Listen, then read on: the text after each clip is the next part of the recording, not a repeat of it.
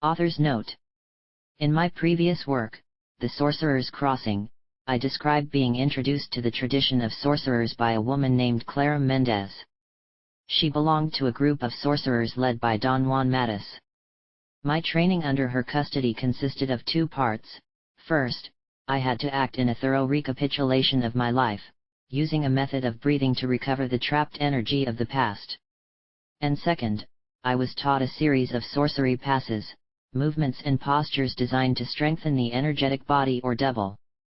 After an unsuccessful attempt to meet the other members of Don Juan's party and through a deliberate manipulation of perception, referred to as the sorcerer's crossover, I was given further instruction in order to stabilize my energy body. To that effect, I spent many months in a tree house, located in a grove somewhere in front of Clara's house. This phase of my training was guided by the caretaker, Emilito. He initiated me into another recapitulation and had me perform certain observation techniques, as well as refine my tree climbing skills, and certain stalking and dreaming maneuvers too complex for my full understanding at the time. When my energy body had become familiar with a new perceptual configuration, a new being in the world, Emilito suggested that I return to Los Angeles to continue my academic learning. He assured me that this was necessary in order to balance the right and left sides of my being and to gain the control required to continue on the path of the sorcerers. The meaning of life. 1. The conference on anthropological research methods had left many unanswered questions for me after the conference. Later in the afternoon, I paid a visit to the assistant professor to clarify some points raised by the professor. When I entered the office, I found the teaching assistant at his desk eating pistachios. He was deliberately throwing the shells out the window, pointing them at unsuspecting students on the grass below. I had once been sitting on the steps of the building, under that same window, when something had landed on the top of my head. I thought it was the pigeons perching on the roof awnings, but I discovered, upon closer inspection, that what had hit me was not pigeon droppings, but pistachio shells. Now I understood where those shells came from. This is a real poor thing, I thought. I saw Rex Jones blush as he got caught up in his tricks. He had an embarrassed smile and childlike behavior and the general sense that Clara Mendez had referred to as the poor baby syndrome. She had pointed out that we were all operating under the social and psychological command that we had to consider and present ourselves at all times, if possible, in the light of the poor baby. At the time she told me this, I resented it immensely and discussed the point, but after further analysis, I had to admit that I loved being considered a poor thing myself. Not only that, but I hadn't found anyone who didn't fall into that category. I hope I'm not disturbing you, I told Rex Jones, but today's conference brought up a few things I'd like to discuss with you. That is, if you are not too busy. With a push of his leg, Rex Jones pushed his swivel chair away from the window. What can I do for you?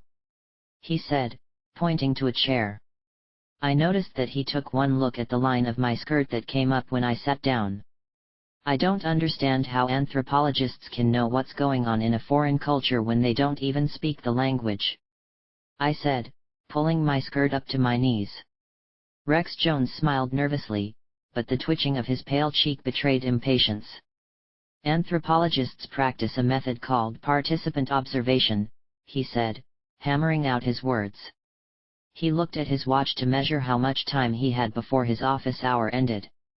The field-working anthropologist participates in the activities of the society he is studying, he takes copious notes, he records everything that is pertinent, and when he returns from the field, he analyzes it within the framework of his theory. In other words, he uses his data to test the hypothesis he set out to prove. Are you saying that the anthropologist already knows what kind of data he wants to isolate before going to the field? Isn't that biased? Rex Jones turned his chair slightly toward the desk and put on his wire-rimmed glasses, carefully adjusting them over each ear. That's not bias, it's his modus operandi. For anthropology to be a science, he continued, leaning towards me, it must follow the scientific method, which is that of hypothesis testing. Its findings must be open to verification. What do you mean? I asked. It means that if another field worker collects the same data under similar circumstances, they will get the same results. But what about Lewis and Kedfield in Tepoztlan? I asked. I was referring to the classic case in which two field workers doing research in the same rural community in Mexico had obtained dramatically different results, thus showing that replication, although theoretically advisable, may not be feasible in actual practice. That was a special case, admitted Rex Jones. It just proves that the researchers weren't looking at the same things, or when documenting, they weren't doing their job carefully enough. And that's precisely my point. Social science involves careful documentation. I reminded him how difficult it was for two people in our own culture to agree on a given subject, even if the issue was familiar to both of them, a condition that made agreeing on problems in a foreign culture almost a miracle. Anthropologists are people before they are scientists, I pointed out. So, while participating and observing, wouldn't they also be emotionally involved in a life where everything is strange? Wouldn't they have feelings, opinions, and interpretations of events according to their past experiences? Images of the cave in northern Mexico, where I had spent many months reliving my own past experiences in a process called recapitulation, came to mind. I remembered how difficult it had been for Clara Mendez, my teacher, and me, to come to terms with anything, including what she had meant by poor baby syndrome. She started from the inconceivable point of view of what she referred to as the tradition of sorcery, and I saw everything from the predictable point of view of my middle-class education. We had had heated discussions in her kitchen, disagreements in which we had misunderstandings, because we didn't see the world on absolutely the same terms. Rex Jones laughed condescendingly at my moment of introspection, which he seemed to interpret as confusion. You don't understand the issue. That's precisely why anthropologists need to adhere to a strict methodology decided in advance. Field workers must refrain from making subjective interpretations and stick to recording objective facts. Look at the sociologists below. He was referring to the Department of Demographers who had their offices on the second floor. At one point in the university's history, anthropology had been part of the sociology department. But now they were proud to be independent, but not too independent, it seems, in terms of methodology. It was partly the fear of becoming a hardened actuary that had led me to choose anthropology as a career. I still had an air of romanticism, a certain sense of adventure left over from 19th-century travelers' tales in which modern anthropology has its roots. Despite workers' field efforts to classify everything through the scientific method, anthropology still had the potential to explore the unknown, to cross conceptual boundaries. What about sociologists? I asked by clicking on my pen to have it ready in case I had to take notes. Sociology, as we know, depends on how reliable its data collection is. The techniques are based on the ability to verify their findings. That is why they use statistical analysis, surveys, in-depth interviews, to ensure replication. Anthropology must copy its methodology because verification is even more important in our discipline, where, as you yourself have pointed out, everything is strange. I noticed Rex's wandering eye returning to my legs. I cast a fierce look at him that Clara Mendez, the champion of women, would have been proud of. I always assumed that the vulnerable state of women was a natural condition resulting from our biological makeup, but Clara had established the result directly from the beginning. Biology my legs, she had said. Licking men's balls and being their servants are not the result of any biology, but of the hypnotic commands of our male-dominated culture. I was surprised to hear her say that at the time, and it was only after months of listening to Clara's sermons on the plight of women, and immersing myself in the practice called recapitulation, that I began to see more clearly the pitiful position that society has assigned to the female species. It was obvious that we women had to fight twice as hard as men to succeed in everything we do. Once in our own right, and once again to overcome the powerful predispositions imposed on us by our male culture. One of the reasons for attending college and cultivating the intellect, I was told, was to be able to understand and evaluate for myself the taken-for-granted views of women's roles and, in doing so, free myself from their hypnotic grip. A stranger who comes to study culture, which is an abstraction, I said, picking up on the thread of our argument, could function in the field for years without realizing that he is misinterpreting what he sees or what people do. It has happened to countless researchers and Peace Corps workers. The field and Peace Corps anthropologists I know are very astute, Rex said. They know when someone is cheating on them. What if the anthropologist wants to help the people he's living with? What if he or she gets so involved in the culture that it's impossible for him or her to remain objective? I was thinking about events that had happened under the tutelage of Clara and her colleagues, and how she could never explain her worldview properly using the theories of anthropology or the scientific method. Then he or she is no longer an anthropologist, Rex said, raising a populated eyebrow. He or she is simply a social worker or a good person, or worse, has gone native. To return to the point of departure, he cited several cases in which the anthropologist had gone native. The first incident involved a researcher working among the Navajo Indians. While studying the peyote cult, using the participant observation method, he ingested too many peyote buttons to remain objective. He had visions of the Great Spirit, received countless messages, and when he came out of his hallucinogenic state, he began his own religion. And don't forget, in the case of Beth Wasserman, a professional worker in Samoa, Rex reminded me, reaching for his pipe. Was she one of Boa's students, like Margaret Mead? He shook his head. I had the distinct feeling that he was pulling my leg. What happened to Beth Wasserman? I ventured. She went to Samoa to collect information for her doctoral dissertation on sexual customs and marriage rituals. She set aside her objectivity, and her participation went beyond what was necessary, if you know what I mean. Rex made a lewd gesture that left no doubt about the nature of Beth Wasserman's involvement among Samoans. What happened to her? I asked her, knowing that the story would not end well. She fell in love with a Polynesian prince, Rex said, moving the stem of his pipe toward me as if scolding a child. She broke the taboos and the healer put a curse on him. She almost died in labor, if not for the minister's intervention of white magic. Beth left the island discredited and never finished her research. Silence reigned in the room. Rex looked at me to see my reaction. I'm still not convinced, I said stubbornly. I think the whole approach to anthropology is wrong. You have to do more than simply observe to understand something. You have to get involved. Rex took his pipe out of his mouth, turned it over, and hit it on the edge of an ashtray. Nothing came out. I understood that he was using the pipe as a placebo to help him stop smoking, or perhaps to make him appear more distinguished. You don't have to taste an apple to know what's red, he reminded me. But how do you know what an apple is unless you bite into it? I replied. If you go into the field loaded with a bag of hypotheses, you're not really open to the experiences, to what is the core of anthropology, the study of man, what he believes, how he feels, how he thinks, how he relates to the universe. Rex snapped his lips and put the pipe back in his mouth. His patience seemed to have run out. You are asking questions that belong to the domain of philosophy. If you want to know about the meaning of life, you're in the wrong department. However, my friend Carlos could answer some of your questions.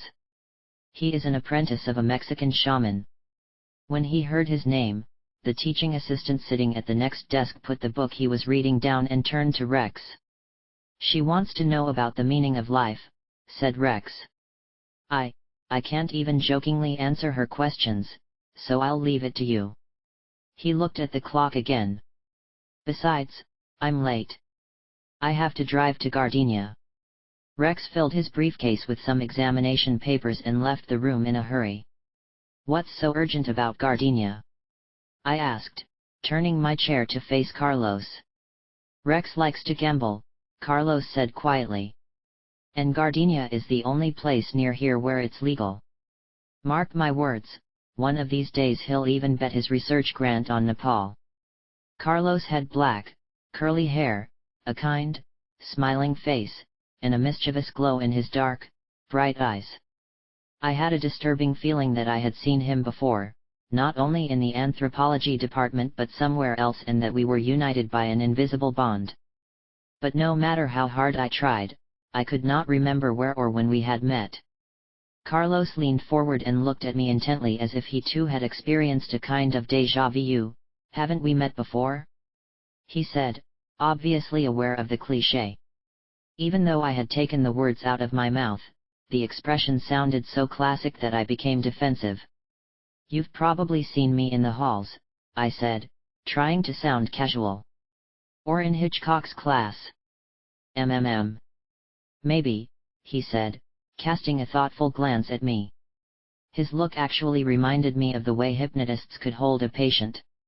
"You're too young and pretty to worry about the meaning of life," she said in a friendly tone. "You can't be more than 19 or 20. Why not leave the hard questions to the wise philosophers?"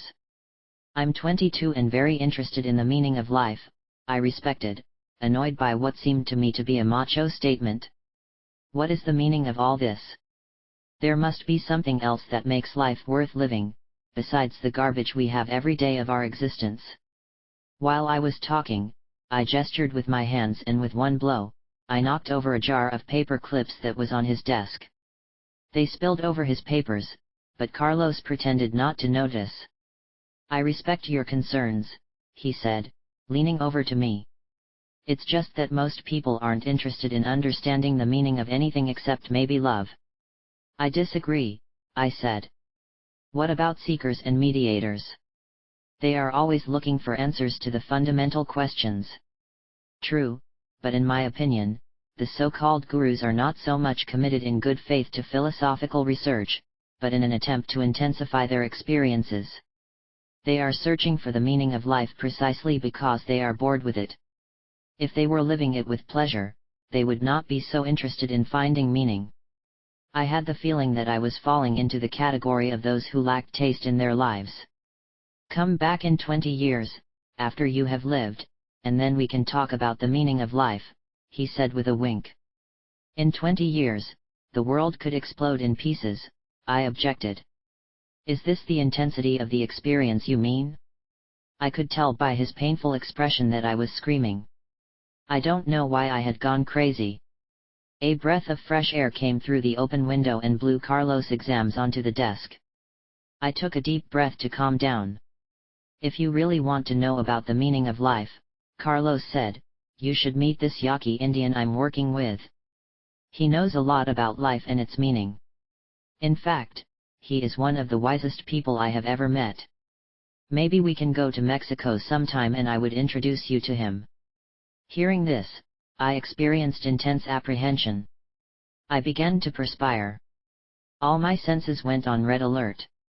Maybe Carlos was just making polite conversation, or maybe he was trying to propose some kind of trip to me. In either case, I felt a deep uneasiness. Going to Mexico with Clara Mendez was one thing, but going with a strange man was another. The worst thing was that something inside me wanted to return to Mexico in the worst way. I looked at Carlos, trying to decipher its meaning, when for a moment, I thought he had shrunk and receded into space. It was as if I was watching him from the end of a long tunnel.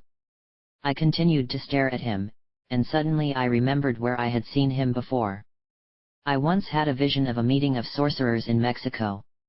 One of them was a young Latino with dark, curly hair who looked very much like the person who was talking to me now.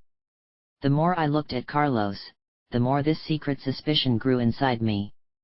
Without a rational foundation, I became convinced that Carlos was the young man in my vision, the new Nawal.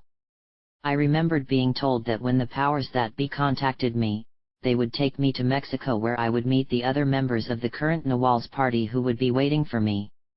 I tried to remember who these other members were, but I was sure that except for Clara, Nolita, and a strange bird-like creature named Emilitu, I had never met them. I was shocked to realize that my time in Los Angeles had almost torn them from my memory. My overwhelming preoccupation with everyday activities and my studies at the university had created a barrier of forgetfulness. The dark oblivion that surrounded me was so dense that the time I had spent in Mexico became vague and dreamy, as if it had never happened. However, if there was one thing I was sure of, it was that I had been clearly ordered not to return to Mexico or to seek out any person until the power was in place again. And when that time came, I would have to catch the cubic centimeters so that power would offer me, or the door could be closed, perhaps never to be opened again. As a wave of memories invaded me, I felt my ears ringing and experienced deep dizziness. I wanted to run away, however. I heard myself say, I would like to go to Mexico with a voice that could hardly be mine, because it came from the end of a long tunnel. I looked up and noticed that Carlos was also confused. It was obvious from his expression that he had not expected me to take his invitation seriously, much less give him a definite answer. "Are you okay?" Carlos asked with genuine concern. "I'm perfectly fine," I said, shaking my head to clear it up. As I came to my senses, I told myself that I had only received a glimpse of a face and that the vision of the Nawal's departure had been so fleeting that I might have been confused about this young man. Most of the time, he seemed not to be the same person. However, despite my rational doubts, I was driven by an unknown force. I was certain that if Carlos was the man in my vision, I could only know it in Mexico, and that if I did not act now, I would never have another chance. "I want to go to Mexico," I repeated. "Well, that would be great," Carlos said anxiously, gathering up the paper clips I had spilled. "We'll do that sometime. I really want to go. When would be a good time?" "I go to Sonora every 2 weekends," Carlos said hesitantly. "Very good. How about next weekend? I'll have finished my exams by then." "Wow, not so fast," said Carlos, trying to back out. "Don't you think we should go to a movie or have dinner first or something, instead of running off to Mexico? After all, we hardly know each other." "Movies bore me and I never eat in restaurants," I said. "Besides, I'd like to meet this witch doctor informant you're working with." I promised not to get in his way. I realized that Carlos was upset by my insistence, but also that his curiosity had been piqued. He seemed to be considering the possibilities, but then he had a sudden change of attitude. "I really don't think I can let anyone down, the old man," he said. "Especially a young woman." "Do you speak Spanish?" "Yes, I do," I lied without hesitation. He seemed surprised. "It's still not a good idea. I don't know why I mentioned it in the first place. Let's forget this whole thing." "It's a good idea," I said enthusiastically. "Think of it as a date with destiny." Carlos hesitated again. "How about asking your informant if you can bring a friend from college?" I suggested. "A fellow anthropology student. What's wrong with that? If he says no, we forget about it." "There's nothing wrong with asking. What have you got to lose?" Carlos sighed with relief, as if he had found a way out. He was sure his Yaqui Indian informant would not want to meet a young woman from the United States. "All right, I'll ask him if I can bring someone," he acknowledged. "If he agrees, I will call you and you will meet me in Nogales." I wrote my phone number on a piece of paper and gave it to him. I saw it when he put it in his pocket. When I left the room, I was certain that he would never mention me to his Indian informant, nor would he use the phone number. Late the next week, I received an unexpected phone call. "Nogales. 2. I looked at my watch. It was 5:53 a.m. I had driven straight from Los Angeles to Nogales, stopping only twice to refuel and pinch something to eat. Carlos had asked me to meet him at 9 o'clock in front of the Greyhound bus station, but I had given myself ample room to maneuver in case there was heavy traffic or I had car trouble. As I parked the car in an overnight parking lot near the bus terminal, I wondered if I had made the right decision in coming. Carlos had sounded strange during the brief phone conversation. It was as if he couldn't speak or was reluctant to do so. I could have easily misunderstood the time and place of our meeting.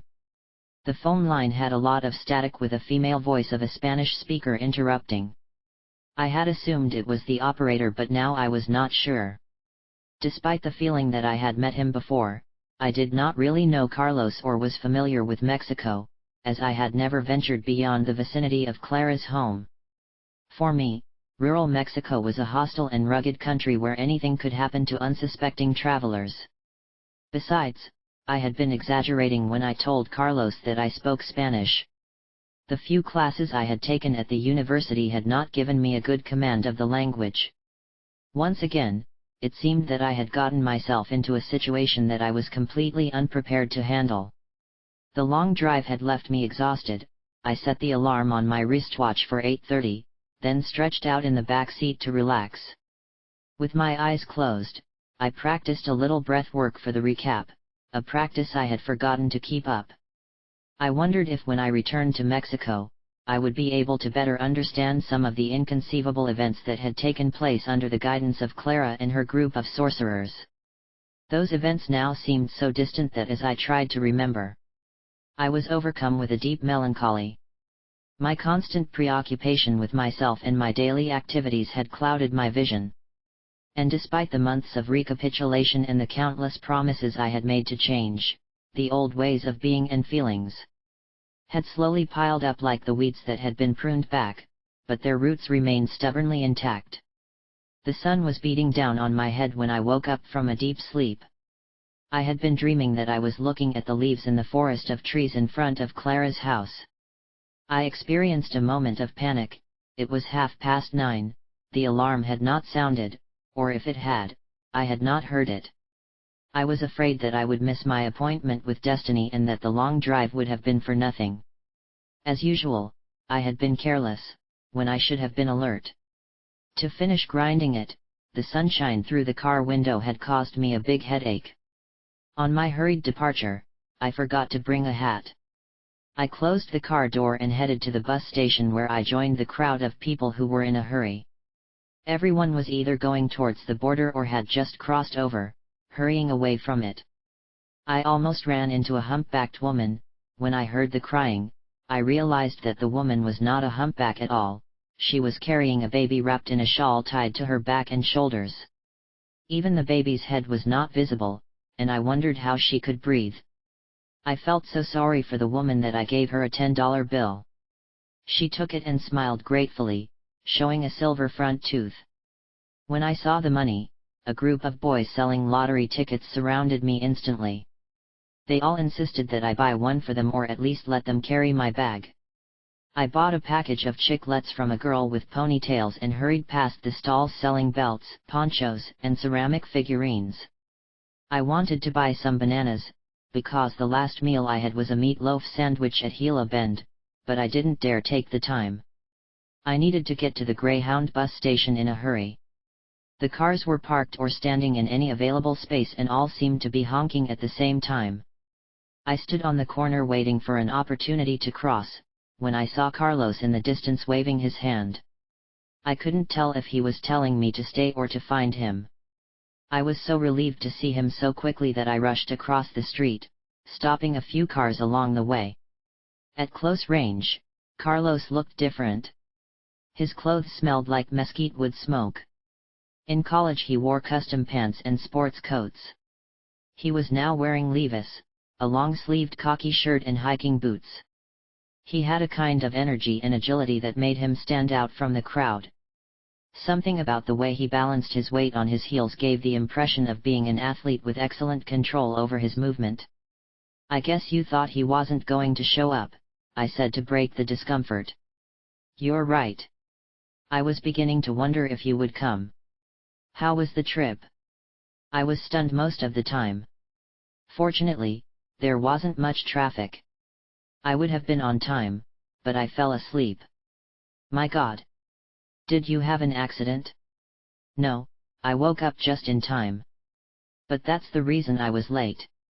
He gave me a confused look.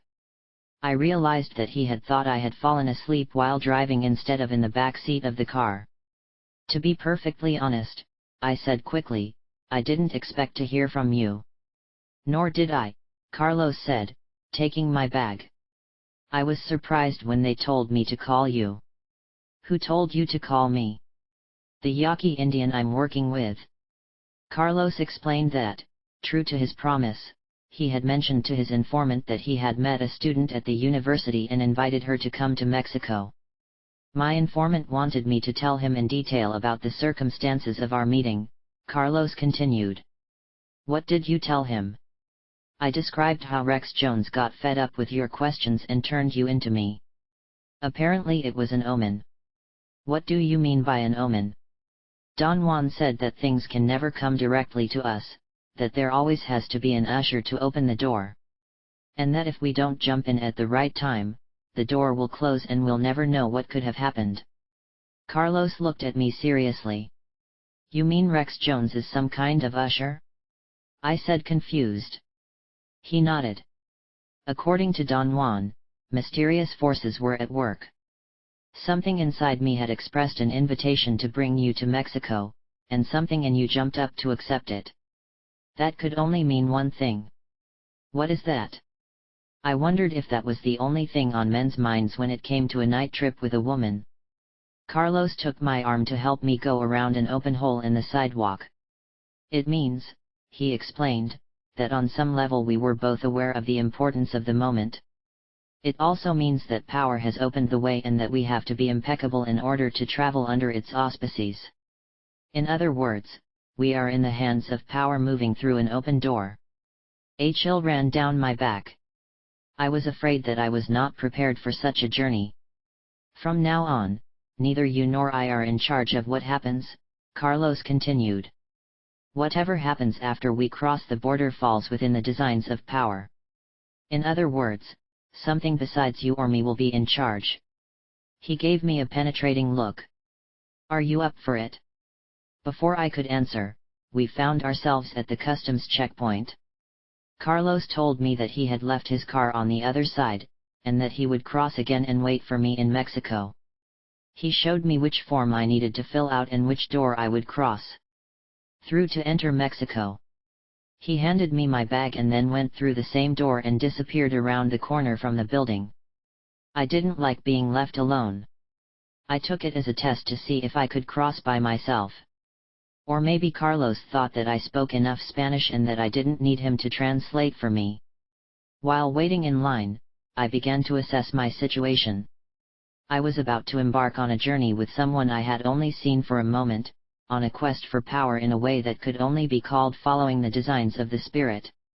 Carlos had made it clear from the beginning that we would not be on vacation, but under the auspices of power. I don't know what power meant, but I knew it was too abstract a concept for precise definitions. On such a journey, all one could do was access it and follow its apparent course. As I reflected on things, I had a clear feeling that I was being watched. Perhaps Nolita or Señor Abelar were among the Mexicans who were trained to cross the border.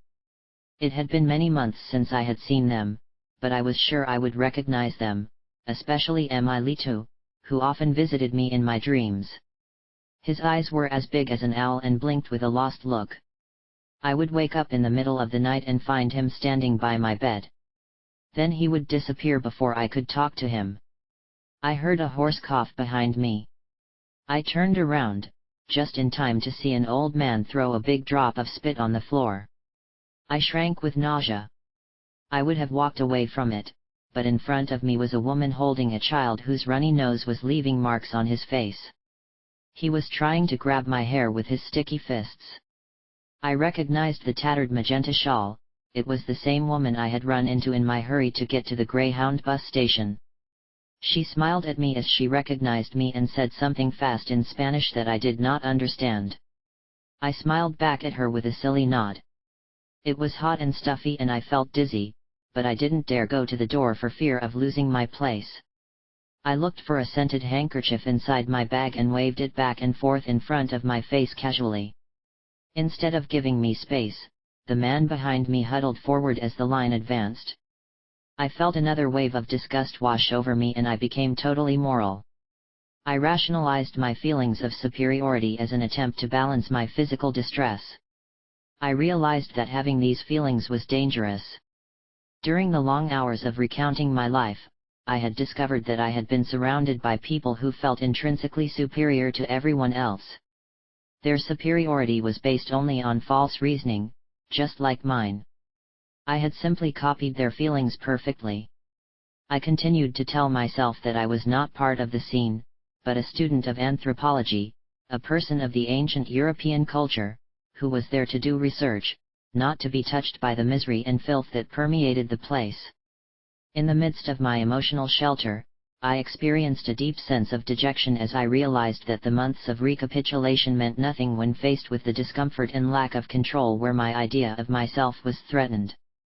What was worse, I now saw that the power to imbue being with courage comes from an unwavering core that we all have, the feeling, or more than anything else, the certainty that we are all special and above reproach. I advanced to keep my distance from the old man behind me, whom I kept looking out of the corner of my eye. He seemed to be laughing inwardly at my discomfort, and that bothered me even more. To distract myself, I opened my bag and took out the golden pen that Clara had lent me to make my recapitulation list, a list with the names of all the people I had met during my life. The list had been quite long, and I had come to consider the pen of my possession. Clara said that it had belonged to one of the members of the Nawal's party, although she never said who that person was. When I arrived in Los Angeles, I took the pen with me and used it to take my exams at the university. If I didn't have my power pen with me, I always felt that I was getting poor test scores. I filled out the tourist card, but before I could put the pen back in my bag, the old man behind me leaned against me and asked, "Can I borrow your pen?" Surprised to hear the English spoken, I turned to face him. He was old, but not decrepit, medium-sized, with a wide, flat nose and oriental-type eyes.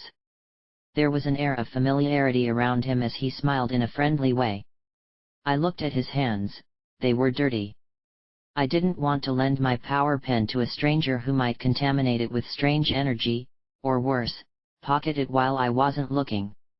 I wanted to tell him I didn't have a pen, but he had obviously seen me use it. Besides, lying outright was something I couldn't do. The recap had helped me realize that my reluctance to lie stemmed from several painful childhood incidents. On one occasion, my mother had accused me of leaving muddy footprints on her freshly polished linoleum floor.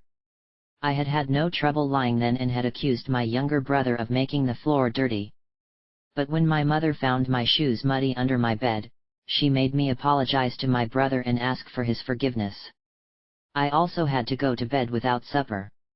Later, in recapping this event, I realized that it was not so much the dirty kitchen floor that had enraged my mother, but the act of lying that was something well-bred girls simply should not do. I looked at the old man. As if he sensed my concern, he ran his hands down the front of his shirt to clean them. "It's a beautiful pen," he whispered, leaning closer. "I'm going to watch it very carefully. There are too many thieves around." I couldn't tell if she was being funny, but as if in a daze, I handed her the pen slowly. I kept watching closely out of the corner of my eye to make sure she didn't bag it. I sneaked a few sideways glances at her face as well. It was quite amazing, now that I could see him better. He had high cheekbones, strong indigenous features and eyes that burned with a fierce intensity of a bird of prey that reminded me of Emilitus, that gave the man an amazing, but strangely attractive quality. Looking at his face made me dizzy.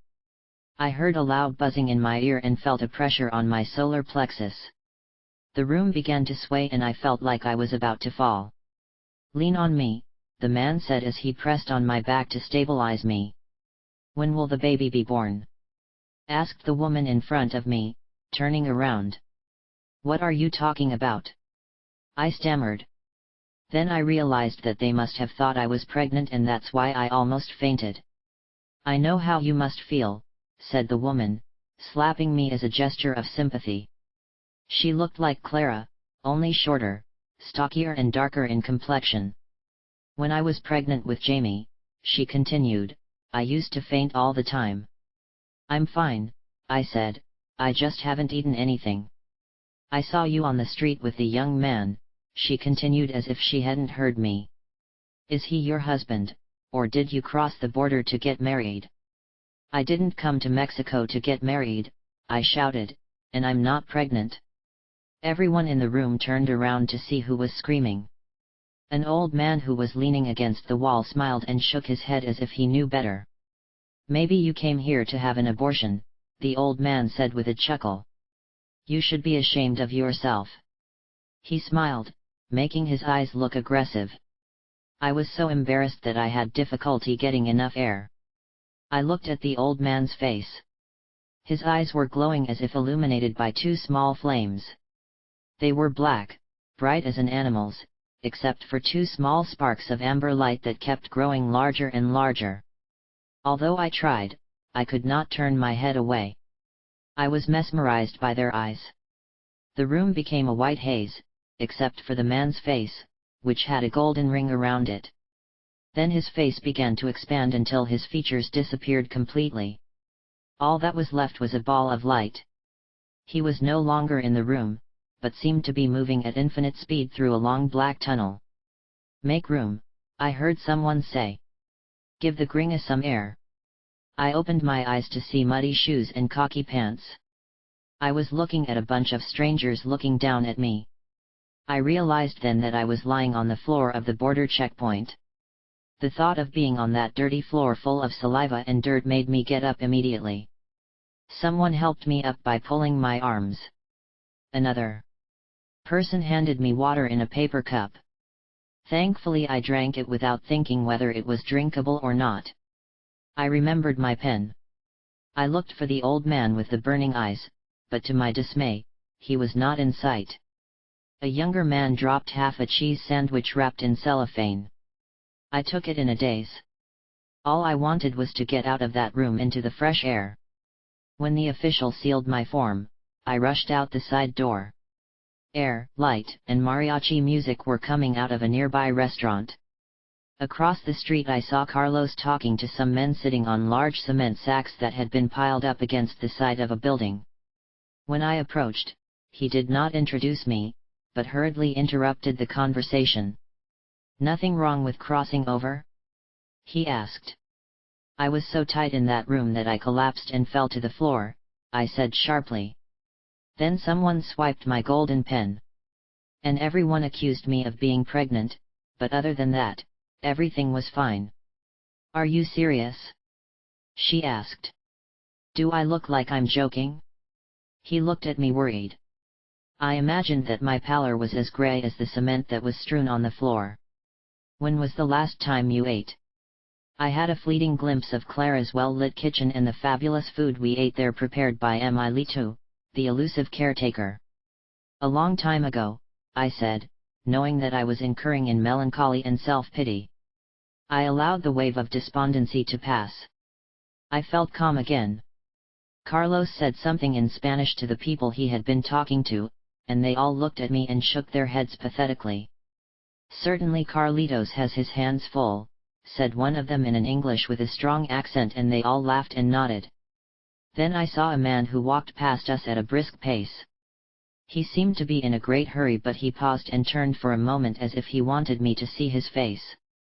"It's him," I said, clutching Carlos' sleeve. "He's the one who took my pen." "Who?" But before I could point to the man, he disappeared into the crowd of Mexicans gathered in the street. Santa Ana. 3. It was hot in the Sonoran Desert, almost 38 degrees in the shade. In a car without air conditioning, it was like being in a low-temperature oven. I had learned to make beef jerky that way, leaving the thin strips of meat on an oven rack to dehydrate overnight. The windows of the Chevrolet opened and the hot air blew into my face. I felt like a dry, dehydrated, lifeless piece of meat. "Can you be more specific about what we're going to do on this power trip?" I asked Carlos, lowering his visor to protect my eyes from the glare of the road. Carlos looked at me quickly as he drove. "It's hard to explain," he said, slowing down on a curve. "Let's continue without any specific plan and let the spirit guide us. That's what I do every time I come to Mexico to see Don Juan. I abandon myself to the circumstances as they present themselves." "That sounds good to me," I said, "but are we going to drive around aimlessly or are we going to go somewhere in particular?" "We are going to the Yaqui villages of Vicam and Patam in the hope of finding ceremonial masks for the ethnographic museum." That will be our obvious move, but essentially, we are looking for power. How will we know when we find it? I asked, wiping the sweat from my brow with a paper napkin. Carlos laughed with my expression of pain. We will know because something in us will change, or will change our perception of the world. Either way, our journey begins there, in the Yaqui villages. Why there? Because that is where Don Juan and his associates gather to renew themselves. That is where the sorcerers of his group come to seek power. The terrain from Nogales to Hermosillo was desolate. For miles there was nothing to see except the giant saguaro and the long thorny ocotillo interspersed with toyans and small bushes. Occasionally, we would pass by a dense cluster of prickly pears with small birds pecking at their red fruit. To distract myself, I tried to identify as many types of flora as I could. If I did not recognize any plant, I would ask Carlos its name. He seemed to be very well informed about the vegetation of the area. At one point I wanted to study the medicinal properties of the plants, he said, and Don Juan often took me on walks in the desert. Is it possible to survive in the desert? I asked. The Indians use the body of the cactus as a source of water, and of course, the tuna is edible, he answered, as are many other shrubs and roots. But you have to know about plants. The Pan American Highway cut through the rugged terrain like a black ribbon. I looked at the white line that stretched out in front of us until it disappeared near the horizon like a bright mirage of steaming water. To relieve my anguish, I fanned out with a cologne-scented handkerchief. Carlos took one look at the white cloth which he waved as a symbol of truce and wrinkled his nose. Around noon, we arrived at a stretch of road that was being repaired. We slowed almost to a turn and saw the shirtless road workers manually filling in the potholes. One worker, with a red scarf around his head, was shoveling tar into a bucket, the other was wearing a wide-brimmed straw hat. He was stretching the tar with an implement that looked like a huge iron. Further down the road, another worker was applying water to the area with the freshly placed tar, wetting it with a broom, causing steam to form as the water blew off in the heat. The fresh asphalt looked like a thick strip of melted liquor candy, good enough to eat. Then I realized that I was hungry. Except for the soda I had in Nogales, some fruit we had bought at a roadside stand, and some crackers I had found in a bag in the back seat, I hadn't eaten since Gila Bend. In Nogales, Carlos had set out to feed me, but my fainting had left me too ill to eat. It would be 3 hours before we arrived in Hermosillo, where Carlos said he knew of an excellent restaurant. Resigned, I looked in my bag for more gum to moisturize my throat. Overripe mangoes were fermenting in the plastic bag in the back seat. A pungent aroma came out and invaded my nostrils. The smell was common, but not offensive. I closed my eyes and let the aroma of the mango wrap around me. As my nostrils cleared, I saw a purple light in the area around my forehead. A scene unfolded in space in front of my eyes. I had a glimpse of Emilito making his special mango liqueur drink. He was wearing a chef's hat and was wearing an apron over the perfectly ironed blue coveralls.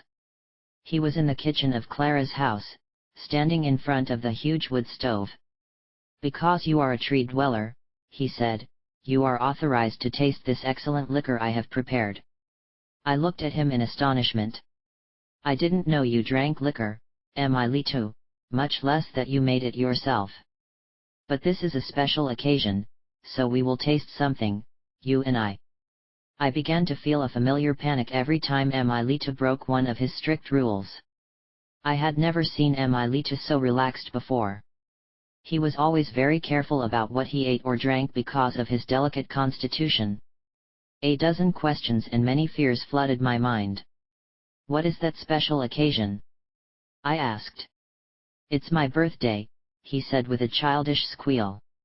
"But I thought one did not celebrate birthdays in the world of sorcerers. What about the subject of recapitulation? What about erasing personal history? What about facing the time to come? What about them?" he asked, blinking like a bird. He pulled out 2 exquisite engraved liquor glasses from the closet. He had never seen them there before, despite the keen eye he kept on the placement of the objects inside and outside the house. Nothing had escaped my scrutiny because I had been obsessed with determining who lived in the house and what they did. I thought that losing one's personal history meant that one did not focus on the day one was born, let alone celebrate it, I said, admiring the glasses. They were made of glass with a delicate stem and barely visible geometric patterns engraved on the rim. He carefully left the glasses on the table. "Where did you get that idea?" he asked. "The day you were born is very important." "It's a day I want to forget," I said. He clicked his lips. "Well, if it's not important to you, then it's important to me." "I don't understand." "It's important because that was the day I started paying my debt," he explained. "I still don't understand." "Can you tell me what you mean?" "The day you got out of the harness and got down from the tree, from the first moment you laid eyes on me, right here at this kitchen door, that was the day I started paying off my debt. As far as I'm concerned, that was your birthday and in a way, mine too. And in case you didn't know, and you don't know because you have a very slow and lazy mind, today is exactly 1 year since that day. So let's drink up and celebrate our freedom, Taisha."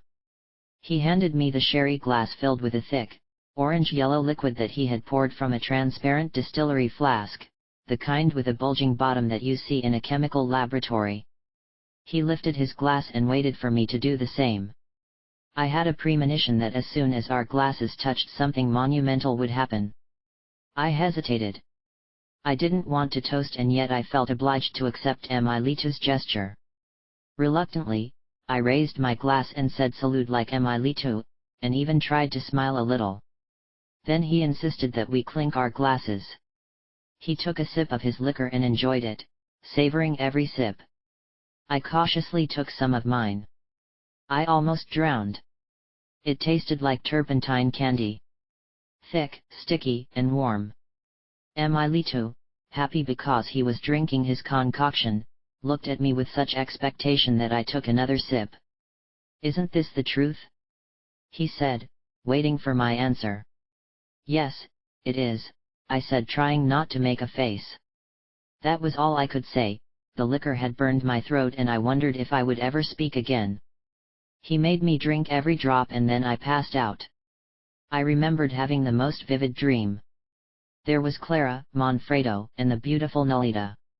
I thought we were in a picnic spot, until I realized it was the back of someone's house. There was an oil barrel with mesquite wood and a grate on top.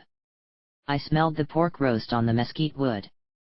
There was a big gathering, some were young but others were older, and one young man in particular was staring at me. Everyone seemed so happy and bubbling with enthusiasm and carefree delight, that I forgot my anxiety and was happy too. I focused my gaze on the young man. He seemed to be the center of the group of people who were listening to him. I wanted to go there, but Nolita stopped me. She put her hand on my shoulder and said, "Stay here, it's not time yet. You will meet the Nuna wall soon, on the other side. Then your task will be to merge the two sides. Only the deepest affection will allow you to do that." I woke up. Something was poking my ribs. I realized it was the car door handle. We must have turned in a tight curve because I hit the door. "Damn dogs," Carlos said. "They always go across the street when cars pass." "Did we hit it?" I asked worriedly. Carlos put out an arm to help me straighten out. "No," he said, turning his hand to the wheel. "I think we were lucky." I looked up just in time to see a mangy dog scurrying down a roadside gully. "Are there people living around here?" I asked, surprised to see a pet. Except for the construction crew, who I assumed were there only to repair the road, some crows and a field mouse quickly crossing the road, I had not seen a single sign of life for miles. "Naturally, there are people who live here," Carlos replied. "Near the hills there are several ranches. You can't see them from the road, but they are there. It's dangerous to question here at night. People around here shoot first and ask questions later. Who would want to live here in the middle of the Sonoran Desert?" I said, hoping that the temperamental Chevrolet didn't choose this spot to rot. It's not about wanting to, Carlos corrected me. This area was once occupied by Yaqui Indians before they were relocated to central Mexico. Later, they were brought back by the freight trains to work in the mines. We are approaching a town called Santa Ana, named after a famous general who fought at the Alamo and later became president of Mexico. There is even a song about the town. I've never heard of it, the song I mean. I have heard of the general. Wasn't he the president of Mexico 3 times? He was shot in the leg and this one had the funeral of a hero. And when he fell from grace, they dug up his leg and threw it in the river. I took a map of Mexico out of the glove compartment and carefully unfolded it and then folded it to show only the area we were interested in. I wanted to know how far we were from Hermosillo and from the excellent restaurants Carlos had said were there. As we rounded a curve, a Pemex gas station and a group of buildings appeared in sight. The houses were white with doors painted in bright turquoise, the general color of the area. Most of the houses in Sonora had turquoise or blue doors. I always thought it was to represent the blue mantle of the Virgin of Guadalupe, but Carlos said they were like that because it was an easy color for drivers to see, so they would not crash into the houses when turning the curves of the narrow streets. It made sense. From the look of the dirt roads and no sidewalks, it would be easy for a truck or car to swerve around a curve too quickly and hit a house. This is Santa Ana, Carlos said, slowing down. If you are hungry we can stop and get something to eat here. I started salivating in anticipation. But when I saw a dead dog on the road, recently hit by a car, my stomach was upset again. Carlos went into the gas station and told me to wait for him in the next building, which was a restaurant, while he filled up the car with gas. When I entered, I found that the spacious room was empty. It had a black and white linoleum floor, metal tables with mottled green formica covers, framed images of the Swiss Alps on the whitewashed walls, and worn curtains on the hinged windows, whose bands were painted traditional blue. There was even a broken jukebox in the corner. The place looked like it had come out of a 1950s movie. At any moment I expected a gang of bikers to come through the door and circle the tables with their bikes. I sat at one of the tables under a ceiling fan with one of its frames missing. A thin middle-aged woman and a girl about 10 years old came out from behind a blue curtain leading into another room. The woman seemed dazed by the heat, or perhaps they had been taking a nap in the next room and I woke them up when I entered. I smiled at the woman, and winked at the girl, who immediately ran and hid behind the curtain. Sure enough, I asked for 2 Pinafil mineral waters gassed in Spanish. The woman smiled and nodded and returned momentarily with a bottle of bubbly mineral water and a glass of ice, which she placed on the table with a thump. I decided it was safer to drink directly from the bottle and avoid the glass and ice. I was trying to decipher the handwritten menu when Carlos came in and sat down in front of me. "Forget what's on the menu," he said, taking it out of my hand. "In rural Mexico, it's best to order the menu of the day." "And what might that be?"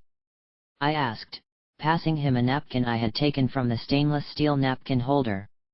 "I'll find out," he said and waved the woman over. A friendly exchange took place.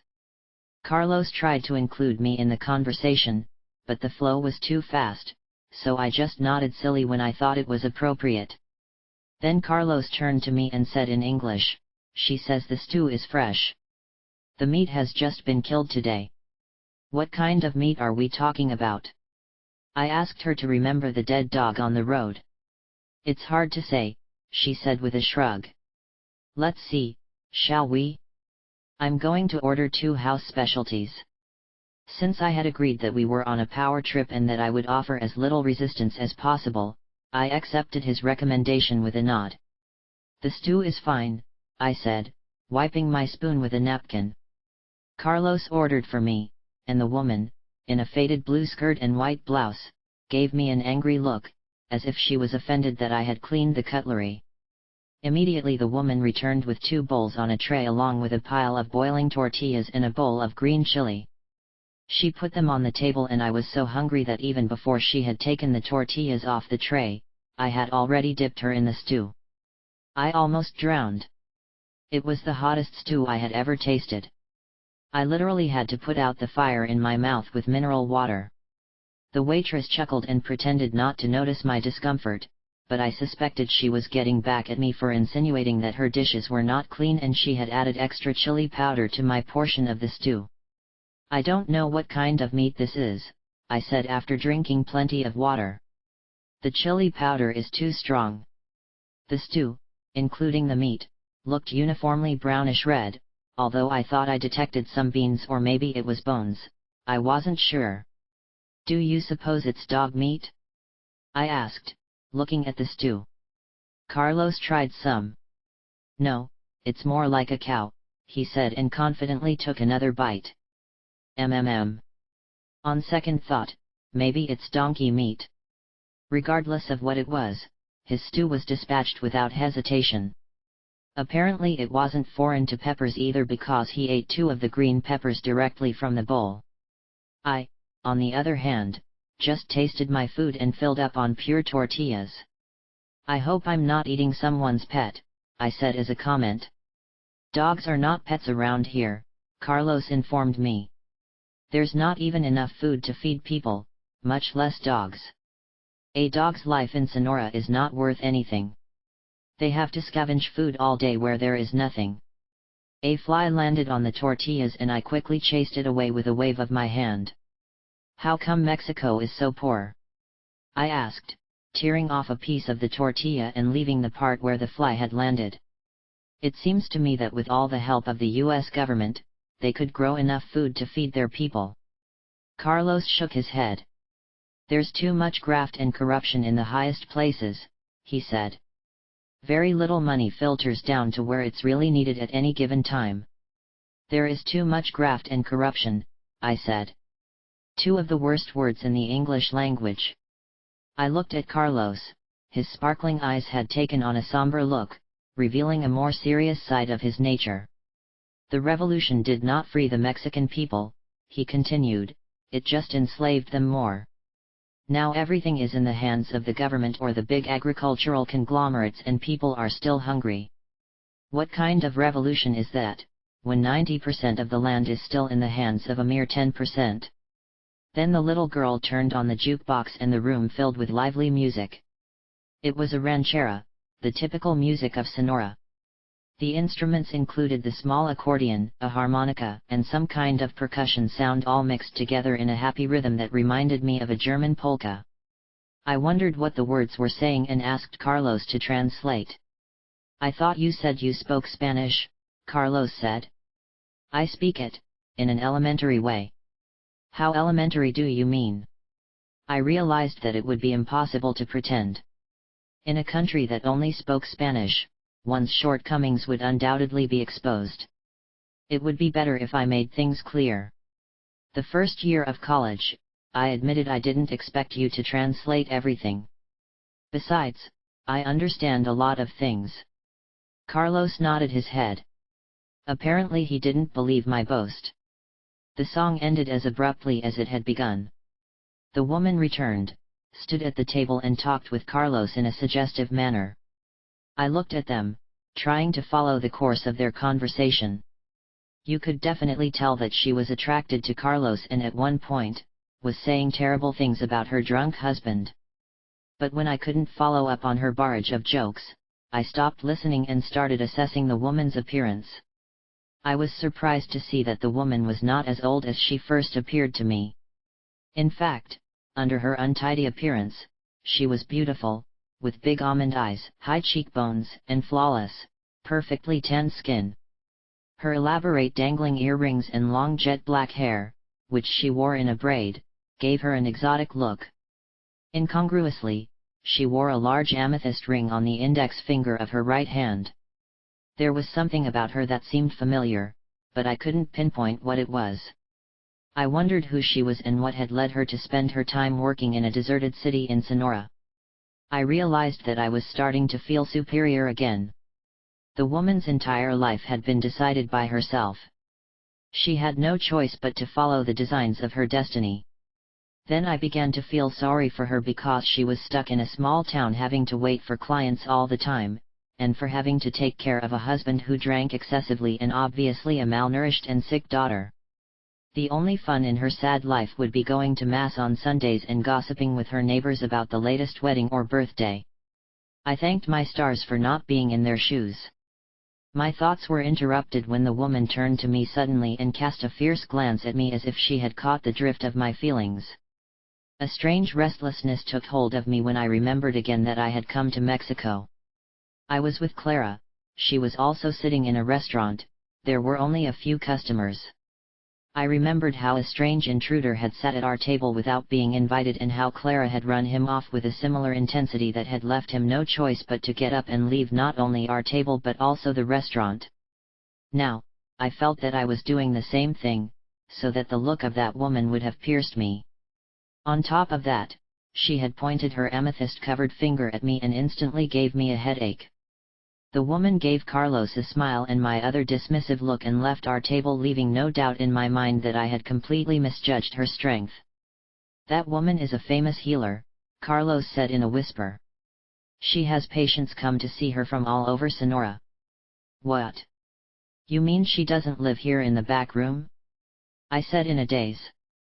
"What is she doing here waiting tables? I thought this was her place." "Hermelinda is covering for her sister who is visiting family in Hermosillo," explained Carlos. I felt inferior to a snake in the sand for being caught in petty judgments. "And that girl?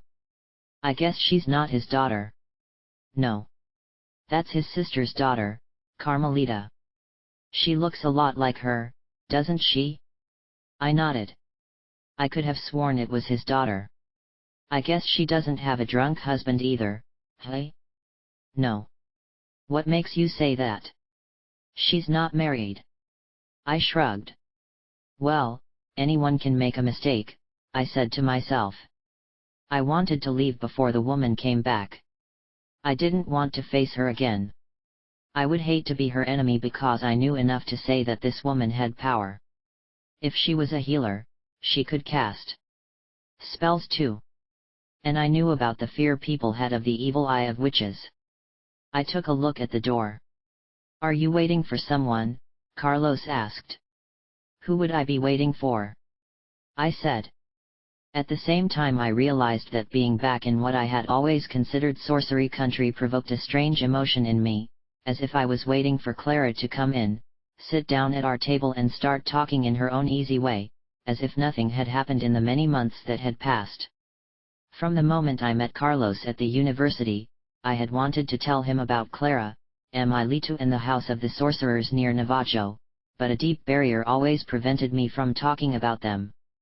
At one point during our trip, I had wanted to tell him about the dream I had with Emilito, but I had always thought that to tell someone about one's dreams is to invite them to analyze or comment on the most intimate part of our being, so once again I remained silent.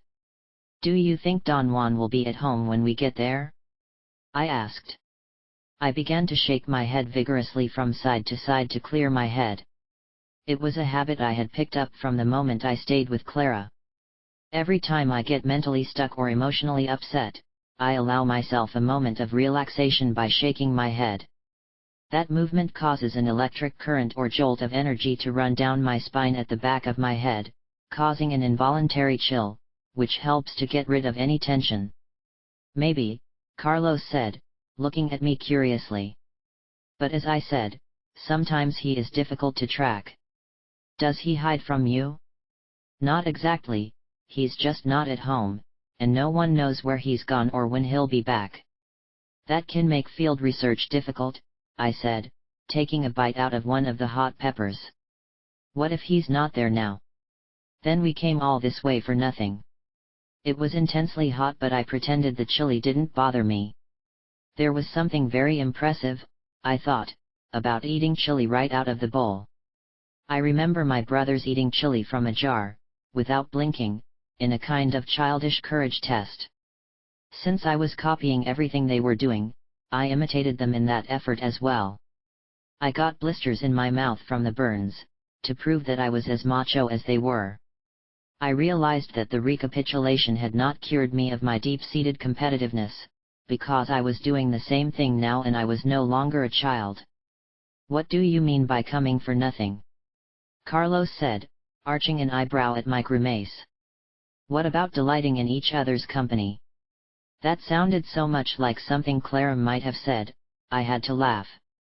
The trip won't be in vain, Carlos assured me. Remember our plan to collect masks for the Ethnological Museum? What kind of masks are you looking for? I asked. Pascola's masks. Carved masks for the dances that the Yaqui Indians perform during their celebrations. They represent animals or spirits. Yaqui Indians believe that by wearing the masks while dancing, they can enter the spirit world. Do you think this is possible? I asked. Carlos took a sip of mineral water. Of course, isn't it? He asked, returning the question. I wanted to say, I sure do, but a familiar internal warning bell rang. This was not the time or place to talk about my own experiences. In a way, I said casually. They say that sorcerers do it all the time, although I don't know what sorcery is. Perhaps you can tell me. Sorcery is the way we perceive more than our society and our personal environment allow us to perceive, he said. Sorcerers say that there is much more to it than meets the eye, but to really perceive other levels of reality, such as the spirit world, one has to store up personal power. He got serious and said that investigating the practices of sorcery and its ramifications was the reason he had been coming to Mexico on a regular basis. If there's anything to it, I'm going to find out, he said with a smile. The fly was circling the table again. I chased it away. How about Zen Buddhism? I asked. He looked at me in surprise. What about it? Did you know that in the old days in China, when the Buddhist monks wanted to build a road, they had to get all the worms out of the ground and move them to a safe place before they could continue the construction work? And I thought road works were slow here in Mexico, Carlos said with a laugh. That sounds absolutely tedious. Why would they do that? Buddhists believe that killing even the most insignificant form of life is wrong. Take this fly as an example. A Zen Buddhist sitting here wouldn't hit it. Carlos gave me a curious look as if the itching of the chilies had brought out the best in me. I told him that once my karate master, while teaching his students about the importance of Zen in martial arts, proceeded to swat all the flies that had landed on his desk. And with a martial arts magazine rolled up to finish them off, I said. My teacher did not see the irony of it all. But for me it was a great revelation. After that, I could no longer respect him. Did you lose respect for your master because he killed a fly?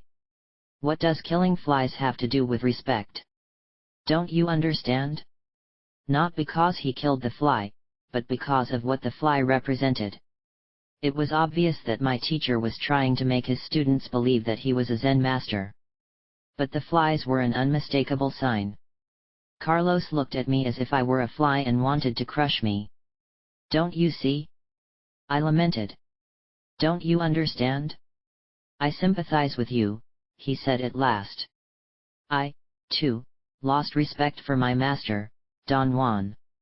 He kept referring to me as a stupid idiot, and since I knew I was not one, I could no longer respect him.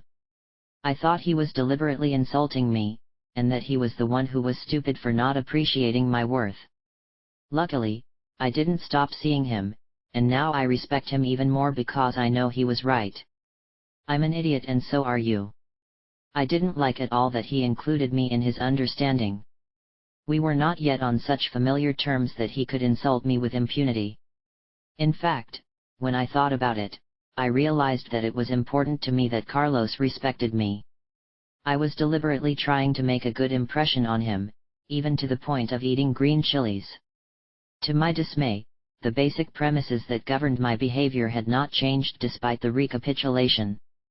Clara had warned me that it was not enough to simply recapitulate one's life, one must also act on the understanding that a thorough examination of our life brings. It is not a matter of suddenly being different, but being aware of one's habits, one pauses momentarily to act differently if one so chooses.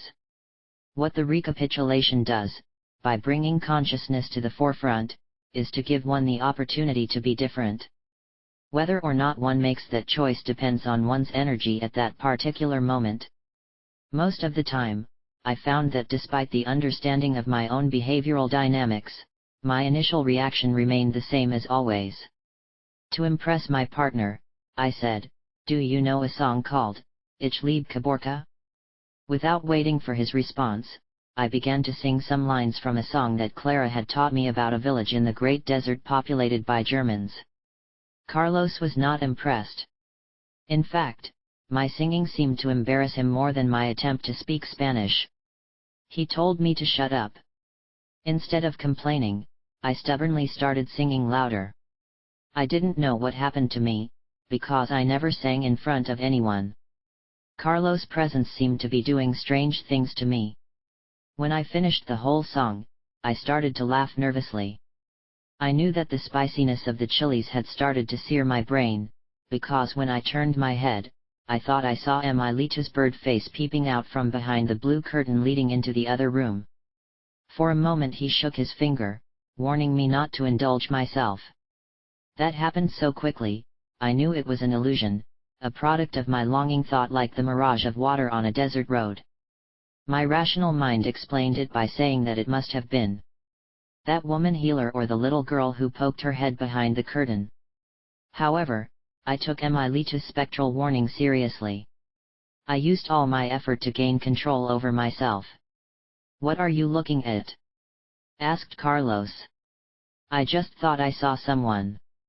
"But there's no one in the room," he said worriedly. "I mean someone I've met in the past." I looked right at him. A bubble burst and I knew without a doubt that Carlos was the person Emilito had said the spirit would contact me.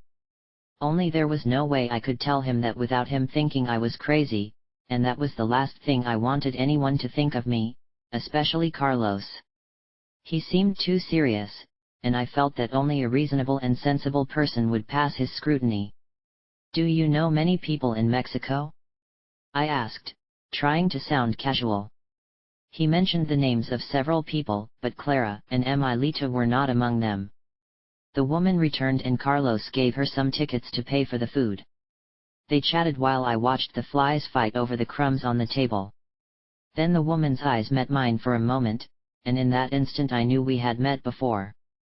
She was one of the women in the vision I had in Emilito's house. I looked at her in horror. But she did not smile to reassure me as I would have liked. Instead, to my dismay, she looked at me with absolute contempt. When we got up to leave, she followed us and whispered harshly in my ear, "Stop spoiling yourself, young lady," she said in English, "or you will be in serious trouble." I reacted with anger and didn't want to believe her, but part of me knew she was right. Hermosillo. 4. In the late afternoon we arrived in Hermosillo. We stopped at the main intersection to allow a group of school children dressed in blue blazers and knee-length pants to cross the street. They were accompanied by patrol cars carrying a yellow and white stop sign. When the old man lowered the sign, the cars resumed their erratic movement, honking their horns as they crossed the intersection. With the windows closed, I could hear the bicycle bells, the car engines, and the barking of dogs. We passed houses with potted geranium plants decorating their steps, and wrought iron fences and gates protecting the entrances. Carpets of burgundy bougainvillea covered parts of the routes, wrapped around chimneys or hung in thick groups of trellises or balcony railings. Carlos parked the car near the square made in a circular park with benches and a gazebo in the center. "Let's stretch our legs for a moment," he said. "I want to stop at a bakery I know and buy some bread and fruit before we go to Guaymas." I was relieved to be able to get out of the car and walk before continuing our journey. The chilies I had eaten in Santa Ana had upset my stomach and I needed to go to the bathroom. "Now don't follow me with your notebook," I said seriously. Carlos laughed. "It was my friend, Larry, who did the study. I only helped him a few times."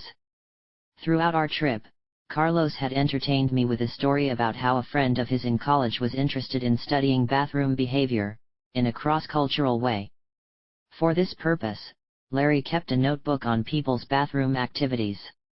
He had accurate records of who entered the public facilities, how much time they spent in the urinals or cubicles, whether they wrote graffiti on the walls, how much paper was consumed during each case, whether they blushed and, if so, how many times, and when possible, information on whether they wiped from front to back, or back to front, and so on.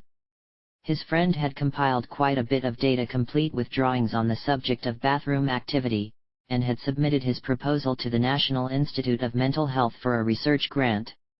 Unfortunately, the cross-cultural study of bathing behavior was not approved due to cuts in government funding.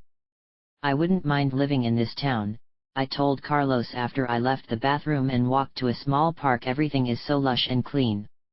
"Back in Santa Ana, I got the impression that you didn't like Mexico," said Carlos, stopping to tie his shoe. "That's because I thought I was eating dog meat.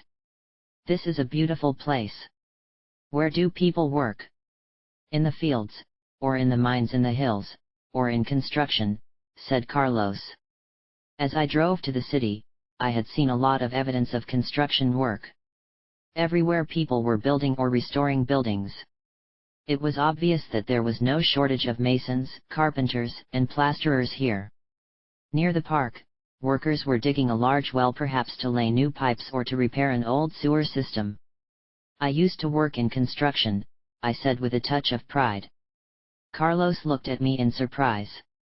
"You don't seem like the village type," he said with a laugh. "I worked for one," I thought, "as an apprentice, even though I knew a lot more about carpentry than he apparently did. Lamont was working on a remodeling project and hired me to be his assistant, as long as I didn't complain about his radio because he kept it loud at the country music station, and his foul language, a habit he had learned in Vietnam." "What kind of things did you build?" "Our first project was a redwood deck, no nails, just nuts and bolts." "Quite a challenge." "You see, I was a Buddhist from a commune in Oregon and I was convinced that using nails would defile the wood." He really needed the money, so he tolerated its eccentricities, the loud radio, the beer it guzzled, its blasphemies, and its body odor. Whenever he wanted to, he told me he was working with a master carpenter who had no equal in the construction world, and that I should pay him for his guidance. "He sounds like a real character," Carlos said. He was. After weeks he still didn't trust me to use his power tools that he cleaned and oiled every night. I realized it was a situation of watching, transporting wood, and sweeping up the sawdust. "That doesn't sound too exciting," Carlos said. It wasn't. Lamont had promised me hands-on experience, but the only hands-on experience I received throughout the project was his elbowing and pinching various parts of my anatomy. I was so desperate that I developed a severe allergy to sawdust and started having sneezing attacks. I was going to spend the rest of the summer, but things went from bad to worse. "What happened?" Carlos asked worriedly. He continued to insist that I go to his house to see the new kitchen cabinets he had installed and share some marijuana while listening to some Willie Nelson tapes. Well, I knew what that meant and realized that the situation had become desperate. I quit, and with the money I had saved, I went to college, where things weren't much better for men, you know what I mean? Carlos didn't respond in any way. "Let's see some of the stores," Carlos suggested, stepping aside to avoid a hole in the floor. "Do you need to buy any gifts for friends or family?" "I don't have any." "Friends or relatives?" Carlos asked. "None." He looked at me and shook his head. He sang the line from a Mexican song, "I have no mother or father, nor a dog that barks." I don't have a mother, or rather, not even a dog that barks. "That sums up my situation," I said. "I don't have parents either," said Carlos, "and I've learned that having friends is too restrictive. You always end up trying to please them or meet their expectations. They anchor you. You're lucky to be an orphan." I wasn't an orphan, but I didn't bother to correct Carlos' impression. I realized that I wanted him to think that I had no one in the world. It made me seem independent and mysterious. Besides, I had never felt part of my family.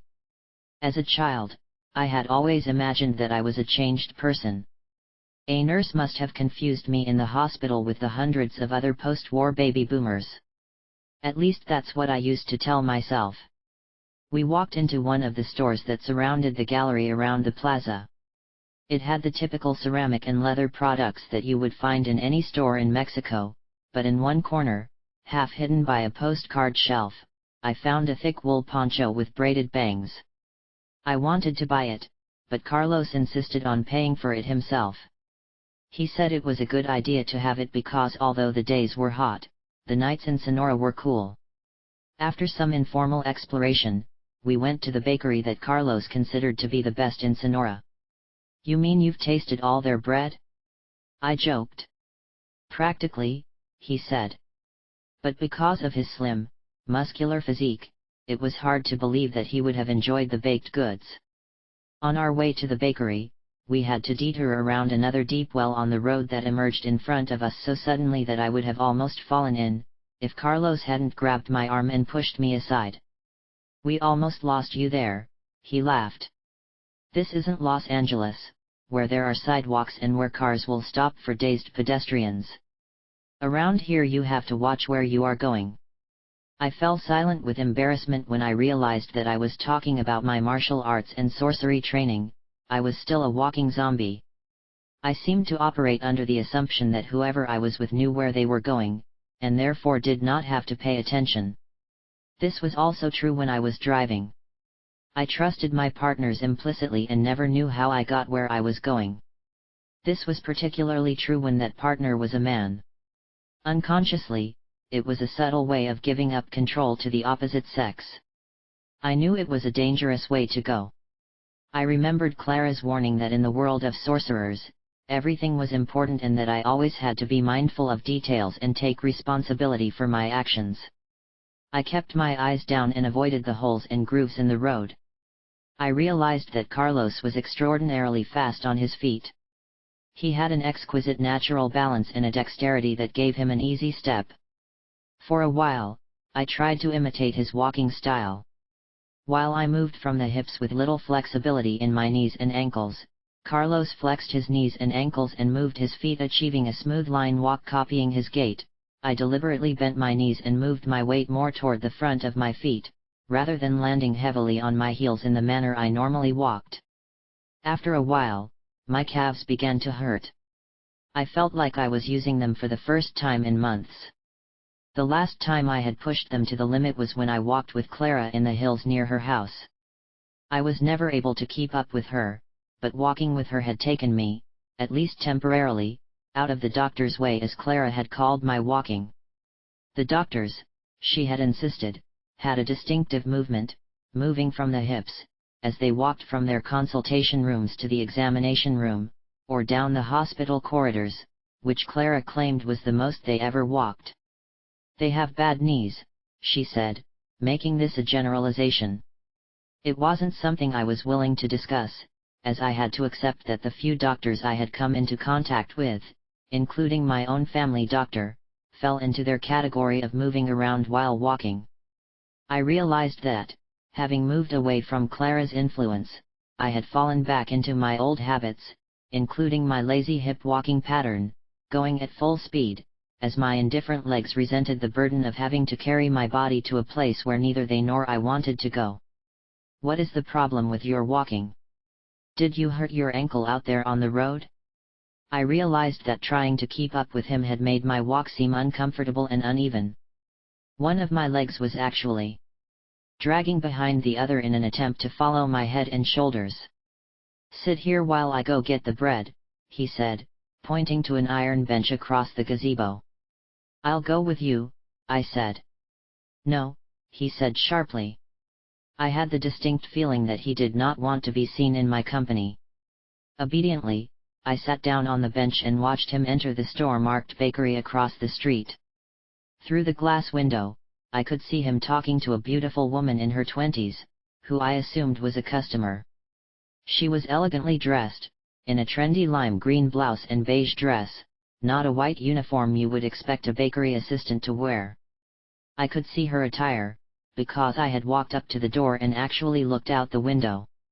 Then I saw Carlos hugging her in the most affectionate way as she handed him the bag of bread he had come for.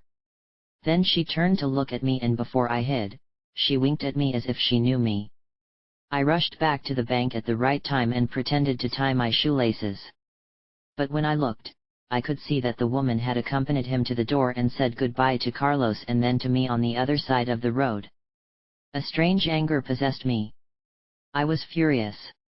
What's going on? How come people seem to know me when I don't remember them? It couldn't be just a coincidence, those witches in the restaurant and now this beauty in the bakery. I felt that there was a conspiracy going on and that somehow I was at the center of it. I remembered how Clara and Mr. Abelar had deceived me in the past. They had been following my movements for a long time, and when I thought I knew them for the first time, they already knew me intimately. The same thing was happening now. And it all started in the anthropology department when I suspected that I had met Carlos before. I must have known him before, because otherwise why would I be jealous now, as if he belonged to me from ancient times? I tried to tell myself that the woman was definitely a casual acquaintance of his and had embraced him only because people south of the border are more expressive than in the United States. However, I couldn't help but think that the woman was not Mexican at all, only that she was very tanned. I wondered who that beautiful woman was and why Carlos didn't want me to go with him to the bakery, and why he had greeted me. "Let's go to another bank," Carlos said. "There's more shade over there by those trees." But I knew the real reason he was moving was because he was hiding something. It distressed me to realize that Carlos was a man with many secrets. Not that I didn't have secrets, which I wouldn't dream of revealing. However, I had an irrational expectation that others should be completely honest with me. We walked completely hidden by the foliage of the trees. "Why is this your favorite bakery?" I asked, trying to sound disinterested. Carlos smiled mischievously. "Because they make such delicious bread," he said, giving me a flat, round loaf of bread sprinkled with pink sugar. "It must be the water or the flour they use. Try it and tell me it's not." I attacked the bread with a ferocity that surprised me. But I had to admit that it was delicious. Bread rolls were a world apart from bread in the United States. The sugar coating sweetened my disposition and I decided not to ask about the bakery or the lovely woman I should not have seen. She was one of those secrets, I hoped she would be revealed to me in time. Carlos took a bottle of mineral water out of the bag and from his pocket a Swiss Army knife that had a bottle opener along with 6 or 7 other sharp instruments. He removed the cap and handed it to me. I finished the bread, then looked inside the bag to find 4 smaller round breads, each with a different colored sugar coating. I chose a green one. It tasted pink. The coloring was not a different flavor but simply the color of the food. "Why did you decide to become an anthropologist?" I asked, taking a sip of mineral water. "Because the study of man is one of the most important endeavors in which one can participate. Especially the study of man's belief systems, his cognitive structures, his culture as he lives it. I am particularly interested in a phenomenological approach to the study of man." "What do you mean by a phenomenological approach?" A phenomenological approach to anthropology or sociology would be to take a person and leave him here in Hermosillo to see how he interprets a foreign culture. "Are you planning to leave me here?" I asked in a moment of panic to see how I'm doing. Carlos laughed. "No. I was referring to an experiment I had prepared with a professor from the sociology department. Without speaking the language or being familiar with the customs, I was going to live here in Hermosillo for a while. And I would be the observer and guardian to ensure that no real harm would come to him. The premise was that as he went about his daily tasks of trying to organize the world in recognizable terms, the aspects of the world that are taken for granted, by his interruption, would reveal themselves. They would be made available for research." "I don't understand," I said, taking another bite of bread. "In every simple act, he would have to find the natural order of the phenomenon that affected him, because as he lacked membership, it would be chaotic. In other words, he would have to create order in his daily existence. This process of creating order would be the subject of our research. Since the professor's interest was the study of norms and how they are constituted in our daily life, I thought it was a fantastic plan, just out of his reel. Did you do it? No. We were ready to leave for Mexico, when he left at the last minute. Why was that? He kept thinking about all the contingencies. He was terrified of getting some horrible disease, or being shot or robbed. He put all sorts of prejudices and personal considerations into the picture, so he never left Los Angeles where he said he was in the known, and therefore, safe ground. It would have been a great studio, I said. Then I had a scary thought. Are you sure I'm not the guinea pig this time? Carlos spout. We are all guinea pigs in the hands of power, he whispered. At that moment, a crow perched on top of the gazebo began to squawk. Carlos pointed to it with a nod. A ratification, he said. I still don't see how that relates to phenomenology, I said, returning to the discussion at hand. Phenomenology takes the tacit faith we have in the reality of our everyday world and makes it the main subject of research, explained Carlos. What tacit faith do you mean exactly? I asked. Carlos thought for a moment to find the right words. For example, our assumption that the world is shared, that it is the same world for all normal individuals. Also, that there is a temporal and spatial continuity of things. Isn't that true? Not necessarily. Sorcerers like Don Juan don't see the world the same way you or I do. Their training and membership in the tradition of sorcerers allows them to see the world in completely different terms. Phenomenology questions the assumption that the world is intersubjectively shared by the members. Or rather, it makes the sharing the subject of its research. It also questions the a priori assumption that what we call reality has a natural history, a causal basis that allows us to reasonably expect the world to continue in the future in much the same way it has in the past. Are you saying that the world will not continue in the future as it has in the past? We don't know, but the fact that we assume it is a matter of primary concern for phenomenological research. These are assumptions that cannot be directly accepted, but they must be the subject of research. Carlos spoke about his interest in Husserl and Heidegger and the French phenomenologist Maurice Merleau-Ponty. I told him about a sociology class I had taken taught by a professor in the Department of Sociology, who had devised a method to study social interaction using a phenomenological approach. He called his deviant approach to studying social interaction ethnomethodology. That was the professor he was going to take to Mexico, said Carlos. He taught a course called The Study of Deviant Behavior. That is, I agreed. What a small world.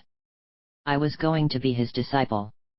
He had a flock of students hanging on his every word, like a Zen master has students begging him to enlighten them. Did you become enlightened by his method? Asked Carlos, mockingly. I shook my head and took another loaf out of the bag. For a while I was really impressed with what he had to say, I admitted. I even became his unpaid research assistant just so I could study his methods. I went to his office on Saturdays to help him with a project. I was studying the natural flow of conversation and had the theory that the guinea pig's squeals were not random, but part of a complex system of coded communication.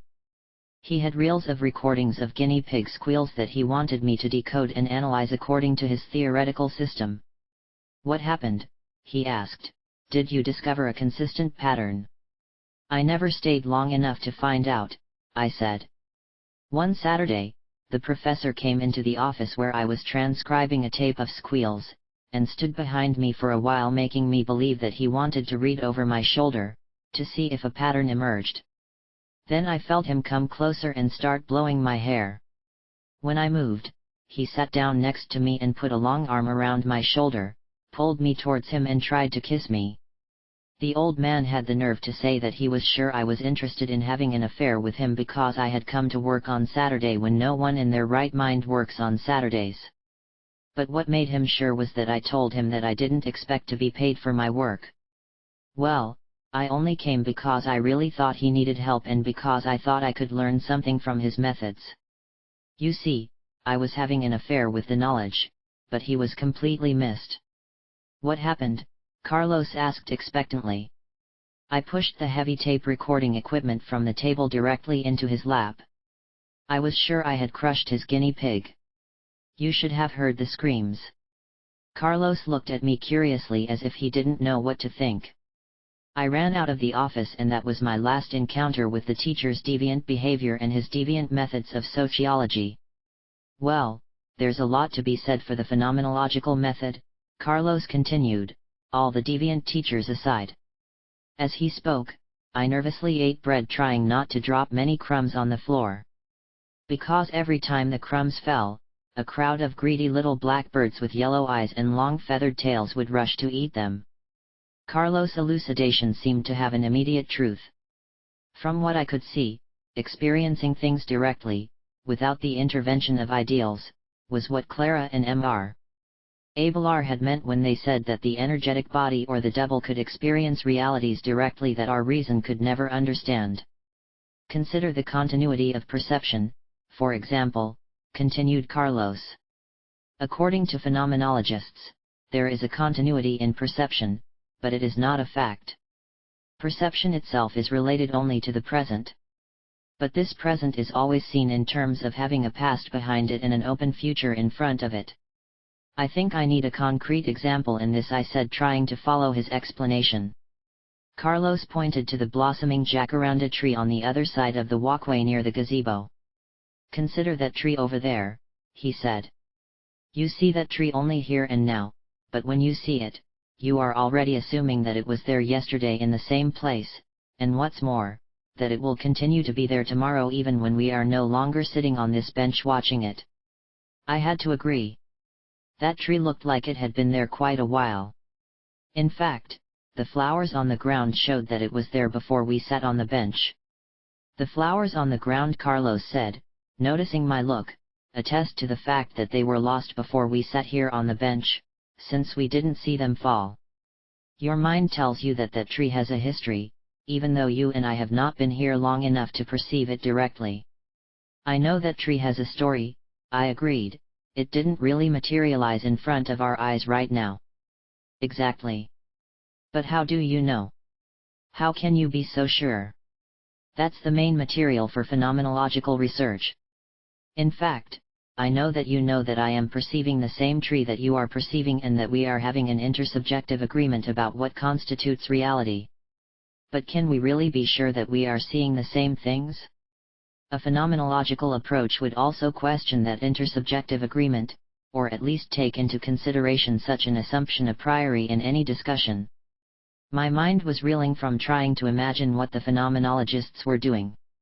To me, they were a kind of urban sorcerers, white sorcerers who played with mind and perception, as Clara and her group of sorcerers had done in Mexico while living among them. Only to the phenomenologists, it seemed more like an intellectual game. They lacked the real energetic force to make the jacaranda tree disappear in front of one's eyes when one realizes that its presence is a mere interpretation. Nolita, Emilito and Mr. Abelar, on the other hand, had the energy to make strange and inexplicable things happen by manipulating perception. While I lived in Clara's house, things kept disappearing and then I found them weeks later in the same places I had looked at hundreds of times. Also, the characteristics of her house would change depending on my point of view. I could never explain these facts, and Clara had told me not to even try.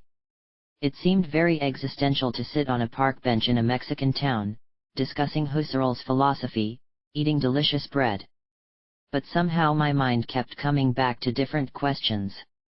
Not philosophical ones about whether or not the tree in the park exists in its own right or because we are perceiving it through a power called intentionality.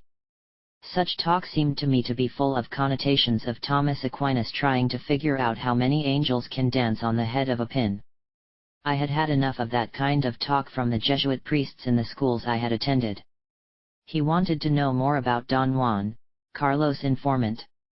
Since he was also a sorcerer, perhaps he knew Juan Miguel Abelar or about him. Then it occurred to me that perhaps he was Señor Abelar, that he and Don Juan were the same person. I wouldn't bet anything that happened with respect to the sorcerers. I knew they existed on a different perceptual plane, one for which I was blocked by my lack of energy and understanding. Perhaps, they were there in the park with us and I could not see them because I did not have the means to interpret their perceptual reality. Perhaps the sorcerers, unlike the tree in the park, had not considered history and the future to be guaranteed. Perhaps they lacked the temporality and the spaceliness of things, therefore, there was no such thing as how things existed in the world for us.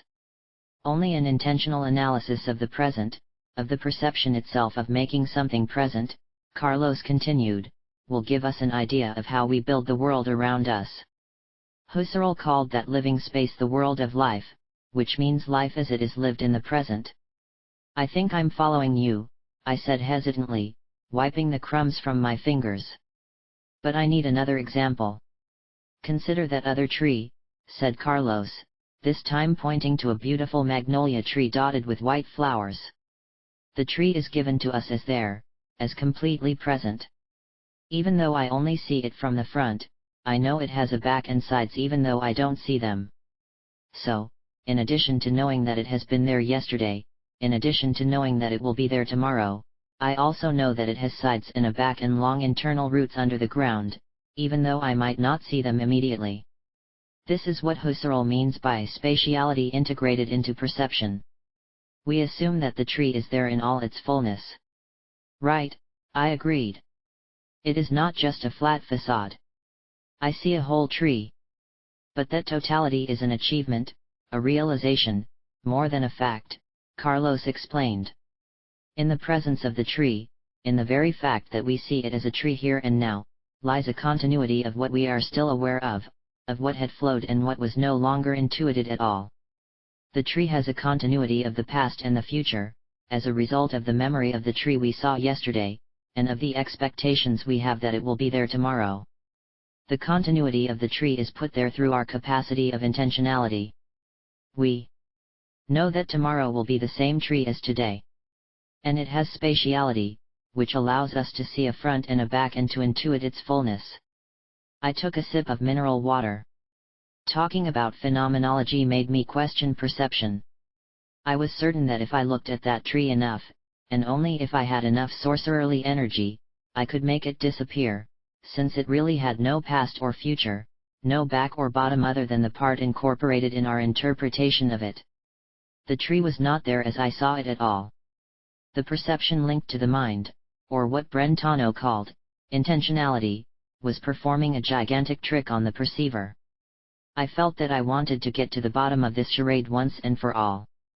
I was tired of being fooled by a particular mode of perception that had been imposed on me by virtue of the fact that I had been born into a particular world of life or being in the world, as Husserl called it. I wanted more than anything to see the trees as I had seen them under Emilita's guidance. When I climbed them, I felt their roots, I looked at their leaves, I spoke to them, I loved them, I understood them. But now all that was gone, as the giant eye of that reality had closed and sealed that world off from view, leaving me stranded on the wrong side of the door.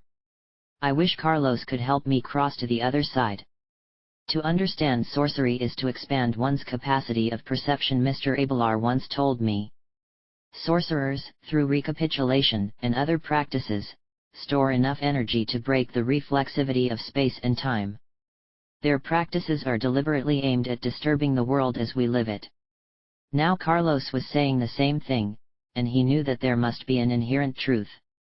A sorcerer would look at that tree and not consider its integrity as something given. Carlos continued. Do you think it's really possible to do that? I asked. I mean, break the mold of perceiving the world as we know it. Of course, according to Husserl, all acts of perception point to, or are intended by, some object, explained Carlos.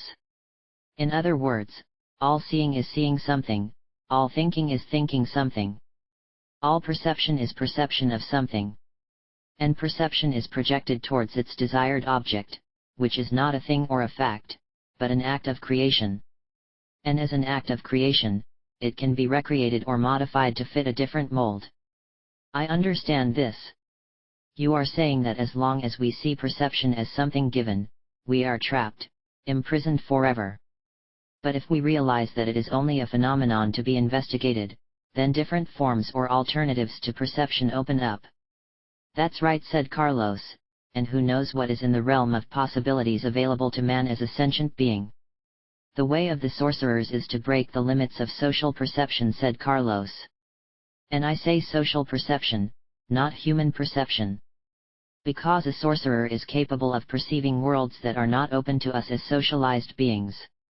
However, they are open as possibilities as sentient beings who have renounced their social interpretations of the world as they live it. How did you become interested in studying perception? I asked Carlos. He was silent for a moment. It was a silence impregnated with thought, rather than one born of running out of things to say. After a while he said, I was lucky enough to meet a man who, in my opinion, is the most precise and remarkable person I have ever met. He has taken me as his apprentice and is teaching me to break the limits of perception. You see, you were right when you said in the office of the anthropology department, that all this remaining, possibly could not be all there is in the world. He swept his hands in an elegant movement in front of us to include the trees, the cars, the boy on his bike and the people walking in the square. There is a way to break down the barriers established by language and thought, and perceive phenomena directly. That's what phenomenologists talk about, and that's what sorcerers really do. I looked at Carlos. I knew why Lito had insisted that he attend the university. Not just so that our paths would cross, but so that I would have the capacity to conceptualize and share the new Nawal's predilection for the abstract. Carlos turned to look at me and our eyes were fixed on an indescribable moment in which my whole future was summed up and my past rushed into the present. I could not put it into words, but at that moment, no one else in the world existed. And just as people had their own shared agreements, we also had a moment of agreement, a silent intersubjectivity, that no one else knew about. I let out a sigh of relief that seemed to have been trapped inside me for eons, because I knew without a doubt that this was the new Nawal. Fate had united our paths, and we would travel together forever. If you dare, said Carlos, breaking the silence, we can cross the world of perception. Let's make it clear that there is something beyond this that we have always taken for granted. He laughed for a moment to break the seriousness, but I knew he meant what he said, and somewhere deep in the silence I agreed. On that park bench, I quietly agreed to do whatever was necessary to accompany him to the ends of the earth and beyond. I leaned my head against his to join forces. He raised his hand and twisted my hair like Nolita, and I knew that our fate was sealed forever. We stood up without words or promises, and nothing had to be done. We both knew on the deepest level that something had changed in the most subtle way. We were not the same as when we sat on the bench. We were brought together by an attempt that did not come from the social order. It existed before our meeting at the anthropology department office, and before the vision of another reality. Something else had established our meeting on this park bench and made this journey to power possible. But what that power was, we could not understand. Because it originated within and emerged from the inconceivable depths of silence. Yet that same force would catapult us to freedom. The road to Guaymas. 5. We drive in silence. I searched my mind for something to say, but a little talk had never been my strong point. Every topic that came up as a possibility for discussion, I immediately dismissed as too trivial or too technical for casual conversation. The strict guardian, somewhere in the back of my mind, kept censoring each topic before I could mention it. Who was that beautiful woman in the bakery? I suddenly asked. What woman? He answered, keeping her eyes on the road. I don't remember anyone in particular. I didn't know how to approach the subject without sounding jealous and possessive, so I dropped it. However, I couldn't get that person out of my mind. I was sure she wasn't Mexican, even though her skin was dark, it was more of a tan than a natural pigment. I hadn't been close enough to see his eyes, but if I had, I know they would have been blue. From her dress I was sure she was from the United States, and from her manners I suspected that she and Carlos were more than just casual acquaintances. I laughed at myself when I realized I was already competing with a woman I had never even met. Despite the recapitulation I had made under the guidance of Clara and Emilito, I was still reacting like a woman rather than in the disciplined and distant manner of a witch. Clara had warned me that my behavior towards men would be a very difficult pattern to break. Certain attitudes and expectations were instilled in girls at an early age to meet their social and biological imperatives. Femininity, Clara had warned me shortly after I began my recapitulation, includes being jealous, possessive, and treating men as if they were dependent and helpless children. It implies the mandate that if he goes astray or deviates, he will have to be forgiven, which is why a woman is expected to carry, she must support her man in all conditions. I would never tolerate such behavior, I said firmly. You will be horrified by what you discover when you examine your life, she said, laughing. You will endure whatever your mother has endured. And you told me yourself that I had to put up with a lot. As I remembered Clara's words, I realized that, despite my stated change, I was still looking in a mirror in which my idea of how a woman should behave governed my feelings and actions. How far is it to Guaymas? I asked, coming out of my self-reflection. About an hour, Carlos said.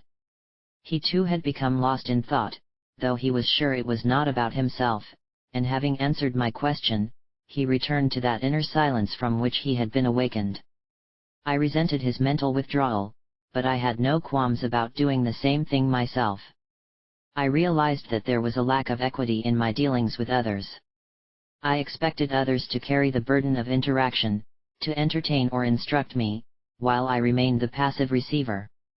It was a mode of behavior I learned as a child from my mother. It had become ingrained in me that a girl should speak only when spoken to, which meant that, in polite company, I had to sit quietly and not make mystery born by asking silly questions. I had always wondered why that rule did not apply to my siblings, who instead of sitting quietly, were noisy and climbed on the furniture of the friends we were visiting. Since they had the advantage of all that, everyone had found the boys to be troublemakers and mischief makers. Once I learned it, I kept the rule of silent passivity, without bothering to check it as an adult. In return, I always maintained a lively internal dialogue, to the point of laughing at my own silent jokes. During my stay with Clara, she immediately stopped this self-centered behavior. I received a loud bang on the head every time I saw my lips move, or even detected a smile on my face that was not justified by external events. But having been away from the influence of the sorcerers for many months, the habit of talking to myself had returned. Why is it so difficult to change? I once asked Clara after a day of recapitulation in the cave near her home. We sat down in the kitchen where she handed me a plate of stew. As we ate, she explained that the power to change depended on one's energy. She then presented the thesis of sorcery that the sexual excitement of the parents at the moment of conception determined the energetic configuration of the baby. What does that mean, Clara? I asked. If there was little or no excitement during the sexual act, the child born from that union will be as boring as a nickel, she explained. On the other hand, if both parents were excited, then the child will have the energy and optimism to face life and take delight in whatever comes its way. What if only one parent was excited? I asked. You tell me, she said, looking at me. You should know from personal experience. The person gets excited for a while and then shuts down, I admitted. One is unbalanced and unstable. Clara nodded her head. They know that ultimately they don't have the energy to continue with whatever they start. So they give up. They never bear fruit. They are defeated even before they begin. What can you do about it? I asked him. They can tighten their belts and try to be different, he said. How do they try to make themselves different? A person with low energy has to project himself or herself out of the room. They have to connect with a different dream. He has to dream again. Dreaming again sounds like a metaphor, I said with a sigh. Is it really possible to change? It certainly is, said Clara. But first you have to recapitulate your undisciplined life and throw it up. Then you begin to dream of a new being, one with vigor and much energy to spare. Little by little, you awaken the energy body until your actions and feelings match your new self. Each strong and precise act reinforces the dream body, and your dream self will give power to your daily acts. In this way you climb on the wings of intent. Remembering Clara's words filled me with courage and optimism. I pressed a spot along my left side just above the spleen, a spot that Clara had said was useful for staying alert and getting a little extra energy whenever one felt down, apathetic or sleepy. I looked at Carlos. What is the population of Guaymas? I asked again, trying to make conversation. I passed by there several years ago. I guess it has really grown. Carlos offered me a curious look, as if he wasn't sure I was really interested in talking about the population of Guaymas. It's grown in the last few years, but I don't know what the population is. If it hadn't gotten dark, I might have noticed my lips moving because I started repeating some powerful words to myself. As it was, my sad state of mind was lost in the descending twilight. The darkness settled like a gray filter covering my eyes.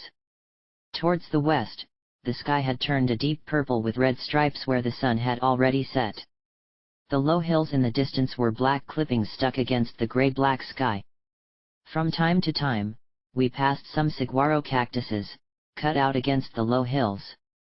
Their thick arms were turned upward, stretched out toward the black skies, as if they had been frozen in a posture of supplication. All saguaros were the same, some of them were taller than others, some of them had thicker armor, but all of them expected the same thing, the grace of falling from the sky, in the form of soft rain, drops of fog to quench their eternal thirst. I had forgotten how noisy the night in the city was compared to the absolute stillness of the desert. I rested my head against the headrest of the seat and listened to the sound of the car tires passing on the rough road. From the sounds, I could detect that the left rear tire was low, as the wheels were not evenly balanced and an extra bump came from that direction. It caught my attention and the rhythmic thud made me sleep. I smiled at the thought that if Carlos had wanted to have a conversation now, I would not be able to make a coherent comment. Because a hypnotic spell took hold of me, and I felt heavy, sleepy, as if I could barely keep my eyes open. The road ahead was straight, lit by the bright headlights of the cars. It formed a long, gray tunnel that drew my gaze to it, guided by the white central dividing line that reached its peak in the distance.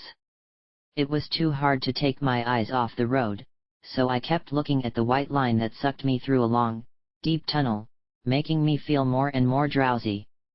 With great effort I moved my eyes to the side of the road. To my surprise, the landscape had changed, the desert was gone. Gone were the saguaro cactuses, the dusty bushes and the occasional tumbleweed I had seen rolling along the road. Instead, we were moving through a forest, and I was seeing giant pines on both sides of the road. The trees were as tall as the sky, which had disappeared in a mass of dark branches and pine trees. Since I was not asleep, I knew it was a mirage, but not one that was terrifying, rather, it was amazing. I let my senses explore the trees, which were becoming more and more prominent as we moved through them. Some of the trees were giant redwoods with hairy bark, long straight trunks and dense canopies.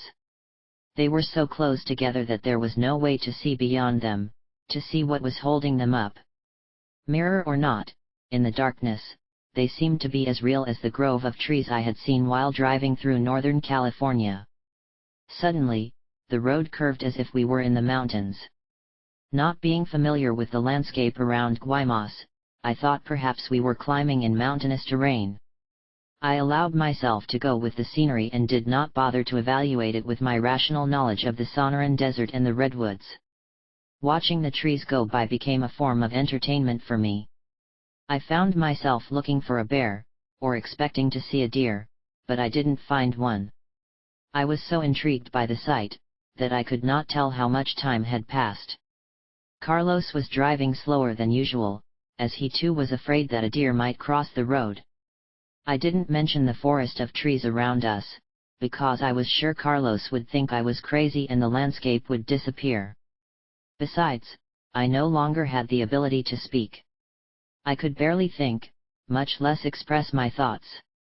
Then I stopped thinking altogether and sank into a heavy silence, watching the trees, waiting for a ghost animal to move among them, and finally, just watching. John Michael Abelar had once told me that men were not the only creatures who could achieve a state of higher consciousness. Dogs, deer, ravens, any animal can have a direct line to the attempt, he had said. We call them magical creatures. Sorcerers seek them out and use them as aids or helpers. I must have fallen asleep because at one point I was no longer sitting in the front seat of Carlos' car, but on some kind of hardwood bench.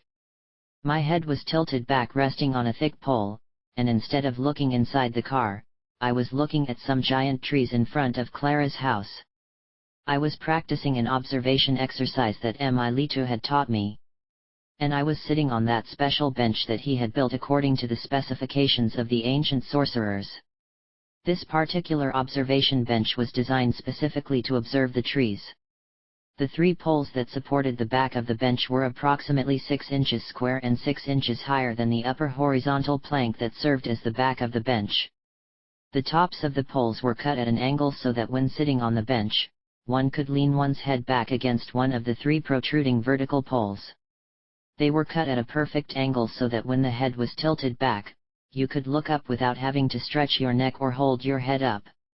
One could be totally relaxed during the practice of observation, whether one was observing trees, the clouds, or the moon or the stars at night.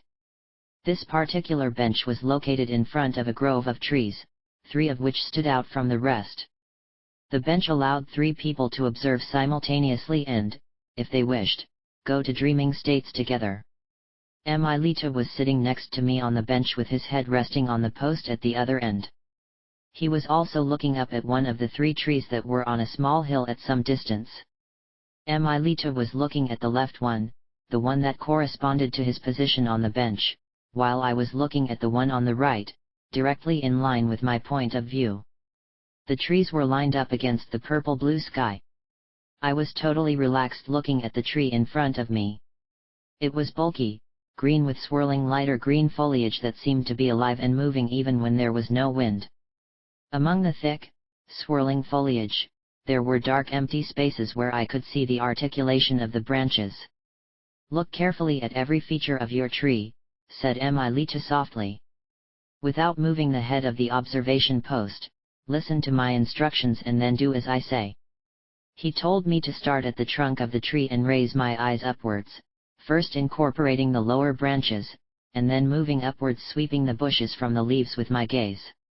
I did what he told me, relaxing completely, letting the energy of my eyes sweep up the trunk of the tree and gradually ascend. Leave your head where it is, simply move your gaze in the direction of the tree's growth, he said. If your gaze gets lost, stuck, or distracted, start again at the bottom. I repeated the sweeping procedure perhaps 20 times, always starting at the bottom, then sweeping with my eyes upward along each part of the tree, its trunk, the side where the tree met the sky, moving them toward the thick parts in the center, and gently along the visible brown branches and toward the foliage again. I continued this movement until I covered the entire surface of the tree, then started again. After giving me my initial instructions, Emilito was silent and I felt that I was looking at the tree on the far left that corresponded to his position on the bench. I was curious about the other trees, so I turned my head slightly to change my gaze. Instantly, I felt a thump on my left side. I had been pricked by a stick lying on the bench between us, which I had not noticed before. Stay in your own tree, Emilito spat. Curiosity killed the squirrel. I wanted to tell him it was the cat, but I didn't dare correct him. These trees are not the same, explained Emilito.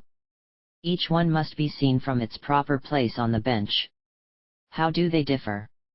I asked without daring to move my eyes from the tree in front of me. They are different in the same way that people are different, he answered. They have their own mood and temperament, their own energy. You know enough about trees since you climbed and lived in them to realize that they are not the same. That was true. Trees had a temperament as different as people. Each tree I climbed was a unique being with a history often longer than the life of man. As I climbed them, I learned to feel the subtle moods of the tree, its changes, its needs, and even its outpouring of affection. Trees were lonely beings, but horrible things were happening under the ground. The roots were intertwined in a mass of growth that competed for every inch of space and moisture. I learned that human beings were nothing in their aggressiveness and competitiveness compared to trees. Their roots would twist, push, and strangle each other in an effort to survive, going through the most intricate contortions to claim their right to life. From above the ground, the trees seemed more stable. I realized that it was because the trees were so conscious and stable that much of my training as a witch had taken place tied up in a harness, suspended from a tree, or while living in a tree house. "That's right, Taisha," said Emily, answering my thoughts. "That is why you became a tree dweller. The instability of your devil demanded it. You were learning to stalk with the devil.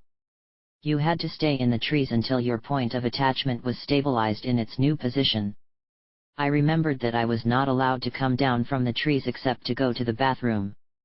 The rest of the time I stayed up there recapitulating or climbing from branch to branch with my tree climbing equipment. Every time I wanted something to eat I had to yell at Emily to bring me my food. At first, I was reluctant to yell, because I had been taught that ladies never raised their voices. But I knew from past experience that shouting was the only way Emily would respond. I would squat down and let out a scream so loud that all the birds around me would fly away in fear. But gradually, the birds got used to my screams and only looked at me with bad eyes as if I were a strange bird making even stranger noises. Then Emily would appear at the base of the tree with a basket of food that he would hoist to the platform where I was sitting. "I was also a tree dweller," said Emily again, reading my thoughts. We were both a little crazy, touched in the head. Just to prove his point, he gave me another unexpected shot in the ribs. "And this little branch," he added, laughing, "is to make sure that inexperienced observers do not fly into the tree or fall asleep on the bench. If I feel you flying or falling asleep, I prick you like this." He laughed and gave me another punch. "I'm not falling asleep," I said, annoyed. Although, at one point in my observation I had the feeling of being absorbed by the tree as if I were sitting on one of its branches. Emily let out a howl. "Are you sure you are not asleep? Maybe you've already fallen asleep, while I wasn't looking." "I didn't," I said, and to prove it I pinched myself in the place under the floating rib, the place where he had been pushing me. Then I looked back at the tree at my end of the bench and repeated the sweeping motion in the most detailed and deliberate manner. I repeated it again and again, feeling with my eyes, as Emily had recommended, the spots, the differences in shading and texture, and the openings where the branches were sticking out. "Now, move your observation around the periphery of the tree where it meets the sky," said Emily. "Follow the outline of the tree and the sky with your observation as if you were painting the tree with a long-handled brush." I did what you suggested and, suddenly, the color of the tree changed from a dark green to a bright chartreuse, as if a gigantic point of light had been lit. The sky, instead of being a purple-black, became a bright blue-green. It happened so suddenly that I closed my eyes and pressed back against the bench. Fortunately, the sturdy head pole prevented me from falling to the ground. When I opened my eyes again, the color change was still in effect. "Let the energy of the tree flood your eyes," said Emily. "Merge with the tree as I showed you." When I did, the tree changed color again. Now the sky was bright gold, and the tree became a mass of dazzling peach-colored light. Each leaf had a little light superimposed on a boiling branch, forming a matrix of light. Layers and layers of light sprouted from the tree until I was looking at a vibrant, bright expanse of energy that merged with the energy of the golden sky around it. It was a sight to behold. Then I realized why different parts of the tree were different colors. They had different intensities of energy emanating from them. These patches corresponded to moods or feelings that the tree emitted. And there were also dark patches. Places from which light did not emanate. I knew that these were the shadow entities that inhabited a kingdom very close to ours, and that sometimes they crossed each other. I was surprised to see some of these shadowy beings climbing the branches of the trees as I used to climb them. The light of the tree shone and moved as if it were wet, like raindrops illuminated by the headlights of a car. Nothing about the tree was static. It was absolutely fluid, impermanent. At one point, my impression of trees taken for granted, which were stable, sedentary, and permanently rooted, was destroyed. As I saw the bright pulsating mass of yellow and white surrounded by the pale pink halo, I knew the trees were in constant flux. "Are you seeing it?" asked Emily. Yes, I gasped. Wow! I had no idea the trees looked like that. "Don't get too excited or you'll change your look to normal vision," he warned. "Stay relaxed and calm. Don't wake up." "There you go again, Emily. Forget about your puncture. I'm not really asleep. But it certainly looks like I'm dreaming." "I am dreaming, Emily," I asked without daring to avert my eyes. "Yes and no," he said. "Look now, ask questions later." I stood still and silent because I did not want the scene to dissipate. I stared at the light for as long as I could. Then, as suddenly as it had appeared, the light faded away and I looked again at the huge tree in front of me. It was as if a radiant apparition had disappeared, leaving only its familiar external form and the memory of something wonderful now gone. It was a bright ghost that was fading away, and the tree that had been so magnificent at the beginning of my observation was now a disappointment in comparison to seeing its true essence. "You can open your eyes now," said Emily, pricking at the ribs with his cane. "The show is over." "What a show?" I said. I had no idea. Emily raised a hand to silence me. "Of course you had an idea," he said. "We all know how to see the essence of things. We did it when we were kids, and you made some visions while you were living in the trees. Have you forgotten how to change your eyes and project your feelings? Are you looking and feeling only at yourself and ignoring everything else? Stop it, Emily. "Stop," I said regretfully for all the time I had wasted looking at myself, when I could have been seeing trees and other things. "The form is superficial, look behind you," said Emily, feigning an Oriental accent. I had to laugh. I wondered where I had learned that Buddhist adage. I must have gotten it from Clara, who had always been spouting Eastern aphorisms. "You sound like a Buddhist monk," I said. "Don't tell me you were in China too, along with Clara?" Emily smiled and nodded. "I am the caretaker of this house," he said. "But I am moving. Someday I will tell you my story. Or better yet, I'll let you see it for yourself." Emily looked at me as if he had a great secret to reveal. He gave me the creeps. He told me to examine the bank to see how it was set up so that I could build one myself in case I ever needed it. It was held together with pins pushed through drilled holes. I was impressed by its sturdy but elegant construction. "This bench is a real help in observing," I said. "Great design too. Really made by your people," he said with a bow.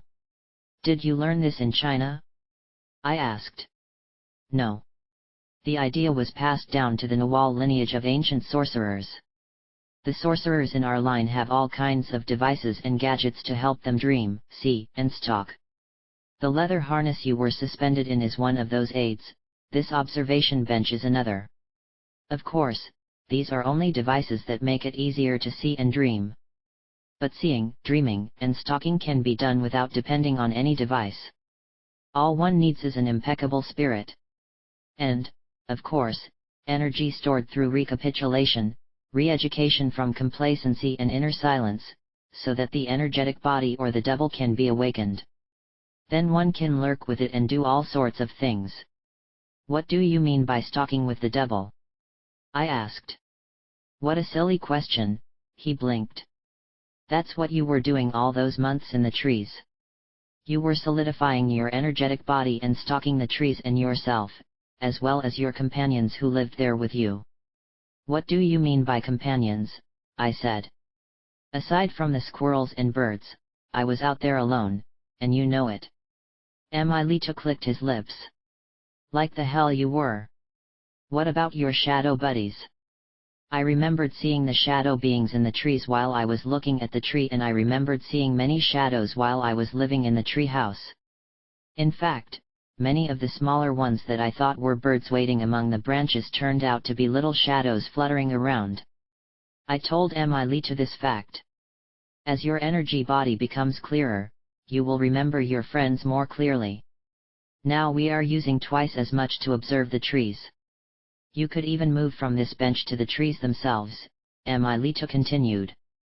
You remember merging the tree while you were under a tree.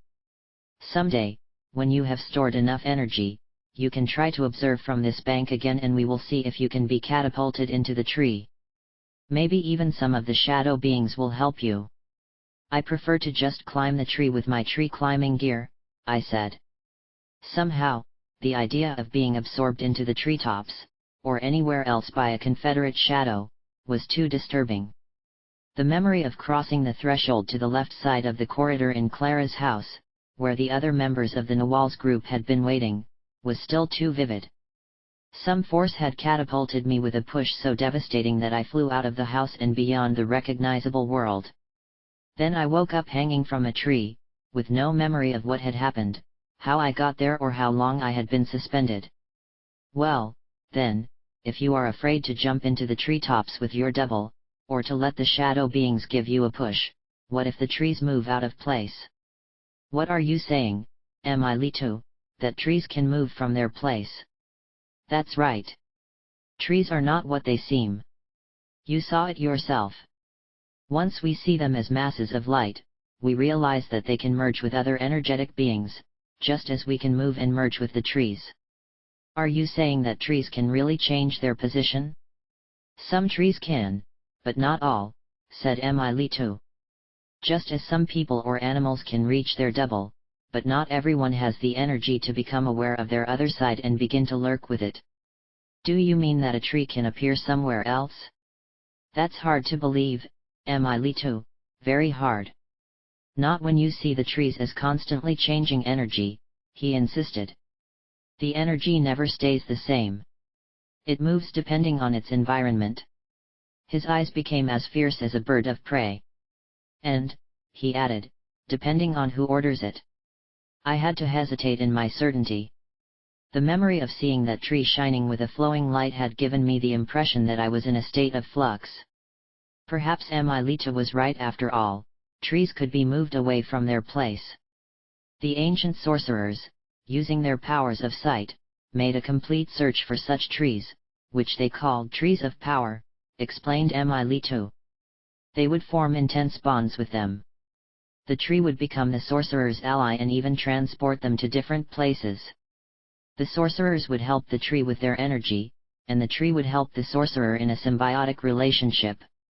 Sometimes a sorcerer would even fuse with a tree permanently to temporarily prolong his own life. It sounds frankly horrible, I said. As if some sort of magic shadow could make the sorcerers sit up and travel. They didn't travel with them, they just moved with them. There's a difference, Emilito said. If they wanted to travel, they would become a bird or a fast-footed animal, like the mountain lion, which travel much better than trees. What would they do with the trees then? They would hide in them and move the trees to confuse whoever was chasing them. In ancient times, sorcerers had fierce enemies who harassed them relentlessly.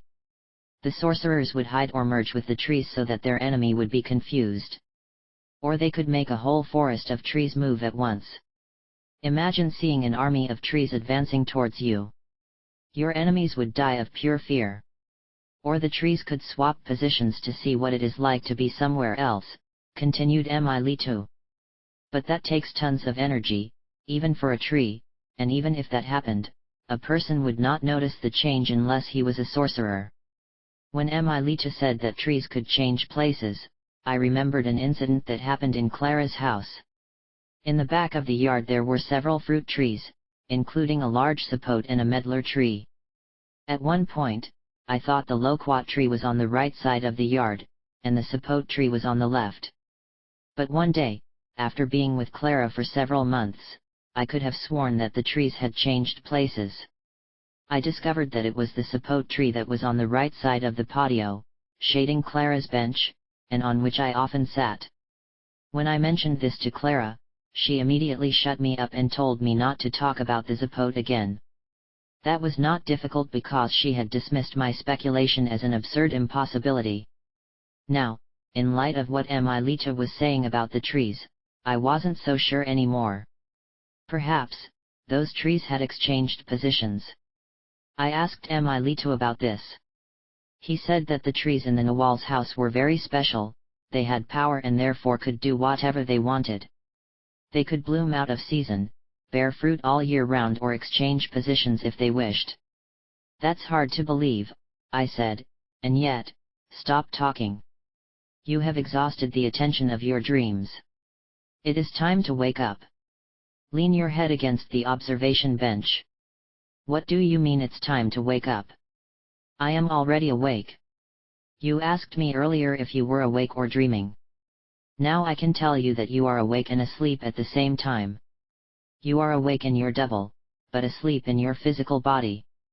He leaned over to me and gently pushed my head back against the bench post. I felt a sharp pressure on my forehead and then on the back of my neck and head. I saw Emilito's face so close and so clear that I began to suspect that he was right, he was dreaming. The idea of having to leave and return to the everyday world created so much sadness in me that my tears welled up. I didn't want to leave Emilito in the forest of trees. I resisted waking up. I wanted to ask him more about the loquat and the zapote, and about watching, and about how the trees can move from their places, and above all, about his own secret story that he promised to reveal to me. I called as if I were in the tree house waiting for my meal. Emilito. But the scene in front of me had already changed and I was no longer outside Clara's house sitting on the observation bench. Emilito's energy had added stability to the reality of the dreams, but now that he was gone, he could not control the scene. I could no longer see him, but an intense longing remained with me. Then again I felt the pressure on the back of my neck as if Emilito's hand was pushing me against the pole, and my head exploded with a piercing energy that forced my eyes to slowly open. First I saw the roof of the car, then the dashboard. Then Carlos sitting behind the driver's wheel. The headrest I was pushing against my neck had numbed him. The stinging sensation came down my shoulders and into my back, arms, and hands. I was awake but could not move. I felt that my head was made of electrified styrofoam, light and sizzling at the same time. I remained silent with my eyes open for a while longer, without moving. How long have I been sleeping? I asked, trying to straighten myself out. About an hour, Carlos replied. How much further to Guaymas? I asked. Then I laughed because it was the exact same question I had asked just before I fell asleep. However, it seemed like ages ago. It's just around the corner, said Carlos, when a huge hill appeared. We'll get something to eat and spend the night there. Tomorrow we will head east to the Yaqui villages and see what our power brings. I could detect the faint glow of the city in the distance. A chill ran down my spine when a dark shadow fluttered by the car for a moment, obscuring its headlights. Guaymas at night. 6. Carlos parked near the dock so we could look out over the choppy sea. The silhouettes of mysterious warehouses and dry docks, illuminated with white lights, were drawn against the twilight sky. From somewhere in the ocean, came the deep blasts of a foghorn. The sounds returned to the shore, bringing a somber mood. The only sound lonelier than a foghorn was the blowing of the air brakes at night when the trucks make a gradual stop. That sound always evoked in me the image of vast plains and a lonely driver without shelter or home. The air was fresh. I wrapped myself in my poncho to keep warm. I remembered a crocheted Afghan blanket I had as a child, which had disappeared along with my other memories, when Clara's cousin had put the things in my apartment into storage. Whoever had gone through my things had done a thorough job of removing the identity of the person to whom they belonged. They had deliberately discarded items that had personal meaning, such as my photo album, the stuffed tiger from childhood, also my favorite suede jacket, the karate uniform, and the black ribbon, which I had always used to practice. What was packed into the storage boxes were items such as plates, pots and pans, towels, and clothes that had hardly been used. They could have belonged to anyone, with no sense of personal history or individuality. I was in the midst of nostalgia mourning my loss, when I saw a white envelope attached to one of the box lids. Inside, there was a note from Nolita. It said, "Don't mourn your memories, then it was then, now it is now." Attached to the card were 7 crisp $100 bills. The implication was that I should buy whatever I needed. For a moment, I stood there with the note and the bills in my hand. Then, as I began to calm down and assess the situation, I noticed the masterful stalking maneuver by Nolita. She knew that I would have trouble separating myself from my memories, so, in one fell swoop, she had done it for me. The idea that I would never see her again made my anger fade and my attachment to things seem insignificant. There and then, I promised to do whatever it took to break the hold that possessions had on me. I promised with all my heart to fight against greed, avarice, and self-pity. But as the days turned into months, my resolve weakened, because I was constantly bombarded by memories of the past and the current influences that were pushing me toward acquisition and attachment. It seemed I was fighting an unwinnable battle. We passed the dark docks that cast huge black shadows on the pavement. I was thinking about the excellent sense of detachment of Nolita, when I saw the intermittent announcement of a Ramada Inn. Carlos turned to his well-lit parking lot. "We'll stay here for the night, if that's okay with you," he announced. "We'll continue to the Yaqui villages in the morning." I waited in the car while he checked us in. Then we drove around one of the wings of the main 2-story building, and he parked again. The adjacent rooms were on the first floor and opened onto a long covered corridor leading to the fenced-in pool area. "Let's go get something to eat," he suggested. "I know a good restaurant near the center of town, which is just a few blocks away. We can walk there if you want." "I'm not tired at all," I said and meant it. I put my bag on the bed and looked at myself in the bathroom mirror. I wanted to wash my hair, but Carlos had said he would meet me in 15 minutes and I didn't want to keep him waiting. Besides, I didn't want him to think I was one of those women who took hours to get ready in front of the mirror. Clara had cured me of that. Since there were no mirrors in her house, I had gotten used to performing my daily hygiene with maximum efficiency. Clara had also convinced me to stop using makeup, which she said blocked the natural flow of energy around the face. The day after I arrived at her home, she handed me a box of tissues and told me in no uncertain terms to clean up my lipstick. I was embarrassed and enraged because it reminded me of a scene that had happened before in high school when Sister Beatriz accosted me in the classroom, handed me a tissue and made me take off the lipstick I was wearing. Now Clara was trying to do the same thing and I thought it was ridiculous. "I'm free, white, and 21, I told her.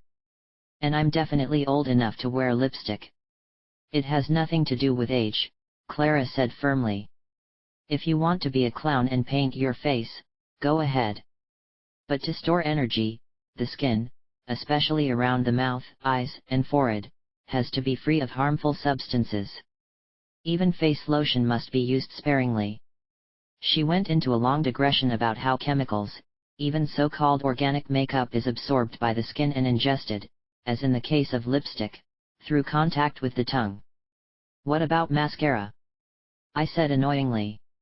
"Do you want me to look like a rabbit with pink eyes?" Clara raised her hands in exasperation.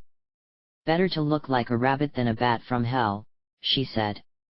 "That black thing runs around the edges of your eyes because you're constantly rubbing them. Why not leave your natural face? There are no men around here to get your attention.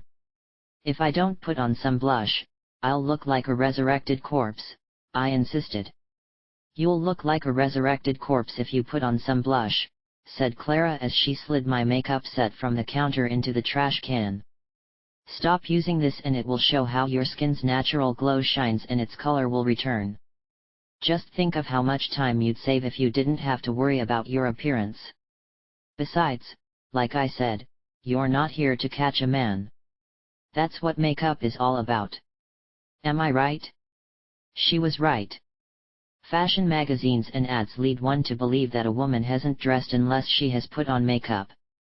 I decided to follow her suggestions and only 2 weeks later, according to Clara, the pallor of my skin, which had been systematically dulled, had regained its natural glow. I turned off the water and put on natural beeswax lip gloss which, according to my scheme, because it is colorless and odorless does not fit into the makeup category. Then, wrapped in my poncho, I waited for Carlos outside my door with a few minutes to spare. We walked to a square surrounded by a gallery of stores.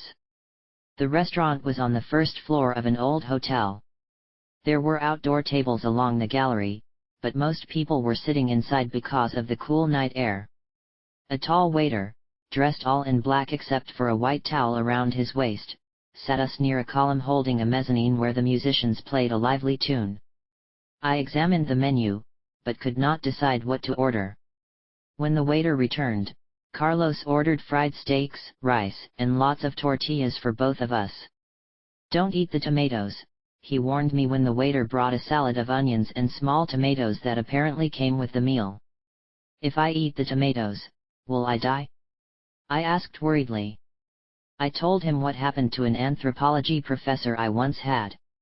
As he walked to the village where he was to conduct his field research in New Guinea, he cut a fresh tomato from the bush and ate it.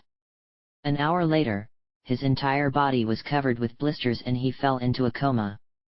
4 Gururumba natives with steady steps had to carry him down the mountainside on a makeshift stretcher, where he was rushed to the local hospital. As it turned out, the anthropologist was allergic to the toxins of that particular variety of tomato and almost died. Nothing as dramatic as that, Carlos replied. But don't hesitate to get Moctezuma's revenge. I hear she can be quite dramatic on her own, I said, pushing the salad aside. We finished the steaks. It was delicious meat marinated in a spicy sauce with fried onions. Aren't you going to eat your rice? Asked Carlos, pointing to the intact pile on my plate. I never eat rice. Is it against your religion? He joked. No, I just never eat it. Even as a child, my mother, knowing I wouldn't eat it, always made me mashed potatoes instead of rice. I don't know why I never liked rice. I just didn't like it. Maybe it was because you were a princess. I resented the suggestion that I had been spoiled, which for me was the furthest thing from the truth. She only made me potatoes because she knew I wouldn't eat the rice. If you really want to know, the rice reminded me of a pile of intestinal worms that, when I looked down, seemed to come to life on my plate. I just couldn't swallow them. Carlos looked at me and shook his head. An interesting case for Dr. Katz. He said solemnly. Who is Dr. Katz? He's a psychiatrist I once worked for at the Neuropsychiatric Institute of the University of California at Los Angeles. He used to interview patients, and I classified the recorded sessions in terms of rigorous content analysis. You were the NPI? I said surprised. Me too. What a small world. Why were you there? He asked worriedly. It affected me that he thought I had been at the Neuropsychiatric Institute as a patient. I was insulted by their lack of confidence in my sanity. I was not a patient, I said quickly to make things clear. I was there to investigate, just like you. I only worked on one project involving autistic children. That sounds interesting, he said, grabbing some of my rice. Actually, it was one of the most boring projects I've ever worked on. I moved my plate over to him so the grains wouldn't spread all over the table. The aim of the research was to get the child to talk, or rather to make phonemes. I had to sit in front of the boy, who was in a small isolated booth with a built-in window, so that he wouldn't be distracted. I would hold his face and say, "Look at me, look at me." say, mmm, mmm, mmm. The child would try to sneak out and look away and try to get off the stool, anything but make the mmm sound. If, by chance, he made the mmm sound, or something remotely similar, the procedure dictated that I put an M&M candy in his mouth. He would then move on to another phoneme, repeating the words, look at me, say ah, ah, ah, and so on for about an hour, until I was reduced to an idiotic babble. Did you have much success with this approach? Carlos asked. Are you kidding? It was useless. I doubt that any of the children ever learned to speak, although I didn't stay on the project long enough to find out. It was so frustrating for me to try to get the child's attention and make those weird sounds, that I ended up eating most of the sweet M&Ms by myself. I guess I was rewarding myself for the difficulty I had in getting the child to sit still. I have to admit that I gained a few extra pounds that summer. Those kids were impossible for me to train. I don't agree, Carlos said. I had an autistic child in my care and after only a few weeks, I got her to talk. I took her to the circus and the zoo. We had a great time. She talked, but only to me. I thought you were doing content analysis of tapes with interviews recorded at the end.p.I, I said. I did that after I was fired from working with autistic children, Carlos explained. The project manager was furious because I was treating the girl like a human being. I really liked her. To me, she was a nice human being, not just a case study subject. I know how it is among researchers, everyone wants to claim any breakthrough. Carlos shrugged. He gave me a job where I didn't interact with people directly. He had me listening to the tapes of the psychiatry sessions. I listened to hours and hours of people complaining about every conceivable issue. Some of the problems were genuine, but most of the time people just wanted attention. That's probably true, I said, soaking up the sauce with a little tortilla. Who doesn't want attention or affection? Carlos looked at me again. The most important question is, who is willing to give it? I have a friend, who every morning opens the window of his room and shouts at the top of his lungs, "Does anyone out there love me?" Of course, he hates his wife and everyone around him. But he does want unconditional love. You probably think I never eat rice because I want attention or maybe love, I whispered timidly. I wouldn't know. He said. You tell me. He looked at me in such a way that I had to avert my eyes. Love, for me, was a delicate matter that I was not interested in discussing. By the way, do you eat corn? Carlos asked. From the way he said it, it made me think he was trying to evaluate my psychological profile through food products. I have nothing against corn. In fact, it's my favorite vegetable, I said, exaggerating my favor. So let's have a cake made of sweet corn. When it came, I took a bite. Although I had never eaten corn for dessert, I had to admit that the cake was delicious. After Carlos paid the waiter, he suggested that we watch a movie. I was too excited to sleep, so I agreed, even though I assumed the movie would be in Spanish, therefore, difficult for me to understand. The movie theater was several blocks from the restaurant, although it was not like the movie theaters I was used to seeing in the United States, which had a canopy with flashing neon lights. It was a common Spanish-style building, with several signs in front of it and a small window as a box office. I could see from the posters that the upcoming performances included a film with Carlos Bronson and another with Cantinflas. This is a real surprise, Carlos said. They're showing a kung fu movie. You told me you had studied martial arts. I was relieved because in martial arts movies you don't have to understand the language. The action spoke for itself. It was dark when we entered the room. From the murmur of the people, I felt that the room was full. When our eyes had grown accustomed to the darkness, Carlos took us to a back row where we found 2 empty seats. I was very aware of the smells around me. Someone behind me was coughing excessively. He must have been drinking too, because I sensed the strong smell of alcohol coming from that direction. Worse, there was a smell of dry urine emanating from the back row. The show had just begun. It was a Bruce Lee movie dubbed into Spanish. His dubbed voice didn't sound at all like Bruce's voice, which was a bit shrill, especially when he was doing his vocal twists during the fight routines. The dubbed voice was that of a deep, very grumpy baritone, fitting the Mexican image of a kung fu fighter. But I soon got used to the voice and the smells, and was captivated by the action. Bruce Lee was following his elaborate nunchuk routine. The audience screamed, cheered, stood up and whistled shamelessly as he handled the nunchucks under his arm with impressive speed. I could say that the majority of the audience was male, but there were some women in the group, because their heads were leaning against their partners' shoulders. I assumed they were young couples on dates. Weapons were something that my Japanese teacher taught only to male students. When I asked my instructor why I could not study weapons, like his male students, he took me to his private office and carefully explained to me the real meaning of karate. The word karam means empty, he said, while it means fist or hand.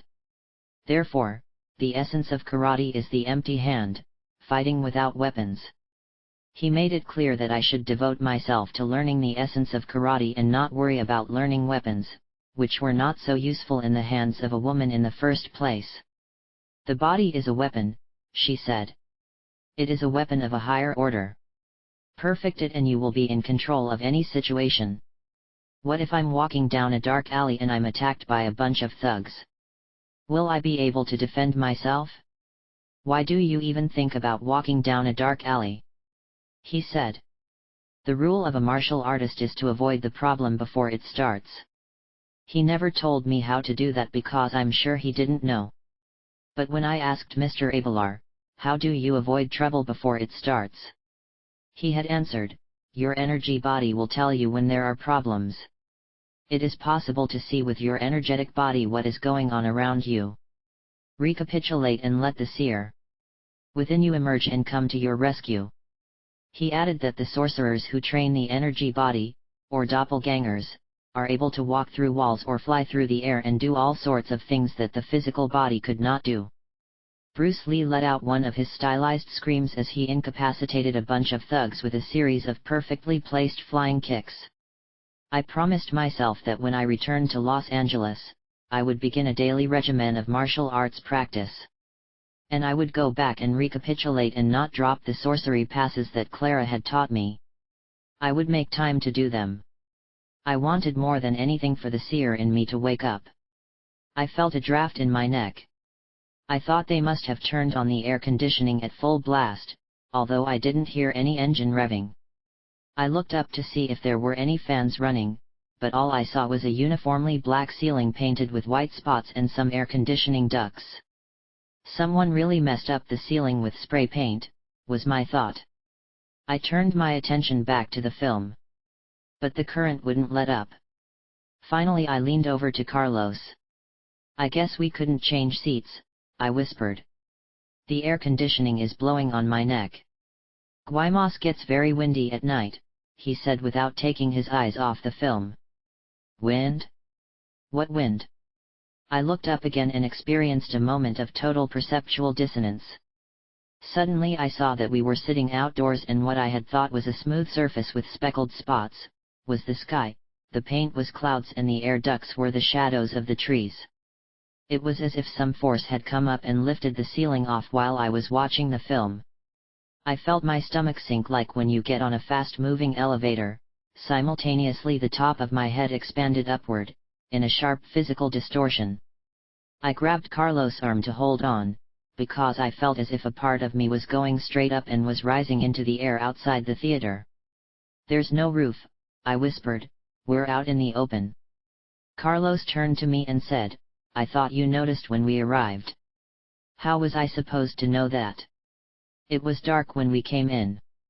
I felt disgusted with myself for being surprised after agreeing to be more attentive and ridiculous for not noticing an obvious fact like a roof that was not there. I knew that despite my recapitulation, I still took everything for granted. Unless something really hit me in the head, I didn't notice it. I blamed my total stupor on my lazy middle-class upbringing. Having gone to Catholic schools, I was trained to obey authority without question. My whole life had been based on accepting dogma, on having faith in the world around me without thinking, exploring or questioning my surroundings. Clara had warned me of this condition shortly after she had begun to recapitulate. She had said that I had a slow energy body, in fact, one that was totally asleep. Your values were given to you by your parents, the schools you went to, the culture you live in, and by the very force of reason, which makes you powerless to move away from what is expected, she had said. Unless you recapitulate your life, you will live and die as your parents did. You do not have to look beyond your family to know what awaits you. Her words had given me a tremendous jolt because repeating my parents' life was the last thing I wanted to do. However, even in spite of the recapitulation, a mysterious force was still making me perceive in terms of the given mold. All the theaters in my past experience had roofs over them, so the present could not be an exception. I did not know what suddenly made me think that my assumption was wrong. Perhaps, the same force that had made me put a roof over my head, now, allowed me to see that there was no roof there. That was the mysterious force or intent that phenomenologists analyze and that sorcerers try to alter or interrupt through their practices. According to the phenomenologists, I had thickened the perception and given it a spatial and temporal congruence. The perception was prepared. All I had to do as a child was learn certain categories, and the world was there before the eyes of a consistent, complete, and unchangeable one. It is up to the sorcerers to show us that such certainty is not all that exists in the world.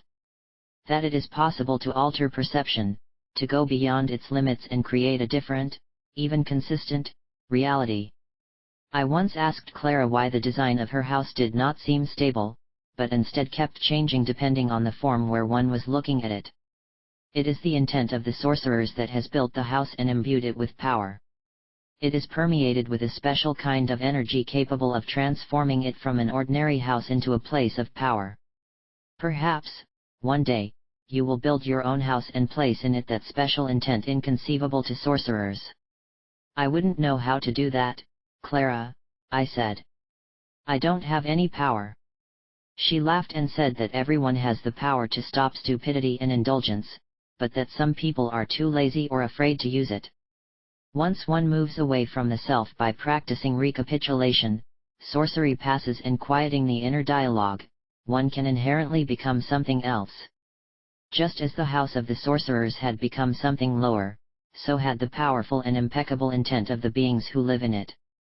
It was clear from his words that for the sorcerers, perception maintained a different kind of intentionality, that premises other than those that govern our daily lives were used. In a witch's house, a wall might disappear, or perhaps a roof might fly off, or a door that wasn't there before might suddenly open. It would be congruent with the sorcerer's way of perceiving, with his energetic configuration, which was lightness and fluidity itself. The barriers of perception were not rigid. I returned my attention to the film. My body was adapting to the new parameters of my environment. Instead of feeling locked in a congested theater with the explosion of air conditioning, I felt that the amplitude above me was endless. The air was fresh and the smells that had been so suffocating before were completely gone. Perception was indeed a limitless and mysterious affair. Because of the billions of possibilities that exist in the universe, man isolates only a few. His ability to isolate and select is what gives him a sense of security, reduces dissonance, and allows him to live in what he believes is a safe environment where death has no immediate place. However, to move away from the known, one must, as phenomenologists do, question the basic or taken for granted forms of perception.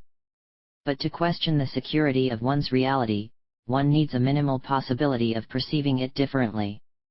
Only then could one learn something that one did not yet know, or see something that one had not already seen. Then I realized that what Clara and Emilita wanted to teach me was a new way of perceiving with the body, a way in which the personal self or the psychological self do not take priority. Countless times, they had to let me know that there are other possibilities of perception open to us, possibilities not included in our daily understanding of the world. They had insisted that through a thorough recapitulation of one's life, one could empty the storehouse of familiar items and venture into uncharted territory. Letting go of the known and the usual was the key, they had said. Storing energy to move was the means. What do I have to walk away from? I continued to insist. From your expectations, from what the others expect from you, in short, from everything you are, were, or expect to be, had answered Clara. Let yourself go and allow the energy to work directly on your senses without interpreting or thinking with your meager mind.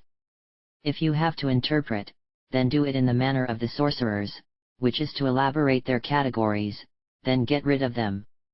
Tell me, Clara, what exactly is a sorcerer? I asked. A sorcerer is someone who through discipline and saving energy is able to perceive more than the everyday world, she answered. Gradually, it became a question for me that sorcerers had their own way of perceiving and interpreting. The attempt established by a long line of sorcerers, each adding their own power, their own understanding, their personal explanations, led to a parallel reality as real and predictable as the one we were born into. One had to use sorcery to understand perception, then apply its techniques to break down the barriers that keep us imprisoned. But are we forever doomed to explain and interpret the world? I asked. Clara shook her head. No. Finally one gets to the point where no explanation is needed or could be given. There one stops thinking and silently plunges into the mystery that surrounds us. Vicom Station. 7. I hadn't slept well. The dreams I had were so vivid that they could have actually happened. I woke up feeling exhausted because I had been walking in mountainous terrain all night. During breakfast, I asked Carlos to tell me where we were going and what was waiting for me when I got there. All I can say is that I'm going to take you to meet some people, he said without showing any emotion. And there's no way of knowing what to expect when we get to the party because power is unpredictable. The party? What kind of party? A meeting, a party, said Carlos as he signaled to the waitress to ask for the check. In that case, I'd better change into something more presentable, I said. While Carlos was paying the bill, I rushed to my room to change. The only elegant clothes in my travel bag were a beige linen skirt and a sleeveless blouse I had bought with the money Nolita had left me. I had put the clothes in the bag at the last minute not knowing if I would wear them. Now I put them on quickly and ran out the door. Carlos was standing by the car checking the antifreeze under the hood. Where exactly is the party? I asked him, trying to contain my excitement. In the Yaqui town of Bacum, he said, slamming the hood shut. Like I said, I want you to meet some people I've been associated with. They're having a little meeting in your honor. My honor?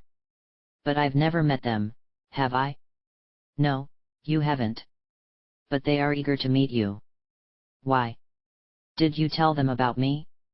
When did you see them? We hadn't stopped being in each other's company since we had crossed the border. Unless Carlos had escaped from his room during the night, there was no way he could have met anyone. Maybe someone called him on the phone or sent him a message. A strange agitation possessed me. The only people I had met in Mexico were Clara, Nolita, and Mr. Abelar, and of course, Emilito, whom I was sure were not the type to attend meetings. I can't wait to meet them, I said with enthusiasm. Do I look good? Carlos scanned me from top to bottom. Don't you have proper walking shoes? I can't wear hiking boots in this outfit, I said. It would ruin my look. I realized that I was going to do everything I could to impress the people I was going to meet, even to the point of wearing uncomfortable dress sandals. But I wanted to look elegant, not like I had been hiking in the desert dressed to my heart's content. Besides, Carlos had stipulated that the party was at someone's house and that we were going to drive there. I didn't see much walking on the agenda. All right, then let's go, Carlos said. I got in the car trying not to wrinkle my skirt. We left Guaymas and then headed southeast towards the Yaqui villages. It was obvious that Carlos had driven on Mexican roads many times, because the car adjusted to the road while skillfully negotiating the curves. However, every time the road disappeared around a curve, he held his breath in the hope that we would not be surprised by an imminent van or bus invading our lane. Placed along the road, as a constant reminder of a misfortune, were wooden crosses or shrines with wilted flowers marking the spot where a car had run off the road, there had been an accident, or a person had been accidentally run over. To my distress, these morbid monuments were disturbingly numerous. We arrived at a small village formed by a group of adobe houses with doors that opened to dark rooms that looked like caves. In an open courtyard, lined with cane fences, I saw a fat white chicken disturbed by two smaller reddish hens. Near a house there was a rust-covered car without wheels, the remains of an accident, and after being abandoned there, it was never moved again. Is this one of the Yaqui villages? I asked. No, this is Empam. The Yaqui villages are further ahead. Bikam, where we are going, is one of the 8 villages that the Yaqui consider to be on sacred ground. The chronicles of Rahum record them as having been established before the arrival of the Spaniards. What are the chronicles of Rahum? It is a list of memorable dates in Yaqui history. According to the chronicles, there were 4 great men who called the people, gathered the people and drove them around the borders of Yaqui country. They went to Cabora in Cacaraqui Creek, from there to Tacalim, the peak north of Guaymas. As they advanced along the border, they preached and sang with the people, thus establishing the border line of Yaqui territory. After that, they founded the 8 towns. The solemn belief about the origin of their tribal territory is the song to establish the limits and the cities at some time in the remote past. What are the other 7 cities? I asked. Cocarit, Vicam, Torim, Patam, Cahum, Huiavis, and Belem, said Carlos. They were located along the lower 60 miles of the Yaqui River. But during the 19th century, the main channel of the Yaqui River under Patam changed abruptly and Belem was left completely without water. The water supply to Huiavis and Cahum was severely restricted. What happened to the people in these places? They had to move to another place. Many were given land by the people of Patam, others moved to Empam or sought new settlements. But with the constant invasion of the Mexicans in their lands, most Yaquis had left the original lands, like Bicam, and established new towns in other places, often with the same name. The same thing happened in Vicam. A new town center, called Estacion Vicam, was established in the area of the railroad in Vicam. However, most of the people who now live there are Mexicans. We passed another, lower settlement. More clusters of low-roofed adobe houses, surrounded by cane fences held in place with twisted sticks. A fat woman with a shawl over her head stood at a gate, watching the cars go by on the highway. Next to the house was a pair of dusty gray donkeys tied up in a small corral with a sloping ramada. An old man, who could barely make it up the hill, was pushing a 4-wheeled cart full of manure. Everywhere a group of men stood near the side of the road as if waiting for a bus or truck to come and pick them up and take them to Guaymas. They greeted us as we passed. A mangy dog barked and ran behind the car as we slowed down to take a turn, then we accelerated and left the dog biting into a cloud of dust. Around noon, Carlos left the main road for a well-paved dirt road. We drove through the heat and dust through a small cluster of casually placed adobe houses with no regular blocks, or planned streets. Some of the houses had corrugated sheet metal roofs with adobe walls. They were lined up against each other in a group of 4 or 5 rooms added together that would allow a large family to live together. Sometimes a cane fence separated them completely from their neighbors. Is this where the Yaqui Indians live? I asked, rolling up my windows so the dust wouldn't get into the car. Carlos pointed in the opposite direction. No. The Yaqui Indians live on the other side of the road, behind the cane fences we saw earlier while driving. Mexicans, or Yoris as the Yaqui call them, live in these houses. Carlos said that the Mexican houses at Estacion Vicam were better built than those on the other side of the main road. They had cement floors, some had electricity, and the families owned televisions, radios, bicycles, and sometimes even a car or truck. What about the Yaqui Indians? How do they live? I asked. Their houses have dirt floors, no electricity, and they have to fetch water from wells or go to irrigation ditches with 5-gallon gasoline cans, Carlos replied. Even here it seems important to be born on the right side of the highway, I said. The whole world is divided into haves and have-nots. Carlos said that demarcations and comparisons were universal, that there were always haves and have-nots, no matter how poor they were. The dichotomies are part of the human condition, he explained, they are in the language, which is based on contrast and opposition. Like day and night, man and woman. Hot dogs and hamburgers, I added. He gave me a mocking look. I told Carlos that when I was a child on hot summer days, my brothers and I used to run through the sprinklers naked. They used to tease me that I didn't have a hot dog bump like they did. They said mine looked like a hamburger. When I insisted that hamburgers were better than hot dogs, they immediately proved otherwise by urinating in perfect arcs. When I tried to do the same uselessly, they laughed because I could only pee downwards. They had convinced me that I was born without something essential, I told Carlos, that I was deficient, and that feeling haunted me for the rest of my life. I felt cheated because I wasn't born a man. Hot dogs are no better than hamburgers, Carlos said, laughing. You have been deceived by the authority and certainty that males are superior because they are wanted by their parents, while females are generally not. Males start from a more privileged position, but we are not intrinsically superior. I remembered Clara assuring me of the same. The uterus is the giver of life, she had said. It can create, be a source of strength, move things, and make things happen. You are a fool to blindly accept a position of inferiority without questioning it. Why not accept a position of strength and trust instead? The womb can give you all that and more. It is the organ of life itself. A group of children joyfully ran behind the car throwing small pebbles at it. Carlos parked in front of a house with a blue curtain covering the driveway. Instantly, the little kids crowded around the car, punching and kicking the tires. Others kept their distance and watched with their eyes wide open as we got out of the car.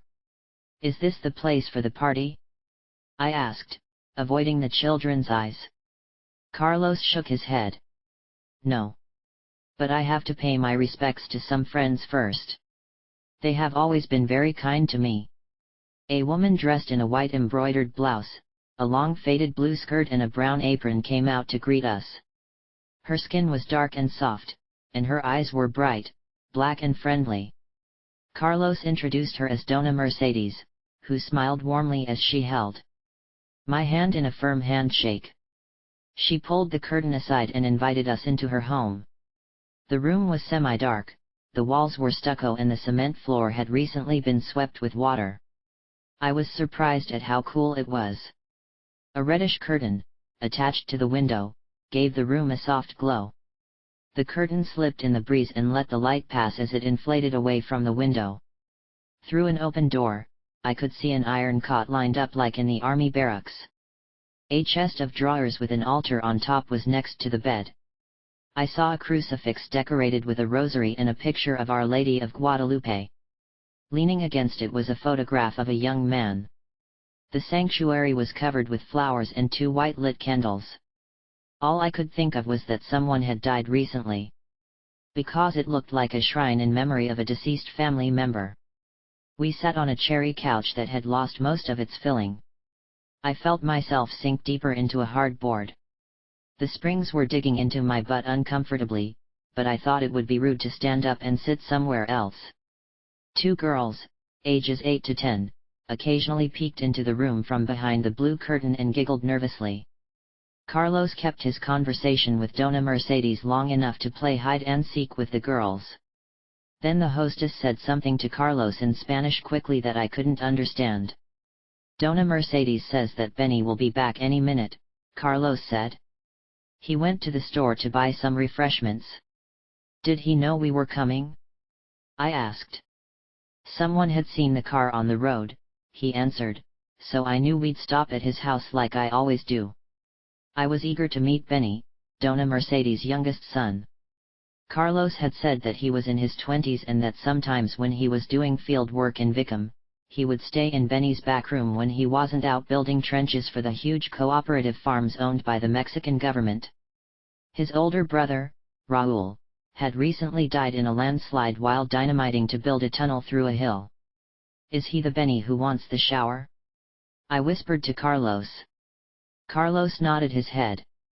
On our trip from Guaymas, he told me a story about a friend of his whose dream was to live in the United States. He said that every time he visited his house, Benny would beg Carlos to hide him in the trunk of his car and smuggle him across the border. Carlos had always refused, but this did not stop their friendship from continuing. Benny felt that fate had dealt him a severe blow by allowing him to be born on the wrong side of the Rio Bravo. Especially when his mother, who while pregnant with him, had been visiting relatives in Tucson, could have had her child there, which would have made him a U.S. citizen. He constantly talked about going north, bragging that he had come to Arizona twice, but had been caught and deported. Benny knew what kind of cars Americans drove, the big houses they lived in, and he had even been to the big, well-stocked department stores in Phoenix. One day, coming home from working in the fields, Benny was standing in the back of his house over a watering hole. He again asked Carlos to hide him in the trunk of his car when he left for the United States the next day. "I'd give my eye to have a decent shower," Benny had told him. Carlos assured his friend that although he couldn't take it to the United States, his second dream would be realized: he would have the shower of his dreams. Benny seemed surprised. "That's impossible," he said. "Not really," Carlos had insisted. "As a child, I helped my grandfather build a shower on his farm. I'm going to build one like that just for you." Carlos had described how he could connect a water pipe to the storage tank in the back of the house. With a series of pulleys and the help of gravity, the water would run into a smaller tank outside the cooking area. A chain connected to a plug when released would allow the water to run through a shower head with enough water pressure to soak anyone underneath. I would even build a wicker fence for privacy and allow the water to be collected in a trough underneath for recycling. "You're crazy," Benny said after hearing Carlos' plans. "What kind of shower is that? I might as well bathe in the irrigation ditch." Carlos admitted that he was stunned. "I want a shower with tiled walls, a glass door with swans carved into it like I saw in Home and Garden magazine, and real plumbing with hot and cold water all year round." Carlos confessed that it hadn't occurred to him that this was what his friend had in mind. He had to admit that Benny was right: such a shower was impossible to build where he lived. "Did they remain friends after that?" I asked. "Yes, but the gifts I always brought with me, the clothes for his two sisters, the radios, and the portable TV always seemed inadequate." Donna Mercedes' curtain opened and a tall, thin young man with a winning smile walked in, wearing American Levi's, a black leather jacket and a baseball cap. He embraced Carlos by repeatedly slapping both palms on his back. He looked at me sitting on the couch and then smiled shyly when we were introduced. After exchanging a few phrases in English, she seemed to have exhausted her repertoire and the conversation returned to Spanish. Through an opening in the curtain, I saw the girls playing outside. At one point, Donna Mercedes took me to the back porch area covered by a ramada. It was also a kitchen area where there was food cooking in huge aluminum pots over a hole with lined stones. To one side, I could see a water storage tank. I scrutinized the entire area with my contractor's eye, wondering if it would be possible to build a bathroom. There was adequate space, but, of course, no plumbing. I thought of the beautiful bathroom in Clara's house, with water running mysteriously under the floor. The water had been piped from a natural subway spring. But there was no running water around Benny's house, except for the water from the well, which was restricted for use and had to be brought into the house in a bucket. I realized that building a bathroom in Benny's house was an impossible task. The community in question would have to be renovated. After a friendly conversation, we got up and said goodbye. Benny came with us to accompany us part of the way. He said we needed him to give us directions, as the roads were not marked and we could easily get lost if we left the road. Besides, he also wanted to visit Bacum where his favorite uncle lived. As we drove, Carlos talked to Benny in the front seat.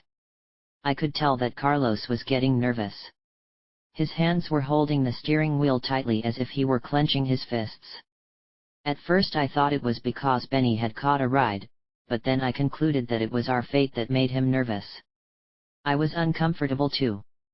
After a thorough recap, I came to the conclusion that I was never a social butterfly because I was too rigid, too afraid of making a fool of myself. Later, I had good reason not to get involved with people and their affairs.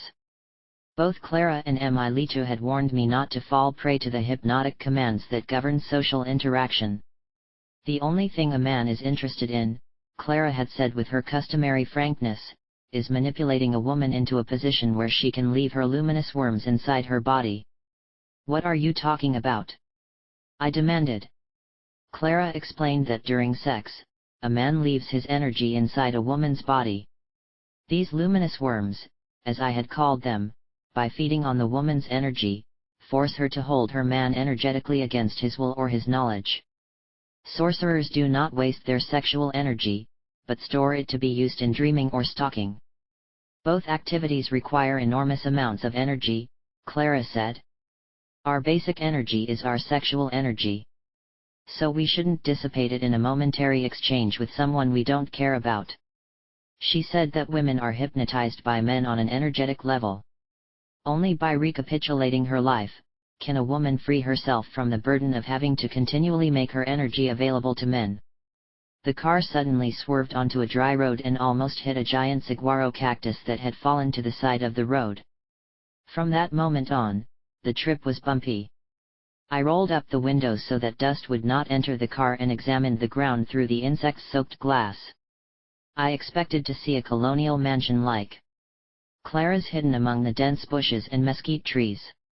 But all I saw was a group of houses made of sun-dried mud bricks joined together with compressed straw, the typical construction of the area.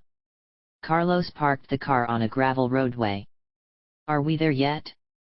I don't see any place big enough for a party. We have to leave Benny here, he said. This is where his uncle lives. We said goodbye and promised to meet again the next day to look for the Piscola masks that Carlos wanted to donate to the university's Museum of Ethnography. Then, Benny gave the car's fender a firm pat, as if to make room for it, and we continued on the road for a few more miles. We stopped again in front of a wall of dense bushes. We have to walk a little, Carlos said as he got out of the car. My heart shrank at the thought of walking through the brush in my dress sandals. But we walked. Or rather, Carlos walked. I limped behind him, like a lame mule. My linen skirt was covered with dust and my bare arms were scratched by the brush. I have to take off my nylon stockings, I said after almost 20 minutes of walking. They have too many threads running through them. I can't show up in polka dot leggings. Carlos agreed. I stood behind a tule tree and discreetly took off my pantyhose and took the opportunity to urinate out of sheer nervousness. I stuffed the pantyhose in my bag and caught up with Carlos, who was looking at a small cactus on the way down. I had no idea where we were going. All I could do was follow Carlos, cool and comfortable in his long-sleeved shirt and his levis. I envied the agility with which he walked over the rough terrain in his hiking boots. Every now and then, he would push aside a branch or a thorny bush as we passed. Can't we go back to the car to change my shoes? I asked, knowing we couldn't. I really wanted to go beyond all that. I wanted to drive to a motel, check in and sit under an umbrella by the pool, drinking a cold drink. No. We can't go back, he said firmly.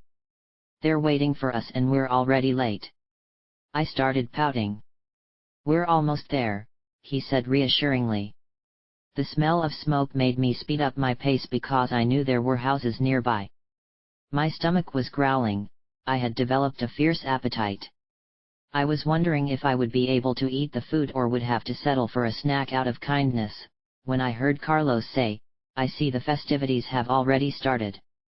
Hurry up, they're waiting for us. The party. 8.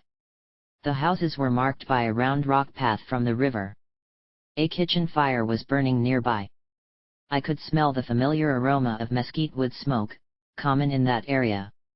We followed the narrow lane to the back of a house that had a single window without glass or screens. A ramada covered an open kitchen where cooking utensils and baskets hung from nails hung on the 2 outside posts. Corn was tied in bundles on the canopy to dry in the sun. Below the ramada, 2 women prepared food on an open grill. One was sitting on a plank bench in front of a metate. She was crushing tortillas in her palms and then placing them in the pan to cook them over the fire. The other woman was turning them over and removing them when they were done. Family members or guests sat on orange boxes turned sideways, or stood in small groups drinking soda. Chickens and a couple of misbehaving dogs fled the enclosure. A 6 or 7-year-old girl, dressed in a camel's coat and a dirty t-shirt, ate corn on the cob near the threshold. I stood there, surrounded by strange sights and sounds, and a lot of smiling people. All I could think was that my feet were hurting, because a small stone had got caught between the straps of my sandals. I regretted not wearing the right shoes for walking. I had wanted to look elegant, but everything seemed to have conspired against me. My hair had come loose, my skirt was wrinkled, my blouse was torn and I was sweating profusely. Everyone hugged Carlos as if he were an old friend. When I was introduced to them, they looked at me and politely shook my hand. They seemed happy to meet me. They praised my clothes and examined the color and texture of my hair as if I were a monkey in a zoo. One woman seemed concerned about the scratches on my arms.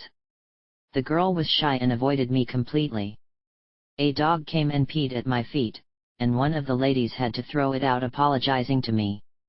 A petite woman with a long black braid on her back and pointed white teeth asked me to sit on an orange box and hospitably handed me a soda. I thanked her and after surreptitiously wiping the top of the open bottle, I took a sip.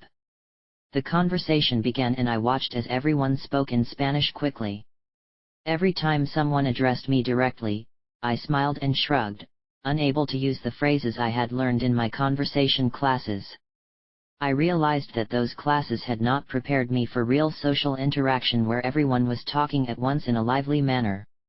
I spent my time looking at a group of newborn chicks pecking at the dirt floor. It was strange to see chickens and dogs running around what must have been the family home. I wondered if I had the constitution or the stamina to live in such conditions for an extended period of time. Carlos laughed and was totally comfortable and charming when he told stories. From time to time, he would bow his head to me, indicating that I was the topic of conversation. Everyone would look at me and smile, and I smiled back, nodding, wondering what they were saying. A young man asked him a question, the laughter stopped and everyone's eyes fell on me. I felt like they were waiting for me to say something, but I had no idea what it could be, so I just nodded and everyone laughed harder. They wondered how we met, explained Carlos. I told them that you are a student of anthropology and that I am your teacher. People smiled and laughed silly. Has he taught you what he does best? Whispered a woman behind me. I was surprised to hear English, and I turned around. It was the woman from the restaurant in Santa Ana. The lady who had been replacing her sister. I hadn't recognized her before, now her hair was braided and she was wearing a white embroidered dress. I looked at her in awe trying to understand the meaning of her question and what she was doing at the party. I had assumed, incorrectly, that no one at the meeting spoke English. As I looked at her, I noticed that her bright eyes were amber, not black, that she had olive skin and that she was really very beautiful. For the first time I saw her as a person, not just a Mexican or generic Indian. Her cruel look made me realize that she never looked at people directly, but only at their outlines, their general shapes, and that she only gave the impression that she was looking at them. It wasn't that I couldn't see well or that I needed glasses. On the contrary, I was proud of my 20/20 vision. It was more a case of being afraid or too absorbed to look someone in the eye because I didn't want anyone to look at me. I realized that despite my belief that I wanted to be noticed, I also wanted to stay hidden. I wanted to ask the woman what she meant by her comment, but she had already walked away.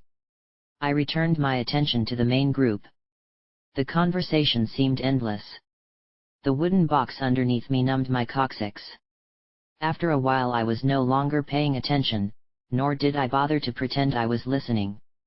I felt like a stranger, as if I had been thrown into a raging river where there was no point in trying to swim.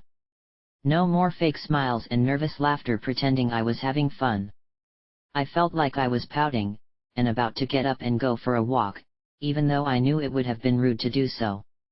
What's worse, the self-pity and discontent was creating an internal dialogue that was anything but friendly. I was upset with Carlos for taking me to a place where no one was paying attention to me. Carlos had hinted that I would be the guest of honor, but after the initial curiosity was gone, I was ignored. Besides, I was expecting a lively party in a house with lots of music and good things to eat. Soft couches, maybe even a hired mariachi band playing old Mexican favorites with perhaps a tango in a continental twist. And in the background, I expected to see Clara, Nolita, and Mr. Abelar. When I began to focus on my deep disappointment, I became increasingly grumpy. After a while, I noticed some black spots flying in the air around me. At first, I thought that the heat and my fatigue had made my eyes deceive me. As I looked closer, I saw that the spots seemed to jump off the ground about 3 feet in the air. Numbed with astonishment at the strange sounds, I fiddled around following the movements of the black specks. They seemed to be everywhere, shooting at random. As soon as one landed, another bounced off. It was strange that no one else in space noticed them. I was relieved when a sturdy Indian woman in a blue dress, who seemed to be the hostess, stood up and suggested that we all move to a table under some trees where meat and beans were served. The lady piled some roast pork on a plate along with a ladle of beans and rice and handed it to me with a folded fork. As I ate, I felt my legs stinging. I thought there must be mosquitoes flying under the table, so I tried to keep them away with one hand.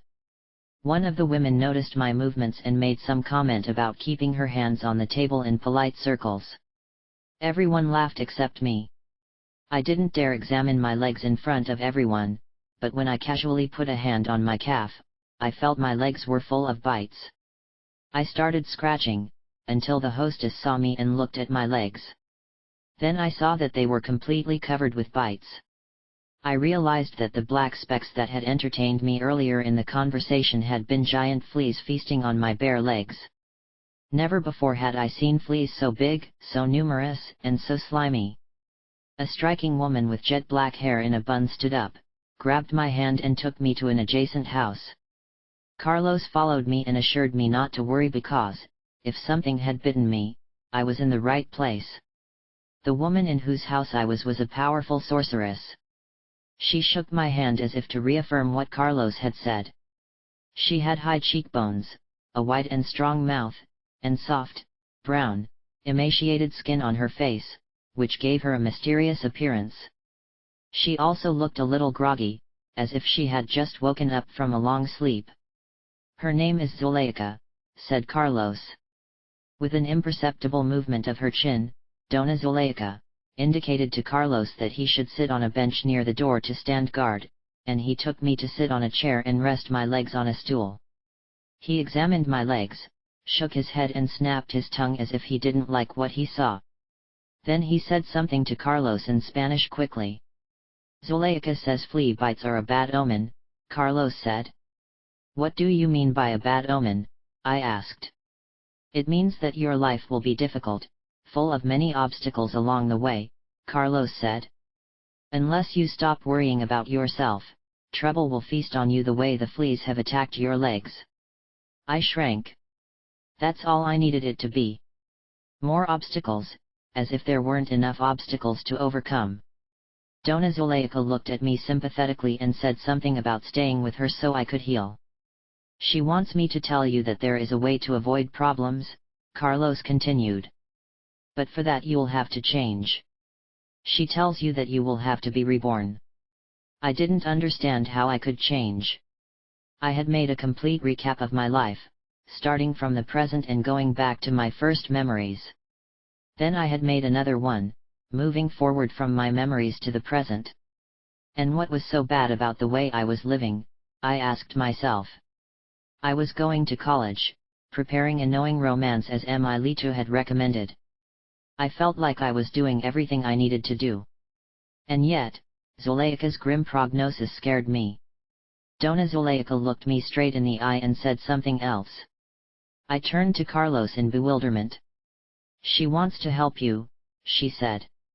She says that unless you stop pampering yourself, the power you have in store will turn against you and you will be worse off than before. What can I do? I asked. Tell me the steps so I can follow them. She says there are no steps, said Carlos. There is only a general feeling that arises when one has decided with all one's heart to follow the path of knowledge impeccably. Zuleika says you don't have that feeling yet. I let out a sigh of pure defeat. I didn't even have the energy to argue. She could help you get stronger, but you'd have to stay with her, said Carlos. Personally, he added, I would advise against that. Why shouldn't I? I asked, and to be stubborn, I added, sounds like a good idea. I didn't intend to stay in a flea-ridden place with a woman who seemed to be stunned or drunk. On top of that, from the way she looked at me, I realized there was a vein of madness in her that I couldn't hide. I had seen that look before, in Emilito, and many times, in myself. Zuleika is a dreamy teacher, she said. You're not used to her touch. It could do you more harm than good. I had no idea what she was talking about, so I remained silent. I looked around the room. There was a mattress on the floor covered with burlap bags. Baskets of herbs and dried roots were piled up in one corner. Jars of different colored powders were on a table. The place had a chaotic feel, the smell of fear. I would probably be eaten alive by fleas, rats or insect and snake bites. At the very least, I would be totally out of my element and uncomfortable to the max. I shook my head. I have to go back to Los Angeles, to go to college, I told Zuleika. Mrs. Zuleika smiled in the scariest way that made my hair stand on end. She patted my hand, her face full of disdain. Then she rubbed my swollen legs with a foul-smelling lotion that temporarily relieved the itching. She turned her back for a moment and pulled out a light brown powder jar that looked like ground chocolate from a shelf. She stirred the mixture and then handed it to me to drink. I looked to Carlos for a sign of whether to drink it or not. In turn, he looked to Dona Zuleika for a sign. Her almost imperceptible nod made him say, "It's okay to drink. Dona Zuleika says it will relieve the itching." I took the cup from Zuleika's outstretched hands, prepared myself for something bitter and took a few sips.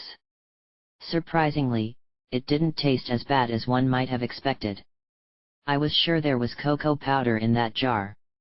As I swallowed the rest of the drink, I choked a little, because the pork was very salty and I had become very thirsty. Dona Zuleika caressed my back, then took the cup, surprised that I had drunk its contents so quickly. Then I realized that she expected me to drink it slowly. And before I could ask what was in it, the impact of its mixture hit me with all its force. I almost fell off the chair. The next thing I knew, I was slumped over the mattress on the floor. My body was numb. I could not move. I felt something lick my face. It was a huge dog. I tried to push it away in disgust, but my limbs were elastic. Then the black dog walked away and I looked into its yellow eyes. At once I recognized it.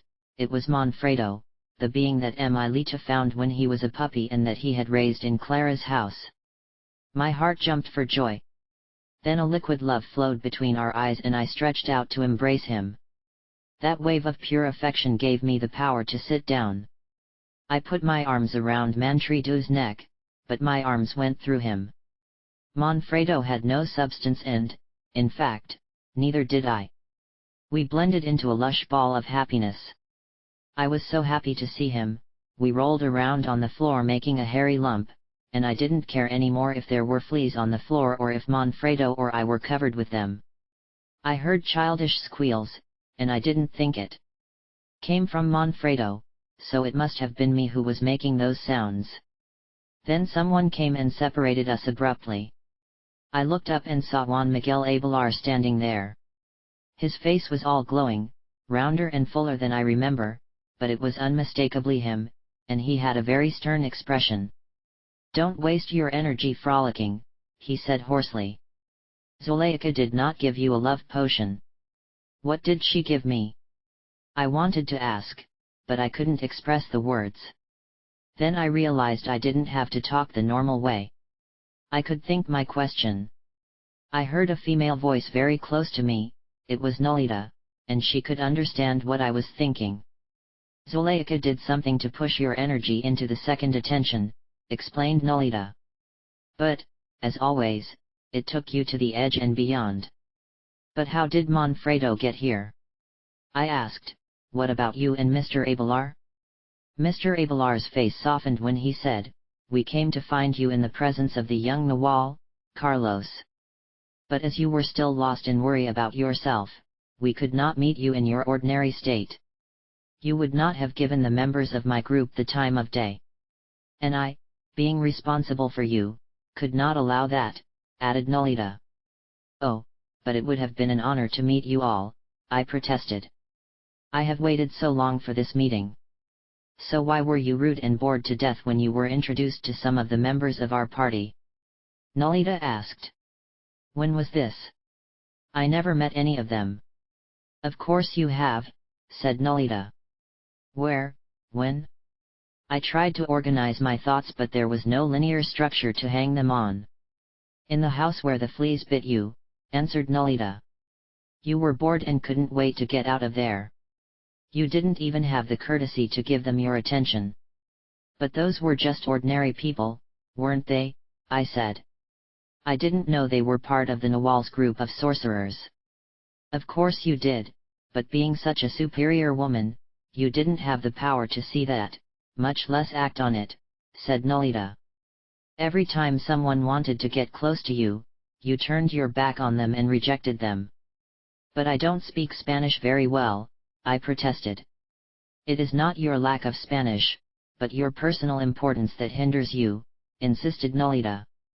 "You considered everyone as poor Indians who were not even good at cleaning your feet." I wanted to protest, but something in me knew she was right.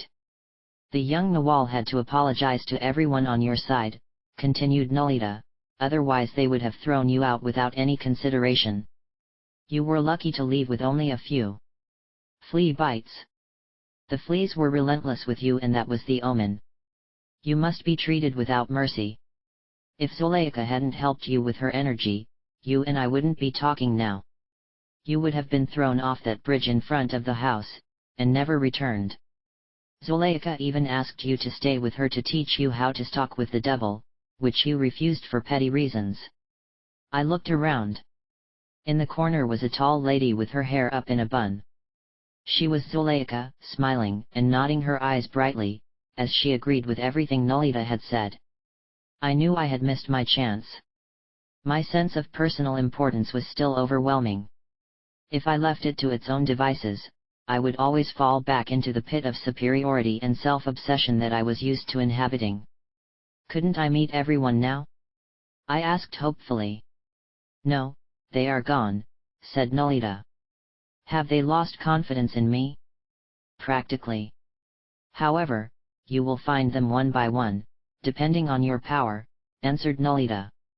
"The young Nawal, who is your guide, will take you to meet them. The only one who stayed was Manfredo. Apparently he doesn't care that you are an idiot. His affection for you is incomparable." I heard a loud bark as if it were an affirmation, and a feeling of love sprouted within me. "Likewise," I said, and was about to burst into tears. In fact, the tears had already begun to fall. I moved my arm to wipe them away, when I felt a warm body at my side pulling on my arm. I turned my head to see a pretty young woman, my age, winking at me.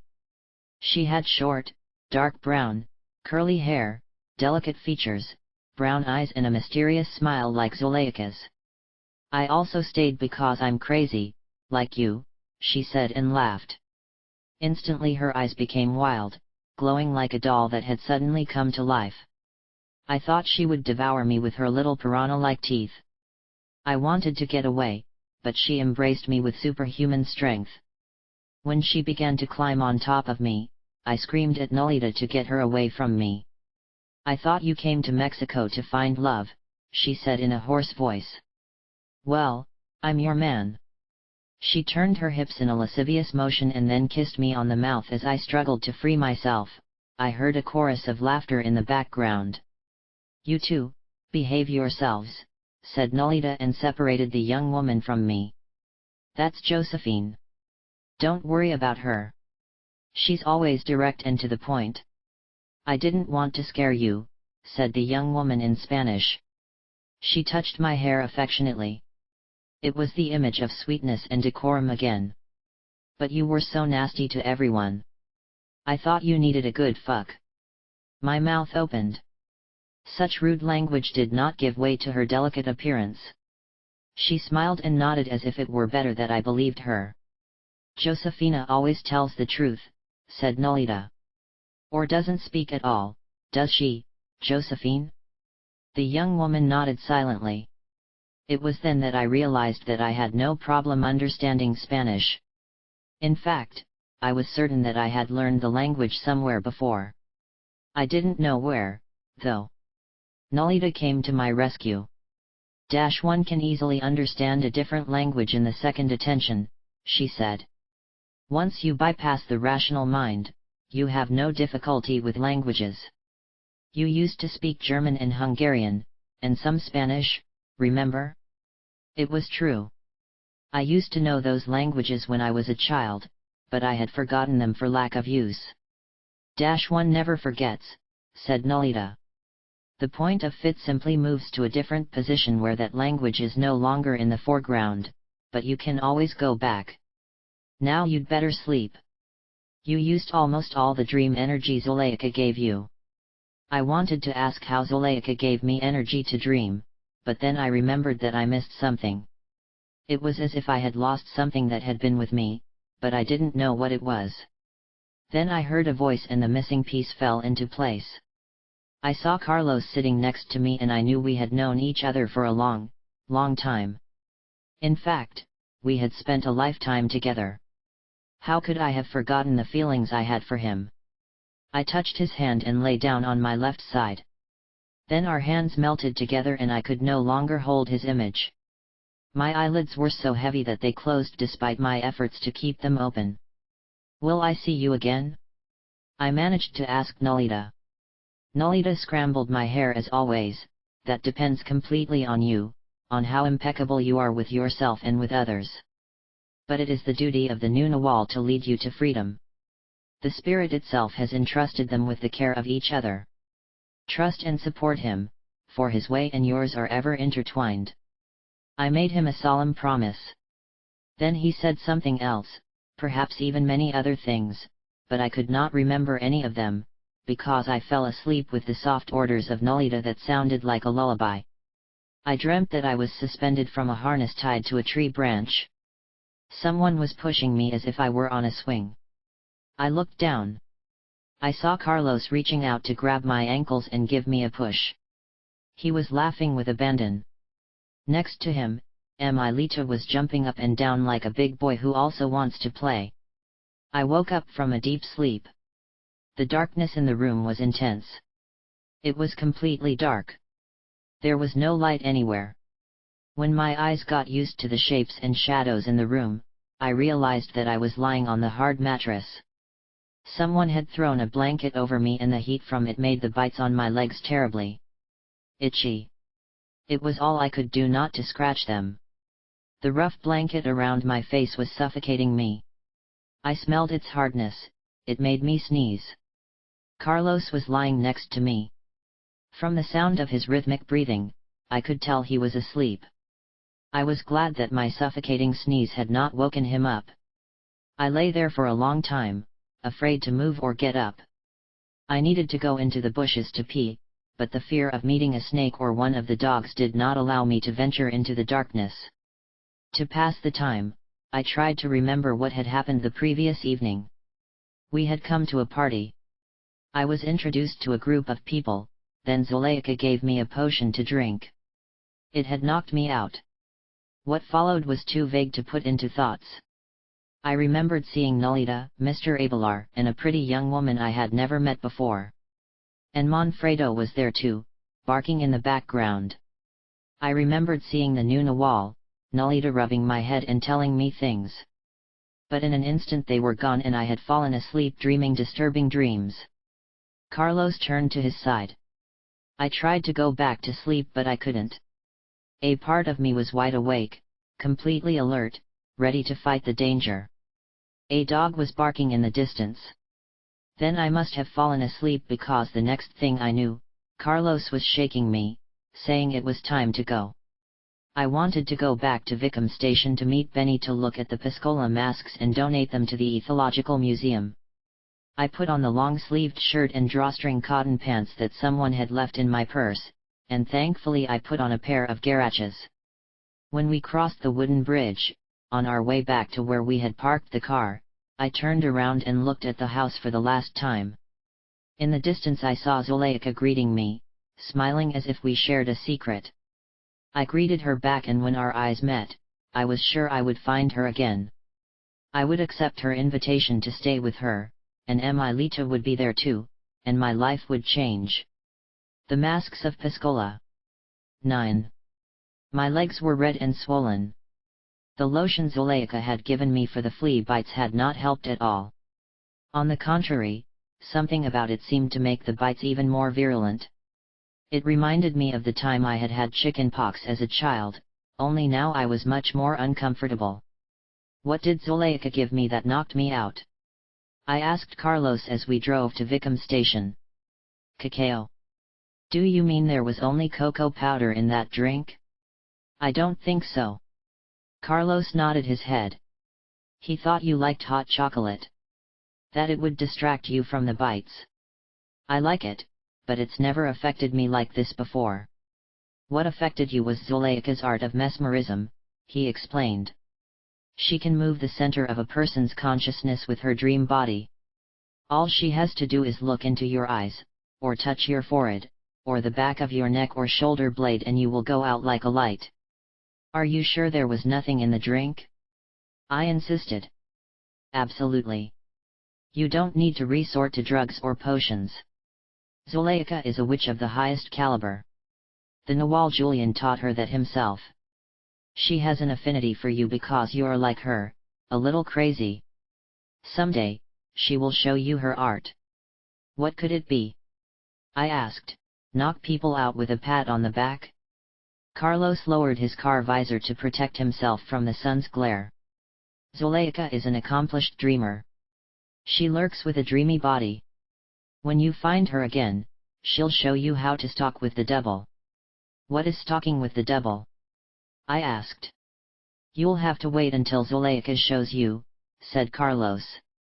She's the master at that. As I said, she learned from Nawal Julian and someone else in our lineage. Who was this other person? A sorcerer of infinite achievement. All I can tell you is that Don Juan's lineage is indebted to this person, just as he is indebted to our lineage. I wanted to ask more about this mysterious character and about Zuleika's art, but we had already arrived at Vicom Station. Benny was waiting in front of his house. When he saw our car, he jumped up and down and said he knew several people who might have masks for sale. He offered to come with us so we wouldn't get lost.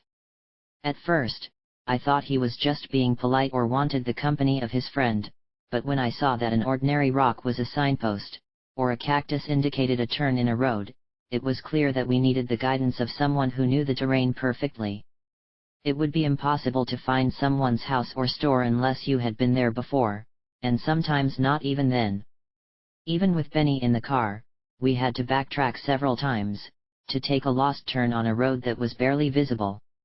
We crossed the highway and turned onto a road that Benny said would take us to Patam, where Don Felipe, a mask maker, lived. It was a feat to simply find a particular house, because they all looked alike. The typical house had walls of braided cane, sometimes covered with mud, and a roof made of layers of cane resting on mesquite beams with earth piled on top of the cane.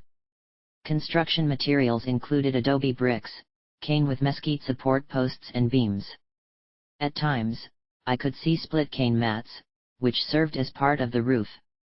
All the houses had 2 or 3 rooms and a ramada consisting of a roof supported by twisted mesquite posts.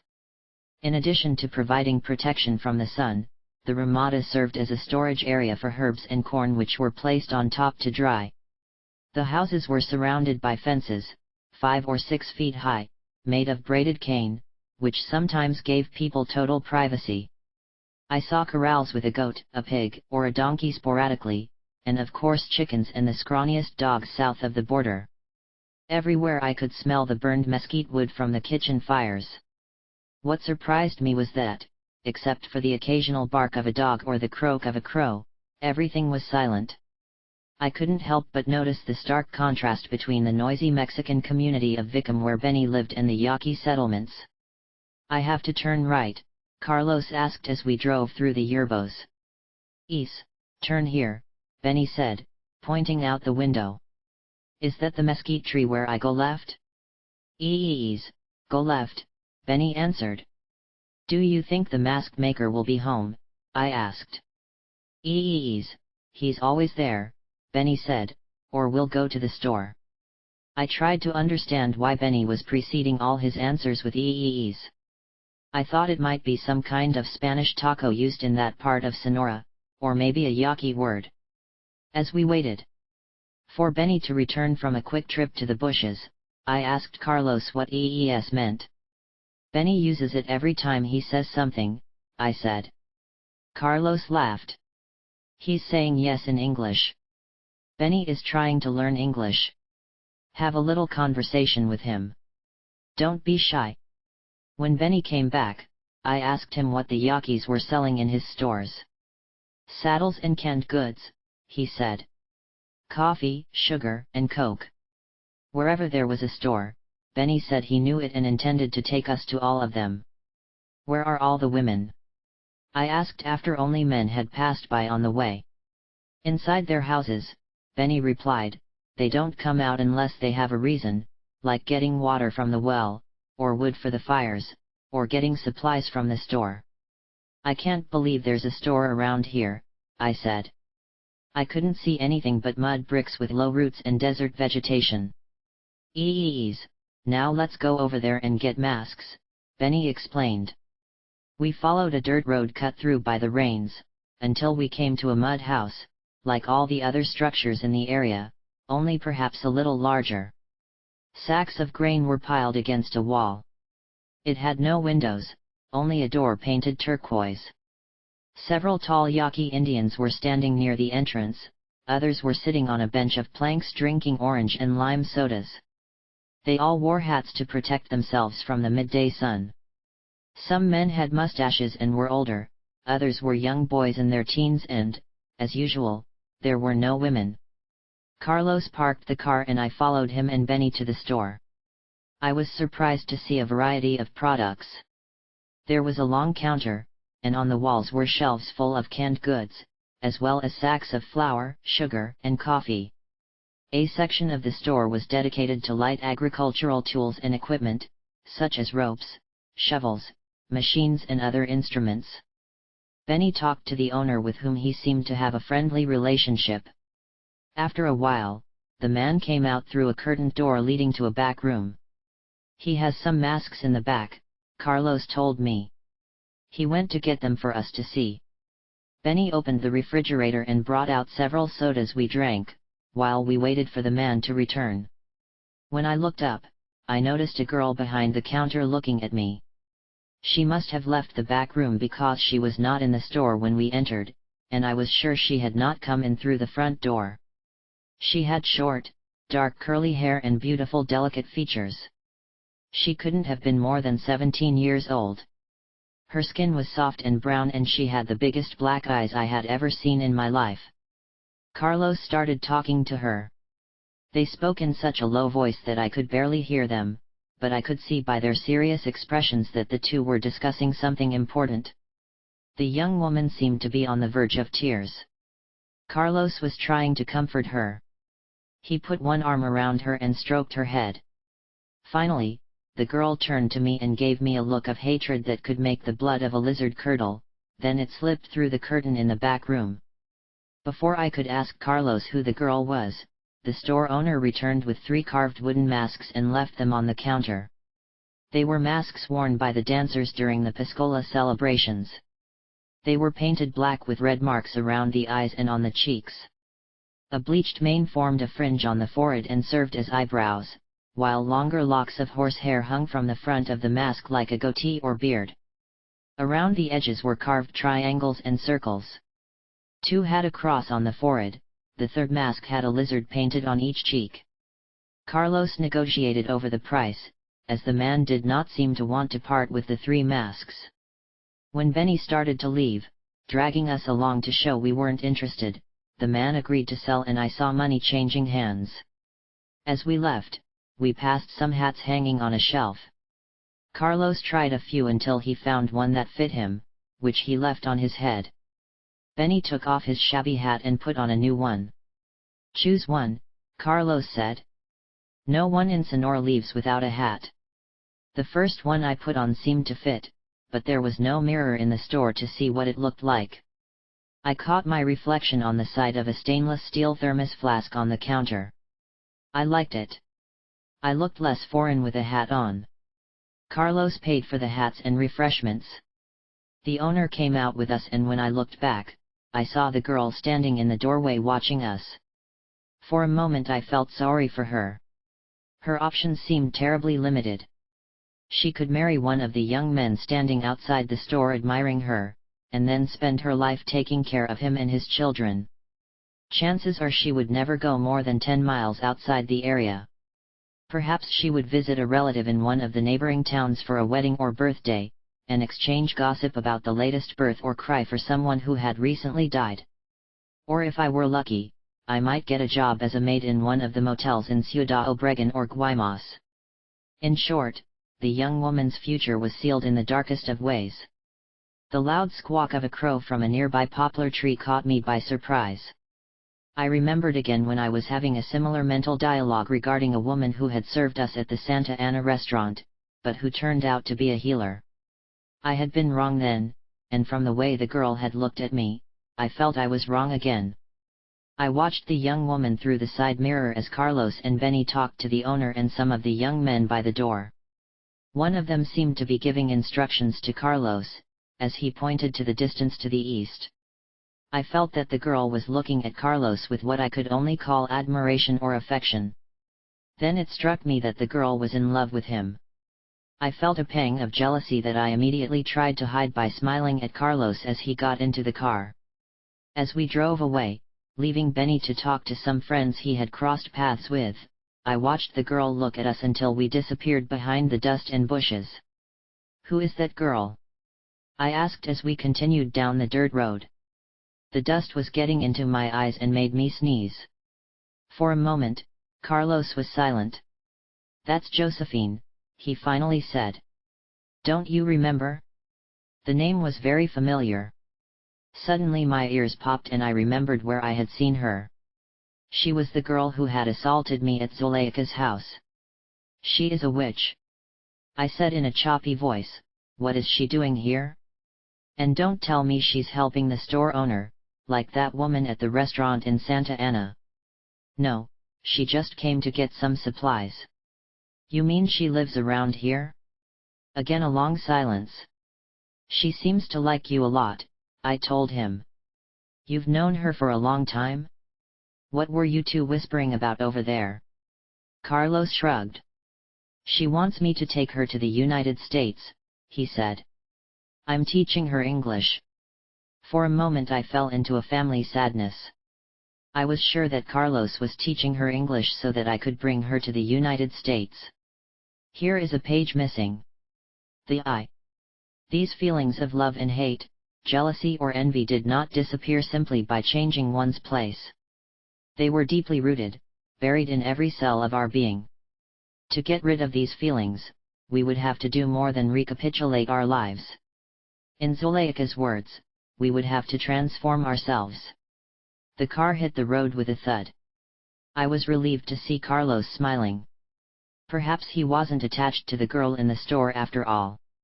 I breathed a little easier and got lost seeing the shadows and colors that the sun projected on the desert landscape as we drove to the house of Don Felipe, the mask maker. His house had a wooden cross in the courtyard and was situated at the edge of a cultivated field. It was more spacious than the other houses I had seen, and it was built with good adobe bricks and the earth around it was clean and well tamped down. Carlos asked me to wait in the car while he talked to Don Felipe, but I insisted on going inside. Don Felipe introduced us to his wife, who immediately left the room, as if she were too shy to talk to strangers. Don Felipe was older, taller, and had a sense of silence around him. His eyes were neither bright nor burning, but rather distant, as if looking at another world.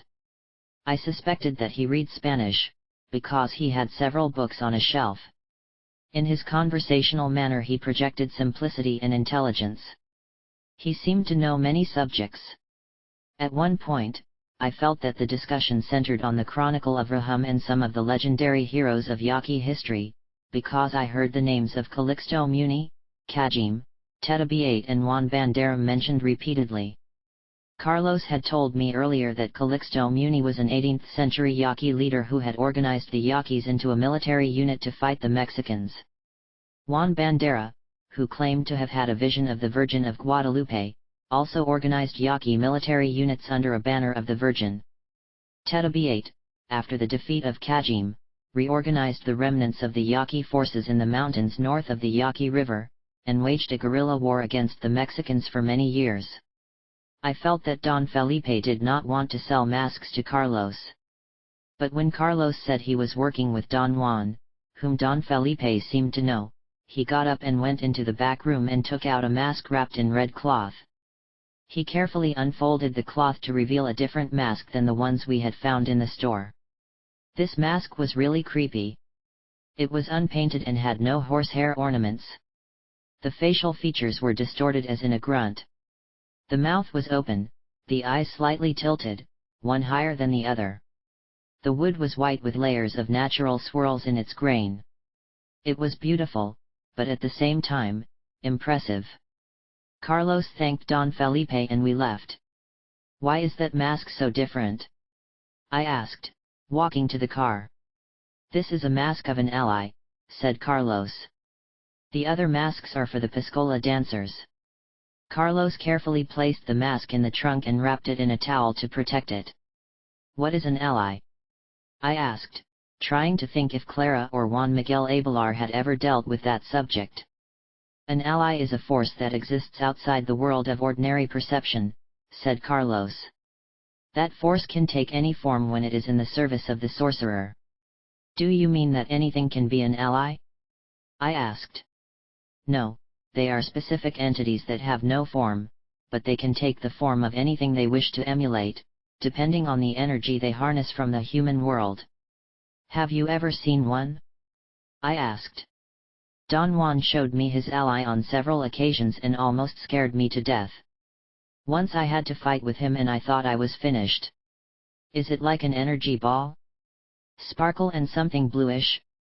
"It could be a man, a giant black door, a fierce animal, anything. But yes, it is full of sizzling energy." I told Carlos about a series of recurring dreams I had, or at least I thought they were dreams. I was staying at Clara's house in the beautiful room I had been assigned. I was falling asleep when I heard noises outside my door in the hallway. At first, I thought they were footsteps, someone big walking down the hall. Terrified, I put my head under the blankets and waited for the noises to go away. But they didn't. Sometimes there were a few scratches on the door, as if a huge animal was prowling around outside trying to get in. In my semi-sleepy state, I would get up and push a heavy chest of drawers in front of the door so nothing could get in. But it was in vain. The force, or whatever was behind the door, must have been so terribly strong that the chest moved aside, pushed by a sizzling energy. I would just stand there and watch the old dresser walk away from the door, and watch the door bulge toward me with tremendous force about to break its hinges. Or I would run back to my bed and hide, preferably under it. Or I would stand there so petrified that I could not move. I remembered trying to scream, but nothing came out of my mouth. Sometimes I would wake up panting, drenched in sweat. Or I would wake up on the floor in front of the door, partially covered by the dresser. My heart would beat so hard that it would take hours to calm down. These encounters became so recurrent that I told Clara about them. "That strength is nothing to be despised," she said seriously. "You say that the door is about to burst with its hinges. Watch out. Whatever is stalking around there is trying to get in. What will happen if it does?" I asked. "Will I die?" "Who knows," she said. "That force is determined to get you." "Why is my beeper there?" I asked. What did I do wrong? In my mind, I went through the whole range of all sins of commission and omission, and there were many of them. "It is not what you did not do," she said, shaking his head pathetically. "It is what you did. You've been doing your sorcery passes, especially the one where you grab the imaginary sliding door and open it. That's what started all this. And that's the one that can save you in a moment of trouble." "What kind of moment of trouble are you talking about, Clara?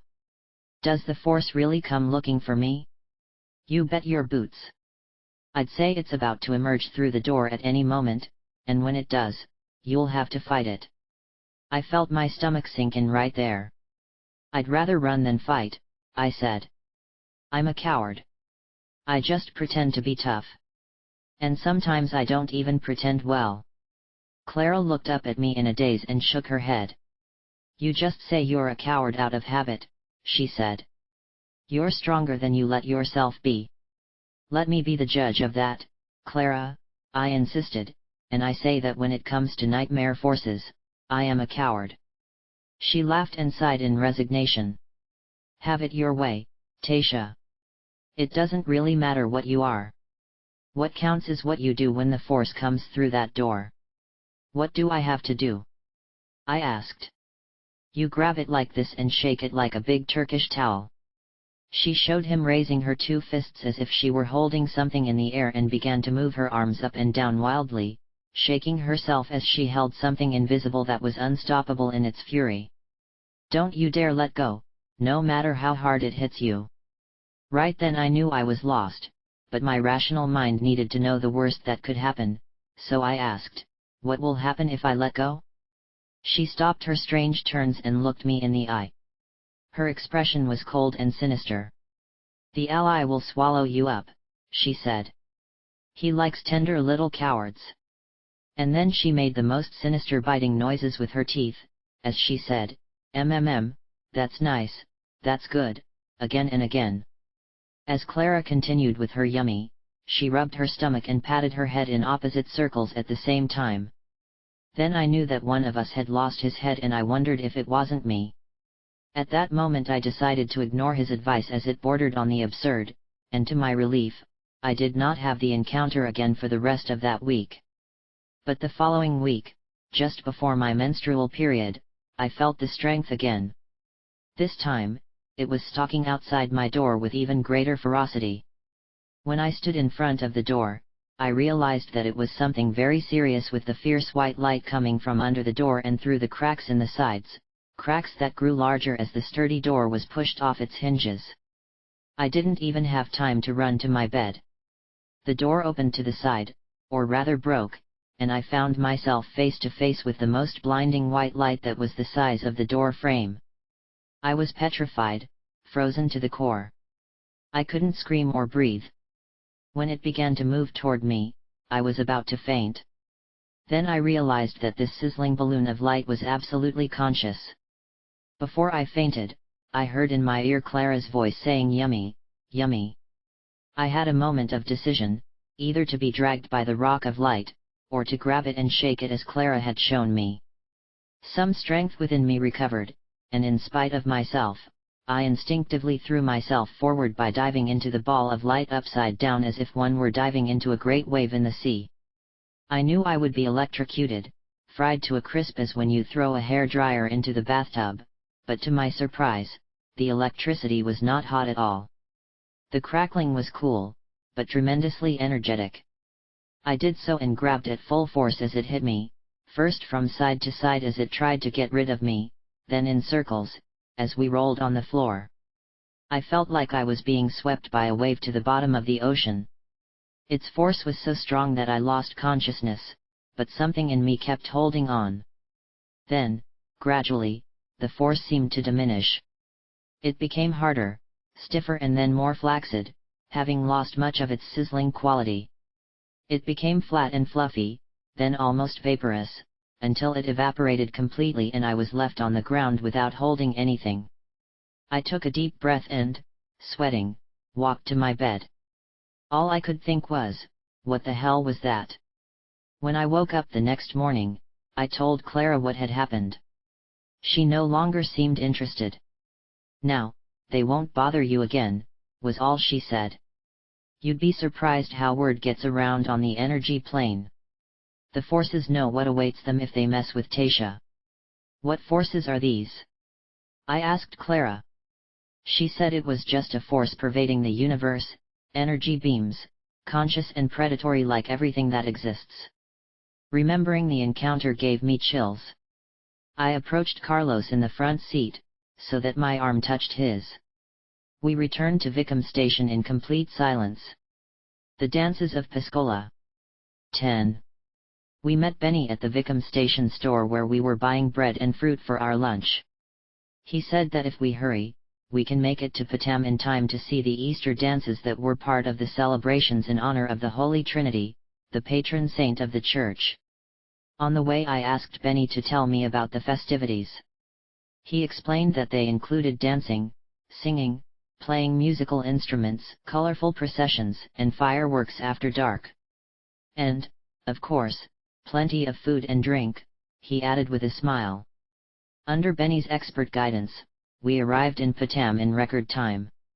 The streets were so crowded that we had trouble maneuvering the car through the crowd of spectators. Yaquis and Mexicans from all over Sonora had gathered for the celebrations in the plaza in front of the church. 2 ramadas had been established, on the east and west sides of the plaza, managed by 2 groups of 4 festival managers, or fiesteros. The 4 who wear red headdresses and red flags manage the western ramada, Benny said. Those in the eastern ramada wear blue headdresses and carry blue flags. I stretched my neck to see the different managers walking around behind the ramadas. "Why do they have different colored suits?" I asked. "The blues are the Christians," Benny explained. "The red ones are the Moors." "I didn't know there were Moors in Sonora," I said in surprise. Carlos elbowed me. "They're not really Moors," he said impatiently. "They are just playing the role of the Moros. You see, the fiesta is a dramatization of the 15th century conflict between the Christians and the Moors in Spain. How that European struggle had been woven into the ceremonies of a small Yaqui village was beyond my knowledge of history. I noticed that the partygoers or red Moors wore a small cone-shaped hat made of wood, a few centimeters high. At the top was a metallic crescent from which hung a red cloth covering their heads and most of the Moors' face. "We have to look at the blues," said Carlos, pointing in the opposite direction. "The Christians are on the east side." "Why do we have to look at the Christians?" I asked, intrigued by what the Moors were doing. "Because it is in the eastern ramada where the Piscola and the deer dance," he explained. I stood on tiptoe to see the men dressed in the blue gear on their heads. I noticed that they had blue ribbons tied to their heads, the cloth completely covered their hair and the top of their shoulders. They also wore wooden sticks, but, instead of a crescent, they had a metal cross at the end. I couldn't see well, so we moved through an opening in the crowd to a place near the church steps. From there we had a panoramic view of the east or Christian end of the square where the dance would take place. The musicians had already begun to warm up their violins, harps, whistles and drums. Then the dancers came out, dressed in an apron as a canvas, fringed vests, leggings and masks. "What is the meaning of the Piscola dances and the masks?" I asked, standing on a low wall to get a better view. Is there a religious meaning in the dances? There is, said Carlos. The Yaquis believe that baptism already existed before the arrival of the Spaniards. Those who did not wish to be baptized were delighted. They had the power to transcend death and existed on an invisible plane superimposed on Yaqui tribal territory. The Yaqui believe that there is another world that is always there, just like this world that surrounds us. Are the invisible people spirits or ghosts? They are not dead, explained Carlos. The Yaquis called them the people of the mount. They believe that the unbaptized or the invisible are the origin of the dances and music played for the Piscola. There are stories of caves in the hills where men have met invisible people and have learned to play the music of the Piscola dances directly from them, Benny said. What about the dances themselves? I asked. Who taught them the movements? The people of El Monte, said Benny. They also learn them with the help of the invisible people. Sometimes you can hear Piscola music in the bush where there are no people. And the Yaquis know that it is the people of the mountain who play. Personally, I think it's the wind. But well, I'm not a Yaqui. I observed the eastern end where the dance had begun. The dancers were doing the strangest movements, as they had no control over the musculature of their arms and legs. And the sounds that came out of their mouths were animal grunts and screams, unlike any human sound I have ever heard. They look overwhelming, I whispered to Carlos, and they sound even more overwhelming. That's because they are deliberately giving the impression that they come from the spirit world. The reason they wear masks and make these unintelligible sounds is because they have not yet learned to speak the language of men, and to move their arms and legs as is proper to human beings. Dancers must be gradually introduced to the world of men. As we approached the eastern Ramada, Benny explained, and Carlos translated, other aspects of the Yaqui tradition. I learned that the dancers are believed to have a direct connection to the animals of the mountain, whom they consider their guardians and teachers. The whole dance is a dramatization of the passage from one world, the invisible realm of eternal existence, to the world of man's inhabited temporal and spatial limits. And then they return to the timeless with the help of the animals that the masks represent. When I observed the dancers in their costumes, I noticed that on their calves and ankles they wore bands in which hundreds of cocoons were sewn and which shook every time they took a step. They danced in a circle, moving their arms and legs rhythmically to the rhythm of the musicians. After a while they seemed to lose their strangeness and moved smoothly in sync with the music. Then they advanced towards the center of the square, then they turned away from each other to look in all four directions, all while tapping their feet so that the bells of the cocoons emitted a dry and rough sound. They mixed with the music of the violins, drums, and flutes, so that together they produced a hypnotic mixture of mesmeric reverberation. After a while, another dancer came out to join the group of Piscola dancers. Benny said he was the deer dancer, which was denoted by the fact that he was wearing a deer's head as part of his costume. He symbolized the magical deer that inhabited the mount, the kingdom that existed before time began. Accompanying the deer dancer was a group of singers who sang special songs. Eeees. The deer songs are very poetic, said Benny. What are they about? I asked. They're songs about things that happened a long time ago. But you don't have to believe they really happened or that they are true to appreciate their beauty. Yaquis are proud to tell these stories. I saw the deer dancer move his mocking body. He seemed to have great endurance. His head was bowed as if in a trance, induced by the rhythmic movements of the giant pumpkin rattles he held in each hand. Seemingly he was not aware of the world around him anymore, as if his own repetitive movements had led him to another kingdom. I realized that the monotonous sounds also had a deleterious effect on me. I seemed to have entered into a slight stupor caused by the repetitive sound of the instruments and by the rhythmic tapping of the dancer's feet that made the cluster of cocoons tap on his ankles. At one point, it seemed as if I was seeing the dancer's world superimposed on the reality in front of me. The more I focused my attention on the dancer wearing the deer mask, the more my own head began to sway. I heard a voice inside me telling me to keep my eyes on the dancer. His movements seemed particularly smooth, as if driven by an external force, as if his body was no longer made of flesh and bone. He was fluid, empty, merging with the world of invisible people and spiritual animals. Perhaps, what the Yaquis believed was true, and dancing and wearing masks allows one to transcend one's humanity, to slide out of the control of time and to perceive momentarily from a different perspective. Like the sorcerers who had trained me, an accomplished dancer can grasp knowledge and see things beyond the limitations of his human form. Perhaps, for a moment, through the union with the dance and the sound of the cane whistle, the drums, and the rattling of thousands of dry cocoons, he can become what he was before the analytical mind began to dominate man. It is on the way to recovering its heritage and, once again, becoming one with the invisible people of the timeless plane. As I watched the dancers hit the ground with their legs and move in a semicircle, I realized how incomprehensible the world of the Yaqui Indian was to a stranger. Unless a person became a Piscola dancer, drenched in Yaqui ways, one could not truly appreciate the event that was taking place. And to be a dancer, one had to be a member of the Yaqui culture, and even then, it would take years of training with a master to perfect the art. Unless one learned directly from one of the invisible people or animals on the mountain.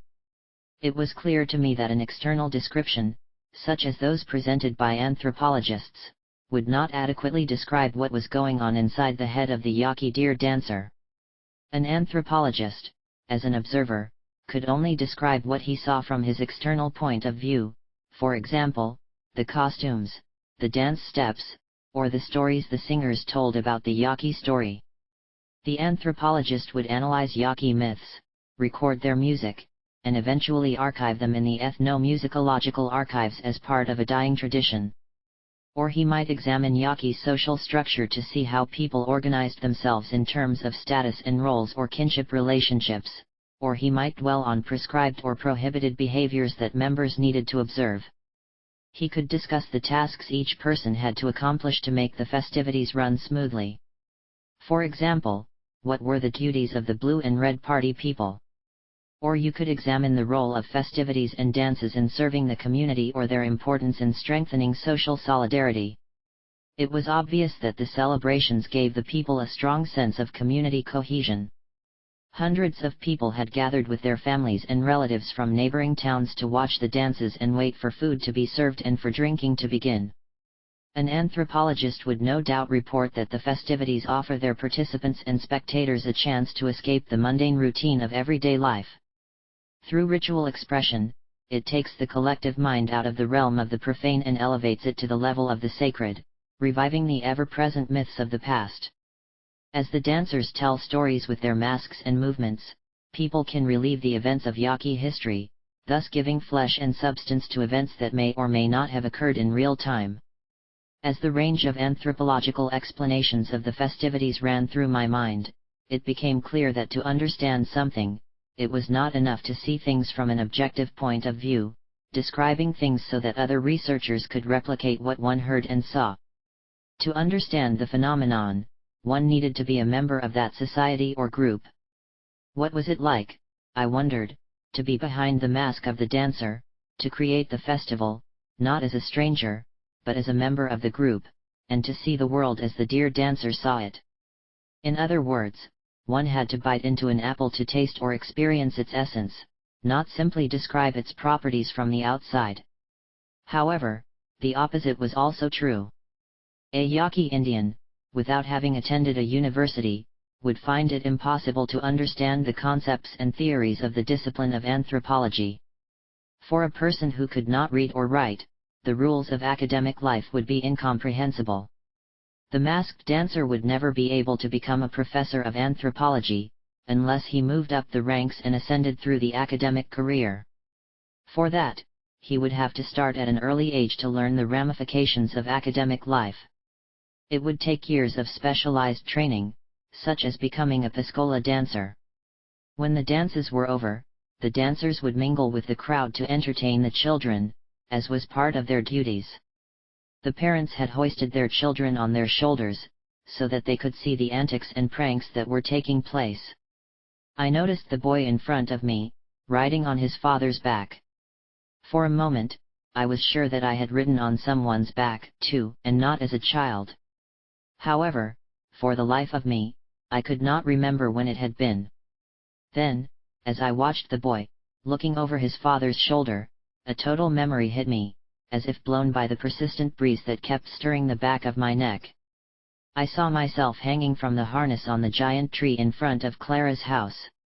Someone was standing at the foot of the tree, grabbing my legs and swinging me back and forth. I didn't feel nauseous or dizzy.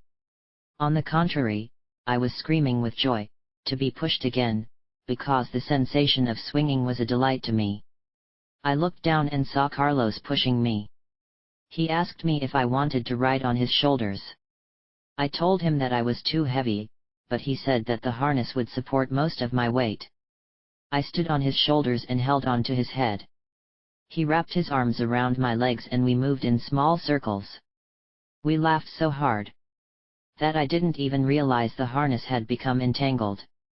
When he released me, I was spinning like a spinning top that had rolled up. I shook my head to dispel the memory. It couldn't have happened, I thought, it was just something I was imagining. However, the vision and feeling of having known Carlos before was so strong and definite that I had trouble dispelling it. I held his arm, so I wouldn't get separated as we moved through the crowd on our way back to the car. Benny wanted to stay for the dance and fireworks, but Carlos said he needed to make another stop to pick up some masks and maybe a set of cocoon bells for the museum.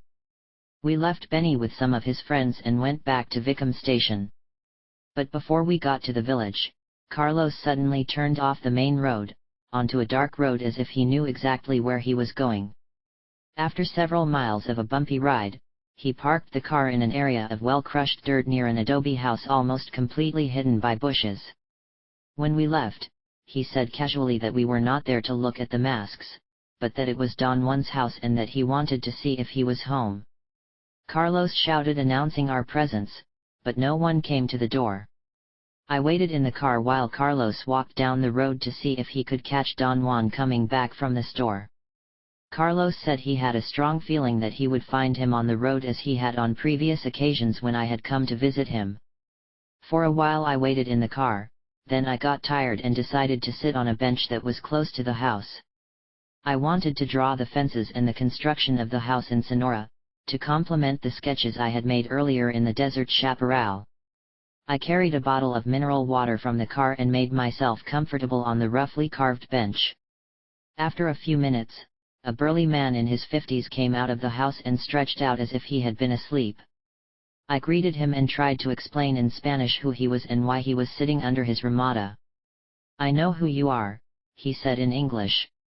He was wearing a hat, and when he introduced himself as Juan Matus, he took it off his head and bowed slightly in the manner of a gentleman. When he stood up again, I could see his face. I felt my stomach sink and my mouth open as I recorded a moment of pure confusion. It was Juan Miguel Abelar. I could barely recognize him, but it was unmistakably him. He had the same strength and vitality, and the same bright eyes that could change in an instant from calm to ferocity.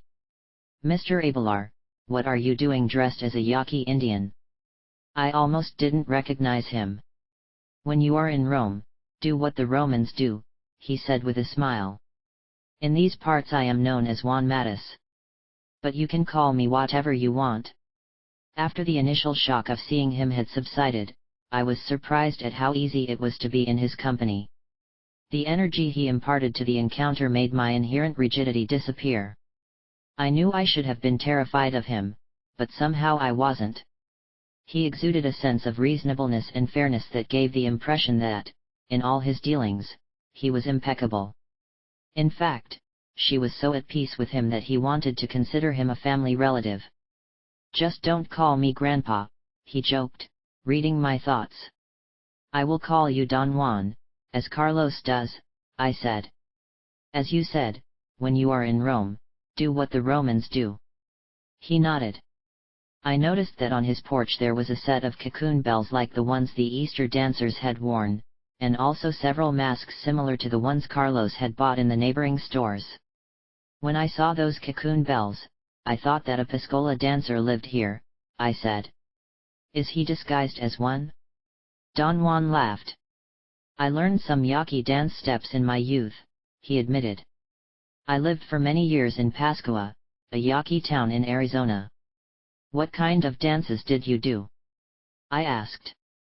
Deer dancing was my specialty, he said, walking over to where she was sitting. He took a look at my notebook in which I had already begun to draw some of the ramada and some of the masks. Can you tell me about the deer dance? I asked, covering my drawings with my forearm. I didn't tell him about the dances I had just seen in Patam. Do you want a demonstration? He offered. For a moment I hesitated, wondering if I shouldn't wait for Carlos to return. Carlos won't be back for quite some time, Don Juan informed me. Right now he is going to Ciudad Obregón for some business. What kind of business? I asked, alarmed. Besides the fact that his car is here, how is he going to get there? Someone is driving him in her car, he said with emphasis on hers. He looked at me as if to assess my reaction. I registered a moment of trepidation. You mean you're looking for more masks? What about me? What am I supposed to do, wait in the car until you come back? You are not the only business he has, señorita, Don Juan said sternly. He is busy elsewhere at the moment. He left you here in my care. But when will he be back? Not tonight, he said sharply. He gave me a look that left no room for further questions or comments. You have always been interested in movements and martial arts, he reminded me. Yaqui dances are quite different from Oriental movements. Don Juan bent down and began to put on the cocoon bells he had pulled from a stake. Up close, I could see that they were made of hundreds of dried moth larvae sewn into a wide leather strap that was tied around the calves. Then he took a mask from a deer's head, like the one the Patam's deer dancer had worn. Part of it was made from the head of a royal deer with ears, a pointed snout and antlers. Don Juan was ready to demonstrate the deer dance. Anxiously, I took my notebook and pencil to write down notes. Benny had explained that the masked dancers communicated with the kingdom of the invisible through their movements, but I still did not know how the dance steps were done or what they meant. Don Juan began to gently slide his sandy feet onto the dirt floor under the ramada, apparently brushing the ground with deer hooves. His back was slightly arched and his head looked down. With his ankles and knees bent, his movements took on an elegant and graceful appearance as if he identified with the animal that the mask represented. His body became more agile, his movements light but forceful.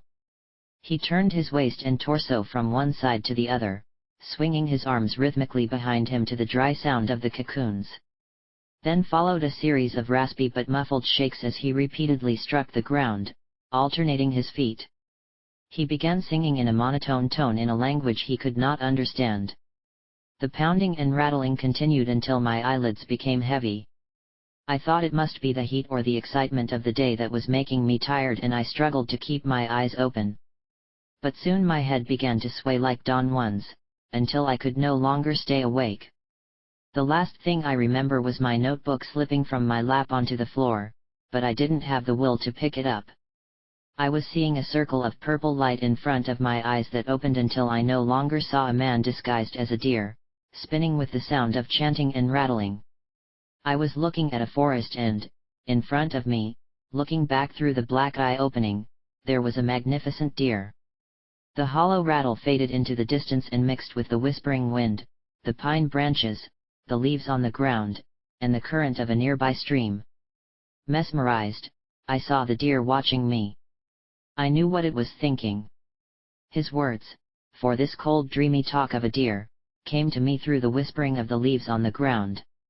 More wordless sounds came out of its mouth like a fountain of bubbles floating towards me. Instantly, I and the deer became friends, because he too could understand my thoughts. "Don't be surprised that you can understand me," said the deer without moving his mouth.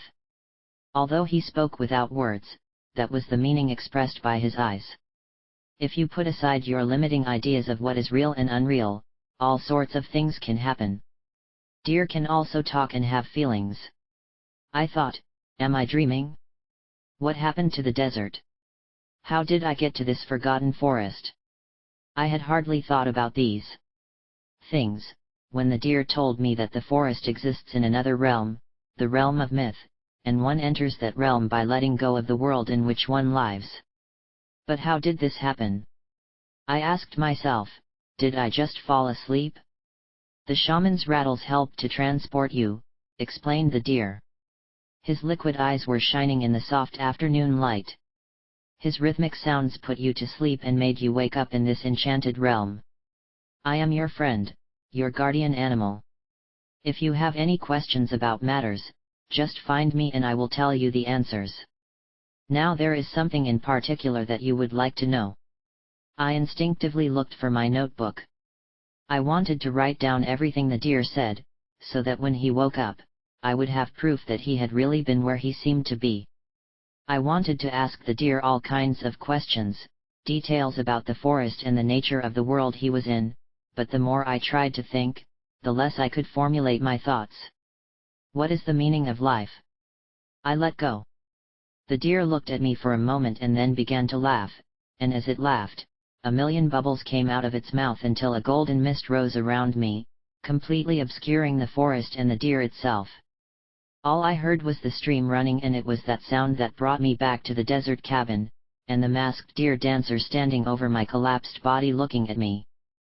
Slowly, I remembered who and where I was and marveled at the sorcery by which Don Juan had transported me into the realm of dreams. I wanted to ask him if he too had seen the deer, or if he had really become the deer, but talking required too much effort. Don Juan took off his mask and examined me from head to toe. I knew I had seen a vision. I wanted to ask him how it was done, how he had opened his black eye right in front of me, but he instructed me to remain silent. He gave his cocoon bells a few more shakes as he walked away from me, then bent down and untied the bells on his ankles. The cocoons are made of dried moth larvae, he explained, holding them up for me to see. When so many come together, they have the power to break barriers and transport. The mask of the deer calls the guardian spirit to come to the window of this world. However, it is easy to slip away. You've had a short trip, but now you know it can be done. And you can return to the world of dreams whenever you want. I looked at Don Juan, only half believing it. It occurred to me that he had put some powdered herbs in the water he had been drinking when he bent down to look at my drawing. And that was what had affected me. I took a look at the bottle on the mud brick shelf. It was the deer mask and the cocoon bells, he assured me. No thing in your drink. If the dance and the dancer have power, together they can transport 112 to the other side. Don Juan hung the bells on a nail on the Ramada pole. He carefully wrapped the deer mask in a piece of cloth, then excused himself and entered the house to put it away. Twilight spilled over the floor, casting liquid shadows everywhere. For a long time I stared at the notebook on the floor, waiting for Don Juan to return so I could ask him more questions. But when he didn't come out, I finally got enough energy to go inside the house and look for him. But Don Juan wasn't there. He seemed to have vanished, perhaps through that illusory crack in the dream world. Cleaning up with Angelica 11. It was too windy to sit under the Ramada at nightfall, and it was too scary to wait inside Don Juan's house, so I decided to sit in the car until Carlos or Don Juan returned. I was engrossed in writing my notes, when I heard a bump on the windshield. I almost jumped through the roof of the car. Don Juan was looking through the glass, telling me to roll down the window. "Let's walk," he said as I got out of the car. He was carrying a bundle tied to his back like a backpack. "But won't it be dark soon?" I said. "All the better," he replied. Obediently, I put on my poncho and hat and followed him into the chaparral. According to my compass, which I always carried with me, we were heading west. As I walked behind him, I noticed his hands. The tips of his middle and ring fingers were curved and pressed against his palms, while his thumb, index, and little fingers were extended in a natural position. "Keep your fingers like this and you won't get tired," he said, raising his hand for me to see. "And positioning your gaze just over the horizon helps calm your thoughts. If you succeed, you will have more energy as you walk." "Where are we going?" I asked him, trying to copy the position of his hand. To a place of power, he said, quickening his pace. Even though I kept my eyes right on the horizon as Don Juan had recommended, I could not calm my thoughts. I was lining up in my mind all the questions I hadn't been able to ask him before. Now they were about to come out. Was it really the power of the mask and the movements of the dance that made me have that vision of the deer? I waited. The noise of the cocoons was the line that led you to the world of dreams and the link that brought you back, said Don Juan. But the dancer himself can move someone with his intent. What do you mean by intent? I asked. I mean that the energy that comes out of the dancer can affect the energy of the observer and can change the world around him. You, being liquid, were easily moved. But is there really another world that one can enter? Do you believe in the Yaqui myth of the Mount Kingdom being populated by invisible people? And what about the spiritual animals, do they exist? He stopped to look at me for a moment. After what you have seen, how can you ask such questions? I just want your opinion, I said defensively. The Yaqui Indians call it the Mount Kingdom, but I call it the world of dreams, he said. You women are better at entering this kingdom than men because you are less rigid in your expectations and beliefs. Now, no more questions. Let us walk in silence. The distant hills were already bathed in shades of dark purple. And the sky was what my art teachers had always called a perfect watercolor sky, with rolling clouds in different shades of gray, red, and pink. We arrived at a group of green bushes in a long row of poplars. When we were closer, I could see that the upper branches of the trees had been cut off, as if they had been harvested or someone had done a bad job of pruning. Still, it was one of the few areas of the land where there was lush vegetation. That's the Yaqui River, Don Juan said, pointing to the group of trees. It runs through the territory, bringing the only source of water to the land. That is why the places along it are points of energy. Plants and animals come to them, as well as spirits seeking moisture. We crossed a low plank bridge, which seemed about to collapse under our feet. It's not very big, I said, looking down. And it's practically dry. Somehow I expected a real river full of water. After the rains it fills up, he assured me, but it's never very wide. We went down the ravine to a stream on the other side. It was one of the areas where the ground was wet. Don Juan told me to be careful because the rocks were slippery. After walking along the creek for a while, we sat down on a rock. Don Juan took off his backpack, reached in and handed me a round Mexican bread and an orange, and some thin strips of dried meat. I was hungry because I hadn't eaten since lunch. We had lost our food at the Holy Trinity Festival, because as visitors, it would not be safe for us to eat from street vendors. I started peeling the orange and wiped my fingers with some dried leaves. From where we sat, I could hear the trucks rumbling on the road waving dust clouds and the exhaust pipes. The trucks in Mexico have names that the owners have given them that they paint on the bumpers, Don Juan explained. The one that just passed is called Corazon Herido, Wounded Heart. I wondered how he knew that, because there was no way he could have seen the truck from where we were sitting. I see, he said casually. What does it mean to see, Don Juan? It means different things to different people. Sometimes it's being sure that one thing is so. Other times it is a voice telling you something specific. Or it can be a visual sensation of seeing energy fibers or colors moving around a person, plant, animal, or object. It can even be a longing that grabs you and doesn't let go. I have a longing that won't let go, I said, but I don't know what it is. I can never express it. It comes from very far away. Don Juan looked at me for a moment and then shook his head. That is not seeing, that is called pampering. He burst out with a genuine laugh. I wanted to argue with him, but he shook his head. I bet it has something to do with finding love, he said, elbowing me. I suppose you're right, I admitted, but don't sorcerers love or want to be loved? They do. But not in the way ordinary people fall in and out of love. The affection of a sorcerer is incomparable. He has no personal interest or attachment to his feeling. It is given without any commitment. And once given, it never, ever undoes itself. The rotundity of his statements gave me chills. It made any notion of love I might have encountered seem insignificant, inferior, and steeped in emotional surrender. I don't know if I could commit myself in such a definitive and absolute way, I said, offering him half of the bread. Don Juan laughed and said it had nothing to do with personal choice or commitment. It was more a matter of destiny, which one accepted and acted impeccably or opposed to one's last breath. The flow of destiny that binds people together is rare and mysterious, he said softly.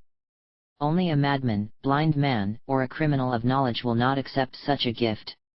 What is a criminal of knowledge? His eyes were bright as if he remembered something that happened long ago. Someone who knows the best, but stubbornly refuses to act on his knowledge. Then he laughed and said jokingly, "Don't worry, this is not an old man's proposal." I also laughed, but a little more nervously than I intended. Don Juan was far from an old man. Another truck passed by. I wondered where it was going. Maybe to Mazatlan, or Guadalajara, or even as far south as Mexico City. I told Don Juan that I had never been to any of these places. "You'll be there soon," he said with such certainty that I felt compelled to ask, "How do you know? Are you seeing again?" "Carlos will take you there," he said. "Zuleika is in Guadalajara waiting for you. She has something to show you." "Can't I stay here with you?" I asked him, feeling comfortable in her company and afraid to death of what Zuleika had to show me. "No, your path is different. We are all obliged to help you, but you are not like us. You have to go back to Los Angeles. You have other things to do." "What will I have to do?" I asked in alarm. "That is for the spirit to decide. It will tell you, and your power will dictate what you are capable of." He elbowed me and said softly, "You are capable of more than you realize." At that moment, a gust of wind shook the leaves of the poplars. I felt a chill go into my bones. The consequence of not living up to the spirit's challenge was too exaggerated to formulate, so even though I thought I didn't know what that challenge might be, I decided to take it. "Tell me more about the dear dancer, Don Juan. Exactly how does the dancer enter another realm?" Don Juan took off his hat and wiped his forehead with a handkerchief he had in his shirt pocket. "At first, entering the world of dreams can be a frightening experience, or it can only seem like a dream from which one does not wake up. But to a sorcerer, that dream is real, and if you enter that world often enough, it will become real to you too." "How can a sorcerer or a yaqui say that the dream world is real? Can't they tell the difference between the waking state and dreams?" "It is real to the sorcerers because they can act in the dream state with certainty and control. They stalk their dreams, they can learn things, find things, understand things that are not clear in the daily world." "What kind of things?" "Things about the future, or what someone is doing from miles away. It's a way of seeing beyond what's in front of you."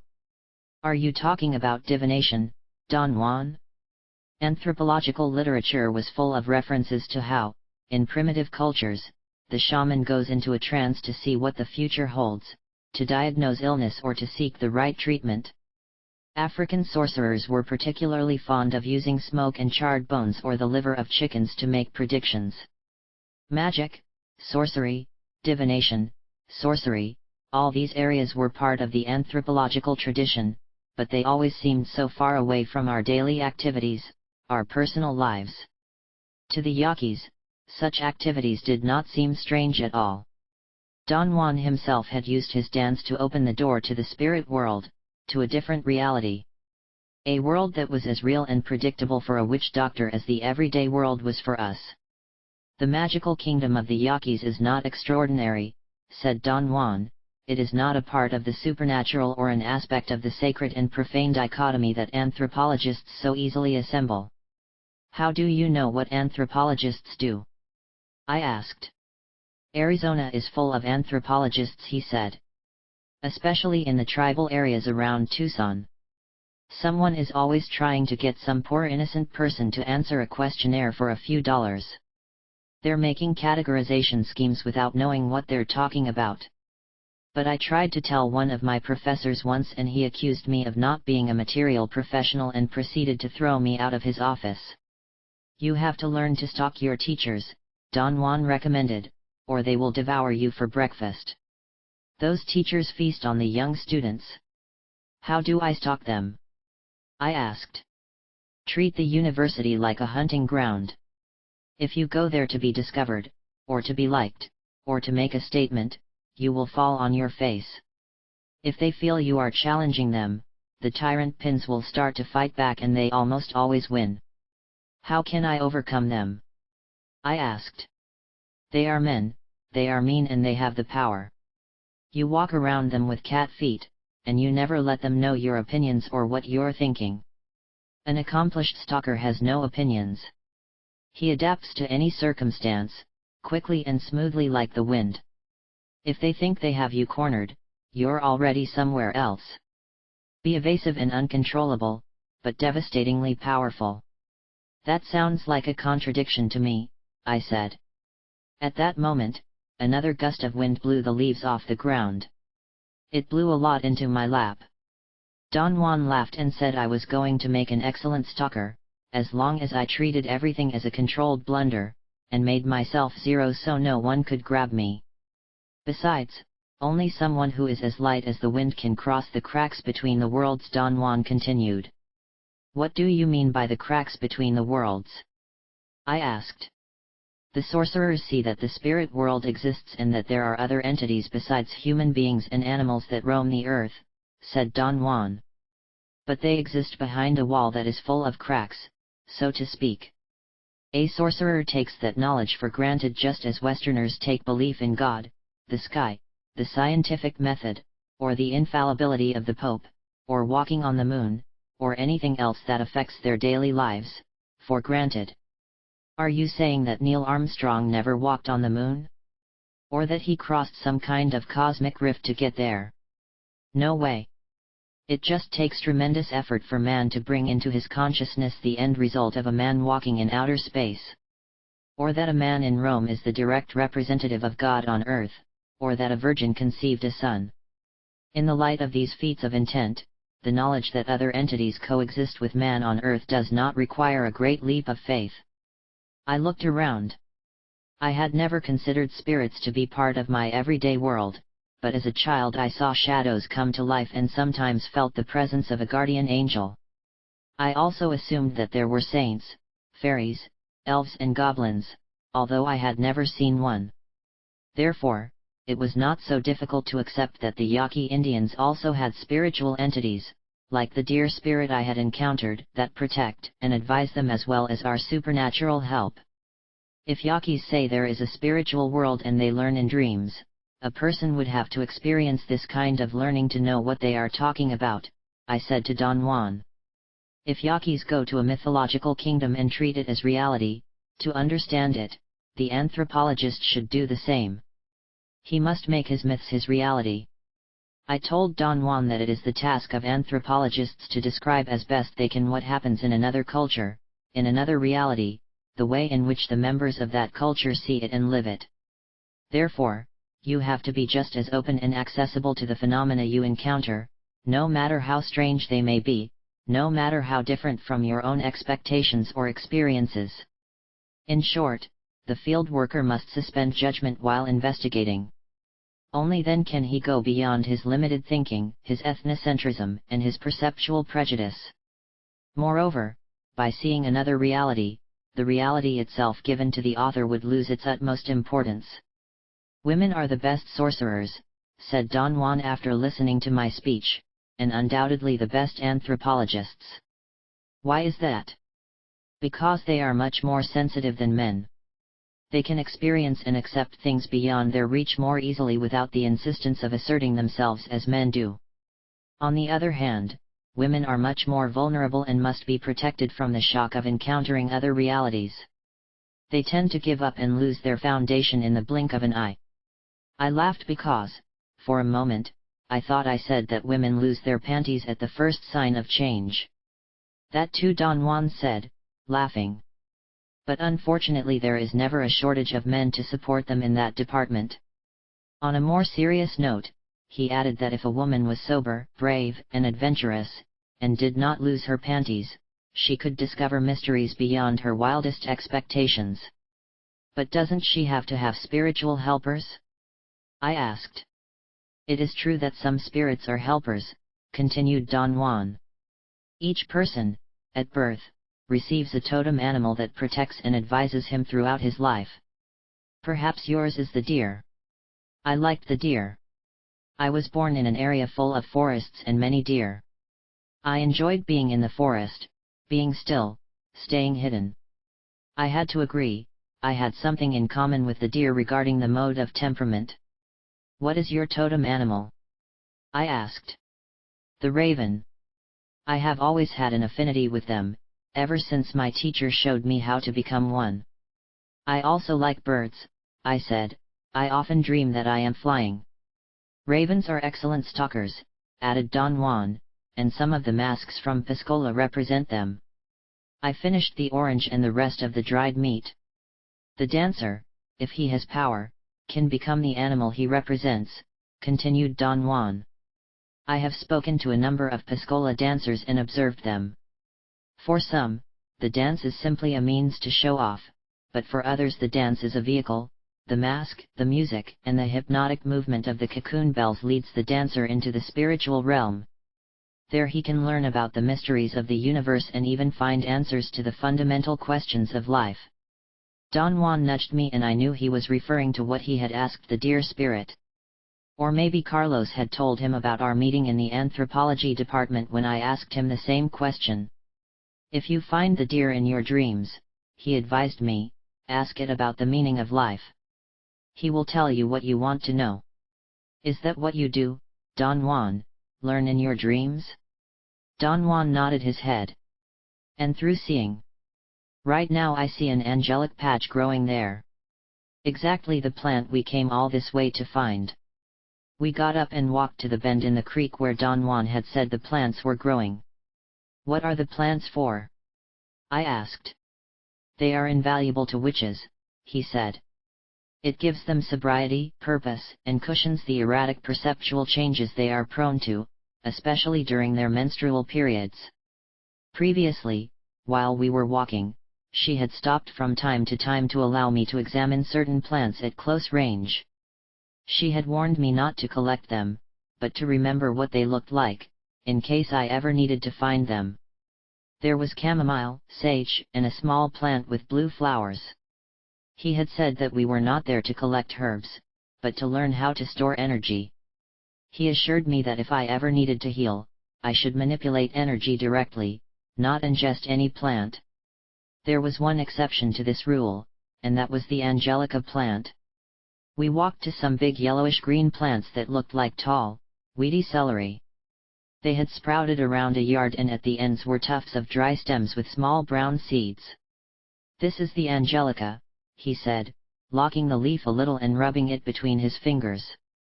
It smells like celery, I said, smelling. What does it taste like? Find out for yourself, she said and gave me a few seeds to chew on. They tasted like bitter celery. Shall I make an infusion from the leaves or seeds? I asked. You can either chew the seeds directly, but in your case it is better to smoke it. How do I smoke it? First you dry the stalks and then you crush them a little and put them in a pipe and light a match. I've never smoked anything in my life, I said. Not even marijuana? He joked. A friend of mine gave me a joint once to try, but I didn't like it. The smoke really hurt my lungs and made me sneeze. You see, I'm allergic to the smoke. This isn't marijuana, he said seriously. Besides, you probably inhaled too much smoke into your lungs when you should have let the smoke envelop you. What does Angelica's smoke do? I asked. It cleanses the energy fibers in your body. She took a step back and gave me a wobbly look, moving her eyes up and down from her head to her feet. There is a lot of debris attached to her fibers despite your recapitulation, she said. So in difficult cases like you, one has to use smoke to clean up twice as much. You don't have to inhale it. Just let the smoke caress you. He knows what to do. He'll clean you up without you having to direct him. Don Juan picked up some of the dried stems and put them inside his backpack. He said he would give them to me later. If I ran out, I would have to find the next batch myself. What will I do if I can't come back here? I said. The angelica grows everywhere, he replied. You can find it in abundance in the canyons around Los Angeles. Then you must let the stems dry and find a pipe in your dreams and put some crushed leaves inside. Or you can light the tip of the stem directly. We sat down on a log and he asked me for a match. I took a little book of matches out of my pocket, because along with the compass, I always carry a little book of matches in my pockets so I can watch his flame whenever I need it. I wondered how Don Juan knew I had matches with me. He lit a dry stem about 3 inches long holding a match at its tip. Then he moved the stem back and forth in front of my nose and allowed the smoke to envelop me. The smoke caught me, burned my eyes, and I did not like the feeling at all. But when the smoke dissipated, I experienced an unprecedented calm and clarity. At first I could not pinpoint exactly what the difference was, then I realized that my calm was the result of the fact that my internal dialogue had completely stopped. I had no more thoughts. I was happy to perceive directly, without filtering everything through words and thoughts. I felt that the me that was always in charge had disappeared. Somehow the smoke had left things absolutely still, so that there was no separation between the analytical self and the things I was thinking about. Subtle as it was, it seemed the difference between night and day. During the day, everything is agitated, the streets are full of traffic and noise, the energy of people, and the tension and rush of life fills one's being. At night, things calm down. No one goes anywhere. The birds have also settled in their nests and everything is at rest. This is how I felt after inhaling only a few puffs of smoke, completely at rest, no hurry, no worries, everything had returned to its natural place. The world was as it should be, without the constant interference of thoughts and expectations. It was an exquisite sense of serenity that brought the smoke. It was like burning incense in a church. I began to breathe deeply from my abdomen and savored the tranquility and ease of having nothing to say, nothing to do, and nowhere to go except to be where I was at that very moment. It was as if my being had blended with eternity stretching out before my eyes. The smoke of the angelic is like that, said Don Juan, sensing my state of mind. She expects nothing from you. He humbly does his job of cleaning up the remains of the past. If you are emotionally upset or agitated, surround yourself with angelica smoke. There is no need to inhale it. And only use it when you feel agitated and need to calm down. Never abuse it.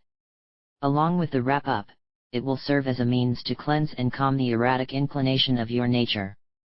Don Juan reiterated that he did not need to use a pipe or actually inhale.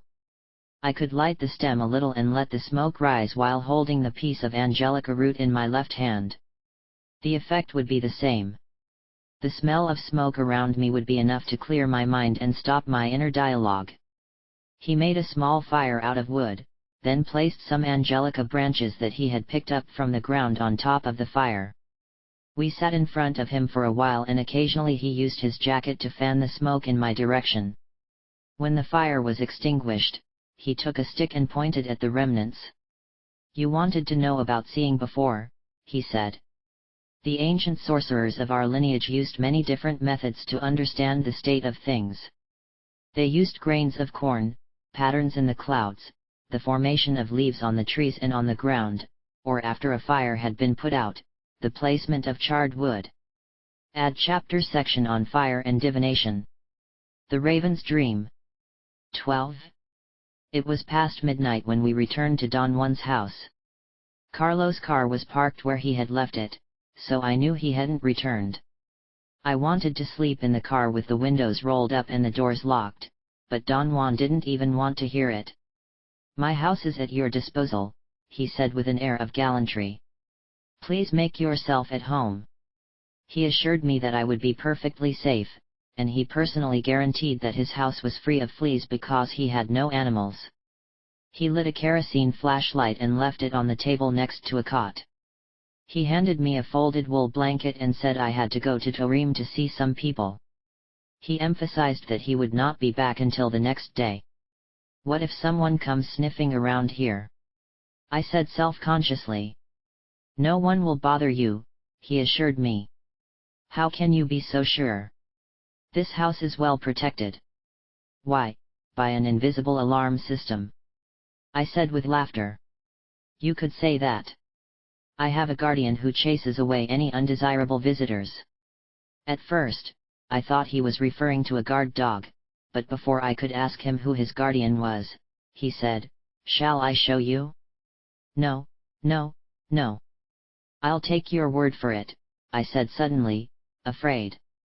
If I was going to sleep there, I didn't want anything scary to betray my imagination.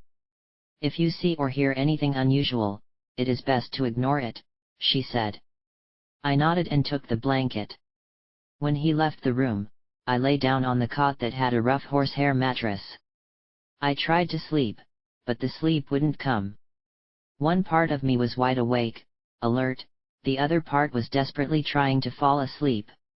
Instead of feeling the hardness of the mattress underneath me, I felt like I was suspended in a soft, warm, numbing cotton wadding.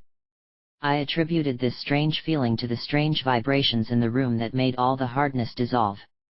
It was a liquid room, moving, changing forms. In the dark. Or, perhaps, it was my blood or adrenaline surging through my body, or being in the lair of the Nawal, but the humming became stronger and my body seemed to disappear and all that was left of me was a slight general tingling. The feeling was reminiscent of the first night I had spent in Clara's tree house. On that occasion, being suspended from the ground had caused my body to expand, like a balloon outward, and had wrapped me in the same sensation of floating that I have no reference to in terms of my physical shape or size. Emilito had later explained this sensation as the departure of my double and the taking over, because being in the treehouse had inhibited the pull of gravity on my physical body. I was remembering Emilito and the mysterious treehouse, when I heard a snap that sounded like a twig breaking, coming from a pile of baskets in the corner of the room. All my senses became alert. The front of my body seemed completely open as if there was a huge hole where my stomach and chest should be.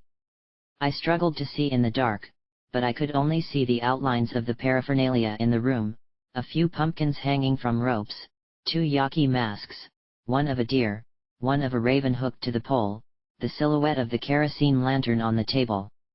I heard the noise again. The click could have been a giant cricket, except that the sound was too clipped, too fragile. It was more like the click of a metal toy from a cheap store, in the shape of a frog or a mouse that breaks when the metal lever is pressed and released. Now the click was on the other side of the room, it seemed to have moved closer to the cot. I stood up a bit, leaning against the folded burlap sack that served as my pillow. I jumped up when I heard the sound next to my head. The click sounded again, this time through the door. It made the area in my middle section jump every time it sounded.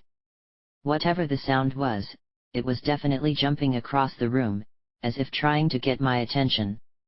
As I lay awake trying to anticipate a place from which the click would come, I realized that in the world of sorcerers, it was full of the unexpected. I decided to follow Don Juan's advice and ignore whatever was in the room. I must have fallen asleep, or I was drifting in a dream that seemed totally real. I was removing the raven mask from the wall and put it on my head. Don Juan was going to show me some moves. First he showed me how to place my feet. Bending my knees, I had to get up on the balls of my feet then fall on my heels repeatedly. I would copy his action, lifting the heels off the ground and then quickly placing them back down again. After a while, it became a single even performance involving my ankle and knee joints. I felt my legs become rubbery, slimy, my hands hung loosely at my sides. I imagined myself as a wine grower trampling a vat of grapes with my bare feet. Then, following Don Juan's example, I arched my upper back as if lifted by a force, and carrying my arms out from the sides of my body, I spread them like the wings of a huge bird. My head was tilted forward and I was looking down as I raised my arms up and down along with my breath. I waved my arms again and again in a repetitive action. After what seemed like an eternity, the ground in front of me opened up and I was no longer dreaming that I was standing waving my arms in simulated flight. I was actually in the air, flying over a breathtaking view of the desert. I could see vegetation, irrigation ditches, roads, and pitaya fences around the flat-roofed adobe houses. As I soared into the air, I moved my arms so hard that I was getting tired. I heard Don Juan say that I didn't have to flap so hard, I could, if I wanted to, just slide. At this suggestion, I let myself go and experienced the most exquisite sensation of sliding through the air. I could feel the wind churning my elegant black feathers. And in the distance I could see the most beautiful snowy mountains.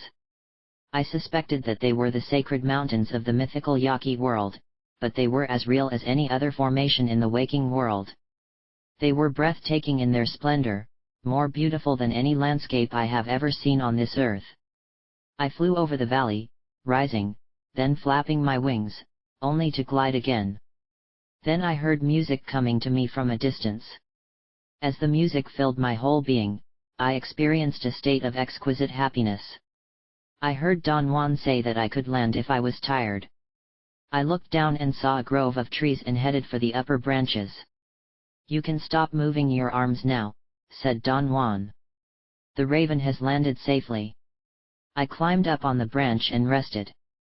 I could feel my raven body, my beak and head, and my feathered wings. I was grooming myself like the birds do, happy to be on the tree with the breeze whispering through the leaves. When I rested, I swooped down into a field and began to jump to the ground. After a while, another crow came and jumped to my side. Then the strangest thing happened. The crow mounted me and we mated like crows do. Not that I had any idea how crows mate. However, I was sure I was experiencing the act the way the crows did. In fact, the other crow, in a very short time, had me in the position I wanted, and a pleasant exchange followed. The realization that the other raven was Don Juan made it all the more exciting. In that dream, I saw and felt things which to the rational mind are incomprehensible. And although my rational mind was overtaken, my senses were sharp and I experienced an outpouring of the deepest affection. It was that wave of emotion that created such agitation deep within me that I would always remember the feeling of my raven body and what it is like to glide through air lighter than the wind. After a while, the field disappeared and I found myself standing in Don Juan's house again, waving my arms in the stylized flight of the raven. I felt something rough brush my face and heard a breath that was not my own. I realized that the blanket was rubbing my cheek and that I was breathing heavily in my sleep. As at the moment of the merging of the double consciousness, I woke up and found myself lying on the cot. I remembered every detail of the dream and closed my eyes to regain the feeling of the wind rushing at me and bringing back the glorious mountain range that surrounds the exultant valley. For a long time, I lay awake in the darkness, half listening for the sound of the clicks to return, but they had stopped. The same thing happened with the loud buzzing that permeated the room. The light was shining through the window at dawn. I leaned over to my notebook and pen and wrote down everything I could remember about the raven's dream. The image of the land was crystal clear, and I could hear the music of the mountains and feel its melodic notes gently vibrating inside my body. When I finished writing down my memories, I put my notebook aside and fell asleep again. I woke up several hours later with the sun shining in my eyes. I realized from the light that it was going to be an extremely hot day. I sat down when I heard Don Juan come through the door. "How was your accommodation?" he asked, opening a sack of groceries he had put on the table. "I trust it was not too uncomfortable." "I had the most vivid dream of flying over the desert," I said. He asked me to describe the dream in detail, which I did, because it was still fresh in my mind. He looked at me and smiled as if he knew I had deliberately left out the part about the two crows frolicking in the field. "Becoming a raven in a dream is not so unlikely," he said. Doing it while you're awake is another matter. How can you become a crow while you're awake? With unyielding intent, the body will follow the mind wherever it goes, he assured me. I asked him to explain what he meant by that. You do it all the time, he said. For example, when you activate a memory called unhappiness, your whole being is immersed in that feeling and you become unhappy. That's why it's not recommended to give in to anything. The mind is not separated from the body, although we prefer to think what is so. I opened some mineral water and took a sip. Every time we look at ourselves in a mirror, said Don Juan, or see our reflection in a pool of water, we think we see the same person we saw the last time we looked. We can see some changes like wrinkles or a longer beard or a different expression. But we know these differences are superficial. They do not make us another person. We have learned to recognize ourselves as changing beings, but to our inner eye, however, we are the same. He leaned over to me and drew his face uncomfortably close to mine. But it's just a mirage, he whispered, so you should never look too closely in a mirror. You'll fix yourself permanently as something you don't want to be. I suspected that Clara had told him about my repeated request to have mirrors installed in her bathroom at home. I had a hard time adjusting to not seeing my reflection and kept trying to get glimpses of myself on any shiny, reflective surface. He reiterated that we are constantly changing and are never the same from moment to moment. Each new thought, action, or experience makes us different. It is only the memory of ourselves that assures us that we are continuous, stable, and familiar. If we are always changing, I said, how can we recognize ourselves? He said there is no way to recognize ourselves, because we are a mystery. Totally unknown to ourselves and to others. I learned this from my benefactor, the Nawal Julian, and I pass it on to you. We are an indescribable mystery. But I know who I am, I said. That's because you're a fool, said Don Juan, laughing. It's stupid to believe that just because you have a name, an address, a job, or go to school, you already know yourself or others. These attributes are not your real self, they are only ways of describing who you are, so that you may talk about yourself as a social person. Are you saying I don't exist? You exist, but not in the way you think, he said. Don Juan emphasized that the idea that the body is a constant continuous entity is one of the most difficult assumptions to break. Why does that happen? I asked, taking a bite of the bread he brought. Because people identify with their bodies, which they perceive in the way that is accepted by the world around them. I argued that the physical body is real and not an appearance. But he insisted that maintaining this position derives from limited perception and incorrect common sense. Your body is an idea, an abstraction, he reiterated. How you view it depends on your culture and the mode of time in which you live. For example, people in the past did not have the same perspective of the body that we have. And Western man does not have the same view of it as a sorcerer has. Don't we have basically the same physical structure? 2 arms and legs and a torso? If we had the same physical composition, we would all be able to do the same things, he answered. But most people cannot fly the air, or pass through walls, or spread their light fibers to travel over great distances, or disappear right in front of your eyes. Some people cannot perceive the ethereal or energetic body that would allow them to perform these extraordinary feats. Therefore, unlike the sorcerer who daily tunes in and invigorates his energetic body, his double, the average person does nothing to improve it, but does everything to enhance his self-importance, his social persona. What do you mean by self-importance? I asked. Don Juan thought for a moment as he chose his words. It's putting undue emphasis on a person's idea of himself. In order for that idea to become a reality, it must be given constant energy. One must always attend to it, sustain it, strengthen it, pamper it in order to keep it alive. When I asked him why this was so, Don Juan answered that people have lost touch with their mysterious origins that represent the unknown and are left with only an insignificant imitation, a chimerical idea that they consider to be real.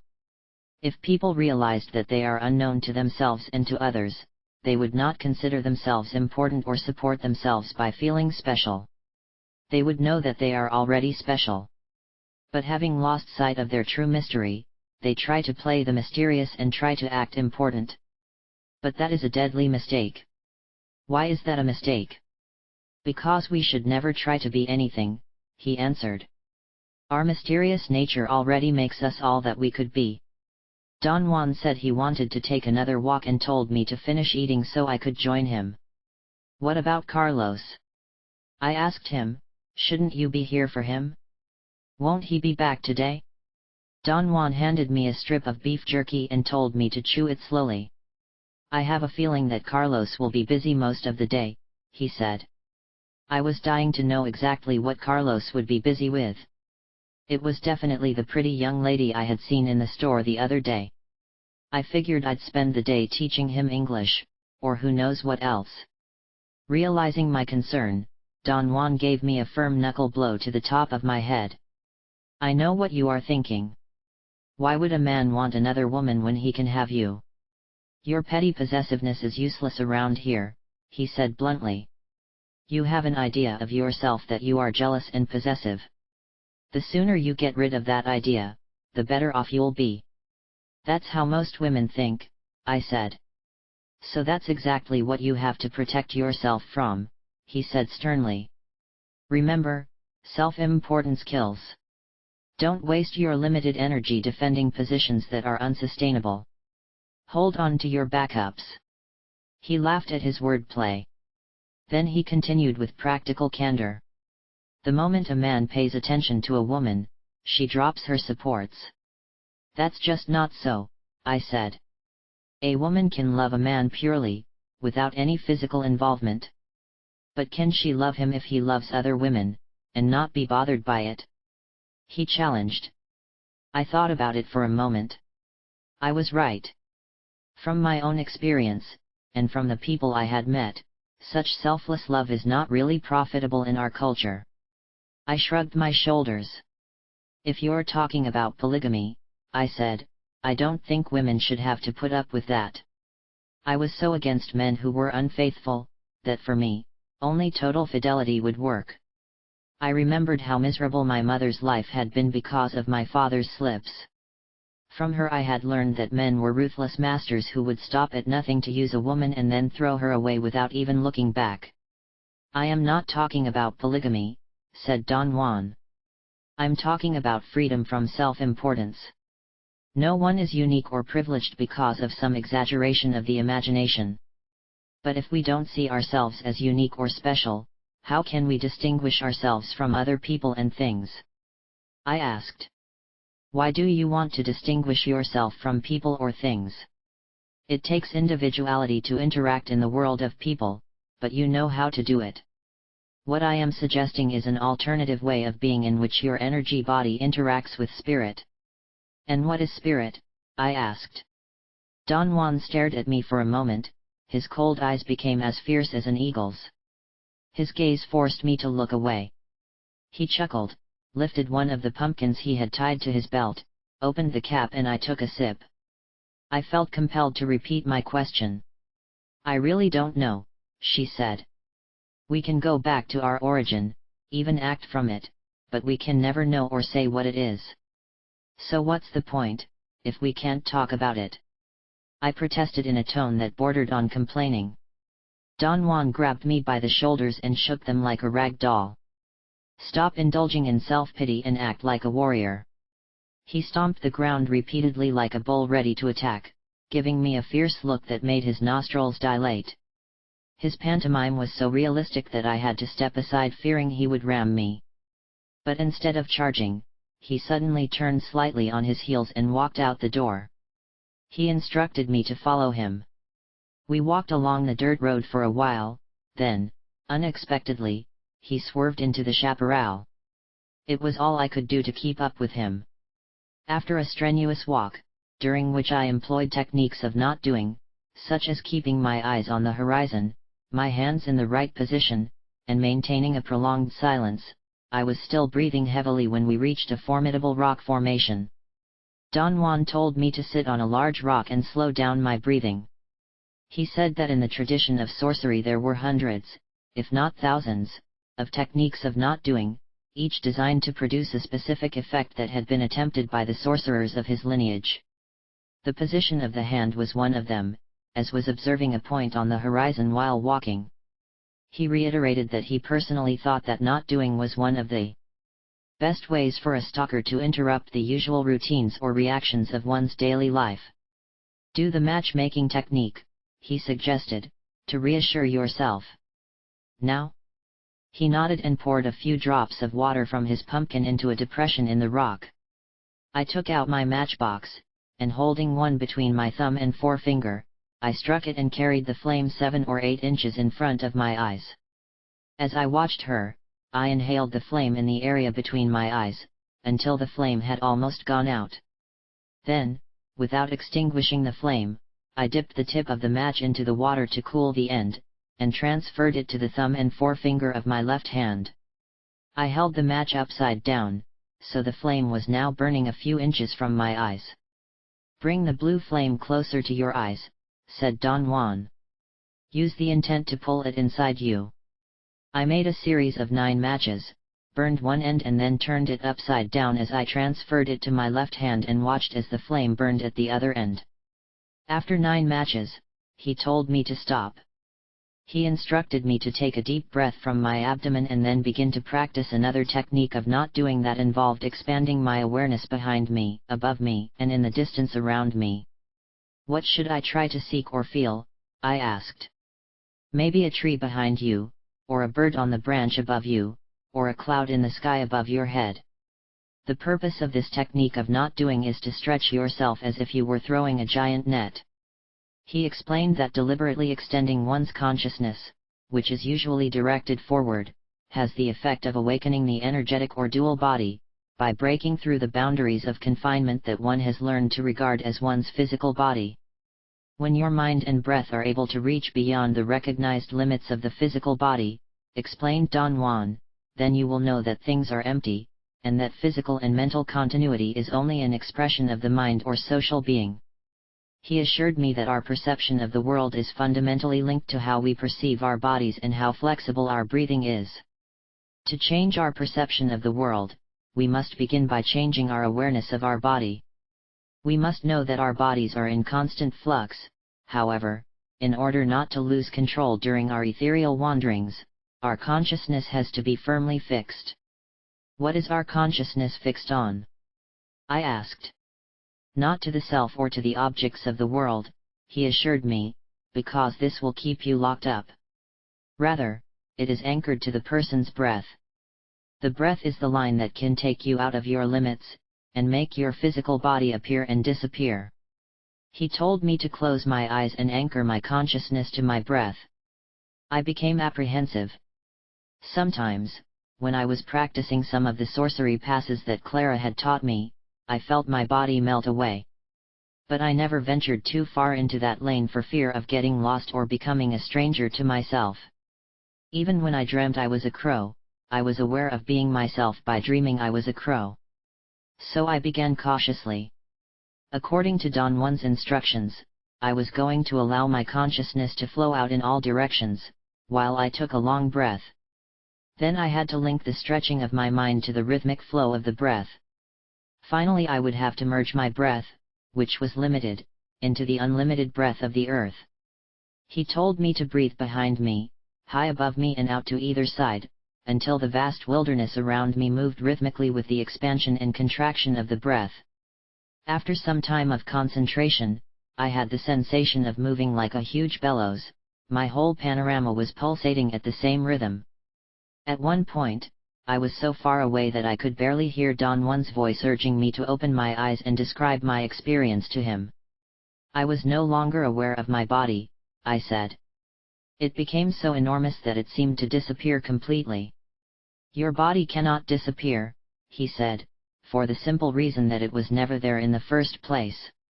I rubbed my calves to get the blood back. It is the way you place your attention that makes you think you have a physical body, said Don Juan. Place your attention differently, and you will have a different body, perhaps that of a horse or a cow or a hawk. I told him I didn't want the body of a horse or a cow. But I wouldn't mind being a hawk, temporarily. You don't need to worry about changing your form permanently, he assured me. Fate has given you the form of a human being, and no matter where you are, that memory will always take you back to that particular configuration, at least for the time being. He suggested that since I had dreamt of being a crow flying over landscapes, I could try, if I had enough energy, to hold that configuration for a short time by using my breath and my attention to bring about change. Stalking with the devil is what allows you to keep the point of fit fixed in the new dream position, he said. It means unleashing all the ramifications of being a crow. What it means to fly, how the crows feel and move, what it means to interact with other birds, and even to mate as a bird. You did it in your dream before. Let's see if you can move your point of attachment to that position now, starting from your waking state. He cleared an area of land and extended my poncho. Then he told me to lie on my stomach and repeat the breathing I had just done. Once again, I was to place all of my consciousness outside of myself, then use my mind to imagine that I had formed wings in my breath to create the sensation of flight. After a period of intense concentration and controlled breathing, I felt a heaviness on each side of me. It was as if I had giant wings, rhythmically moving my breathing pattern. The area around my face had grown long and pointed, while my legs and arms had become numb and heavy, until they disappeared completely. I was looking down, the earth had become transparent and I could see the fields below me. All the while, the rhythmic expansion of my breath kept the giant wings moving. At one point, I heard Don Juan whisper that I should slow down my breathing and fly for a moment. At that suggestion, my breathing slowed down. I could feel the wind as the scenes below me moved and the treetops, dozens of bushes and distant hills came into view. Then I took another breath and was flying again. After a while, Don Juan told me to stop. He said that I should open my eyes and concentrate again on my physical body. As I was doing this, I noticed that the area corresponding to my chin was completely numb, it had been pressed against the hard ground. My arms and legs were also asleep and it took some time before I could move them again. Don Juan energetically massaged my calves and arms until I felt a sharp, painful tingling sensation. When that feeling went away, I felt solid again. Was I dreaming? I once asked him what he had described to Don Juan about my experience. You were not asleep, Don Juan assured me. You used your intent and focused on your breathing to change your form. When the breath gives life to an idea, that new configuration becomes real. He said that the key to any transformation or change of form in sorcery combined the breath with an idea to give it life. Most of the time, a person has an idea without the power of the breath to materialize it, he said. Or he may have the proper energy of the breath, without the intent to give it form and direction. But when the breath and intent come together as movement and direction, energy and form, then a new reality is created and sustained while the two are united. That is what the sorcerers call stalking with the devil. It means using the energetic body to perceive a reality with form and substance and energetic validity. Certainly it was as if it had wings and was flying. And I don't remember falling asleep, I said. It was as real as the world in front of me now. Of course, you couldn't hold that for very long. Don Juan continued, because to concentrate one's breath and embody an idea takes extraordinary energy. I lent you some of mine so that you would have no problem concentrating your breath and bringing a different reality to life. A reality that you found on your own before when you were dreaming. Now you reactivated that same perceptual place. So now you have another position to go to, which is as real as being a human being. He reiterated that by combining intent and breath, one can for a time change one's perception of one's reality, and one will wish to move beyond the restrictive limits of one's body configuration. This is what sorcerers can do with the devil, he repeated, and this is what sorcerers do, they expand the possibilities of perceiving beyond the limit that we are allowed as social beings. In other words, this maximizes the experience as conscious beings. Don Juan went on to say that becoming a bird or an animal was one of the positions of power handed down by the ancient sorcerers of his lineage. It is one of the techniques of non-doing that is still used today. Being a human being means more than being born, living, and then dying, he said. It means expanding one's potential by going beyond the known limits of one's existence and leaping into the unknown. Because having a body is not simply being that amount of flesh and blood that has to be fed and kept alive at any cost. To be alive, he emphasized, is to be aware, to be a point of view that never knows its own limits. However, one must try to understand one's own nature, to intuit from a finite perspective, one's infinite possibilities. Don Juan said that another precept of the stalker was to never know what he was, but to always act as if he knew. Give reality more substance and then discard it. That's what it means to be alive, he said. Intuitively capture the wonder of the world, and boldly leap into infinity despite our rational limitations to link our breath to anything we can imagine until we become so fluid and unknown to ourselves that we become the unimaginable. To lurk with the devil is to try to touch the bottomless sources of our mysterious origins. Don Juan suggested that I sit quietly for a moment and think about what he had said, because changing forms in the tradition of the sorcerers was a deliberate act of not making the body, a complex stalking maneuver. Only by starting from the inner silence can we reach the deep level of consciousness that will allow us to understand and move intuitively, he said. Only through relaxation and sobriety can the relentless control of reason be eluded. He uncorked his pumpkin and gave me a drink. I immediately felt better and noticed that the nervous tremor that had taken over my midsection was almost gone. It is not our body that makes us the same day after day, he revealed after a long silence. One's body is constantly degenerating, and soon it will die. Consider your body as yourself and you too will degenerate and die. Then how should I consider myself? I asked. Don Juan smiled. His eyes became two slits as he looked at me. Look at yourself as a spirit that wanders in the kingdom of the changeless, he answered. Consider yourself one with the mysterious darkness that never increases or decreases. Consider yourself as these, and your potential will be unlimited. Don Juan explained that while our bodies and our actions are in constant flux, only the realm of mysterious darkness remains constant because nothing can be added to or taken away from it. Therefore, to have genuine continuity, which in essence is not continuity at all, we must link to the layer beyond the world of appearances. Our bodies must become so abstract that we are aware of non-being. We are what we are not, Don Juan said cryptically, and what we think we are is temporary, illusory, and only the smallest fragment of our true nature. Then, if we can never know ourselves, I said, it seems to me too lonely, too isolated a path to be beneficial. I always thought that even if people were indifferent to others, they were still there to appeal. To be without oneself would be to be without others, and that seemed to me the coldest and most desolate way of existence. There is no way you can be with yourself or others, Don Juan reiterated, except as a controlled blunder. We are the empty manifestation of an inscrutable force that the sorcerers call the eagle. He said that the light that reaches our eyes is the emanations of the eagle. He stressed that it is wrong for us to consider our actions as our own, or to think of ourselves as being in charge or under command.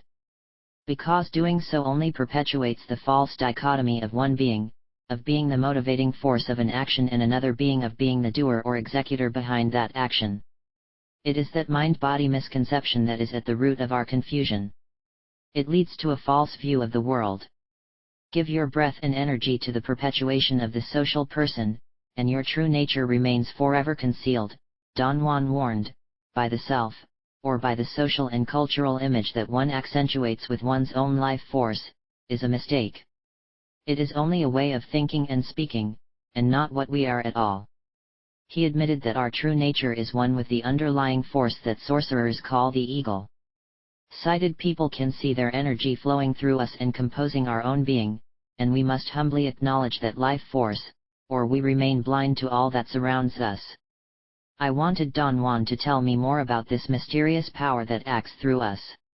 He shrugged his shoulders and replied that there was nothing more to say about it, that we were simply different aspects of the eagle's emanations, just as everything else in existence was.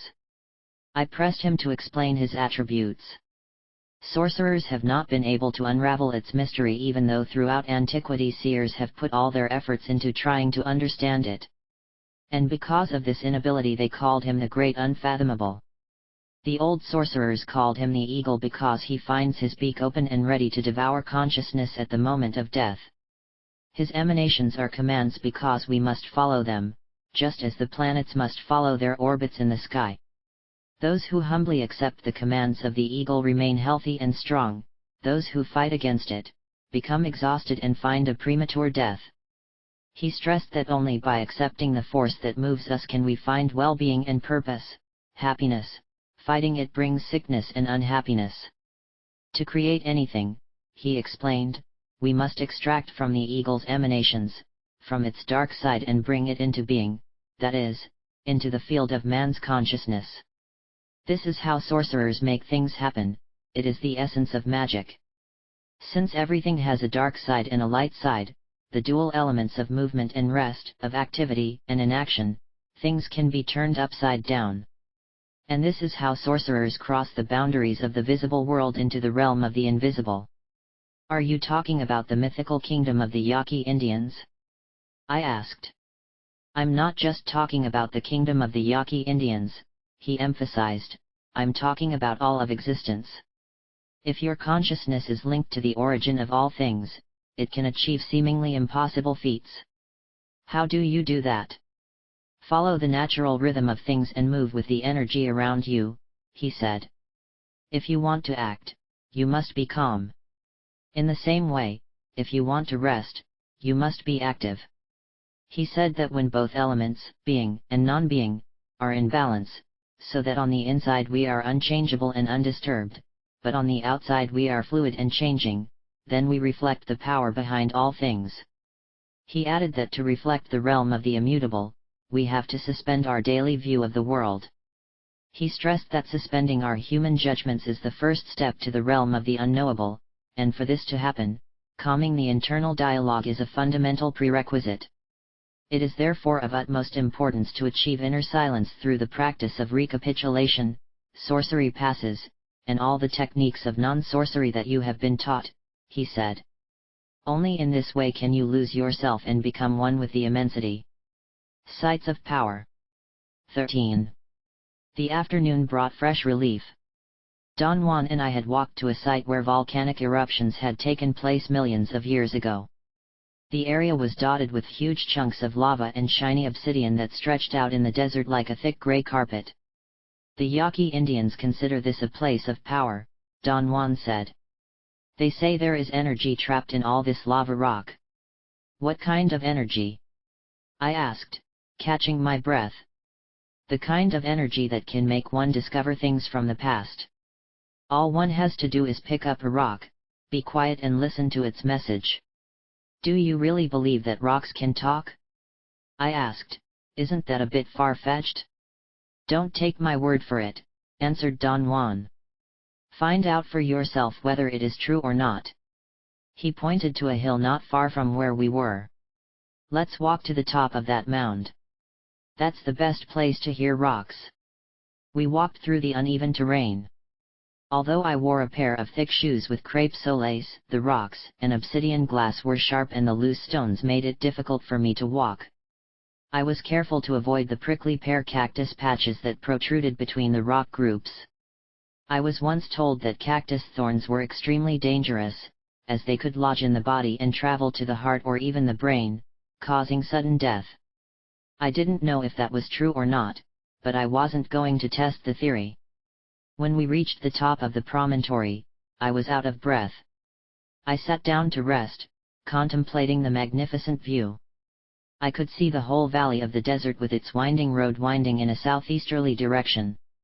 The purple hills in the distance lay like a jagged cut against the sky. Apparently, out of nowhere, a lone crow flew towards us squawking as it passed overhead. Don Juan looked up to notice its direction of flight. He was flying towards the afternoon sun. Does the flight of the ravens mean anything in particular? I asked. You bet it does, he answered, shaking his hat. Especially if one has an affinity with them. Crows can be message bearers. But it is easy to misinterpret omens. What if you misinterpret the message? I asked. All sorts of unfortunate things, he said solemnly. You might end up speeding up, when you should be waiting for your time. Or you might miss a suitable opportunity along the way, because you hesitate to act. Does that mean that a raven could save your life? I said. It could, agreed Don Juan. Ravens and other entities serve as guides. They tell a sorcerer what to do and when to do it. In the world of the warrior, timing is crucial. If you miss your chance, it may never come again. The finality of his words gave me chills. I knew what he meant. There was a condition of being out of sync with life. It was a feeling of inner imbalance, of never catching the crest of the wave and riding it, but always breaking on top of you. So, instead of an awesome ride, you feel depressed, overwhelmed, as if something had hit full force when you were not ready or when you least expected it. That is what I mean by opportune moment, agreed Don Juan when I described this state to him. What causes this condition of being out of place? I asked. Having lost our connection with our devil, he said. I don't understand. Can you explain what you mean? I mean that when we are born we are intrinsically connected to our other side. The lines of communication with the larger picture, so to speak, are open. But as we grow up, we gradually cut off that connection and live with only half of our being. Therefore, we are always unbalanced and feel that something is missing. Don Juan paused for a moment as if wondering if he would continue or not. There is something else, he said, it has to do with the way a person is conceived. If you are going to tell me about the theory of boring conception, I have already heard it from Clara. Well, listen again because obviously it hasn't sunk in. The offspring of any love relationship will be full of energy and will have the power to live in the moment only if both parents are sexually aroused. If only one of the parents had a burst of excitement, the child's energetic nature will be out of balance and a part of him or her will always be left behind. If neither parent is very excited, as is often the case after many years of living with someone, the child will be what we call a bored conception, and will not be able to energetically grasp the flow of life. It's a bleak scenario, I said. Isn't there anything you can do about it? After all, we are not responsible for what happened during the moment of our conception. Of course, there are other factors besides the initial energetic impulse, and that is the challenge of re-establishing the link with the devil. Anyone can do that, no matter how lethargically conceived. How can one re-establish a link with the devil? I asked. Reducing the personal importance. By not worrying about the concreteness of things. By becoming abstract in one's thinking and behavior. Treating everything as manifestations of energy, and not as an objective reality. Focusing on oneself requires the energy one needs to act efficiently. For example, regretting past actions or being too involved in or concerned with the outcome of something overwhelms a person so that he cannot act efficiently, spontaneously, and at the right time. What if you just don't know what to do or when to do it? I said in a whiny tone. You must stop and wait until you grasp the movement of things, replied Don Juan, and listen to the omens, observe the indications given by the world around you. They act directly on your energetic body. Of course, for that you have to be absolutely fluid and reduce your desires to nothing. You must not be in a hurry or need to control or manipulate things. Then you can hear the whispers of the world. Sometimes the omens tell you how to do something. Like, for example, which plant to choose for a particular ailment. Or they predict the outcome of a course of action. Naturally, other forces can tell you these things too. What other forces are those? The voice of seeing, for example. That comes directly from your energy body. Or it can come from another entity that advises you. In either case, it advises you from a place not accessible to your everyday physical body. And you have to open a channel to that place. Don Juan was unusually serious, he kept looking at the hillside as if waiting for someone or something to happen. On an impulse, he raised his arms above his head and stretched out. I imitated his movements that could be compared to a monkey hanging from the invisible branches of the trees. I couldn't help but notice that the sky was sky blue, not gray and misty like in Los Angeles, where sometimes you can't see skyscrapers from a few blocks away. The sky was a clear and impenetrable canopy, pure and crystalline. I imagined that I could hear sounds from miles away, as there was nothing in the air to stop the waves from coming to us. "Sit here for a while, quieten your thoughts and listen to the lava rocks," said Don Juan. "I will go to the other side of the hill so as not to disturb your concentration." "It will not disturb my concentration," I said, but he was already turning a corner. I was about to follow him when it occurred to me that he might have gone to pee behind a rock. I decided to stay and try to listen to the rocks as he had suggested, although I had no idea what he meant by listening to the rocks, or what I was supposed to hear if I did. It took me a long time to calm my thoughts. I was angry with my mother for not being sexually aroused when she made me. Although Nolita had told me from her seeing that my father had been beside himself with passion, my mother had not liked it and had barely felt anything. I blamed her for my shortcomings, for being dependent on others for my well-being, which I was well aware was a disastrous situation. As I was reflecting on this in my mind, my eye was caught by a shiny object about 20 feet in front of me. The sun was reflecting off a piece of glass, or perhaps it was obsidian, or even a piece of metal. When I looked at it, my inner dialogue gradually stopped. In the desert where everything is arid, the mind seems to flatten out as if reflecting the land. The irregular internal peaks of worry and discontent dissolve so that inside and out there are no barriers, expectations, or preconceived ideas that interfere with the natural flow of energy. As I continued my practice of observing, I experienced a welcome moment of release, as if the worries that had been weighing me down had suddenly taken off.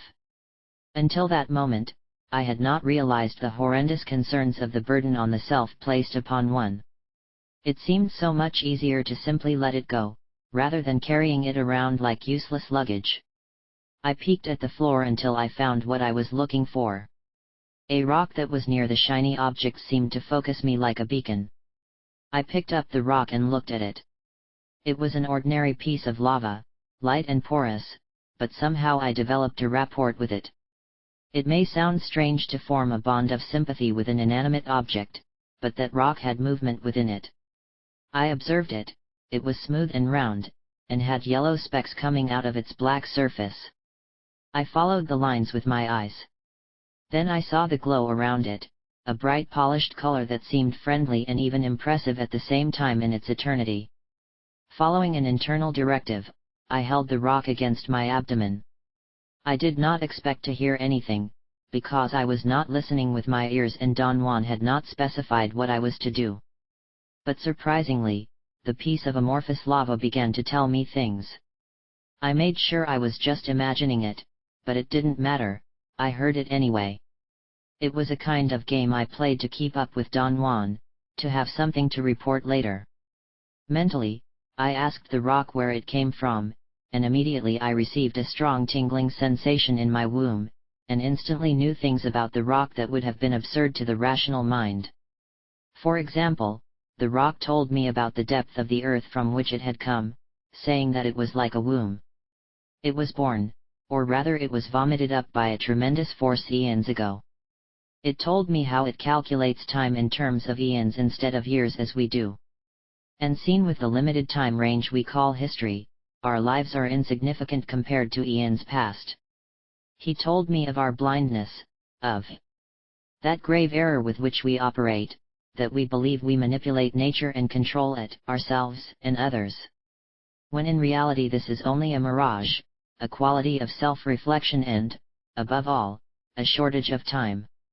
As I held the rock, I had a peculiar feeling of seeing the larger picture, in which it was being controlled, driven by relentless forces towards inevitable destruction.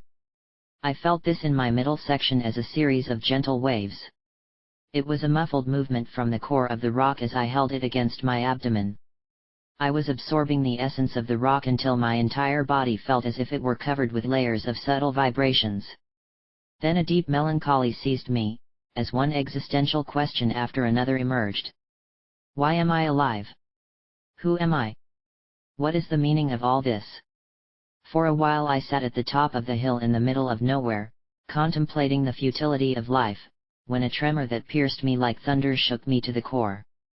I felt a release of feelings that I could not name or isolate. I remembered Clara's words, that the sources of man's complacency have no end. Instead of fighting or containing it, I let the chill pass until everything was quiet again. I felt exhausted, as if a volcano had erupted, spilling mountains of clinging and worry. Experiences that I hadn't fully recapitulated sprang up so suddenly that I couldn't stop to examine them. I didn't even have time to take a deep breath to push the feelings away. I understood how the baggage of memory and experience had made me heavy, burdensome, embedded with worries about what I thought, felt, wanted to be or didn't want to be. These mental fabrications had only served to overwhelm me, so I was always out of sync with time and life. I wanted to let go of everything in me, to leave everything behind, to start with nothing, so that I could be free, but something in me did not want to let go. It was clinging to life and tearing away the oblivion. However, the message of the lava rock was to leave things as they are, not to worry about trivialities, not to struggle or interfere. Things would take care of themselves. Live for today, for the weight of all our yesterdays will drag us down, and thoughts of tomorrow will distract us from our present purpose. The rock told me that there is a way to perceive without possessing, and that was simply by allowing life to unfold, whatever it is, outwardly but inextricably fused with self at any particular time. I looked at the rock and thanked it for its messages. I was about to put it in my pocket to carry as a reminder of how important it is to let go when I felt a tap on my right shoulder. Have you learned nothing from your dazzling insights? I heard a voice say. I instantly dropped the rock and looked up, petrified, panting instead of breathing. There before me was Nolita. I received such a jolt in my midsection that I feared I would have to go to the bathroom on the spot. Nolita told me to immediately assume a half-sitting, half-kneeling posture that witches use in moments of great agitation. She helped me put my right leg under the crotch with my right foot pressing on the perineum, my left knee was bent and my thigh and calf pressed against my body. Use this posture of protection every time you get a fright or a shake, she advised. I sat there for some moments to recover. I was certain that Nolita had manifested herself from the nothing on the hillside as the apparition of a virgin. Then I realized the absurdity of this and said to myself that Nolita had probably been waiting on the other side of the hill and that Don Juan had told her where to find me. I like better the explanation of the Virgin appearing out of nowhere, Nolita said with a smile. It could be the Virgin of Lava. Let's build a cave here in this place. People would come from all over to venerate me. As the saying goes, where there is veneration, even the rocks give off light. I laughed at their cheerful humor and began to feel more at ease. Nolita sat down on a nearby rock. I couldn't help but notice how elegantly she was dressed. She wore a khaki-colored skirt and a matching jacket and high black boots made of soft Napa leather. She looked like an ad in a travel magazine. Did you envy my outfit? She asked, noticing my sneaky looks. I felt like I was blushing. The last thing I wanted to do was envy Nolita's clothes, but something in me couldn't help it. I was so disheveled, so wrinkled that I felt like a pile of dirt next to her cool look. How could anyone look so elegant in the desert? It would never occur to me to dress up and run around among the rocks and cactus. I wish I didn't have to be jealous all the time, I complained. But I can't help it. Every time I see someone with something expensive or beautiful, I want it too. She laughed and reminded me that I had just spent an hour purging myself of my desires and attachments. What happened to all your cathartic understandings, young lady? Me too? Well, at least your looks don't include the crotches of men. I beg your pardon. Why would I look at a man's crotch? Nolita smiled. You'd be surprised how many women are obsessed with men's buttocks. Every time some women pass a man on the street, their eyes automatically wander in that direction. Well, to me men's crotches are the least interesting part of their anatomy, I said annoyingly. But what I mean is that our eyes are trained to look for things. For some of us, it's a good face or a good butt, while for others it's clothing. We were all trained like monkeys to grasp and covet things. I guess you're right, I said, but I can't help wanting the exciting things that others have. You don't know that having possessions isn't important, he said. There's no need to work hard or fight. Everything takes care of itself. I told him how my mother had spent her whole life striving to acquire things, porcelain, furniture, ornaments for the house. And if she didn't have the money to buy certain items, which was usually the case, she would feel private and unhappy. There was always that look of disappointment and envy in her eyes every time we went to visit friends and she saw something for her house like a set of matching kitchen utensils, or matching suitcases, or when one of her friends showed up with a new dress or coat. I refused to take anything she had kept for me when I left, I said defiantly. You may not have taken her embroidered tablecloths that she was keeping for you in her trousseau, said Nolita, but you certainly took her envy with you. It would have been better to take the napkins and cutlery and leave greed behind. That feeling of greed was the legacy she passed on to you. It's easy to leave something solid like napkins, I said. Those things are real. But envy isn't real. How can I let go of something that isn't real? You start by recapitulating, said Nolita.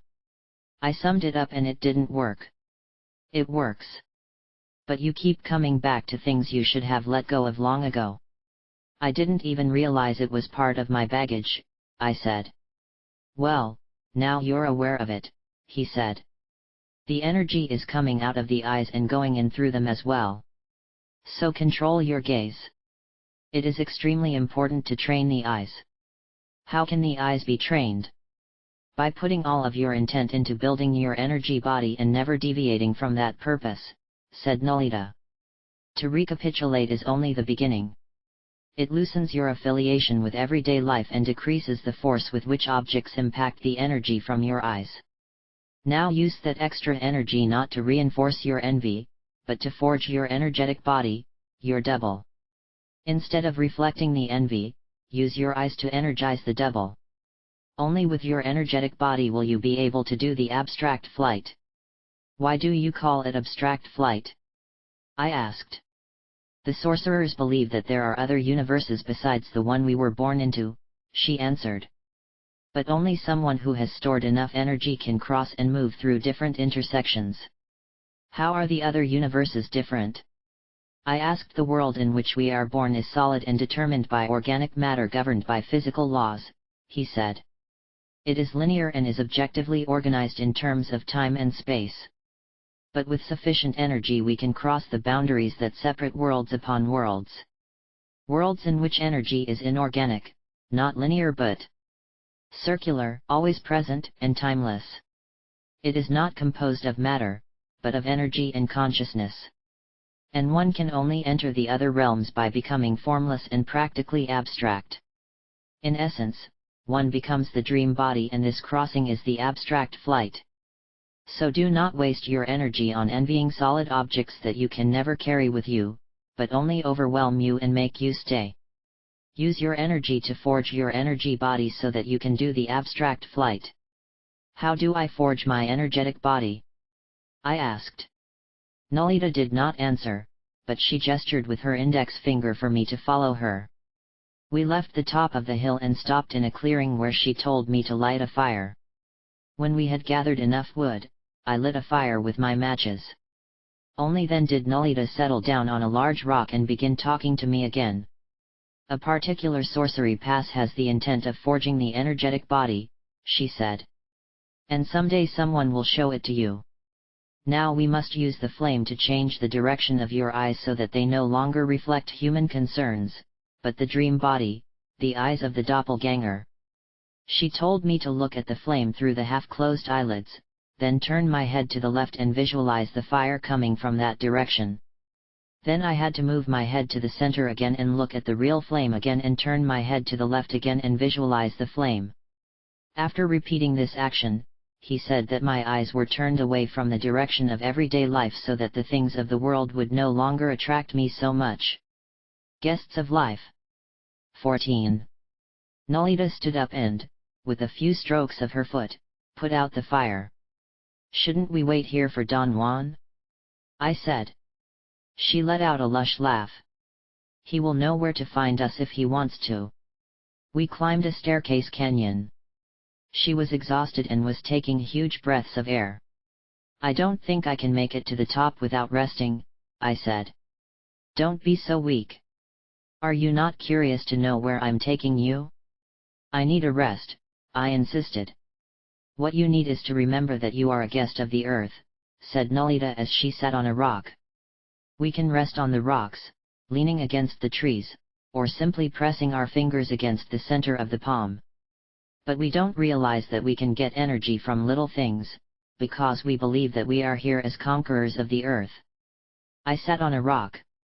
Immediately, I felt some of the energy of the rock coming into my spine through the pressure on my coccyx. Nolita continued to speak. When we feel that we own people and things, we are wasteful and arrogant. We are coercive and we abuse our style of being.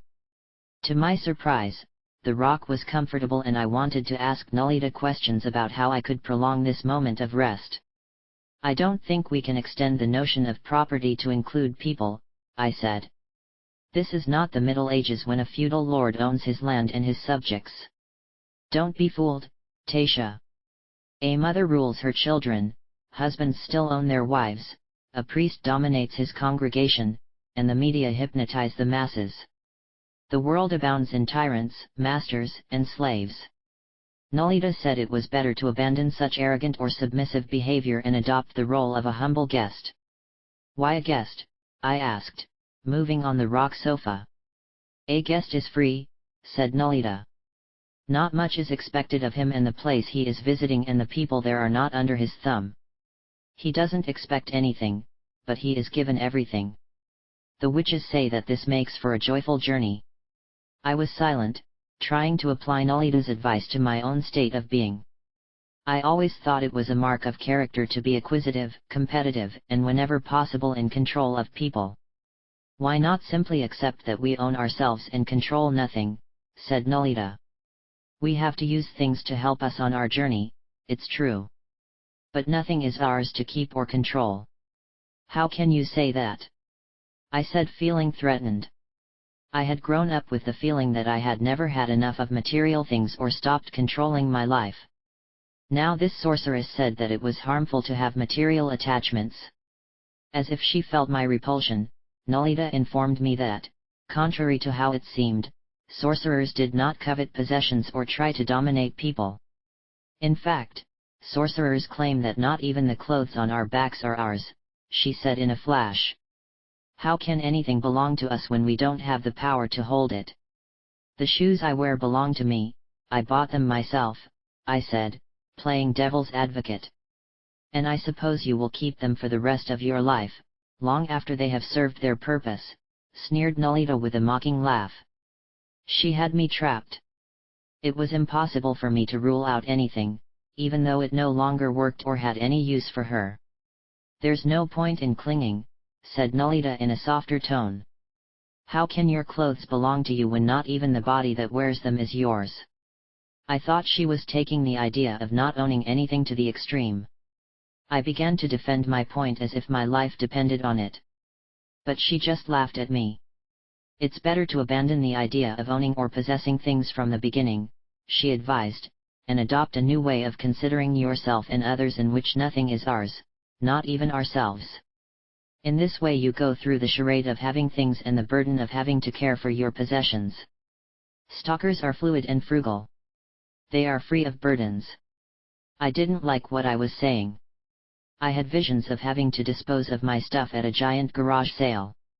The frugality of the witch's world was repugnant to me. I was brought up with the idea of someday having a house, furniture, a car, and beautiful fancy clothes. As a teenager, I would look at fashion magazines, and imagine that someday I would be able to buy the clothes featured in them. And I had to admit that the dream of owning my own home was always above the horizon. "Let's keep walking as we talk," Nolita said and stood up. She stroked the rock she had been sitting on like a puppy, then tracked it with her nose a few times. "The adjustment that sorcerers have to make," she said as she walked, "is that they stop considering her body as their own. Then there is nothing they can lose, not even life itself." Nolita explained that one of the fundamental objectives of stalking is to care for the body, not as an object or possession, but as a temporary guest. "By treating it impeccably," she said, "we make it the most efficient vehicle for our journey. This means that you are not allowed to eat, drink or anything else that makes you feel tired, sick, or uncomfortable. And you are never in need or desire because there is nothing you need." I argued that what a person felt was a result of their circumstances. "Some people," I informed him, "were born into unfortunate circumstances, such as poverty, and have to struggle to overcome it." "That may be true," he admitted, "but once a person recapitulates his life, poverty can no longer touch him." "I don't see how that can be true," I said. "Simply because they are no longer there to be touched," she said. "How can a person live like that?" I argued. "I was 13 years old before I had a new dress. And I wasn't happy." Nolita laughed at my self-pitying tone. "You mean you wore the same old dress for 13 years? That's incredible." "No, of course not," I said, annoyed. "I mean that all I had to wear until that moment were the used dresses my cousins passed me. The new dress was a gift for my 13th birthday. I still remember how my mother took me to a clothing store to choose the dress I wanted. I almost fainted from the stress of having to choose the perfect dress that I thought would last me the rest of my life. I knew I would never get another one. It took me hours to try things on, and agonizing decision-making because it had to be the perfect dress. Besides, I was afraid that at any moment my mother would lose her patience and we would go home without buying me anything. When I finally chose a maroon and navy blue summer dress with Hollands, my mother looked at me pathetically and said, "Don't tell me you're going to choose that one," and I knew I had made the wrong decision. But I stubbornly insisted that I wanted that dress and not another one. When I got home I cried because it looked like a pillowcase. Nolita laughed even harder and urged me to stop feeling sorry for myself. She said I had been lucky because I could have made that dress, even though it looked like a quilt, into an object of power. "Or you could have torn it to pieces and thrown it away," she said. I was shocked to hear what she said. "I could never have done that," I said. "It was the only new dress I had ever had. Besides, I had to wear it to my birthday party." "Look at it this way," she said. "When you don't want anything, that's the only time you can enjoy life. You never know what's going to happen next, but since you're no longer attached to anything, it doesn't matter, you just enjoy the ride." That is the way of the sorcerer. It seemed impossible to me to reach such a complete state of detachment, and I admired Nolita immensely for having reached it. "How can one become so detached?" I asked. "Isn't it simply natural to wish to have things?" Nolita shook her head. "Sorcerers say that our attachments and desires are hypnotic commands and therefore can be broken if they are aware of them and use other hypnotic commands. Take your eyes, for example." "Excuse me? Your eyes? Are you aware that you are constantly rubbing them?" I told her that my eyes were itchy and that I was probably allergic to some of the surrounding flora. But I didn't know I was rubbing them all the time. "Your eyes are itchy because you're irritating them when you rub them. Why not just leave them alone?" I argued that if your eyes were burning, it was an automatic reaction. Nolita shook her head, her eyes were shining in the sunlight. "I suppose you consider that having sensitive eyes is an advantage," she remarked, "but I assure you that it is not. If you stop worrying about them, the itching will go away." "How can I do that?" "By being aware of your hand and instructing you not to rub them," she said. "In this way, you will have a brief moment of silence to alter the habit. It may take weeks or months of deliberate effort, but sooner or later the hypnotic command will be broken and you will no longer be able to reach your eyes without realizing it.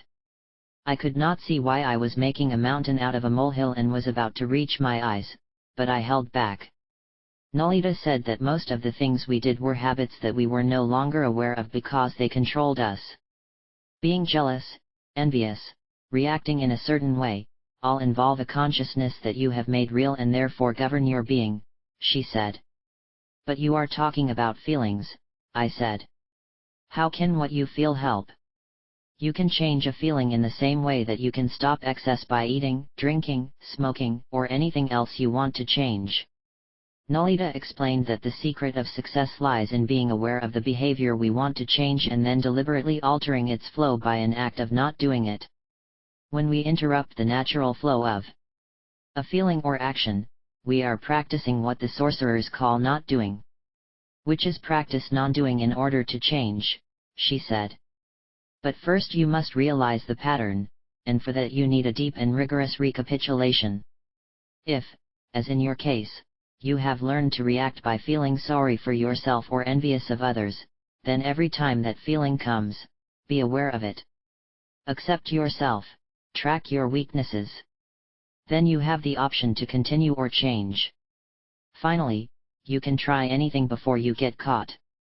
It sounds easy, but is it really possible to change a habit for life?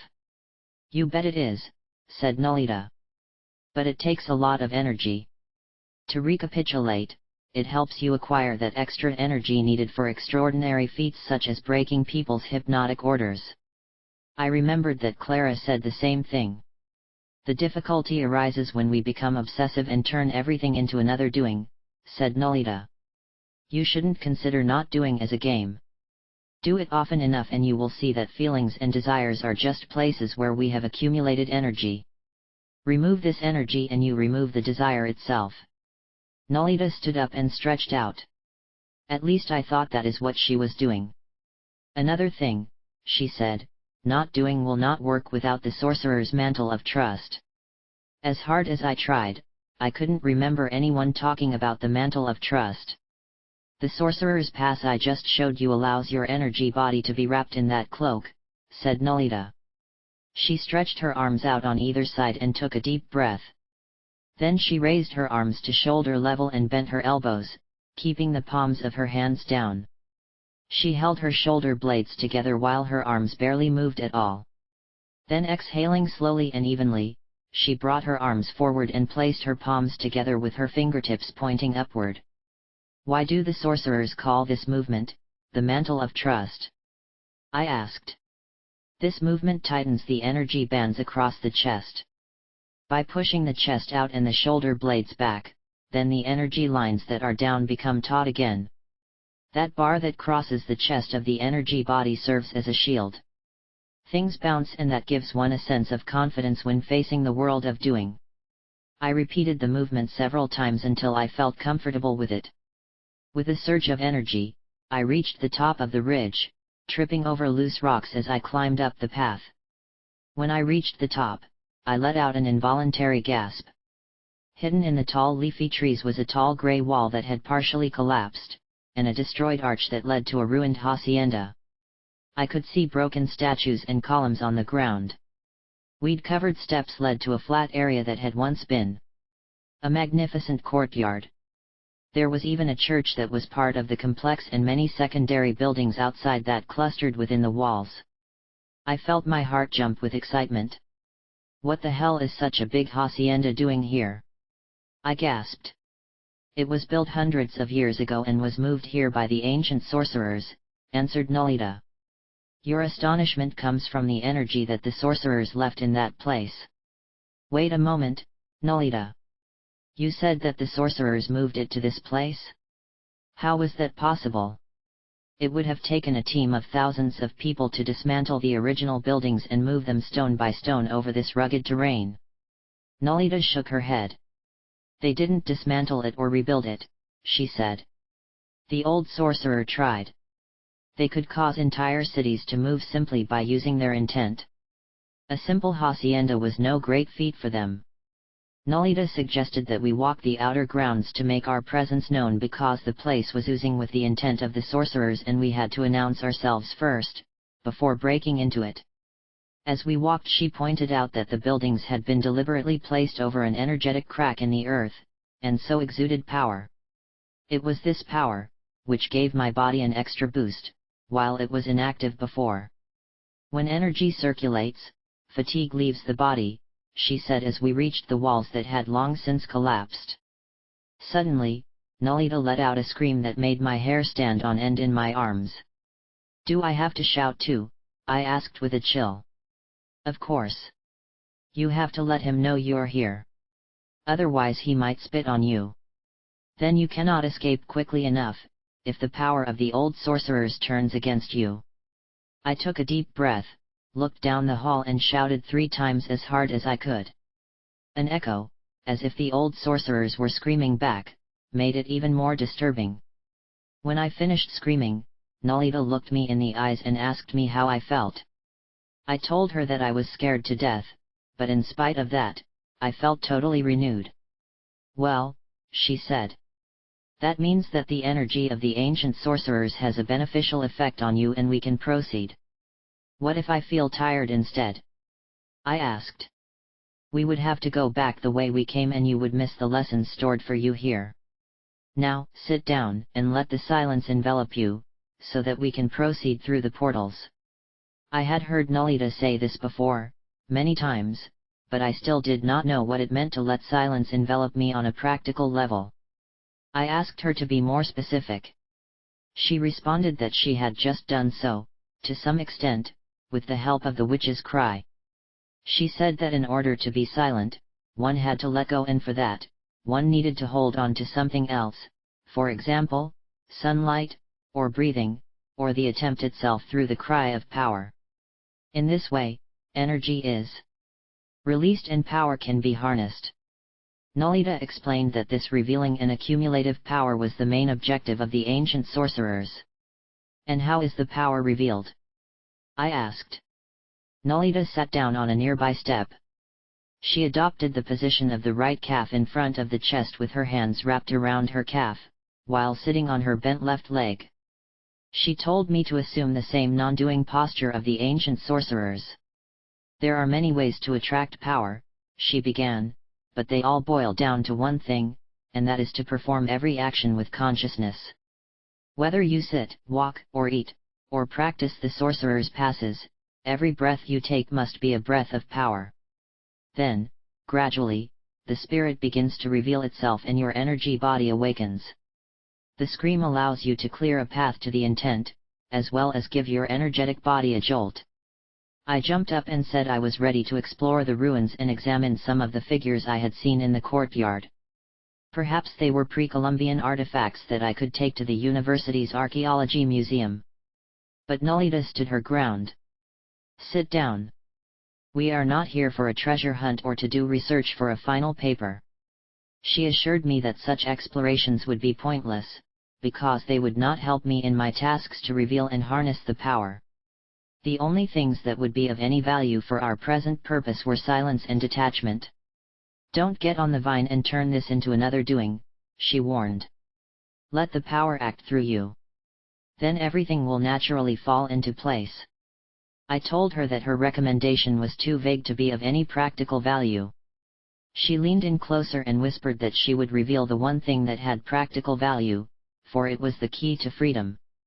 "The ancient sorcerers were very practical people," he said, "so practical, in fact, that they were lost in the proceedings. Modern sorcerers saw that the path of the ancients led to ruin. So they isolated impeccability as their only guide." "And why is impeccability the key to freedom?" Nalita did not wait for me to offer an answer. "Flawlessness is the other side of the spirit. Like 2 sides of a coin or 2 sides of a hill." I wanted to ask her what she meant by impeccability, but she stopped me with a wave of her hand. Gently she changed her position to bring her left knee to her chest and sat on her bent right leg. I imitated her. She turned to look at the top of the hill we had just come down. "The ancient sorcerers could cross that slope and land on the top or the other side," said Nalita. They didn't need to be taken to the top first like we did. They just needed science and an attempt to control the direction of their flight. But some of us have less energy, so all our actions must be directed towards being flawless. Only in this way can we store enough energy to let go of the personal self and land on the other side of the mountain. Nolita took a stick and drew a curve in the ground that looked like the slope of a mountain. On this side is sinlessness, she said, pointing with her stick. Our bodies and our actions and all the things we see and feel must be attuned to consciousness and control. On the other hand, it is pure understanding that makes us abandon ourselves.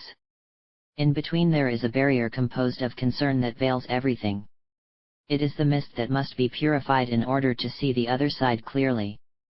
Nolita pointed out the middle line of her drawing, the heavy part that formed the side of the mountain. She said that in our hypnotic state, we only see the personal self and direct everything toward its cognition. Since it is the self that governs our actions, they are shallow, poorly done, and full of self. We believe that self is immortal, therefore we are indolent as if we have all the time in the world at our disposal. But once we realize that there is something beyond self, something veiled and mysterious, we begin to direct our attention and efforts to unveil it and explore its mystery. The less the self is emphasized, the higher the spirit will rise, said Nolita. On the other hand, the more self-important we are, the more we cling to emotions, judgments, and ideas.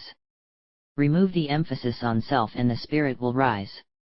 Is there a special chant or breath one can do to get rid of self once and for all? I asked. What a question! Have you forgotten the recapitulation? Have you lost sight of the sorcery passes? No, I just meant that there was a shorter, faster way. The recapitulation takes a long time. There are no shortcuts to power, said Nolita. However, everything is useful when done with the right attitude. What would be the right attitude? When one is sincere and fulfills his purpose, when one does not act for personal benefit, when one is abandoned and does not give a damn what happens to oneself, then the mountain of self-reflection becomes so transparent that the spirit can be seen. Nolita emphasized that releasing the energy body and the intervention of the spirit was the goal of modern sorcerers. Why is it the objective?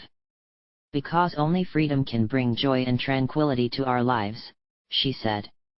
Only pure and humble acts can attract power when it is necessary to stop the judgments and actions of the apes.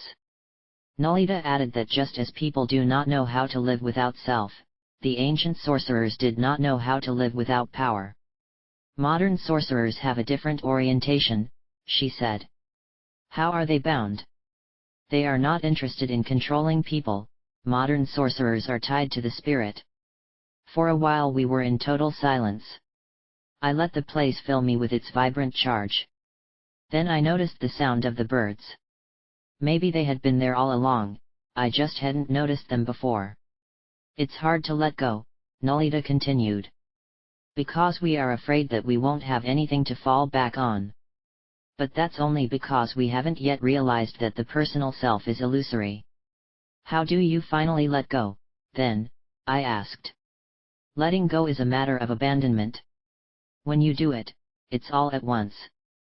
For some, it can take years of deliberation, for others it just takes a sudden realization. But when one finally abandons oneself to power, it brings with it a fluidity that makes the actions of self seem boring and cumbersome in comparison. Nolita emphasized that letting go of self was an art of the stalker. One is not afraid to let go of personal self, because it is too heavy a burden to carry. Why is the self a burden? I asked. Does it not help us in our life? It should, but in most cases it is a source of fear and discontent. If you really listen to your inner monologue, you realize that it is nothing more than a long list of complaints or self-affirmations. A stalker takes inventory of your internal chatter, examines it and then discards it. I recommend you do the same. Because the inner monologue links you to feelings that have belonged to your parents and their parents for generations. And unless you get rid of them, they will spread into the future, trapping you for the rest of your life. The sound of the birds stopped. Even the wind had stopped blowing. Somewhere, in the distance, I heard a rustling in the brush, perhaps a rabbit or a lizard escaping. Then I heard the sounds of a cricket and realized that they too were under the spell of a hypnotic command. Witches, in order to be free, break away from human heredity or what we call the human condition, continued Nolita. Through discipline, they withdraw from the chain of ape-like existence, with no future or past to bind them. Buddhists call this liberation from the wheel of life. Sorcerers call it vomiting one's ape-like existence. A feeling of misery came over me. I knew I was lost. The process of recapitulating was endless. Everything I did, felt, or hoped for was fuel for the recapitulation. Unless I stopped acting altogether, I was creating more entanglements. In theory I could appreciate the need for not doing, but in real practice, I wanted to be in control, to be loved and respected by others, to be in charge of my life. The idea of not getting these things filled me with frustration. Whether we agree with the teachings of sorcery or not, continued Nolita, feeling my state of mind, self-reflection must stop or we will spend our entire existence trying to meet the expectations of our parents and our fellow human beings. What is worse, we become ourselves the tyrant pincher with whom we fight to overthrow. Only by leaving home, family, the past and the future can we be truly free. I asked Nolita what she meant by leaving home. I had left home, however, I was not free. That's because you still carry your parents' feelings with you, she said. You are ambitious like your father, you are looking for love like your mother, you want instant success without effort. You are in deadly competition with your siblings and that puts you at odds with everything and everyone around you. Therefore are human concerns as close to you as they can be.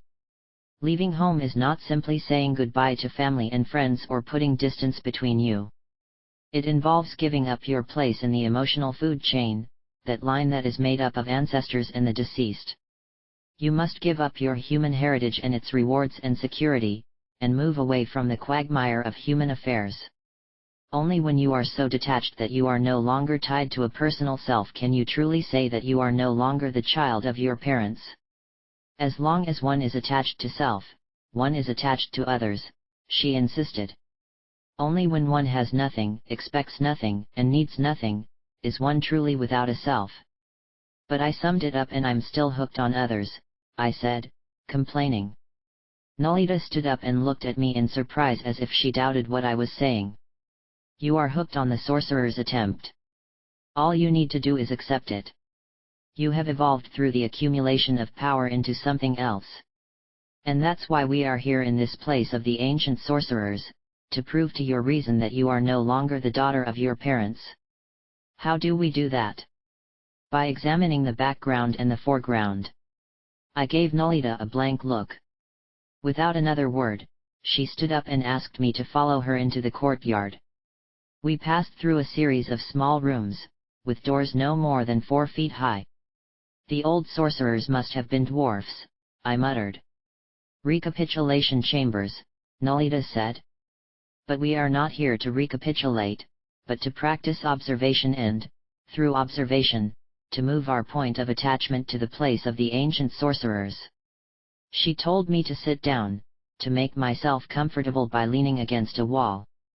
In front of me was a series of pillars, 7 to be exact, organized in a group. They seemed to have been, at one time, very low ceiling supports or a very high altar. I watched them for a long time, looking not with my eyes, but with a feeling that emanated from my womb as Emilito had taught me. At one point, I succeeded in pushing the pillars away from me using my observation. Then, suddenly, it was not the pillars that were being pushed, but I was being pulled up and back a great distance. I found myself at the top of a hill looking down at the pillars. They were at the end of a long, tiny tunnel and in sharp focus as if I was looking through the wrong end of the binoculars. Then each of the pillars got higher, as high as the sky.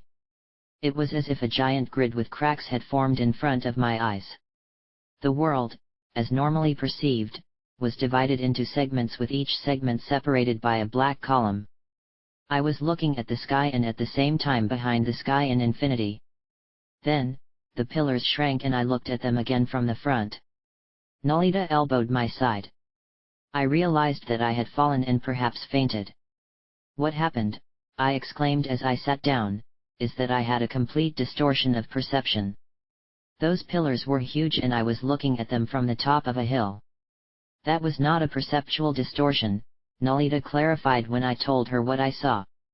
Since you entered the world of sorcerers, your actions are performed in a different context, only your reason refuses to accept this. If you see only what your reason tells you, your actions tend to be shallow, random. To see the depth of context, you have to remove yourself from your immediate environment, and that is exactly what you did. Tell me again what I did. You expanded your vision. The place of power of the sorcerers allowed you to do this. Otherwise, you would never know what you are and where you are at any time. Not seeing where you come from is disastrous. I asked him to explain in more detail what happened so that I could better understand what he was leading to. You were on the cliff looking at the ruins and suddenly found yourself sitting on this rock looking at the pillars. You might think that you only dreamt that you were sitting on top of the hill and that the pillars were your dream.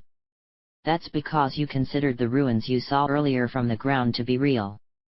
On the other hand, you may remember walking on the side of the mountain, but if you don't remember sitting on this rock, you may think that you are dreaming now. The view from the top of the hill and the things you see are new, belonging to two different recesses of reality. The way the ruins appear, their very existence depended upon the position of your point of attachment. Today you managed to move it slightly, so you saw from two different perspectives. What Nolita was saying was that what we perceive depends on our capacity and intensity for awareness. As our point of fit moves, so does our perception of the world around us. Nolita went on to say that it is because we can keep our point of fit stable that we can agree and talk about the things we see. But the world isn't just what we can agree on, she emphasized.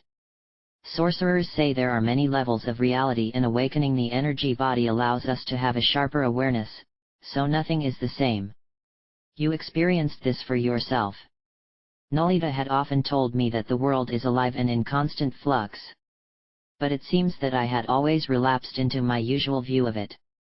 She said that this is because patterns become fixed and are stored in a vast reservoir of memory to be used over and over again. This results in the feeling that the world we perceive is concrete and predictable. Human beings are extremely limited in their repertoire of feelings and actions. You should know this from the recapitulation.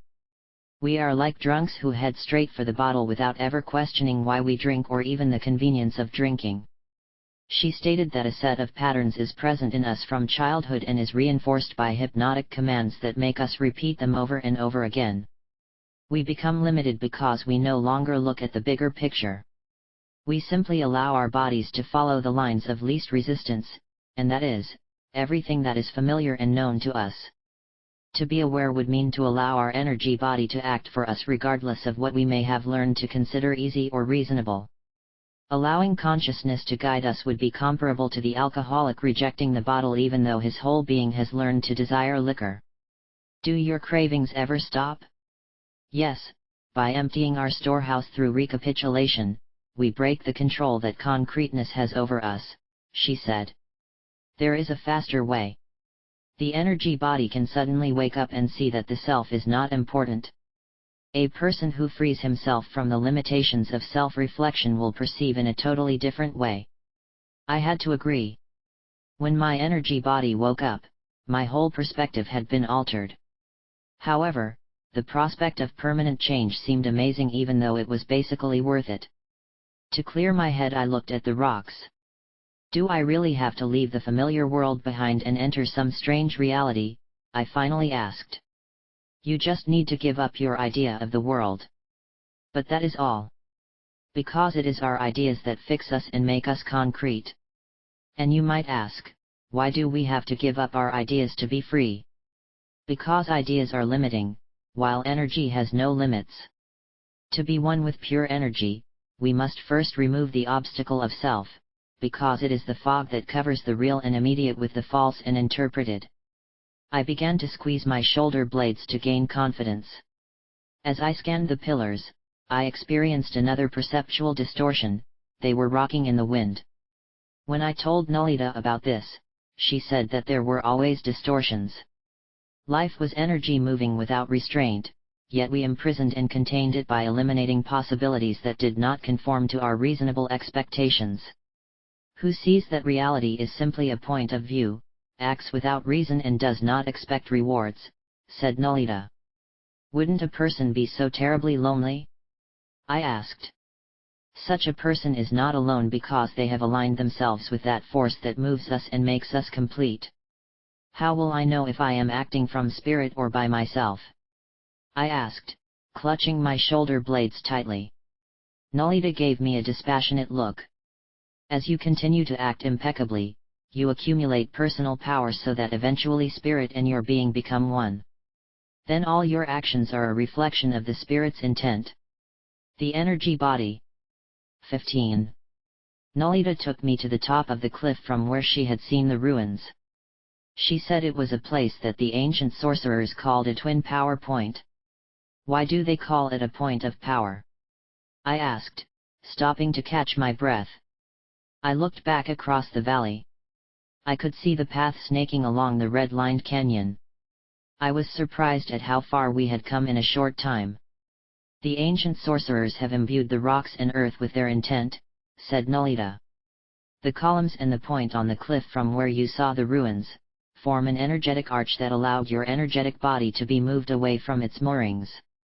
Returning to that place will seal your energetic body and fill it with vitality. However, I would not recommend spending the night there. Why is that?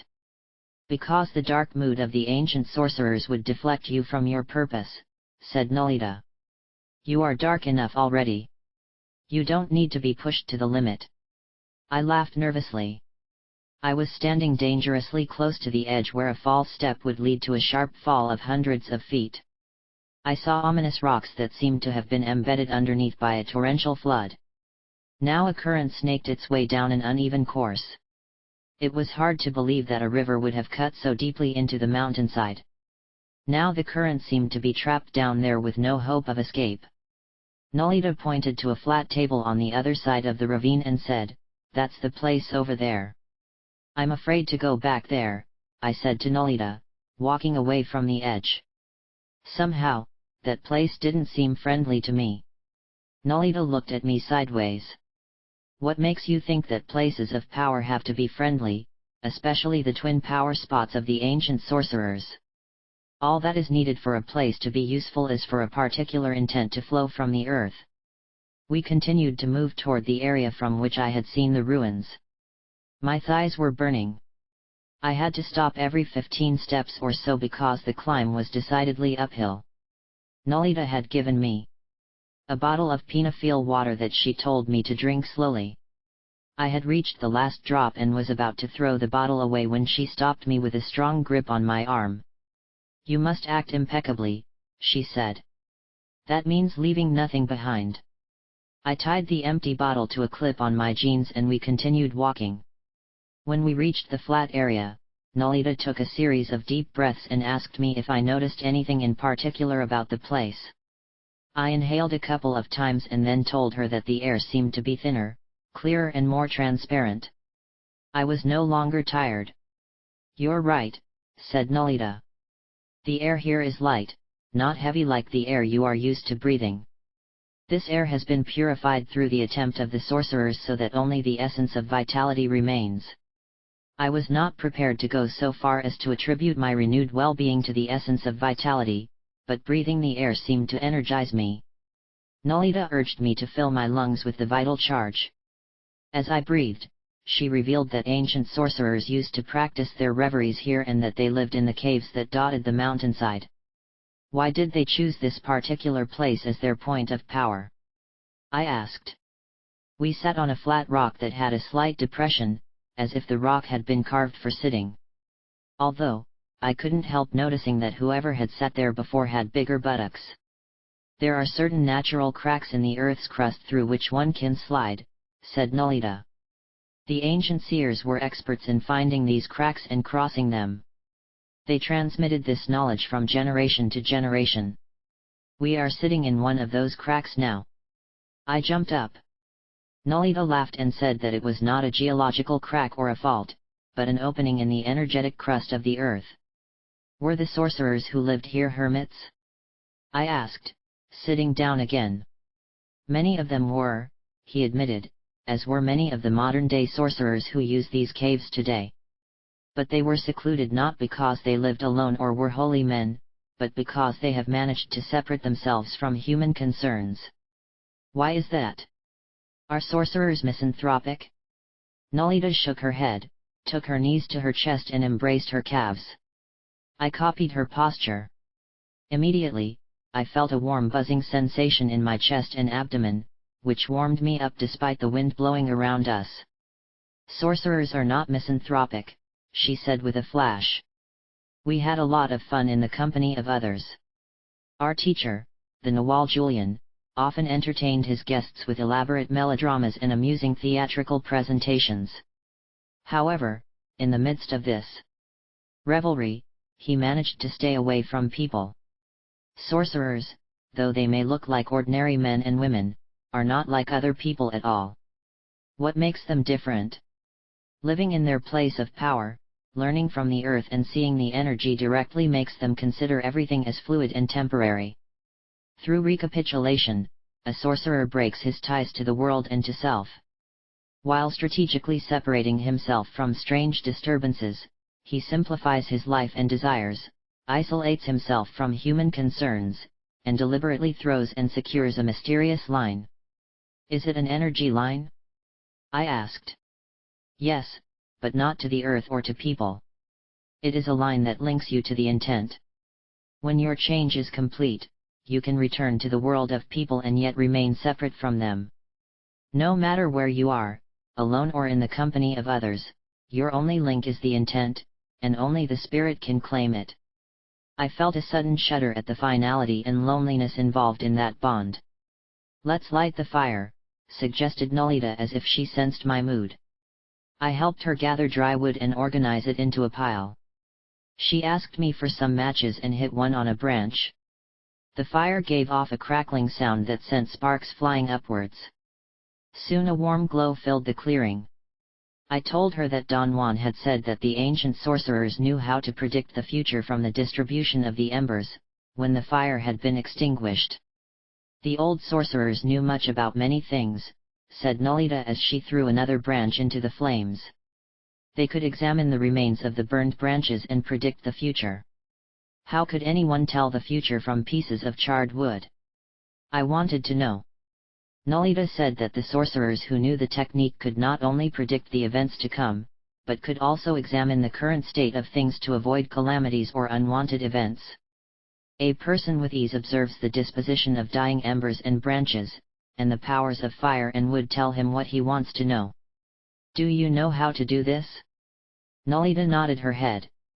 It has to do with the way the branches lie after the fire has been extinguished and the pattern of the dying sparks that give the clue. For example, if the fire is suddenly extinguished and 5 branches remain bright, then something sudden or on a grand scale will occur. How do you know that? I asked, looking at the fire.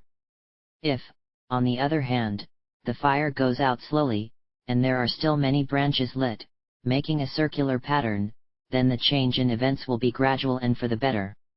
Nolita added that the direction in which the charred branches are pointing is also an indication. A large branch pointing north means great agitation or activity, east is the direction of sunrise and wisdom, south is heat and nourishment, and west is introspection and mystery. Now, if a branch points upward, or if a gust of wind blows out the fire, you are in serious trouble. Why is that? The attempt indicates the direction of the zenith, and that always means a giant movement.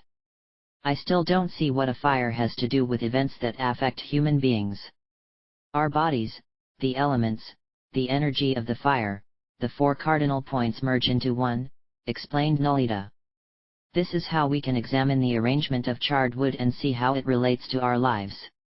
She said it was a mistake to consider ourselves separated from the elements, since the same forces that move fire govern our energy bodies. The reason we consider ourselves separate from everything else, explained Nolita, is precisely because we are thinking. It is a thought that separates us from the totality and makes us forget our common origin. She approached the fire and told me to hold out my hands close to the flames. You can attract the energy of the fire to your body through your palms, she suggested. Allow the heat to merge with your body to warm it. I spread my palms and felt the heat of the fire flow into my hands, until I was so hot that I began to sweat. I no longer needed my poncho and took it off. We are all made of light, continued Nolita. Light activates our energetic body, and although we have a human form, to a sorcerer who sees, we are essentially filaments of light. Nolita called our human side our monkey heritage, and added that our animal heritage makes us act in a rebellious way. We have another side that is totally hidden. How do you know this other side exists if it is completely hidden? I wanted to know. The sorcerers see it, and we all know it's there, he assured me, but no matter how close it is, because it's our own being, it always remains out of reach.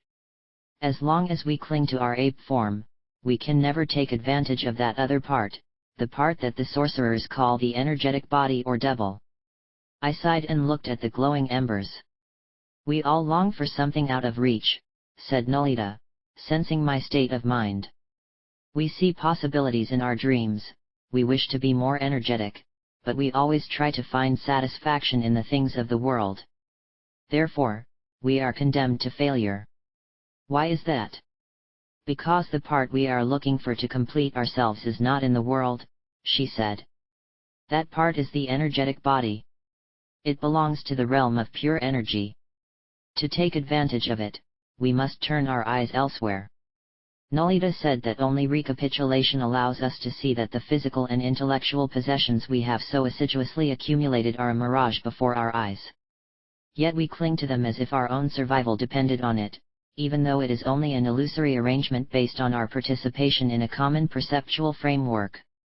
Why is the recapitulation so important? I asked. The wrap-up allows you to build an energetic platform from which you can evaluate the concerns and experiences that you call your life.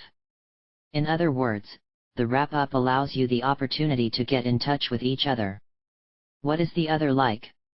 Nolita looked at me through the glow of the dying embers. It is the light that moves us before it has been shaped by interpretations. There is nothing worse than limiting our energy to the circumstances of our life. From childhood, we become shaped and deformed by labels, until we think of our personal self as all there is, and completely lose sight of our energetic or double self. Can you give me a concrete example? I asked her, stretching my legs that were beginning to cramp from sitting on hard granite. For example, consider not having any possessions, she said. Aren't things important? I asked. You see so much poverty in the world. Who can blame people for wanting a better way of life? Many of the sorcerers of our lineage experienced poverty, but they were not destitute themselves. I argued that a child who knows only poverty has no defenses. His whole world becomes destitute and poor. Nolita nodded her head. Even worse, his spirit becomes mean, greedy and twisted, she said, looking directly at me. Material ruin brought about by the circumstances of life is nothing compared to the weakness of the spirit. While the poor or hungry body can be cured by proper nourishment, there is no cure for a rickety spirit. Only dissatisfaction and misery await it. I wanted to know if it was possible to avoid poverty of spirit if one was born into a situation of material deterioration. If you have enough energy, you cannot be touched by anything, Nolita assured me, even if you are surrounded by poor and mean people. Nolita said that for a sorcerer who sees, all things are equal because they are energy. Therefore, a sorcerer who lives in a hut considers himself rich while an ordinary person who lives in the city may consider himself poor even though he has a house full of furniture and a closet full of clothes. Who do you think is poorer?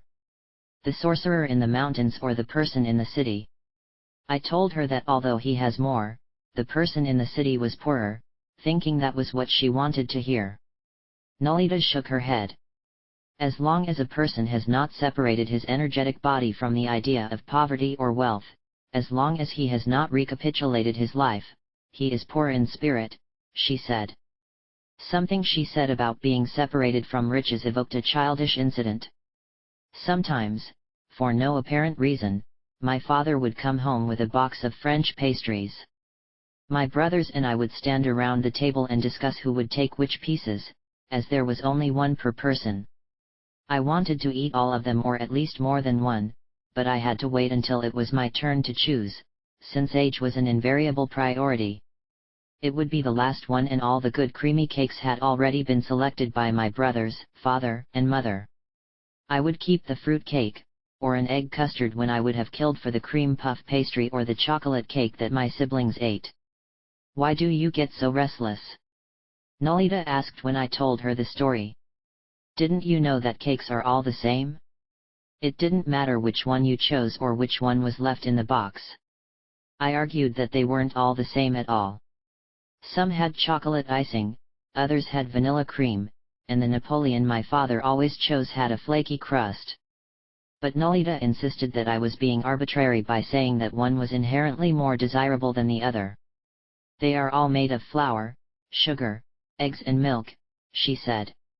Just vary their appearance.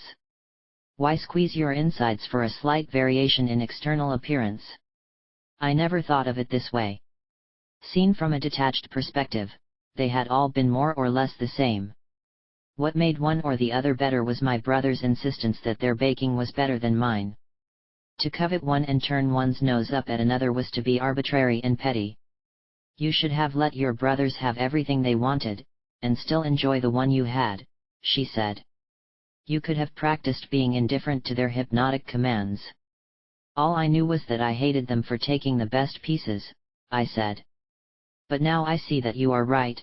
Flour, milk, and sugar are the same no matter what form you put them in. Only when a person has found that common ground where all things are equal is he really free, said Nolita. Because then he has freed himself from the circumstances of life that limit his possibilities. Nolita got up and walked to the edge of the clearing. She looked at the bottom of the ravine. I had the sensation that the current was imprisoned by the enormous walls of the canyon. Our energetic body is like that current, she said, pointing downward. The sides of the canyon are the circumstances of our lives that imprison us. Even when we look up, all we see are the walls of our prison. Our only hope for freedom is to constantly flow forward with an uncompromising intent. We have to have courage and optimism, especially when we begin to recapitulate our lives, continued Nolita. We must know that the walls around us are illusory, they cannot shape us forever, they cannot stop us on our journey. Like the current, our energy must flow forward and not avoid any nooks and crannies, but neither must it linger to never reach our final destination. What is that? I asked. The sea, said Nolita. The vast eternal sea. Nolita left me alone at the top of the hill to regroup my energy. She had said that she was going to do some non-magic work in one of the nearby caves. I desperately wanted to go with her, but she insisted that I sit quietly and let the power of the place energize me. To let the moment pass, I observed a stagnant pool, the remnants of a recent rain. In it I could see reflected the nearby boulders and a scruffy toyon tree. For a while, I saw the rocks glowing in the green and black liquid. A wisp of sunlight piercing the branches made the water ripple. I watched the puddle for a long time, the movement in it seemed to be mesmerizing me and carrying a silent message. I looked up at the trees and rocks from where the sun was shining. They were the same trees and rocks I had seen reflected in a pool of water, and yet they were not. There was another world and the reflection of things was its entrance. The world we call real was composed of substances, such as trees, rocks, and water that we could name, yet they were as illusory as the images in the pool of water. I stood up and began to practice some sorcery passes. I made the figure 8 vertical in the air with the palm of my hand. I extended my arms and squeezed my shoulder blades to strengthen my coat of confidence. I picked up the spark of energy from the earth with my fingertips and brought them to my forehead. When I finished moving, I began to search in the undergrowth for a plant that Nolita had asked me to collect. When I had a full bundle, I found Nolita sitting on a rock as if she had been waiting for me to pass by. "Did you find the grass I asked you to look for?" she asked. I told her I had some in my backpack. The smell was extremely foul and would no doubt stink up the bag for the next few weeks. "What are you going to do with the plants?" I asked. "I'm going to make a paste to rub the infected bites on your legs," she said. "An added benefit is that it will prevent body hair from growing back, so you won't have to shave your legs." I wondered how he knew I had scabs and cuts from continuously shaving them with blunt razor blades, that I was too lazy or stingy to replace them. When Nolita took the herbs, I told her about the understanding I had had with the reflections of the sun on the pool of water. She shrugged her shoulders without being impressed. "When the mind and body are calm, a small crack is created and an idea can slip through," she said. "That is why I keep urging you to be quiet and let the voice of the spirit tell you what is what. Otherwise, you will never understand anything." He handed me a strip of dried flesh, similar to the flesh Don Juan had given me. I wondered if it came from the same flesh of power. I ate with pleasure. Walking had made me hungry. Nolita leaned against a tree trunk again and said she wanted to tell me more about the voice of seeing, which was another way of talking about the voice of the spirit. She agreed that the idea I had had in the water pool was a start, but there was much more to it.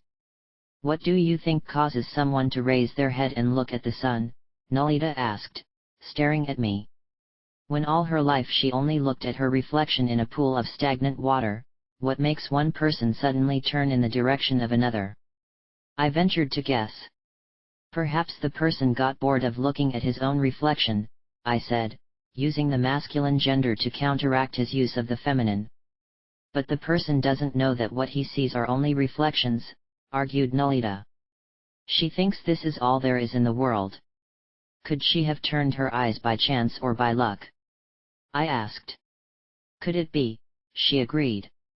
"But there is another possibility." She waited for me to make another suggestion. "Maybe the sun was so bright that it drew the person's eyes to it," I offered. Nolita nodded her head, her eyes began to glow. "You are right," she said. The sun attracted her eyes with its brightness. Nolita explained that the sun, in this case, was what the sorcerers call intent. When you have polished your bond with intent, the power of intent is strong enough to draw your eyes away from self-reflection. Before this can occur, the body and mind must be purified through recapitulation and sorcerer's passes. Practicing the sorcery passes and clearing the lines of the past use the breath, becoming one with your activities, whether studying, sewing, drawing or anything else you could do, transforms you. Provided, of course, that you do these things for the purpose of the sorcerers. What is the purpose of the sorcerer? To evolve, said Nolita. To awaken the intent so that one can see the world through lucid eyes. The eyes of the ordinary person are clouded by thoughts. Their feelings are twisted by worries. You must first clear a path to the intent, before you can begin to attract it. Then you can gradually touch the energetic body, and when it is as bright as the sun, you let go and allow the intent to move you. How does it move you? I asked. With energy, dear. With energy. Once you leave the rational mind that makes everything real, the intent takes you to the side of pure energy. Nolita said that it takes a great deal of recapitulation to allow you to let go of judgments, opinions, and our incessant need for control. But once you make the crossing, it is as if you have always understood, only before, that you did not have the power to see that nothing existed otherwise. Concentrate on attempting a bridge to the energetic body, advised Nolita. Make the magic passes, then use its energy and try to cross to the other side with full consciousness. Only then can you escape the fate that awaits you as a human being. What destiny awaits me? I asked with a chill. I was afraid she had seen something in the charred embers of the fire and knew something I did not. The fate of your parents, naturally. I thought of my parents. My mother had died of cancer after a long episode of illness. My father died of cirrhosis of the liver after months of unbearable pain. I froze at the thought of what fate had in store for me if I didn't make it across. Prolonged illness and death are all you have to look forward to, said Nolita, reading my thoughts. And it does not matter if one dies rich or poor, young or old, peacefully or slowly from some horrible disease. What matters is that people die unsuspectingly, consequently they all go to the same place. I asked Nolita if there were any kind of Hades where all those who did not know went when they died. Nolita laughed and said that unless we unite with our energetic bodies, hell is here on this earth. But don't you need a teacher to help you change and get to your energetic body? I asked. I know that when I go back to Los Angeles, you won't be there and I won't know what to do. We don't need teachers, Nolita assured me. All we have to do is let go of our possessions. Follow the order of the sorcerers. But who wants to recapitulate their lives and let go of themselves? Nolita was talking about me again. I wanted to defend myself and argue that I had recapitulated a lot, but I knew it would be useless. There were still huge reservoirs that I had not even touched. There really isn't much more to say on the subject, Nolita said. In fact, I am speaking to you only to convince you that your empty claims and your attachment will not lead to freedom. Holding on to self is a waste of energy. It is better to use this energy to forge twice as much so that the attempt can pull you to freedom. Nolita reiterated that all we have to do is consent to and abandon the deliberate need to control, which characterizes our daily lives. Every time you practice the witching passes, focus on the abdomen and let the energy flow unhindered. Also, never feel important or that you have achieved anything. What is the reason for this? I asked. Only when one is not doing and not being can one attempt to become rooted. How can you do something and not do it at the same time? It's always been difficult for me to understand. You let go and allow the energy to act through you, no matter what you do. Calm down and be quiet. Consider this your new task of sorcery, to become quiet and deep. Nolita took a thermos out of a backpack and poured a cup of water for me to drink. She skillfully screwed the top of it on and returned the thermos to her bag. Developing the energetic body is another task of sorcery that you must accomplish, she said, taking a sip of water. Some people are more expert at this than others.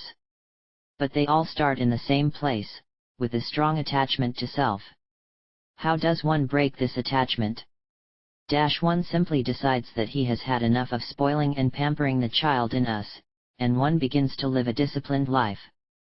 Everything we have shown you is to make it easier for you to give up your obsessive self-interest. I nodded. Something in me agreed with what Nolita was saying, but another part of me still didn't want to give up control. The idea that some outside force was governing me was antithetical to my idea of independence. I felt that unless I asserted myself, I would always be the last to choose the cake and would have to take what was left. Don't be afraid to make an effort. Freedom must be earned, said Nolita. Take advantage of your quarter of an inch of luck and give it your best effort, but not to improve your ego. Feeling my reluctance to change, Nolita continued. One part of you wants to give up, while the other part clings. Consequently there is conflict. But once the decision is made, there is no more struggle, only purpose, delight, and acceptance. Nolita stood up and said that she wanted to practice some sorcery passes to help unify the body and mind and release the energy that was trapped in various centers of the body. She said that through our habit of holding on to all the energy is stagnant. A sorcerer lets go of everything and carries nothing inside him that blocks the flow of energy. The first area that needs to be released is the sex center. Nolita said. Why? Because it is the lowest. No, because of the emphasis placed by our puritanical culture, she corrected me. This rigidity expresses itself in emotional needs for love and our excessive attention to courtship and mating. Courtship and mating are so dominant that they leave no energy for anything else. Releasing and purifying the energy trapped in the sex centers revitalizes the entire body, including the centers located outside the cocoon of light. When I asked her what she was talking about, she repeated that sorcery passes increase one's energy or can be done as a means of invoking intent. They were gates to non-being, as well as a means of disrupting habits that the body has developed over a lifetime of doing. Sorcery passes awaken the energetic body, Nalita said. They are designed to release the trapped energy. But you should never think of them as simple exercises, not even as martial arts, yoga, or tai chi. Why is this so? Your attempt is different. It was established by the sorcerers of ancient times. Were they invented? No, they were not simply invented. These passes descend into our lineage through sleep or spirit itself. When you have enough energy, you too will be able to draw sorcerers' passes directly from the spirit. The voice of sight will tell you everything you need to know about which passes. Nalita made it clear that whatever came to the sorcerers at any time was designed for a given purpose. Sorcerers, especially stalkers, are extremely flexible. They follow the designs of the spirit. All we do is empty ourselves and allow the intent to move us.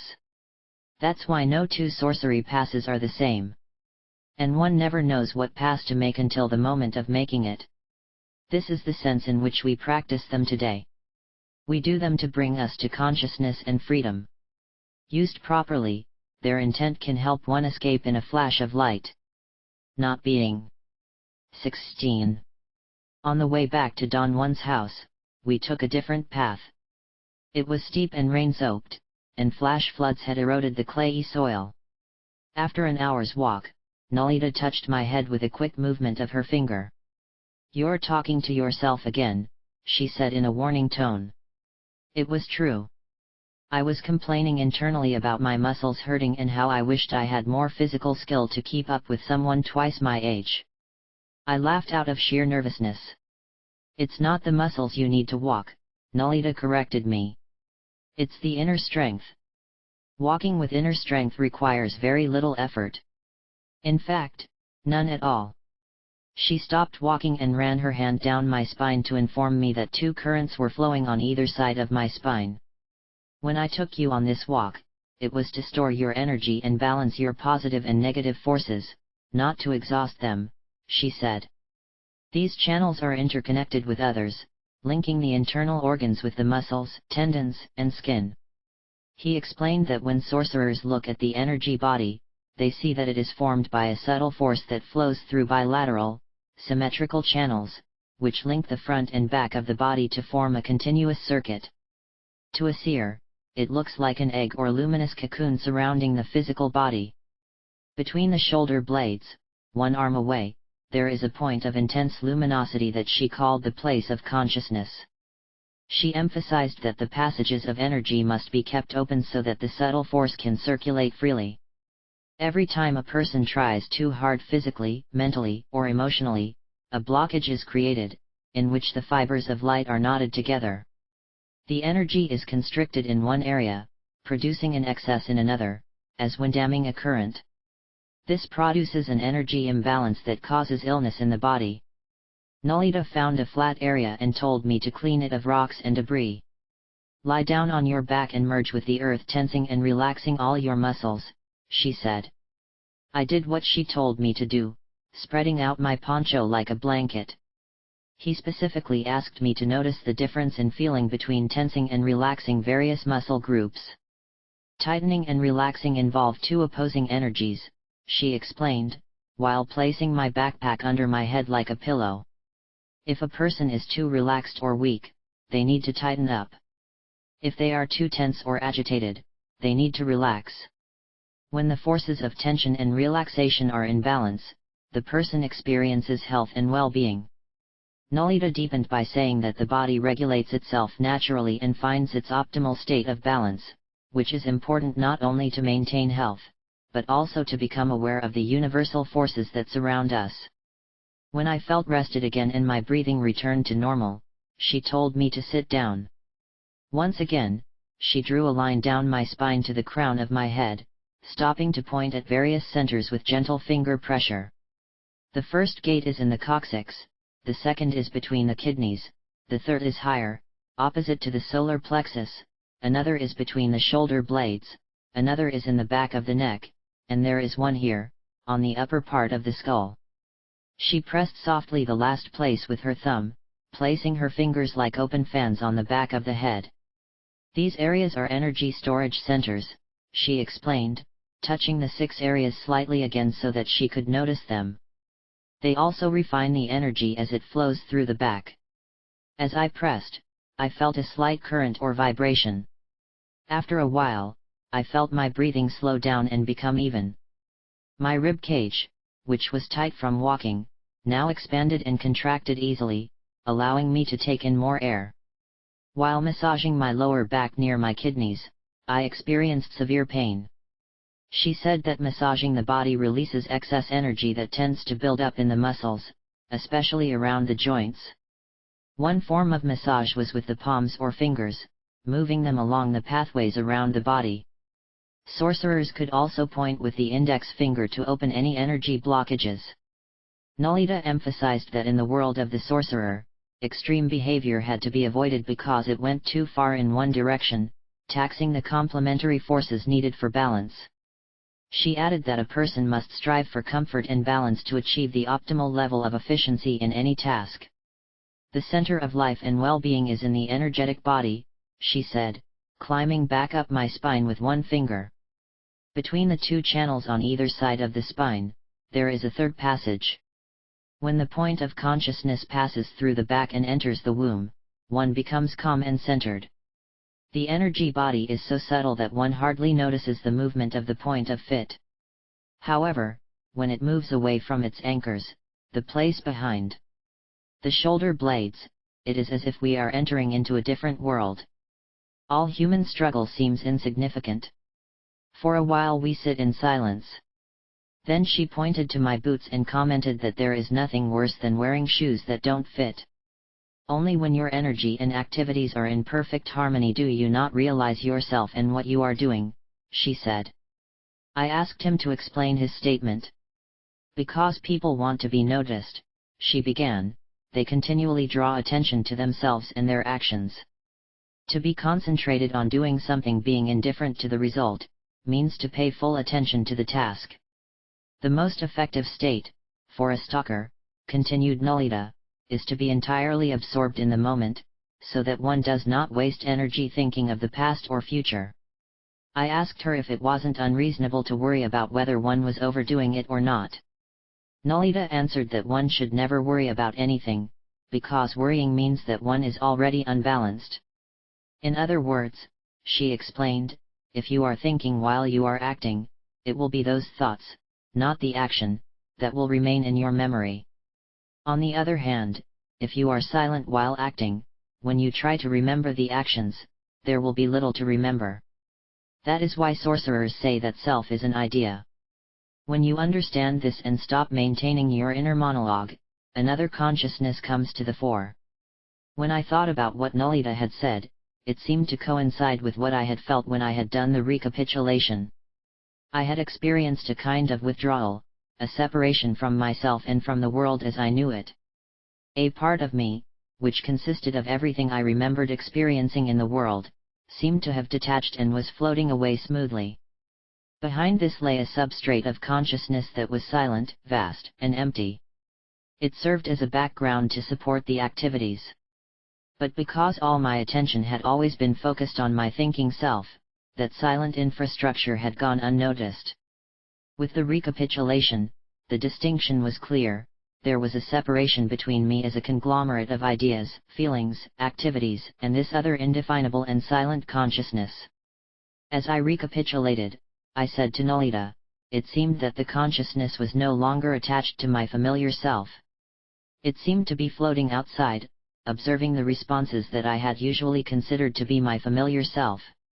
While the personal self is full of struggle, tension, and stress from living, the other consciousness is impartial and indifferent, a dark silence, perfectly contained, without thought or desire. What you are describing is the relationship between the consciousness of the personal self and the consciousness of the energy body, Nolita said.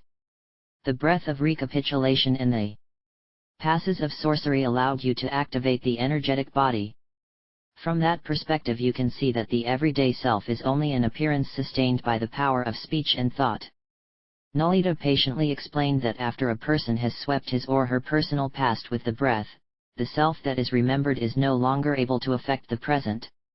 Does a person still use the self to interact? I asked.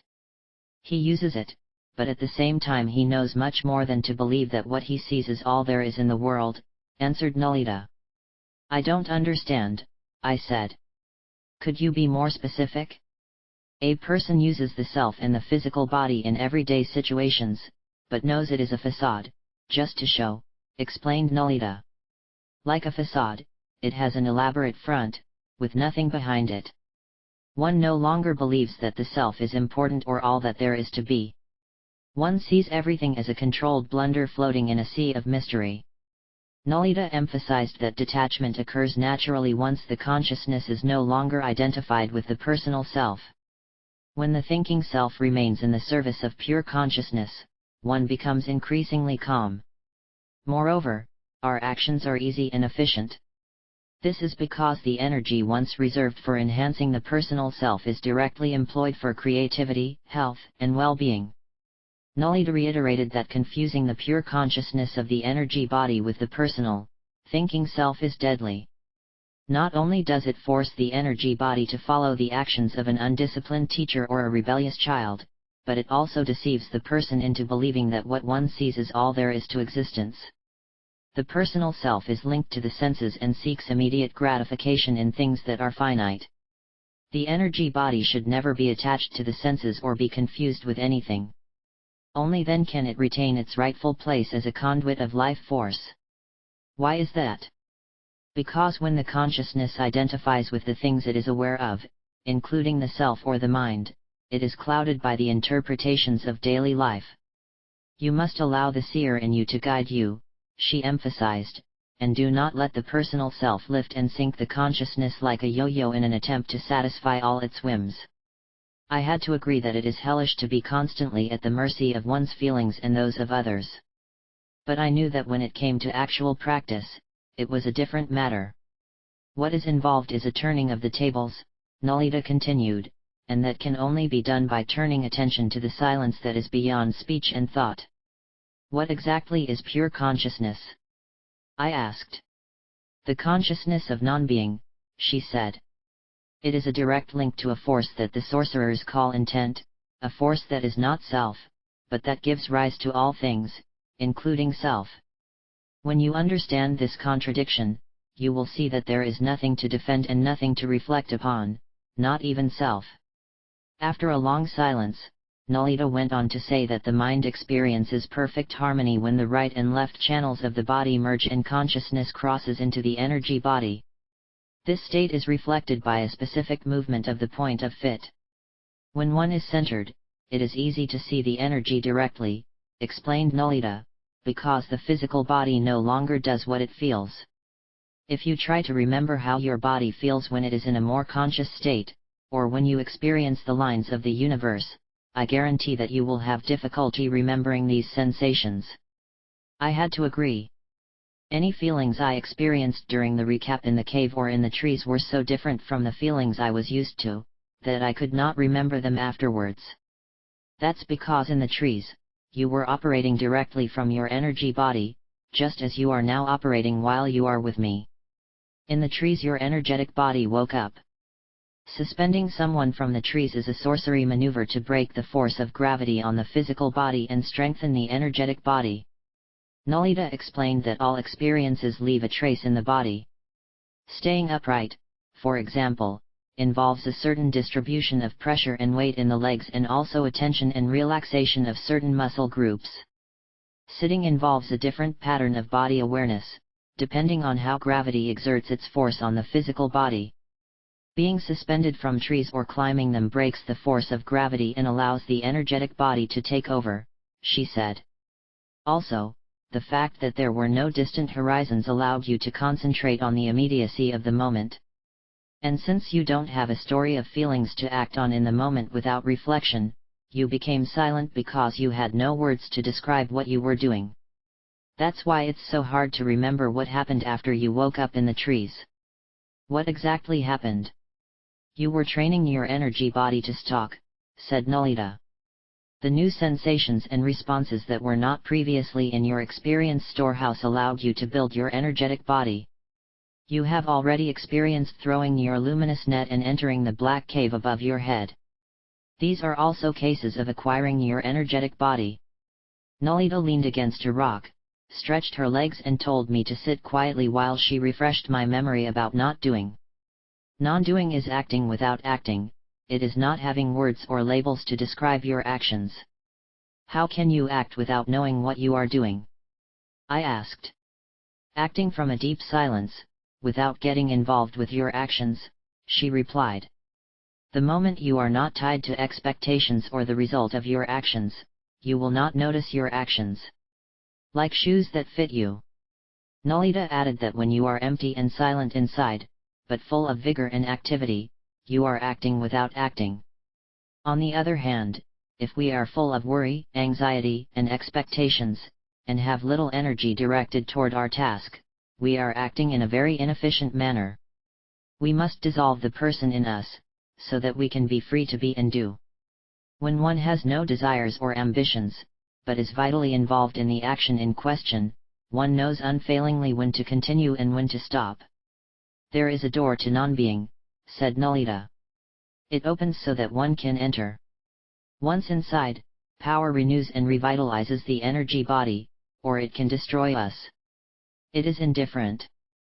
But to find the opening one has to be selfless, and to go through it with consciousness, one has to get rid of some attachments to our familiar world. What does one do inside the door? You allow the inner fire to dissolve and you experience the non-being. Is that what happens when people die? For a moment he was silent. Everything originates from there and returns to him, said Nolita. Some call it the womb or the creator of the universe. Others call it the destroyer of the universe. That is what happens. The world as we know it comes to an end. Nolita explained that to prolong life for more than 60 or 70 years, we have to dissolve the physical body again and again without losing consciousness. A person can let go little by little through recapitulation, or when a person dies he or she is forced to give up everything at once. I was curious to know more about the mysterious collapse she was alluding to. For sorcerers it is the kingdom beyond death, said Nolita. It is familiar to us and to you because, even if you do not consciously know it, you have been there many times before. I played nervously with my Kleenex, only to realize that I had torn it to pieces. I put the pieces in my pocket so as not to leave any traces of garbage on the floor. You can see it this way, Nolita continued. The body you have now is asleep. It has not yet learned the intricacies of stalking with the devil, of not doing and not being. But your consciousness is old and we have taken you beyond the barrier of being many times. That is why the sensations there are not unknown to you. I asked him why he said my consciousness is old. She explained that some people have a consciousness that extends back into the realm of non-being. How far back? I wanted to know. Only you can answer that question, answered Nolita. Or rather only your consciousness that is old can tell how far it has traveled into non-being. Is it like reincarnation? I asked. There is no reincarnation, she answered, nor is there any past or future. Consciousness is only consciousness. There are infinite lines that cross the universe. Each one of them is a conglomerate of consciousness. All I am saying is that your consciousness has traveled in other lines, besides the one that amalgamates this world. Suddenly, I felt apprehensive. I experienced a moment of confusion, in which a part of me knew something, but could not say what it was. Practice dissolving your physical body, recommended Nolita. Only then will you be able to answer your questions. Going beyond your individual self puts you in touch with the old consciousness. You know from your relapse that the self is only a cover, a shield that we use in the world. To lurk with the energy body, you have to experience the not being many times and accumulate consciousness to make it recognizable. How can I lurk with the energetic body without the Nawal or you or Emilito to guide me? I told you that the best way not to be is to stop talking to yourself. That you can do everything by yourself. I also told you that we make the world with our words and thoughts, which together with actions and feelings constitute our being. Not being is not having thoughts, either about ourselves or about the world. How can one not have thoughts? Not thinking is not the same as being stupid, said Nalita. Rather, it leads to pure consciousness and silence, which are the requirements for not being. To be in the inner silence, continued Nalita, is not to make judgments or distinctions between good and evil, me and others, then and now. And most importantly, it means not having concepts of any kind. Try to feel and act with your energetic body, then you can avoid the pitfalls of always thinking about things. Is it wrong to think about things? No, it's not wrong, but it's a distraction to always talk to yourself. Doing this and that will never get you into the energy body. Reasoning only produces limited knowledge and poor quality consciousness.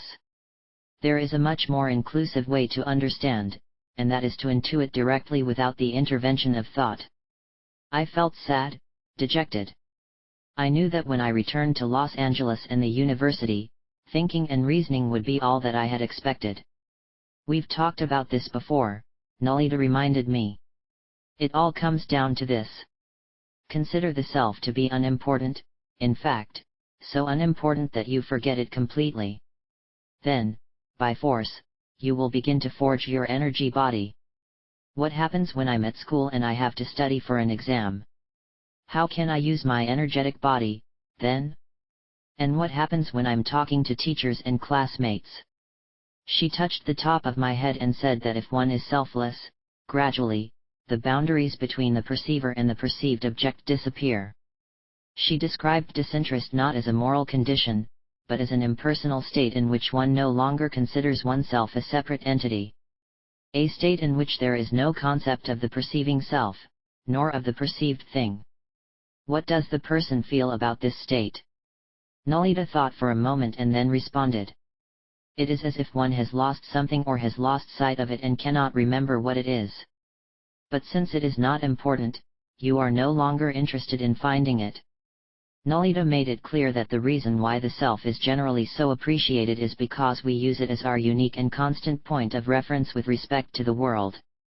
It is the center from which we think, feel, and shape our existence, and we have been forging it since we were children.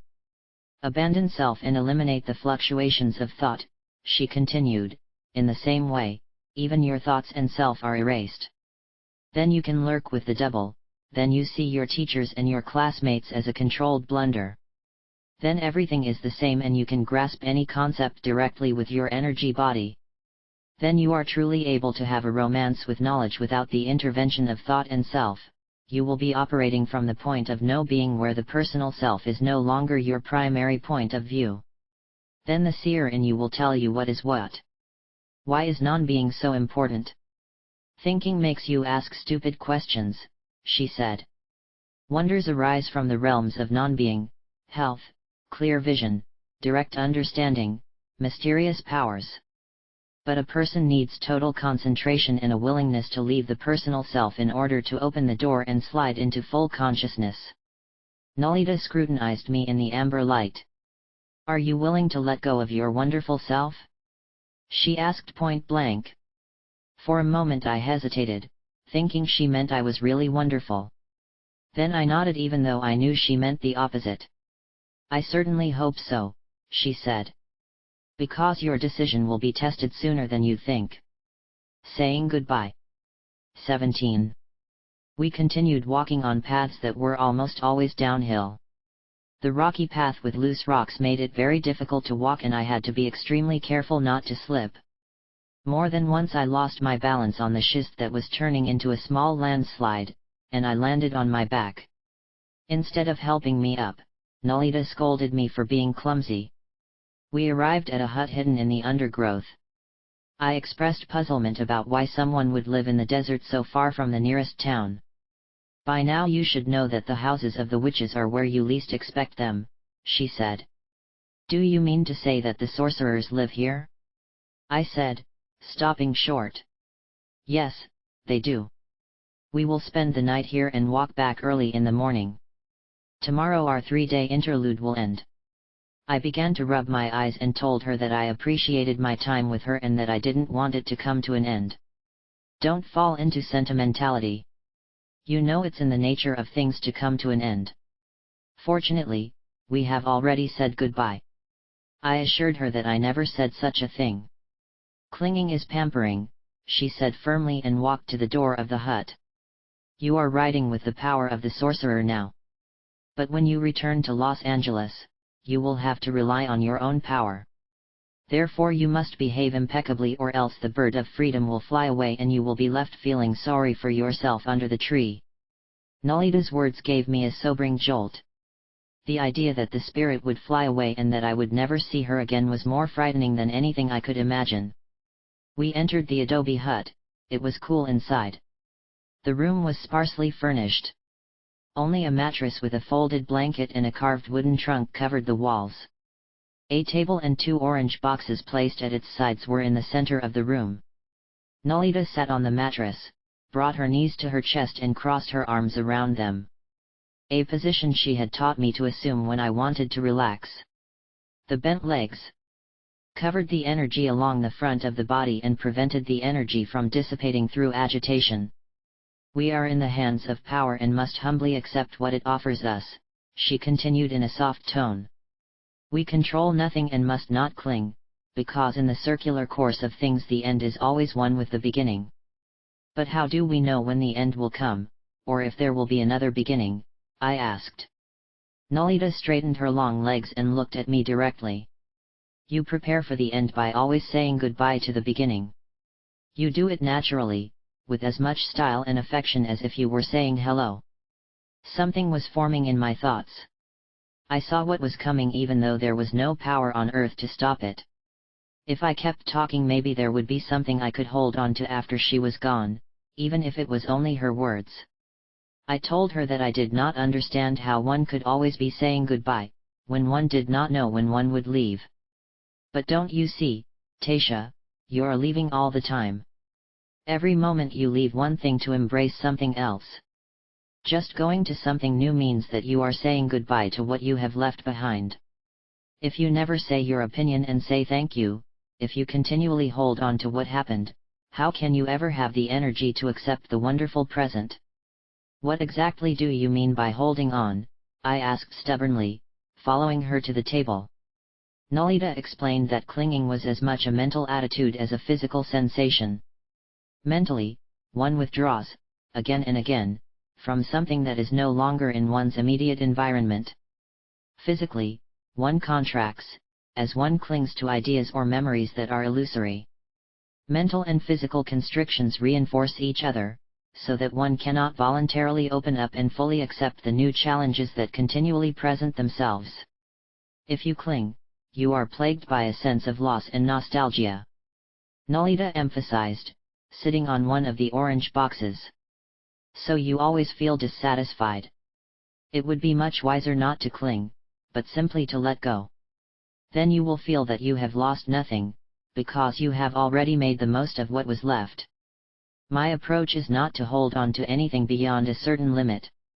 Nolita explained that saying goodbye at the same time as saying hello is the art of the stalker to recognize and accept the impermanence of life. Nothing stays the same, but constant change should not affect an experienced stalker, so when change comes he or she is ready. How can we be ready for change when we don't know what will happen next or where it will happen? Nolita grabbed my hand that she was rubbing my eyes with. Slapping it like one would slap a child, she said I shouldn't rub in my agitation but allow the energy in my eyes to flow freely.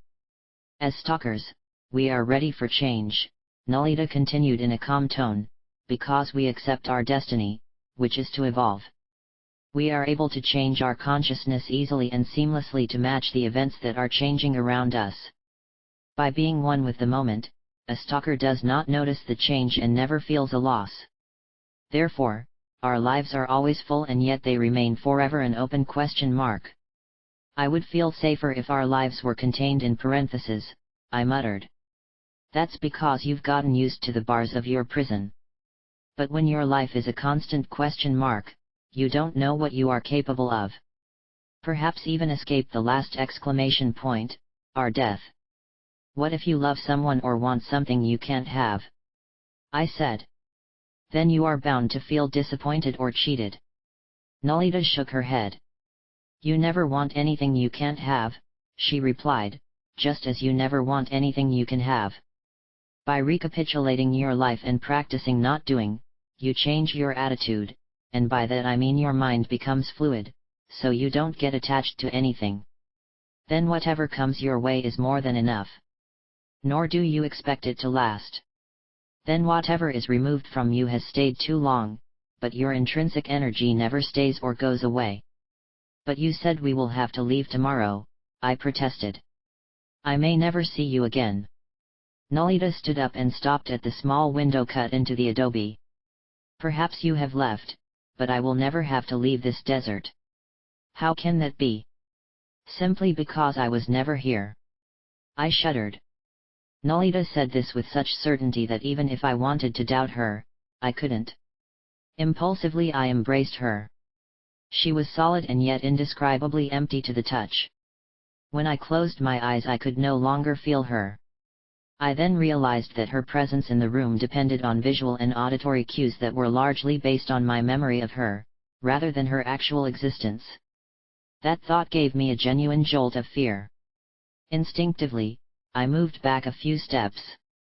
Being here and not here at the same time is what the sorcerers mean by stalking with the double, Nolita said. It means that being is no more real than not being. There you go again, talking in riddles again, I told her in fear that she would vanish at any moment. He seemed impatient with my inability to understand.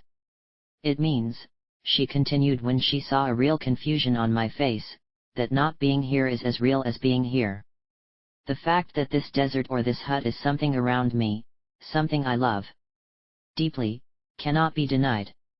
But if another scene surrounds me, I would love it with the same intensity, because the feeling of affection is within me, and only in the scene for as long as I choose to place it here.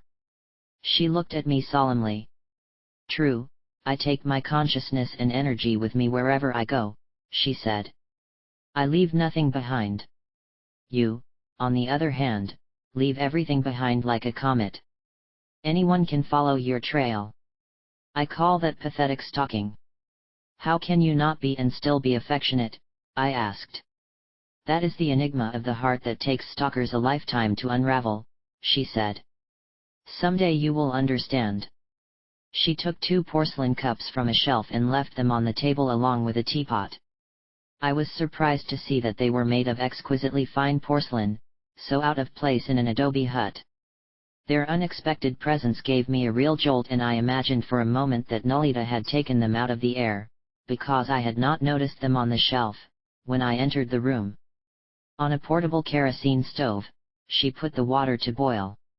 While she was preparing the tea, I raised one of the cups to examine them. The blue and white porcelain had a willow pattern on it. I wondered if the tea set was an antique from the Ming dynasty, in which case it was priceless. So much for sorcerers not interested in personal possessions, I thought. Nolita answered my deaf question by saying that she had acquired the tea set during her travels to the Orient. She added that it didn't matter how valuable it was or how old she was because for her it was always here and always now. Nolita poured me my cup of tea with aromatic flowers. This cup that was empty a few moments ago is now full of tea, she said as she put the teacup down. Or you can fill it with whatever substance you have chosen.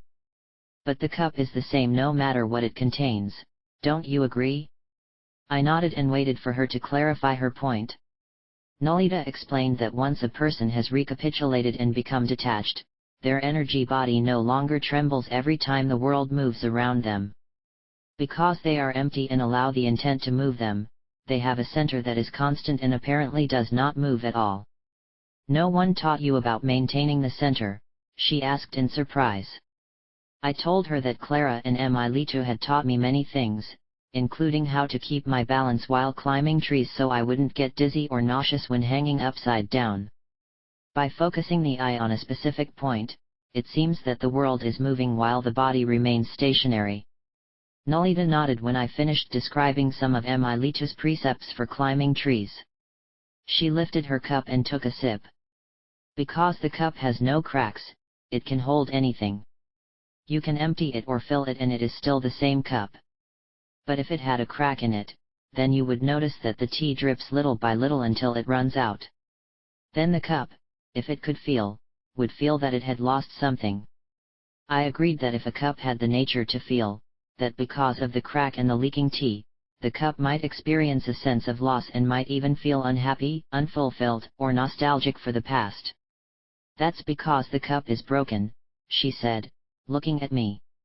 But if you remove the crack, then when the cup is full and empty, you would not feel a loss because it is the nature of a cup to be empty or full. While it is not in the nature of a functional cup to be cracked or broken. A cup that has a hole or no bottom can no longer function for what it was intended to do, i.e. be a container. I still don't understand what that has to do with anything. Nolita explained that if the energetic body has holes or is injured, the person feels the drain on the life force and struggles to contain the inevitable loss by hoarding and clinging.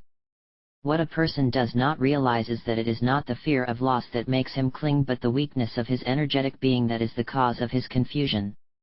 Nolita made it clear that we were all like cups, some with cracks, some without a bottom, while others were strong and intact. The strong never cling or feel a loss when things go, said Nolita, because regardless of whether they are empty or full, their essential nature remains intact.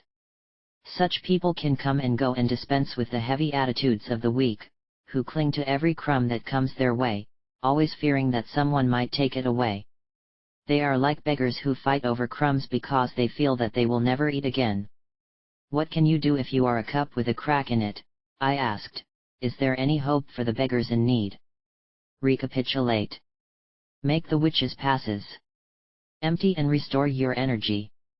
Forget about tea and water, the fruit juice you can't hold. Don't try to fill yourself up again and again, it will only make it seep out and exacerbate your sense of loss. Devote all your energy to revitalization. Then, when you are strong again, it won't matter if you are holding water or grapefruit juice. You can be empty or full, but you are never possessive about anything or afraid to let go. Why aren't you already possessive? I asked her, feeling intoxicated by the aromatic tea. Because you know that what is important is not what fills you, but your bond with the intent. Practice not doing. Empty your cup to seal it. Once it is energetically sealed, then you will know that nothing is missing. Nolita made it clear that being needy or greedy really means that one is energetically dependent on others for one's sustenance. So, one is always at the mercy of someone, or begging for energetic help.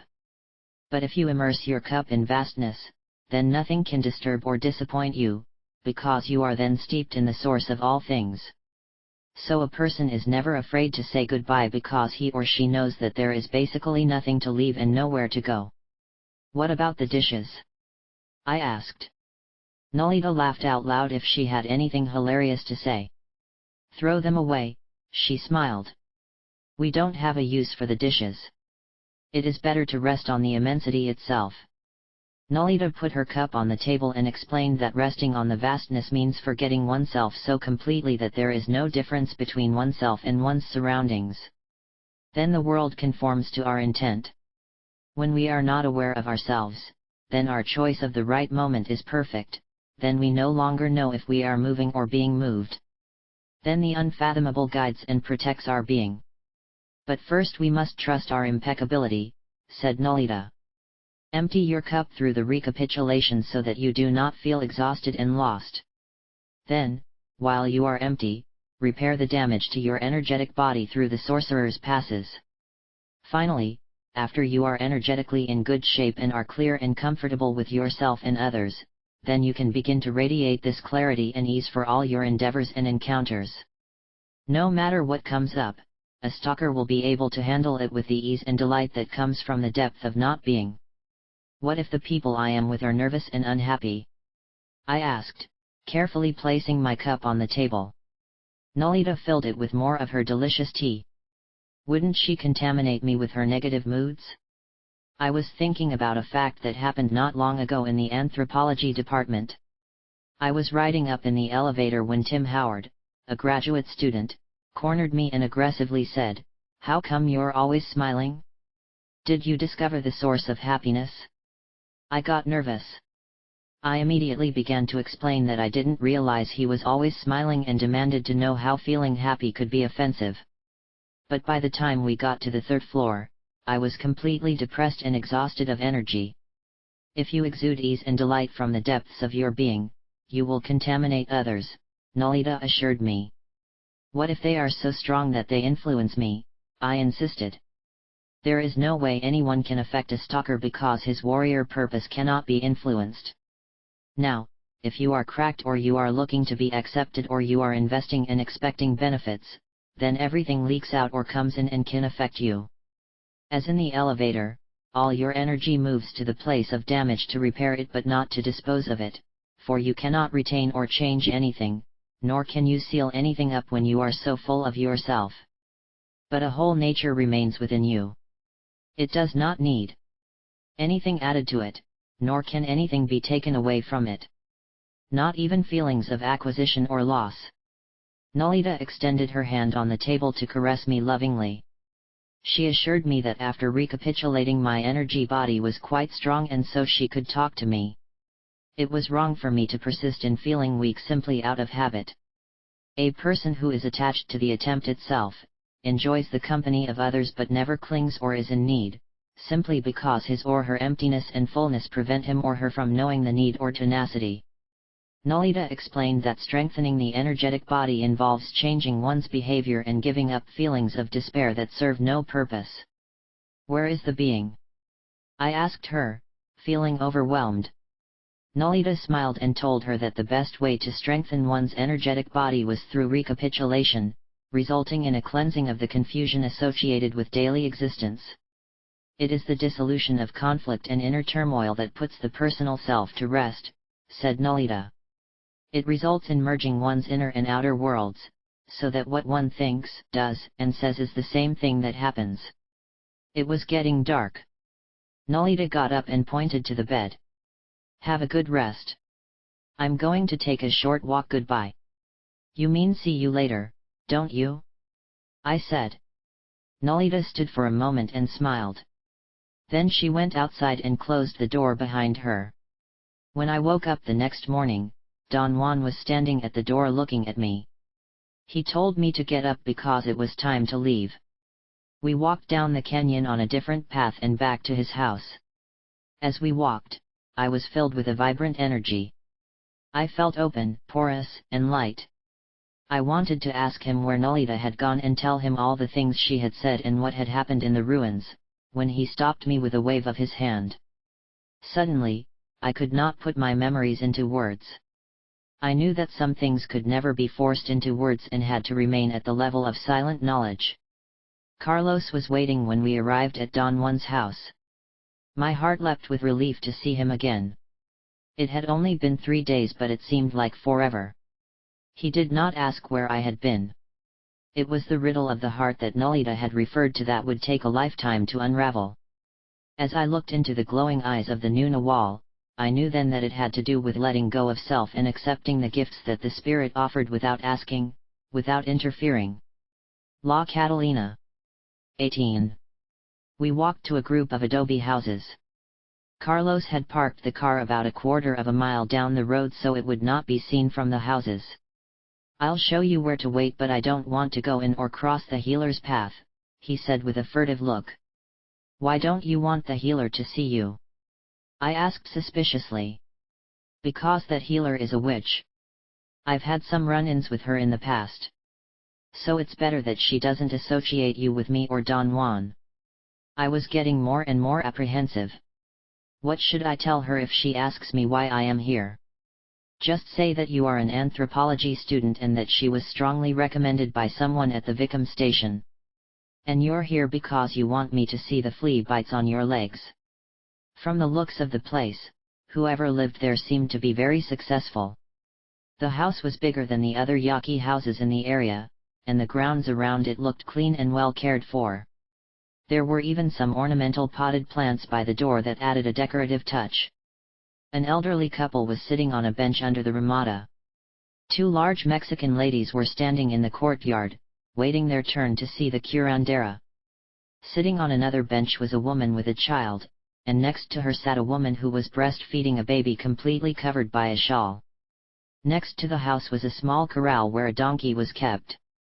When I turned around, I could see a man disappear behind the corral, as if he didn't want to be seen. Dona Catalina is the best healer in Sonora, Carlos said as we sat on an empty bench some distance from the house. Mexicans and Indians come to see her. Don Juan says she has more power than all the curanderos in the area combined. I noticed a hint of pride and also fear in his voice when he said this. Do you know her well? I asked. I met her once at a meeting of some of Don Juan's colleagues. Although, on several occasions, I have seen her work. She can remove a patient's organ, soak it in alcohol and put it back in their body without making an incision or drawing blood. Come on, I said in disbelief. That's impossible. She must be using some kind of trick. I had heard about the psychic surgery used by some doctors.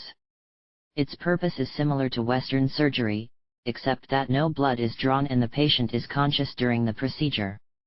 But unlike Western surgery, immediately afterward patients can get up and leave the facility without scars or harmful effects.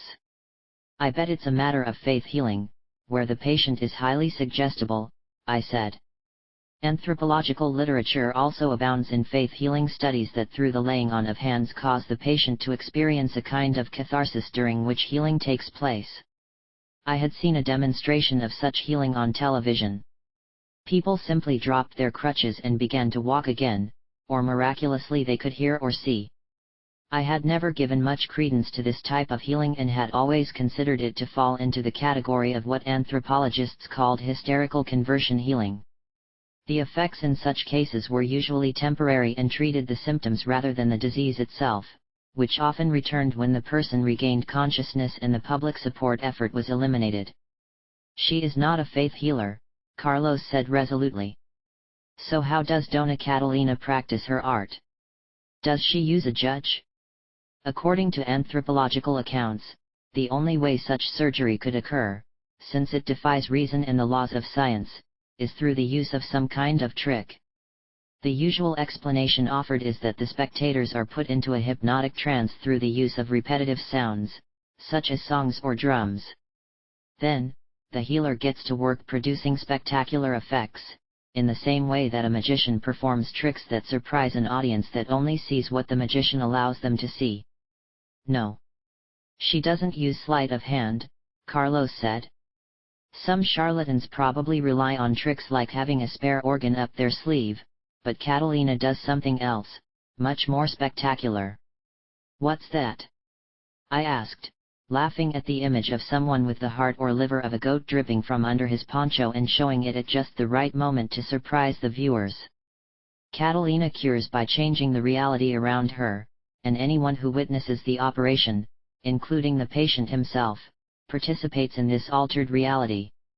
I don't understand, I said, walking away from a patient with a cough who had come to stand by the bench where we were sitting. If we start from the premise, as the sorcerers do, that the real world is also a dream world and that it can be altered perceptively if one has enough power, then the healer, who is also a witch, can change reality by submerging them, by altering the consensus of the people involved. Then, all those who are present actually witness a world with new parameters of perception. They are forced to acknowledge what they see with a new intersubjective agreement to replace the old one. Isn't this a form of mass hypnosis? I said. Not really, answered Carlos. Unless you call being alive or what we are experiencing now a form of hypnosis. What Catalina does is alter the consciousness of her patients and the consciousness of whoever is witnessing her healing, and of course her own consciousness, which is subject to the dreaming and stalking abilities of the witches. So whatever happens to them is as real as the world we are living in now sitting here on this bench. You mean she uses the dream body during her healing sessions? I asked. That's what happens. She learned to use parts of the reality of her dreams and is able to project them into people's everyday reality in such a powerful and complete way that there are profound interruptions. She then uses his stalking techniques to complete the fractures and forms a recognizable life for the viewers, even though their characteristics are markedly different from everyday reality, but just as real. How is it different from everyday reality? Well, she can remove an organ without drawing blood. Within our consensual reality that is impossible to do. I see what you mean, I said with a chill. I wondered how healers like Catalina acquired such extraordinary powers to be able to change the world around them and make all those within their energy field experience the inconceivable. Waiting for my turn, I became more uncomfortable, wondering what she would do to me once I entered her energy field.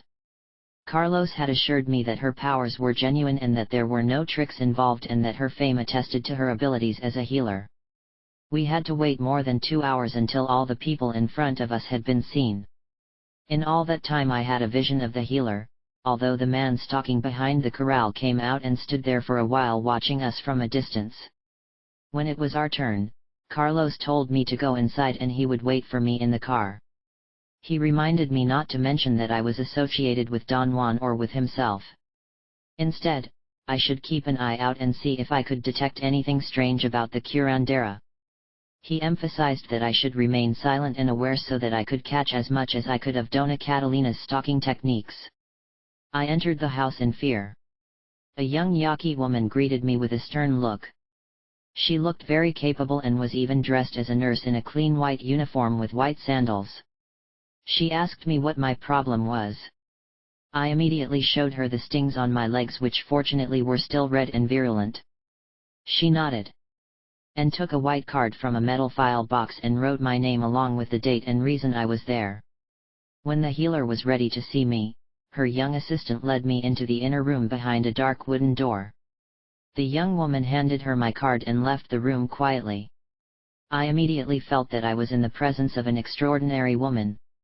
Dona Catalina was tall, perhaps in her 40s, and was wearing a white gown open on a blouse and a straight skirt. Her jet black hair was pulled up by a headband and held in place in a high chignon. She had no wrinkles and had a beautifully sculpted face. But what struck me most were her eyes. They seemed to burn with an energy coming from every inch of her vibrant body. I had never seen eyes like that except in Don Juan and his associates. This woman was beautiful and had a mysterious inner power. I detected a confidence and a form of command that at the same time reassured me, even placed me a little at her mercy. I thought that the first prerequisite of a successful healing situation, that of faith in the ability of the healer, was easily fulfilled in this case.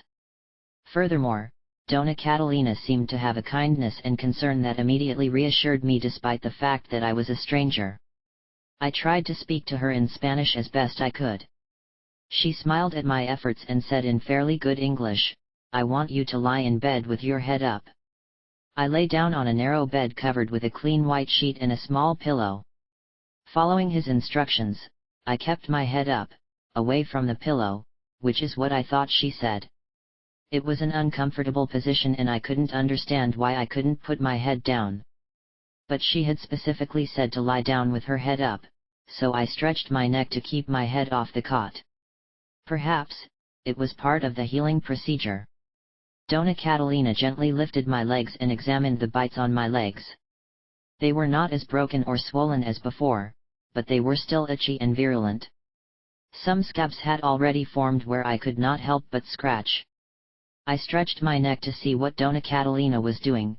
She was cleaning my legs with a spicy liquid. By now my neck was getting tired and I could hardly keep it away from the pillow. Dona Catalina gently opened the front zipper of my levis and loosened the shirt to reveal my stomach. Then she put some lotion on her hands and started massaging my abdomen in a circular motion, first in a clockwise direction, then in a counterclockwise direction.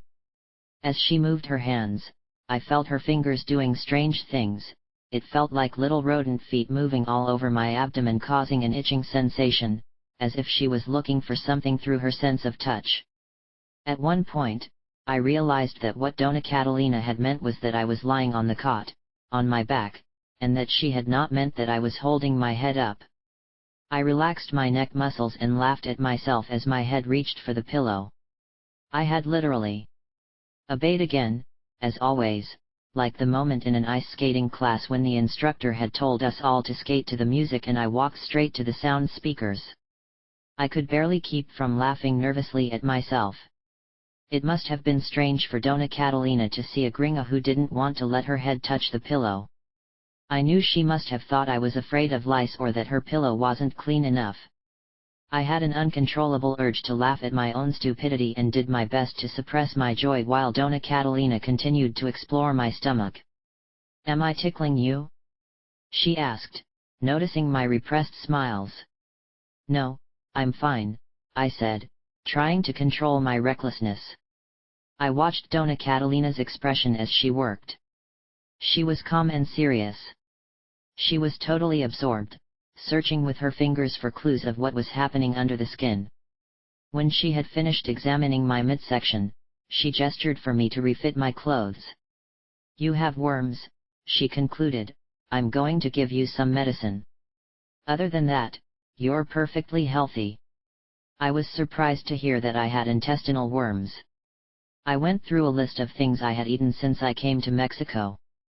I concluded that the cause was probably the donkey meat I had eaten in Santa Ana. "How do I get rid of them?" I asked, tucking in my blouse. "Get away from the men," she said casually. "I beg your pardon?" I couldn't see what men had to do with intestinal parasites. "You still have a lot of worms in you," she repeated. Then I remembered what Clara had said about energy worms. She had told me that during sex, men leave energetic filaments inside a woman's body that look like thousands of glowing worms. They stay inside a woman's body for 7 years, feeding on her energy and making her weak as the male recipients become stronger. Each renewed contact between a man and a woman strengthens the bonds and makes the energetic worms even more active. Perhaps the itch I had in my abdomen was the worms pushed by Dona Catalina's palpable fingers. "What can I do to get rid of them?" I asked, alarmed. "Besides staying away from men?" For years I had been leading a celibate life, so as not to renew the connection or the vigor of any worms contracted in past encounters. "Stay away from men," she repeated, "then in time the worms will die on their own." I nodded. I wondered how she knew about the light worms. If it was common knowledge among sorcerers.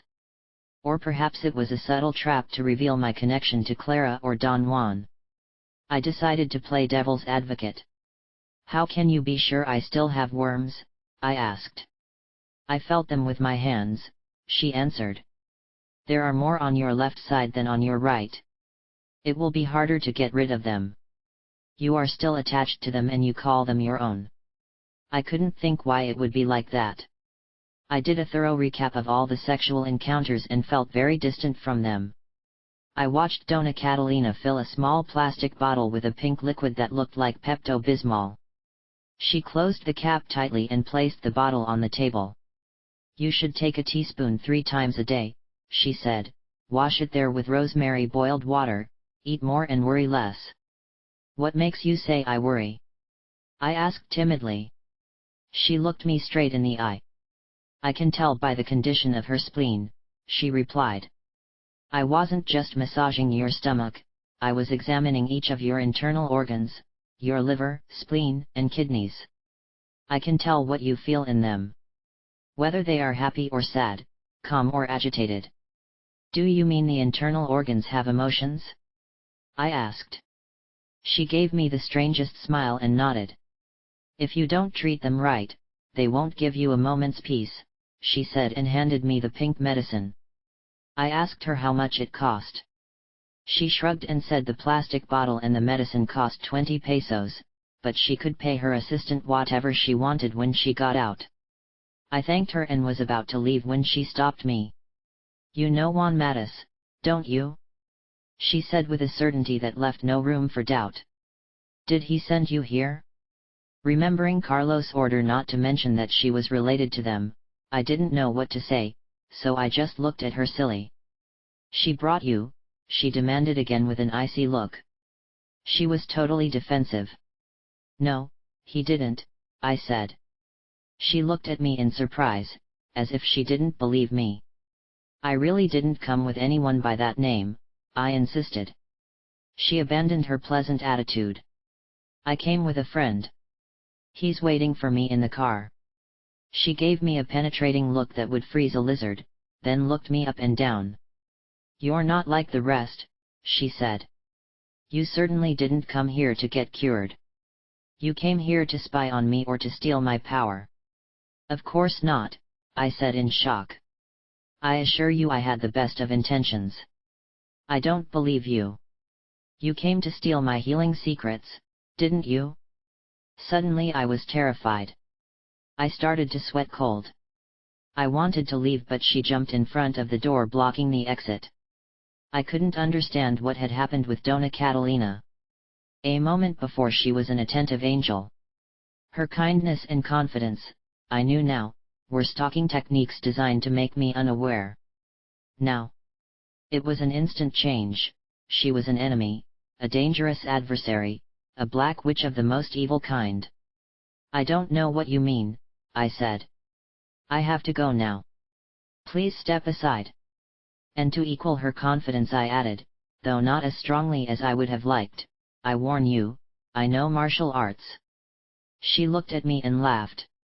I took a few steps backwards to establish more distance between us. I knew the martial arts, but what good would that do against this formidable opponent who was not only bigger than me, but much more powerful? Every inch of Catalina was filled with an aggressive but focused energy.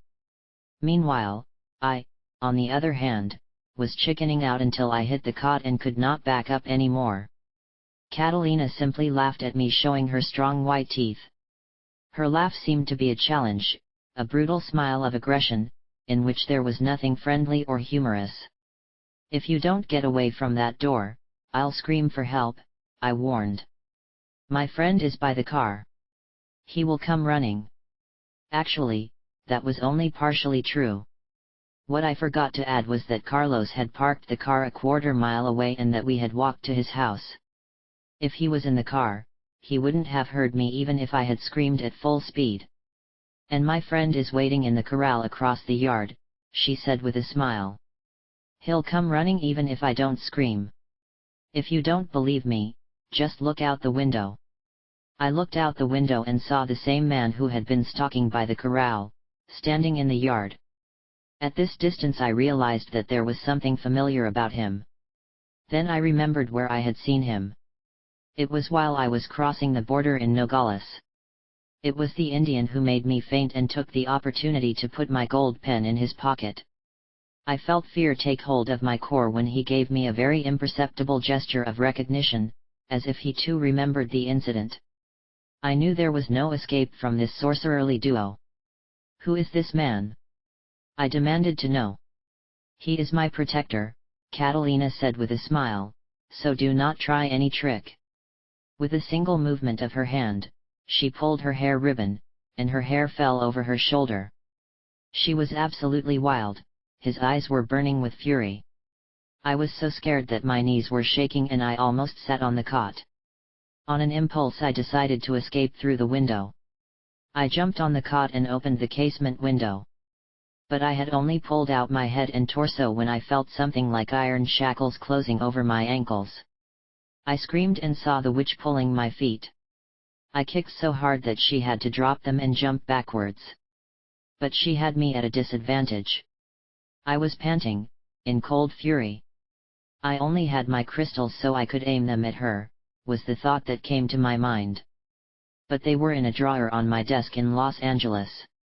They did me a lot of good there, when I really felt I needed to use them here. I didn't mind. I put my hand in my pocket and pretended to take something out.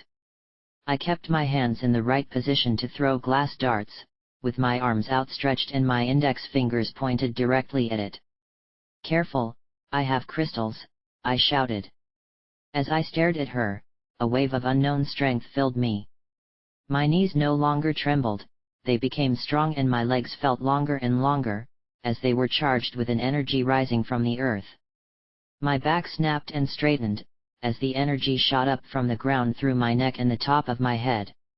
It seemed to be very high, my head was practically touching the ceiling and I was looking down at it, still pointing my fingers at the imaginary crystal in my hands.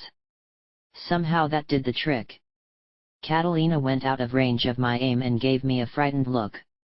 The next moment, she was sure of herself again, but she was furious. "Juan sent you, didn't he?" she said. "You are his ally." "She's crazy," I said, lowering my hands. "Allies are not human." I tried to control my breathing and, in doing so, I shrank until I was no longer lying down. I approached the door with my legs stretched out, just as it opened and Carlos came in. I was so relieved that I didn't have time to consider what had happened. This feeling of being stretched out was familiar. I had felt it before, although I didn't know where or when. "That witch wouldn't let me leave," I whispered to Carlos. So I almost hit her with my crystals. I didn't know what I was saying. My hands were like ice. My teeth were chattering. I was freezing cold. Carlos took one look at Catalina, grabbed my arm and pulled me out of the house. I could hear the strange laughter of the woman who was following us to the car. "That woman is crazy," I said in a choppy voice. "She didn't want to let me go. She kept insisting that Don Juan had sent me to steal his power. I don't know what happened to me. I think I hallucinated out of pure anger or fear. I was so angry that I almost went through the roof. And I don't mean that in a figurative sense. Catalina is the north wind," Carlos said, "and very dangerous." "Why did you bring me with her?" I asked. "At first she seemed so kind and competent." "Because she has power," he replied. "I thought you could see how a real stalker works." "You saw her in action." "I certainly did, but wasn't it too dangerous?" I asked. "She knew I wasn't coming there just because of flea-bitten legs. Although she gave me some lotion that I left in the house. As long as she didn't suspect you were with me, I thought you'd be safe. But I see that I was wrong. She saw through you the right way." "Not right away," I corrected her. "Only later, when I was about to leave." When we got in the car, Carlos asked me to tell everything that happened from the moment I walked in the house, which I did the best I could remember. It all started out so amicably. I had to avoid laughing because I thought she wanted me to keep my head up during the whole session for some mysterious reason. So I kept this uncomfortable position for as long as my neck could take it. Then, when I realized my mistake, I couldn't help but laugh. "That must have been what threw her off track," Carlos said. "You laughing. And keeping my stomach tense. She couldn't really see inside you until you relaxed your body. Then she could see you." "What do you mean?" "Catalina, being a psychic, can see that your energy doesn't flow the same way as her other patients." "What do you mean it doesn't flow the same way? How is it different?" "It's not exactly the human pattern of energy movement," Carlos said. "That's what gave her the idea that you were Don Juan's ally. She certainly suspected. She asked me if Don Juan had sent me, and I insisted that he hadn't. Then she really got angry and accused me of coming to steal her power, which certainly wasn't the case." Carlos listened to the rest of my story in silence, especially when I told him about the strange man in the back of his house. My teeth were chattering.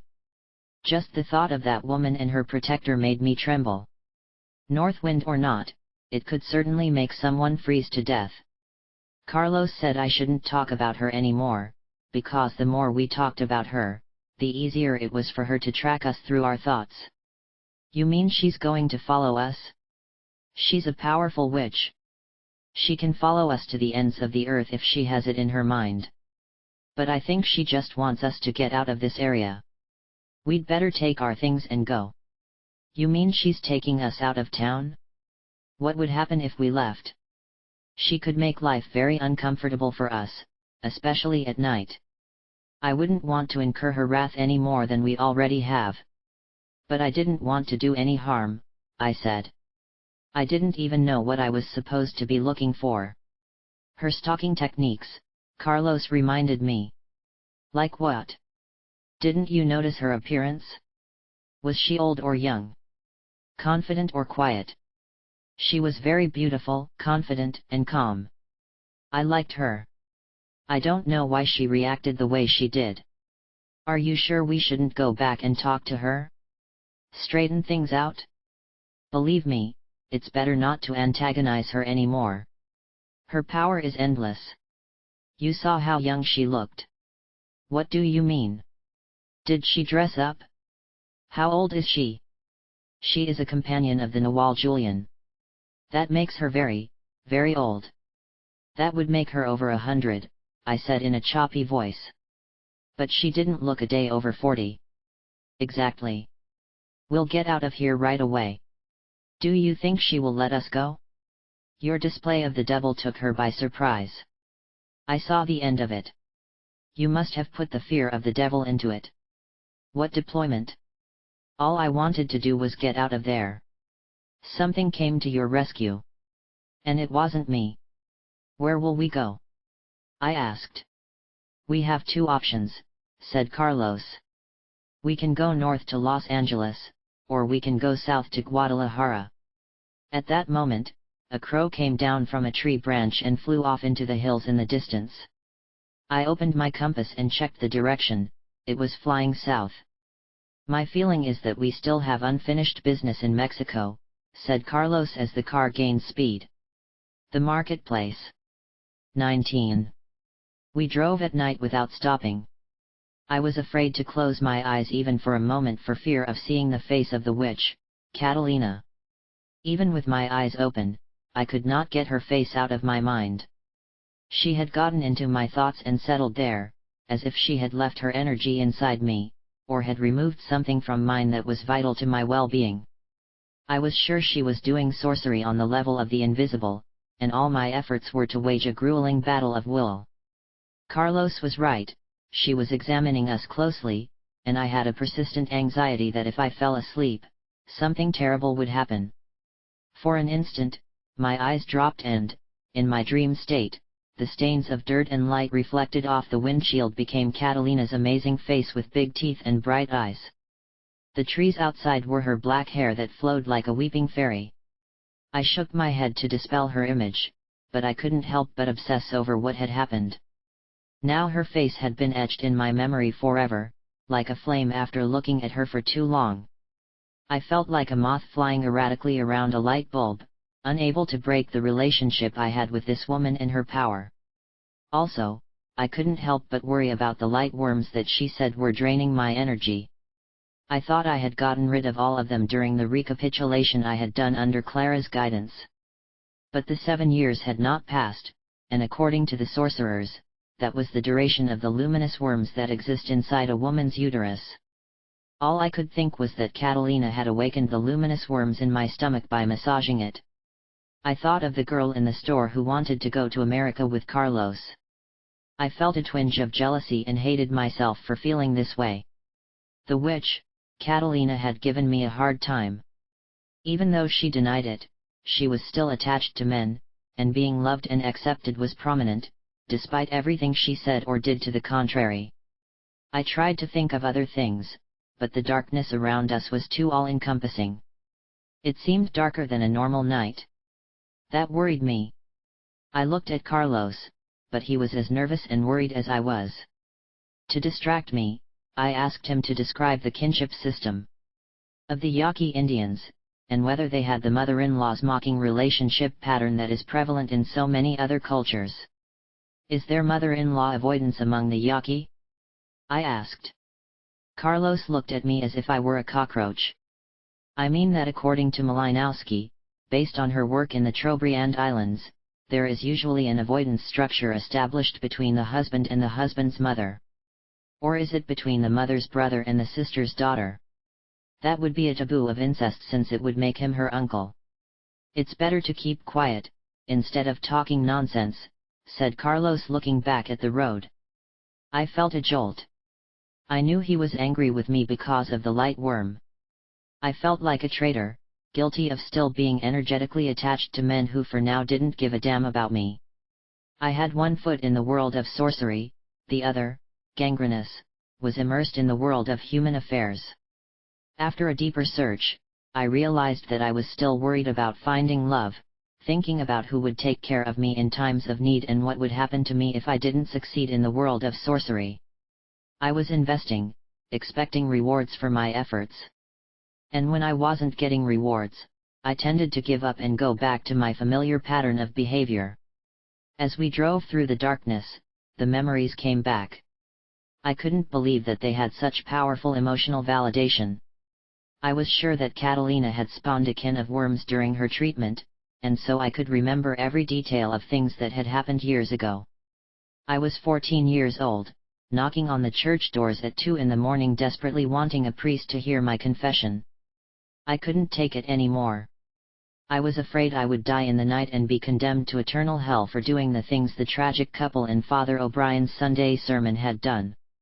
That Sunday at Mass she told us what had happened to 2 teenagers in her former parish who had driven into the mountains to do shameful things.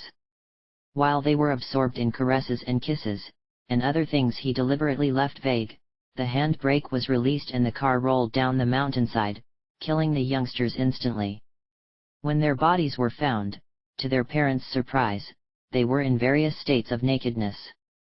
Father O'Brien had said that their death had come so suddenly that they did not even have time to make an act of contrition. And now their souls are in perpetual suffering. The church doors had been closed and no one came to hear my confession. I got tired of knocking and became so angry that I swore I would never expect anything from the church again. God had closed his heart to me in my hour of need and I would do the same to him forever. I kicked hard on the thick wooden door, spat on the floor, and since I was so agitated and needed to pee, I squatted and peed right there on the church steps. I never went to confession again, and to my mother's deep distress, I decided to sleep late every Sunday and not attend Mass. When I told Clara about this event, she told me that I was lucky that no priest had been there to open the door of the church. Because going to confession and throwing oneself on the mercy of a priest or God himself, in a moment of weakness, was the worst thing anyone could do.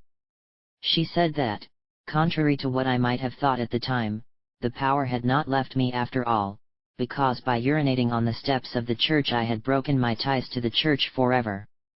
She had assured me that urinating is one of the best ways for witches to cut their connections to things. I also spent a horrible time disassociating myself from the church, she had revealed. I used to wait for Sunday Mass so I could meet with friends. Then I would go to their homes and we would eat and gossip all afternoon. That was the only pleasure I ever had in my life, so I clung to it as if there were no tomorrow. How did you break that habit? I asked. My teacher, the Nawal Julian, made me collect all my urine for days in jars. Then one night, late, I had to go to my hometown church and when no one was there I had to fill all the bowls with holy water and also the baptismal font. Then I had to go up to the altar and fill the chalices and add some urine to the incense dispenser. Imagine the next morning, because he made me go on a Saturday, the surprise of the priest and parishioners when they were blessed with my urine. I did not see the humor at that moment, because I was scared to death and felt guilty for years after committing a sacred sacrilege.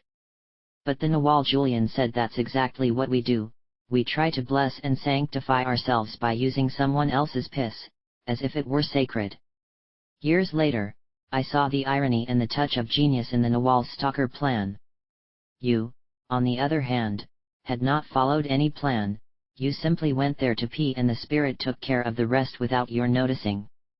As we drove along in an uncomfortable silence, I inhaled the memories and gently exhaled them. Several hours later we arrived in the city of Los Mochis. We stopped at a modern restaurant open all night to eat. I was hungry. My legs were itching terribly from the guilt, tension, and lack of sleep. I almost wished I had not left Catalina's potion at her house. However, I had been told never to accept food or drink from anyone, and of course medicine. Who could say what that lotion contained or could have done to me after Catalina's outburst of anger? We ordered bacon and eggs in the well-lit cafeteria. Carlos looked tired, but I was relieved to see that he was hungry too. Somehow, we still had our appetite, so things couldn't have been totally out of control. During the meal I kept bending down to scratch my legs because my leviathan was rubbing against the bites, making them itch even more. "I know a pharmacy in this town," Carlos said, noting my discomfort. "When they open in the morning, we'll go there. There is also a healer who works in the herbal market." I couldn't believe my ears. "Another healer? No," I said firmly, "I simply refuse to go." "No, this is different," Carlos assured me. "He's an herbalist. He has studied pharmacology and medicinal plants. He's very expert. Besides, it's a good idea to cancel the powerful effect Catalina had on you." This was the first time since we left Sonora that Carlos had mentioned the sorceress name. I thought maybe we had put enough distance between us to neutralize the attraction of her power. "Very well, if you think it's a good idea," I said, rubbing my calf against the table leg. "How did Catalina become so powerful?" I asked. "Every morning before sunrise she walks 5 miles to the top of a hill and stands there naked to absorb the energy of the earth and the wind," she replied. "How do you know that?" I asked. "Have you seen her naked?" Carlos laughed nervously. "No. Don Juan told me. She's like a cousin of his line. Although, as I said, she really belongs to the Nawal Julian party. Why didn't she go with them when they left the world?" "She wasn't ready.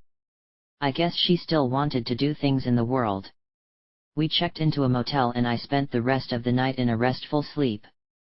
I felt like there were a lot of people in the room. If I opened my eyes quickly, I could see some of them standing by my bed, as they could not disappear quickly enough. And I could certainly hear them whispering. Don Juan was there and 2 other men, all 3 were wearing suits. I sensed their presence and their volume, but I could not distinguish their faces, although I thought that one of them was the man Catalina had called her protector. At a moment of my dream, I was curled up on my left side, shivering like a dog because of the cold. One of the men was hitting me with a stick to see if I would wake up. I felt and could see and hear what they were doing, but I couldn't move. I decided to pretend to sleep so I could hear what they were saying, because I knew they were whispering about me. "She's still caught up in what happened in high school," Don Juan said angrily. "She can't stop spoiling herself," said another. "Idiot," said the man who was touching me, "that's what a Catholic education will do." There is no end to his self-pity. It wasn't as if he had given himself to Father O'Brien in his mind. He did. Someone said in a pathetic tone that made everyone laugh. I must have made some kind of move, because someone asked, "Do you think he can hear us?" "I wouldn't say Taisha passed it," replied Don Juan. "She is very cunning. Let's talk to her, maybe we can make some sense of it." Then they began to talk to me and tell me things, what to do to straighten out my life, how important it was to leave the past and not cling to memories, and things about recapitulation, which they said was an endless process. I felt his strength and impartiality and I felt safe in his presence. Don Juan was so indifferent and unbiased that I felt relieved. I knew that if someone so noble gave a damn about what I was or did, it couldn't be that bad. You must be right, I was only indulging myself. They told me a lot of things about me and Carlos and things to come, but I knew I wouldn't be able to remember a fraction of what they had said. And then one did something that I would always remember. He began to sing a song. It was a song about saying goodbye and leaving memories behind, even the happy ones that made our hearts laugh. The song was very strange, because it told of specific moments that I had experienced. It was as if that song was tailor-made for my life and the words described what I was feeling deep inside. Of course, I began to cry, not because it was a sad song, but because it was about me. It was a song of making peace with my heart and with my lost youth. It was a song of liberation, beautiful and strong because it captured the essence of the moment. It summed up the temporality of life. Listening to it, I felt purged and I felt a deep gratitude and love for those who were helping me for no reason. That simple melody had reached places that no words could have touched. The next morning I remembered what had happened in the room the night before. I wanted to write it all down so that I could understand it later and follow the advice I had been given, but all I could recover was the essence of some of the things I had been told and, of course, the song that was still in my mind weaving its melodic spell. After breakfast, we drove to the center of town, parked the car near the square and walked to the market. "This person has a stall at the market where he sells medicinal herbs," Carlos said. "I think he's on this island if I'm not mistaken." We walked through the rows of fruit vendors in a stall selling poultry. The chickens were hanging upside down with their heads cut off and blood was dripping into a pan downstairs. I felt unwell. It was not a pleasant sight to see so soon after breakfast. Carlos asked some questions about whether the man we were looking for was there that day. A burly woman with a red ribbon woven into her 2 long braids pointed to a booth at the end of the line. It was more than a booth, it was almost a small consultation room, divided with plywood and curtains. There was a sign on the curtain that said the doctor is out. "The medicine man will be back soon," said a thin, haggard young man who was the medicine man's assistant. He led us behind the curtain and asked me to sit on a box. A warm breeze came through the opening of the cloth, making the windowless room even more stuffy. The floor was clean and there was an altar with wilted flowers, a statue of the Virgin and some dripping candles. A trunk was the only bulky piece in the area, other than the boxes and a chair. In it, the healer had exposed his paraphilia. Stacked against a wall were dried herbs tied together with pieces of red thread. I did not recognize any of the herbs, except the angelica I had gone to look for in a riverbed with Don Juan. Next to the dry herbs there was a granite mortar and a hand of pestle to grind the medicines into powder. A row of jars carefully labeled with different powdered herbs, some in the form of roots and others in leaves, lined up on the wall. I changed my position on the Pepsi-Cola box, or rather I bent down to look at the flickering flame of the candles that the attendant had lit in the sanctuary. My legs were itching madly and it was all I could do to avoid scratching. Carlos had bought me a pair of white cotton mittens so that if I scratched, I would not draw blood or leave scars on my legs. I took the mittens out of my pocket and put them on in case I had an itchy attack that I couldn't control. It looked like I had white cat paws. "I'll go see if I can find the healer," Carlos said. I insisted that he stay with me and not leave as he did at Dona Catalina's house. While we were discussing this, the curtain opened and a hunched-over woman leaning on a crooked cane entered the inner room. It was all she could do to walk. The attendant greeted her warmly and helped her to sit in the only chair Carlos had vacated. "Is she the healer?" I asked Carlos in dismay. Carlos shook his head. "I don't think so. She must be one of his patients." But the assistant introduced her to us as the healer's wife. She continued to praise her husband's powers enthusiastically, saying that he had healed her son's shoulder, which had been dislocated while digging an irrigation ditch. "Why doesn't he cure her?" I whispered to Carlos. She seemed to be on his last legs. The old woman snapped her lips and looked up and down at me with disapproval. I felt that she didn't like Americans very much with their soft, muffled forms. I was not willing to make enemies with anyone after the experience with Dona Catalina, so I said good morning and smiled as gently as I could. She nodded and said good morning, but did not smile. The healer must be old if this is his wife, I thought. Just then, a goblin man, perhaps in his 40s, came through the curtain. He was tall for a Mexican, thin, and exuded a kind of skinny, strong vitality. He had a pointed and well-trimmed beard that gave me the impression of a Spanish gentleman absent from his hacienda. And like the Spaniards, his skin was clear. His eyes were kind and he had well-defined lines around his eyes and mouth that gave him a mischievous appearance. He was dressed in charcoal gray pants and a white tunic-like shirt with embroidery on the front that, with a little imagination, could pass for a doctor's gown. Carlos, the healer, Don Vicente, and his assistant chatted amicably in Spanish for a while his wife, who looked more like her mother or even her grandmother, watched in silence. Then the curandero bowed ceremoniously and asked us formally for permission to begin practicing his healing art. He was such a gentleman that I instinctively trusted him. His assistant had told us earlier, while his wife was informing us of his skill, that he could diagnose an illness by evaluating the color and shape of a person's energy surrounding his body. The healer began by looking at me as if evaluating the state of my energy. I was concerned about what he might see, especially after the crash with Catalina. I would have hidden all the bad things if I could, including the strange luminous worms, but how could one hide what was already invisible? The healer became cloudy-eyed and a little dazed, and seemed to be looking right through me, so there was no place to hide.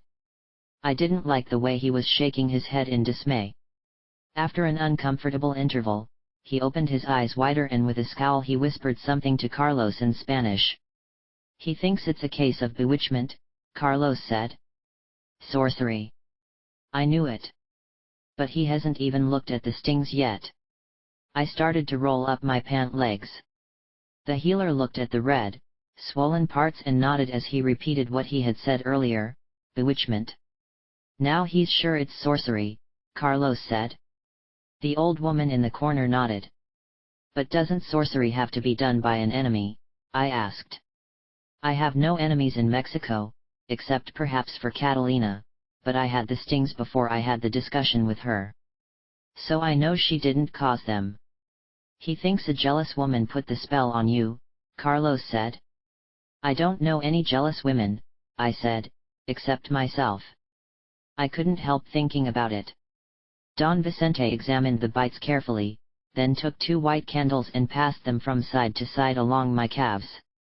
Periodically he would shake the candles in the air as if to get rid of the poison the candles had attracted to them. Then he took a flask of yellowish liquid from the sanctuary, which he said was holy water, and sprinkled it on my legs. I shrank as if I were Satan himself. Because I remembered Clara's story about urinating in the church's holy water fountains. I was sure the liquid was the healer's urine. Then the helper took a rattle with a long handle from the top of the chest and gave it to the healer, who shook it vigorously around my body. With his eyes closed, Don Vicente hummed a monotonous chant as he continued to shake the rattle as if to ward off evil spirits. The sound of the rattle reminded me of the girl I had seen in the Yaqui store the day we bought our hats and piscola masks. I saw again the look of contempt the girl had given me while she was sitting in the front seat of the car. But I had already been bitten. How could she have caused this? I was thinking about the possibilities of diseases caused by the evil eye, when Don Vicente interrupted my thoughts. "Someone wants you to be as miserable as possible," he said. "You may not have caused the bites, but you are certainly preventing them from healing." I wondered if Don Vicente's sinister diagnosis was correct. I had heard of sorcery in my anthropology courses, but I had always thought that curses and the evil eye were concepts that primitive people used to explain the world of cause and effect because somehow they lacked rationality or logical thought. Could someone's bad feelings really affect another person physically? After meeting Catalina, I was sure of it. I held back. It was too easy to blame others for one's carelessness or bad fortune. Was my discomfort really something that a jealous woman had wished for me, or was it something that I had attracted to myself? Seeing cause and effect on a supernatural plane, which could not be refuted, seemed to me an easy way to explain anything. I decided that the fleas had bitten me simply because my legs were there and uncovered. However, the more I thought about the other people sitting in the same room, some in skirts with their legs uncovered as well, I realized that none of them had been bitten.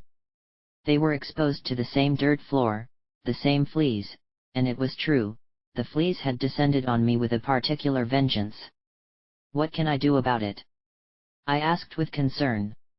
I was hoping I wouldn't have to kill a chicken or drink the blood of a goat or something. Don Vicente left the rattle and looked in his trunk. He pulled out an amulet on a string made from a small seed that looked strangely like an eye.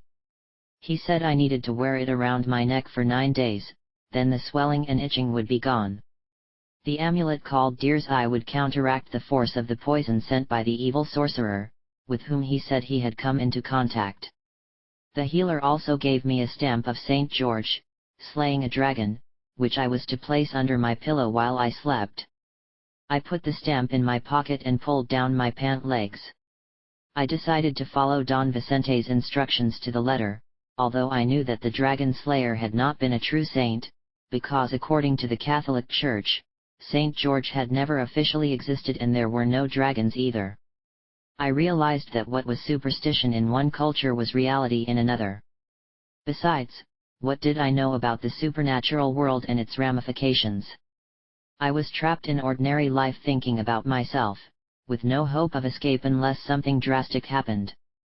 We left the curtained area that had been a sanctuary apart from the world, and entered the hustle and bustle of the marketplace. Don Vicente addressed Carlos privately in a friendly tone. Every once in a while he would look at me and laugh. I wondered if I was telling him more about the evil eye and what to do about it. His wife had followed us through the curtain and slowly walked away, stopping to look at several of the stalls. She was no longer bent over, and had lost her limp and abandoned her cane. From my point of view, she looked like a young woman with an exquisitely straight back. I wanted to follow her around the market to see what she was doing and how she had achieved a remarkable metamorphosis. But Carlos came to me and told me it was time to go. I thanked Don Vicente and we left. What did the healer tell you? I asked when we stopped to buy some short, stubby bananas at a stall outside the main market. Carlos hesitated for a moment and then said, Don Vicente thinks you are a little crazy and that is why you are so susceptible to sorcery. What makes him think that? I asked. He could tell by his seeing that your energy field is erratic. Something in you is jumping all over the place. How could he tell? He could see it in your eyes. Carlos looked into my eyes as if to see if what Don Vicente had said was true. He also said that if you don't do something about your complacency soon, your health will be affected. Then it will be difficult to cure you. Well, if it is an internal balance, I said, I am a hopeless case. I just saw his wife walk away without a trace of a limp, and her back was completely straight. She wasn't even using her cane. What? I mean, his wife, when she walked around the island she wasn't limping. And she wasn't bent over at all. I think you're starting to see things, said Carlos with a nervous laugh. Either that, or Don Vicente is right. Someone has bewitched you. Guadalajara. 20. Carlos drove south on the Pan American Highway. He kept his eyes on the road and did not relax his concentration during the long hours of driving. I offered to relieve him at the wheel, but he refused, saying that it was dangerous for the inexperienced driver to negotiate the curves on Mexican roads, and that we needed to get to a big city as fast as safety would allow. As we drove, I had the feeling that someone or something was following us, floating out of the passenger side. That feeling had made me so anxious that I had to struggle to keep my eyes open. I continued to drift until I fell asleep and found myself back in the Sonoran Desert floating on top of the chaparral. I could see rows of huge agave cacti and clusters of tall saguaros, and the long dark lines of irrigation ditches. I knew something was wrong. I felt vaporous, as if I had no substance, or that most of me was somewhere else. When I was awake, I was disoriented. I couldn't think and I couldn't formulate a coherent answer to Carlos' questions. He asked me about my studies, what courses I planned to take in the fall. That world was so distant that I couldn't remember the course titles, the names of the professor, or the people I had come in contact with at the university. I stumbled over my words as if I were drunk or had a speech impediment. You sound like my Turkish grandmother, Carlos said. She was always mixing up her weights and kissing and twisting the words. I used to be ashamed of her because I thought she had a strong accent, but then I realized she had aphasia. Well, I don't have aphasia, I said annoyed. I just can't seem to focus my thoughts. Carlos turned to the side of the road, stopped the car and examined my pupils. He concluded that La Catalina had taken over and was not willing to let go. What does she want with us? I asked, chattering my teeth with an inner chill. Your sudden visit and your suspicious behavior was interpreted as an attempt to take away her power, said Carlos. She has acted in the only way she knew how to defend herself from an unexplained force. Carlos reiterated that we had to put an even greater distance between us, and also quickly, for having offended La Catalina by not making it clear who we were and why we had gone to see her. Why would he want to hurt us if he is part of Don Juan's group of sorcerers? I asked. It's not about what Catalina wants, explained Carlos. But once certain forces are set in motion, there is nothing she can do to stop them. It's like recapitulation. Once your intent and breath are sent out, anyone who stands in her way is finished. Do you think she could retaliate against her will? Carlos turned the car back on. There's no telling what she might do, he said. Therefore, we must continue our journey and gather our power. When I asked Carlos how far south we were running, he said we would keep driving until we ran out of power, or until something told us to stop. I had a suspicion that I had already run out of power. From the time of the meeting at the Sonora house where the fleas had attacked me, until the meeting with La Catalina, things had not gone well. I rationalized these unfortunate outcomes as a result of not being adequately prepared about who these people were or what I expected. If I had been better informed, I would have handled the meetings more delicately. At the same time, however, I knew that in the world of sorcerers the trial by fire of a warrior always came in disguise, to see if one could act impeccably without warning or preparation, but simply out of inner conviction. It was already late when we arrived in Guadalajara. Carlos parked the car near the hotel in Mendoza, near the long square of the Tapatía Park. We got out and walked to an area where there was a gazebo on an elevated platform with steps that served as a stage.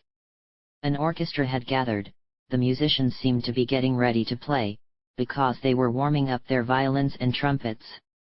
A good-sized crowd had gathered to listen to the concert and walk the paths in the park. Huge colonial-style buildings surrounded the park. To the west was the Degollado Theater, home of the Jalisco Philharmonic Orchestra. Later we could see parts of the government palace. The streets turned in various directions from the central plaza.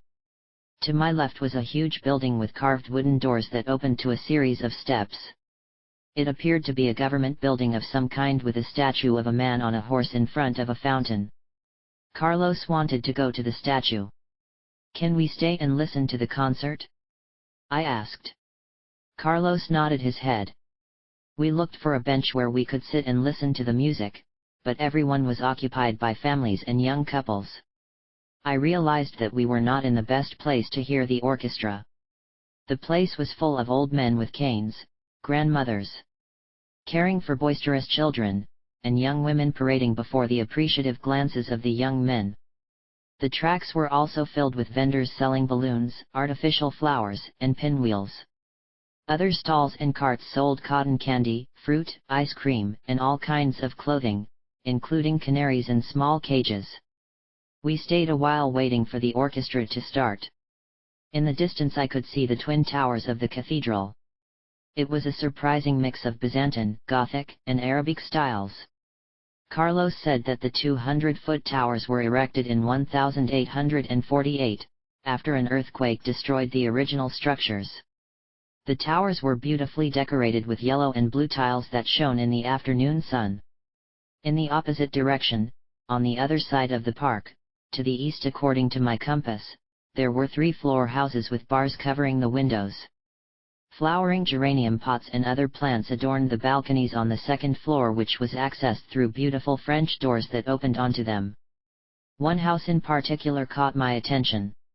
Its blinds were freshly painted blue. It seemed to exude vitality from every stone. Compared to it, the other houses seemed dull and old. The orchestra is about to start playing, Carlos said, taking my arm.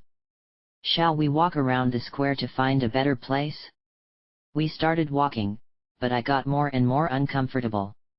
I had the unsettling feeling that I was being followed or that someone I couldn't see was watching me. I became shy, irritable, because I knew that whoever it was scrutinizing me on a deep level. I had almost forgotten about Catalina in the agitation in the park, but this was something else that had nothing to do with Catalina's retaliation. I looked at the people sitting or standing on the benches so I could see the musicians, but I did not recognize anyone. I saw children with their mothers, old-fashioned teenagers, an old lady and a gentleman. Then there was a strong, attractive middle-aged woman, carrying a mesh bag full of packages. I didn't see anything out of the ordinary. The band had started playing. They sounded out of tune. They were playing Strauss' Vienna Waltz, which had been one of my mother's favorite pieces. She had played it over and over again on the piano so that it was etched in my memory. I was reflecting on how it should be played when a man approached Carlos and started talking to him. At first I didn't pay attention to him, because I was absorbed in finding the flaws in the musicians. But when I turned around and saw the familiar face almost completely hidden by a hat, my mouth opened. "Am I Lito?" I screamed. "What are you doing here? Is it really you?" We stood there for a moment looking at each other. My eyes filled with tears because I had thought I would never see him again. He winked fiendishly and said, "Have you been practicing what I taught you?" "I have not," I confessed, "but I am going to college as you recommended." Emilito nodded his head. He whispered something to Carlos, who suddenly excused himself, saying that he had an errand to run, but that he would join us later. I was so happy to see Emilito that I barely heard what Carlos was saying. I started to follow him when he left, but Emilito grabbed my arm to stop me. "Let him go, dear. Don't you like my company?" He sounded really angry, like a child who was about to be abandoned. He pushed me in the opposite direction towards another bench, some distance from the orchestra. I turned to see if I could see Carlos to ask him not to leave me alone in an unfamiliar city, but he had already disappeared into the crowd. "You'll see him later," Emilito assured me. "Now what about your practice of stalking with the devil?" "What do you mean?" "Stalking with the devil," he repeated with an exasperated click of his tongue. "Have you been practicing it?" I didn't know what to say. I tried to remember what he had taught me about that subject, but my mind was full of bruises. I looked into his big lemur's eyes and noticed the disappointment in them. I wanted to say that I understood what he meant and that I was practicing diligently every day, but that would have been dishonest, so I said, "Honestly, I don't know if I've been stalking with the devil." He recommended that I lie down on the bench, close my eyes and try to remember what he had taught me about that subject. "Do you remember how to find things, how to do things, how to move things with a force derived from the silence within and beyond?" he suggested. I closed my eyes and tried to calm my erratic breathing. Then, when I fell into a relaxed state, I remembered something Emilito had said a long time ago while living in the trees under his care. I had complained that since I could not leave the tree house, which had been our agreement, I could not practice the forms of martial arts that Clara had taught me. For that I needed a lot of space and preferably a hardwood floor. "Practice martial arts with your devil," Emilito recommended. "That's the best practice anyway." "How do I practice martial arts with my devil when I can't even leave the tree house?" I asked. Emilito had laughed and, to my surprise, had executed a series of the most elegant and impossible body movements I had ever seen. Right under the tree house, Emilito had turned backwards and then laterally in circles, turning his body in a horizontal plane like a frisbee. And he knew he wasn't using pulleys or ropes, or extra fast movies to speed up his moves like they did in martial arts movies to give the impression of actors defying gravity. Watching Emilito's excellent moves from the treehouse was a delight. Why didn't he teach me before? I regretted it. Now that I couldn't leave the trees, it was too late to learn to spin in the air. I had repeated and again he showed me the lateral turning movement. "But how do I practice that without falling out of the tree?" I had asked. "Use your imagination and try," he said. "Intent, intent, intent," he shouted with a high-pitched bird-like squawk as he walked towards the house. That night and every night thereafter for several weeks, before falling asleep, I visualized the movements Emilito had shown. I saw myself doing them over and over again until I found myself doing them in my dreams. With a little practice, the dream body could move any way it wanted. I discovered that I could do the most complicated flips and backward curves. I could jump from the ground to the treehouse and back down in one jump, using not pulleys and ropes, but the energy of my midsection.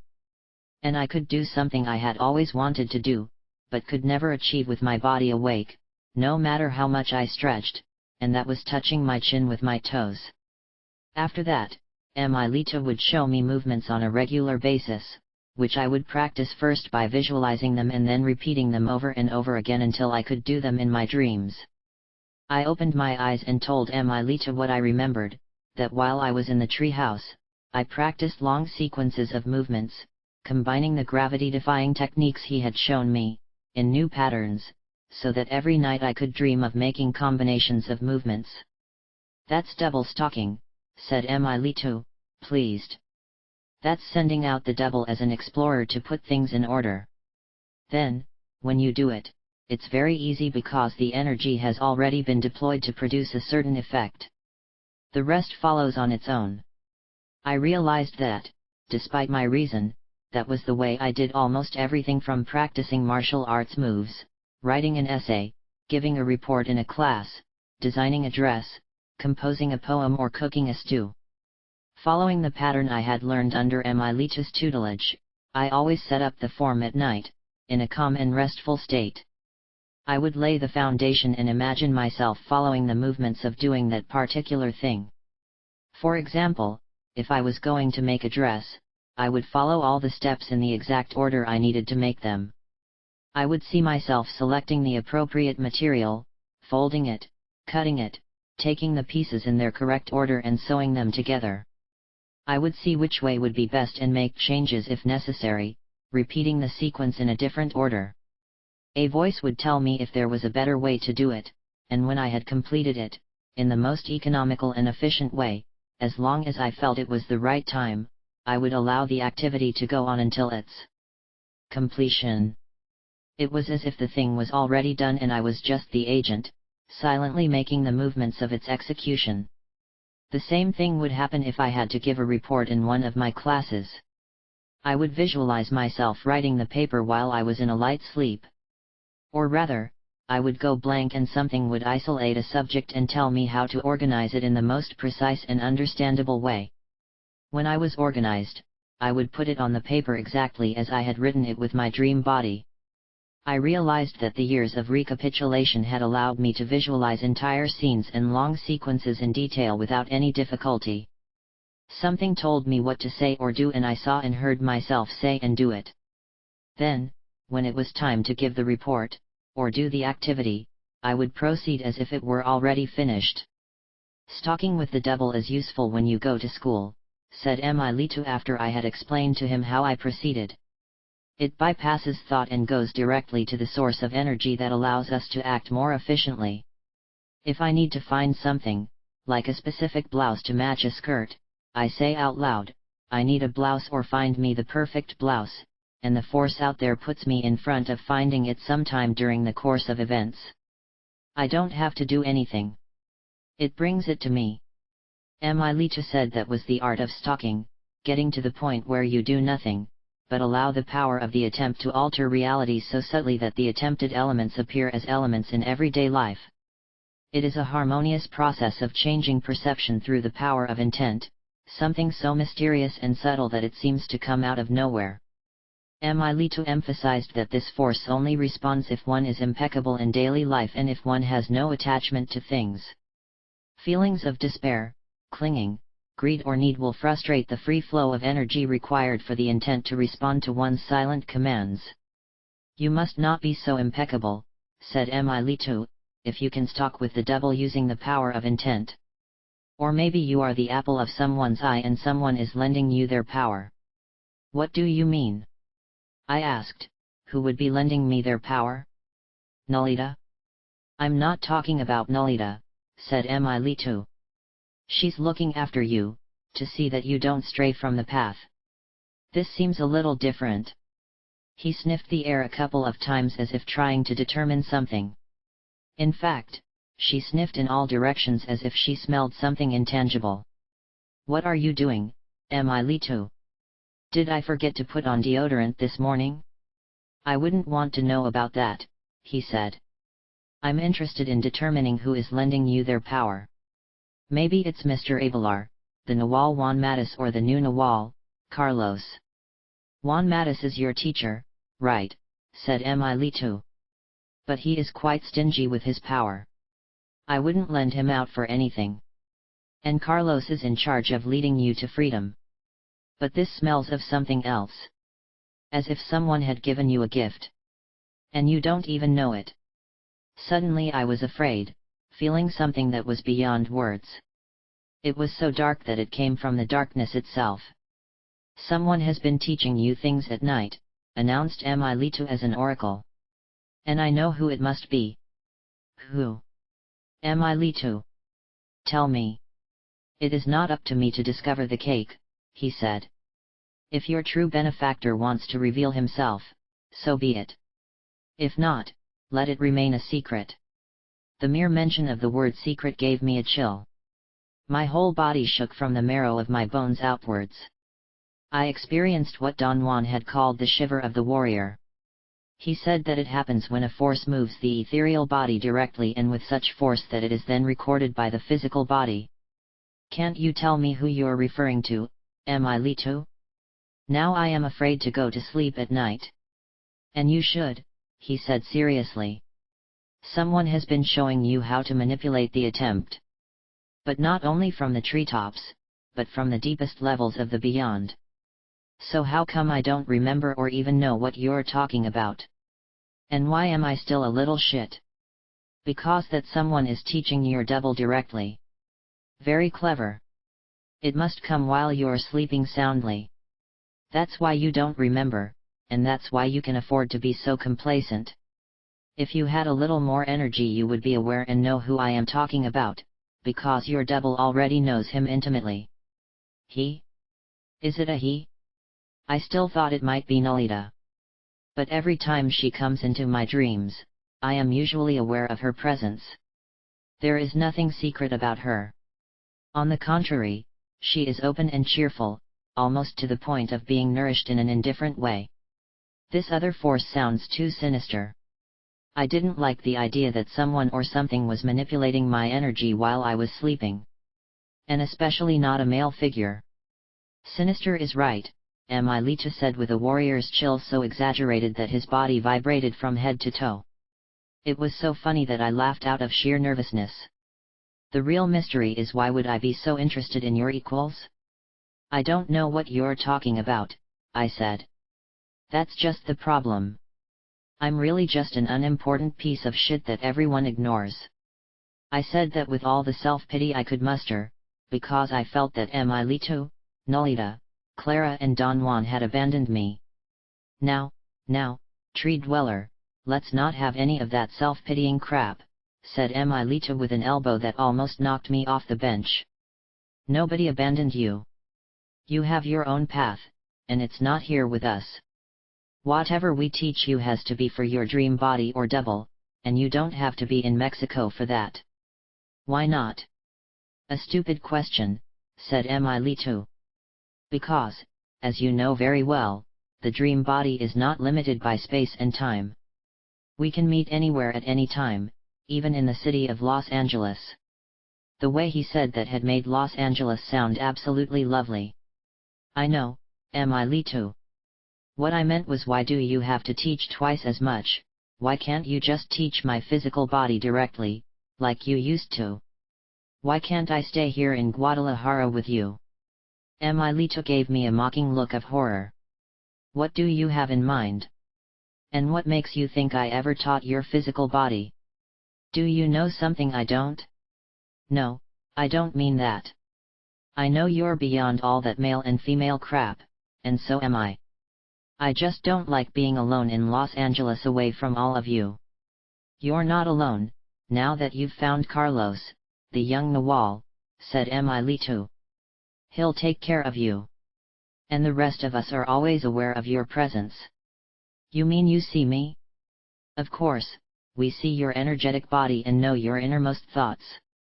He raised an eyebrow and shook his head, so you'd better continue to recapitulate. The stronger your intent, the purer you must be. I told Emilito about something that had been bothering me. I had a part-time job in a typing pool while I was going to college, and every time I parked my car to go to work, a young man, a little late and maybe homeless, would wait for me on the corner asking if he could clean my windshield for some money. For a while I just let him clean them and gave him a few dollars in return. But since I was driving there 5 times a week, I didn't need my windshield cleaned every time, so I said no, thanks. Sometimes I felt sorry for him and gave him some money anyway. Especially after he told me that I had to be careful what I ate because I suffered from stomach ulcers. The idea that he had bleeding ulcers, like my older brother when he was a teenager, made the situation even more poignant. I wanted to give him all the money I had, but at the same time I had a tight student budget and had to watch what I was spending, and I didn't want my windows cleaned, so I didn't know what to do. It got to the point where I was afraid to drive to my job parking lot because I didn't want to see this person. To avoid meeting him, I went so far as to park down the street, but he would meet me anyway on the way home. He would say, "There's my friend," in a tone so pleasant that it made me feel like a rat if I didn't give him money, and I would get angry that I did. I became so guilty and annoyed with this routine that one day I stopped short when he was out of my sight and said out loud, "That's enough, I don't want to see that person again." The next day, I was relieved to see that the young man was not on the corner. But I didn't think about anything, hoping to see him there the next day. But I didn't find him. I thought he was on vacation, although I couldn't understand where or how. After a week of not seeing him, I was afraid he might be sick and I felt doubly guilty. As time passed, the young man did not return. In fact, I never saw him again. When I finished my story, Emilitos shook his head. "Now I'm sure someone has been teaching you to stalk with the devil. These things don't just happen." "What do you think happened to that man, Emilito?"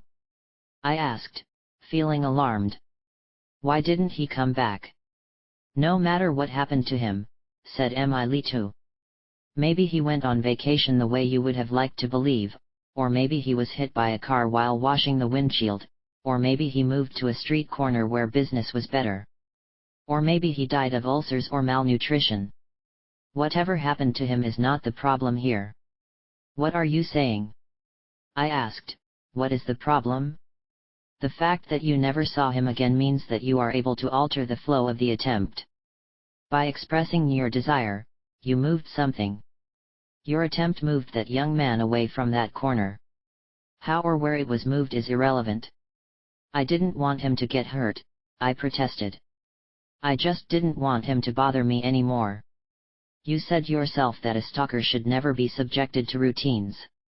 And giving him money every time I saw him was routine." "That's precisely what I'm saying. You were able to interrupt a routine by altering the flow of the attempt. That's devil stalking. And someone has been teaching you how to do that." "I still don't think it had anything to do with me," I said. "It could have been a coincidence. I probably had somewhere else to go. Call it coincidence, sorcery, or whatever you want," said Emilito. "The point is that you never saw the young man again. Who gives a damn what the reason is or what explanation you want to use? And your concern is an indication that you had something to do with it, whether you know it or not."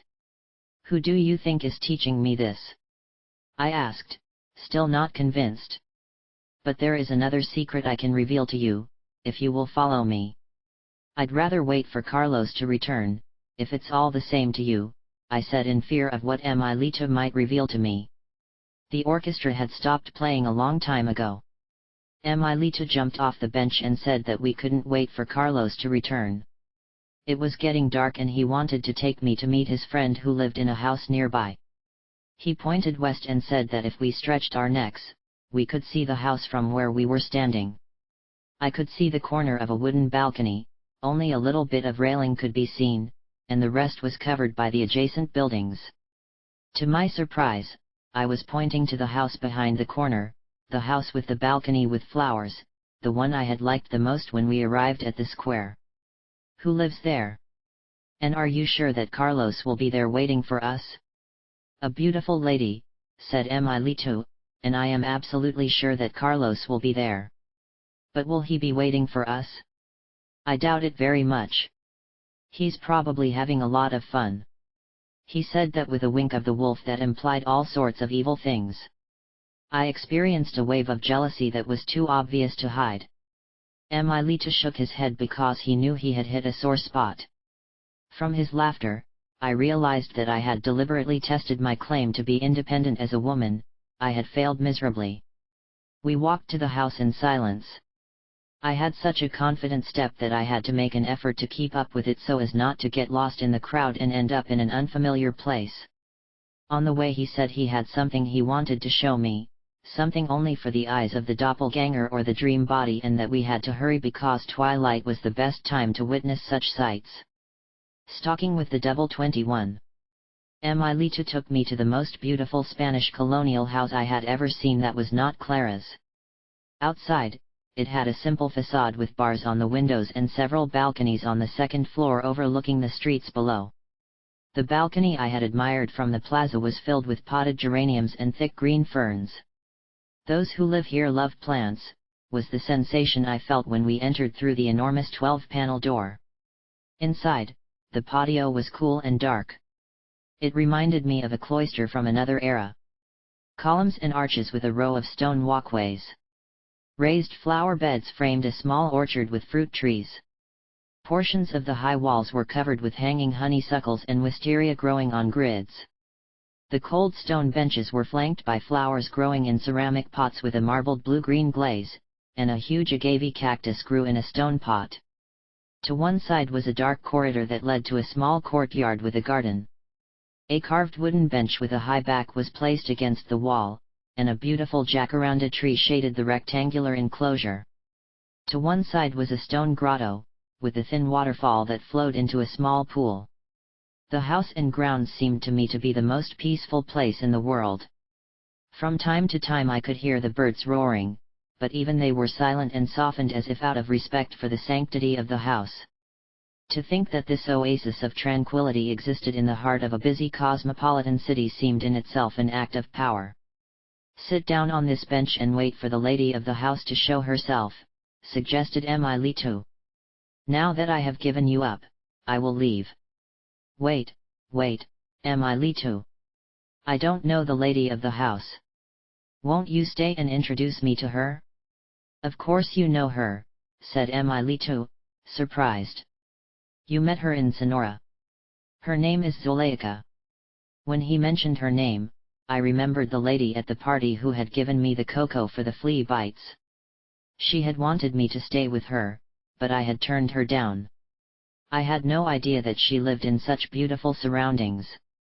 "But what should I do when I meet her?" I asked. Emilito gave me a stern look. "When you meet her, be impeccable," he advised. "That's all anyone can do." Before I could ask her what impeccability would mean in this situation, he left through a side door leading to the corridor. I sat on the bench, feeling sad, watching the fish play in the pond. But the harmony of that house and the ripples in the water soon made me feel sleepy, but in a pleasant way. I exhaled a couple of times, and with my breath all my worries seemed to flow until there was nothing left but a deep sense of well-being. I closed my eyes and heard the water running over the little rocks, and imagined seeing the little goldfish that had now hidden under some water plants. If only this waking dream would last forever, I heard a woman's voice say. I turned and looked down the dark corridor but saw no one. But those words summed up the moment for me, because that is exactly how I felt. "That's right, dear, rest and let the sound of water take you anywhere." The voice came from my left, very close. Surprised, I opened my eyes and saw a tall woman wearing a black kaftan with an Indian motif around a high neck. Her brown hair was tied back in a nice but somewhat old-fashioned way. The skin on her face was smooth and her eyebrows arched expressively with the help of the eyeliner pencil. Her mouth was thin and delicate and her eyes were fixed on me in such a penetrating way that I knew she was Zuleika. She could also hypnotize me with her look if she wanted to, I thought, but somehow I didn't care. I trusted her, because on a deep level we were the same. Then came the understanding of how we were the same, and that made me feel uncomfortable. We were both a little crazy and had to use all our energy to make a coherent presentation of ourselves in the face of total chaos. "You're not afraid of me, are you?" Zuleika asked solicitously. Because I assure you, I am here to help you. I am not afraid, I said and meant it. Zuleika was so far from the pettiness of the world that she exuded strength and vitality in her voice and movements. Except for her burning eyes, she was the image of calm and serenity. You're going to stay with me for a while, and I'm going to teach you how to stalk with the dream body, she said. But I have not yet finished recapitulating, I said. Should I not continue with that? Recapping is important, but so is dreaming. I have to prepare you in the right way now because there is very little time. Then you can practice for your account. However, while you are here, you must follow my instructions, okay? I had no choice but to nod, because she was nodding her head. Dreaming and observing go hand in hand, Zuleika started. You understood that when you observed the ripples in the pond. Now let the sound of the water take you. This is how you begin. You find something in the world that shines or glows and you stare at it. Then you find a sound, like rain, water from a stream, even the noise of the city. And you follow the sounds.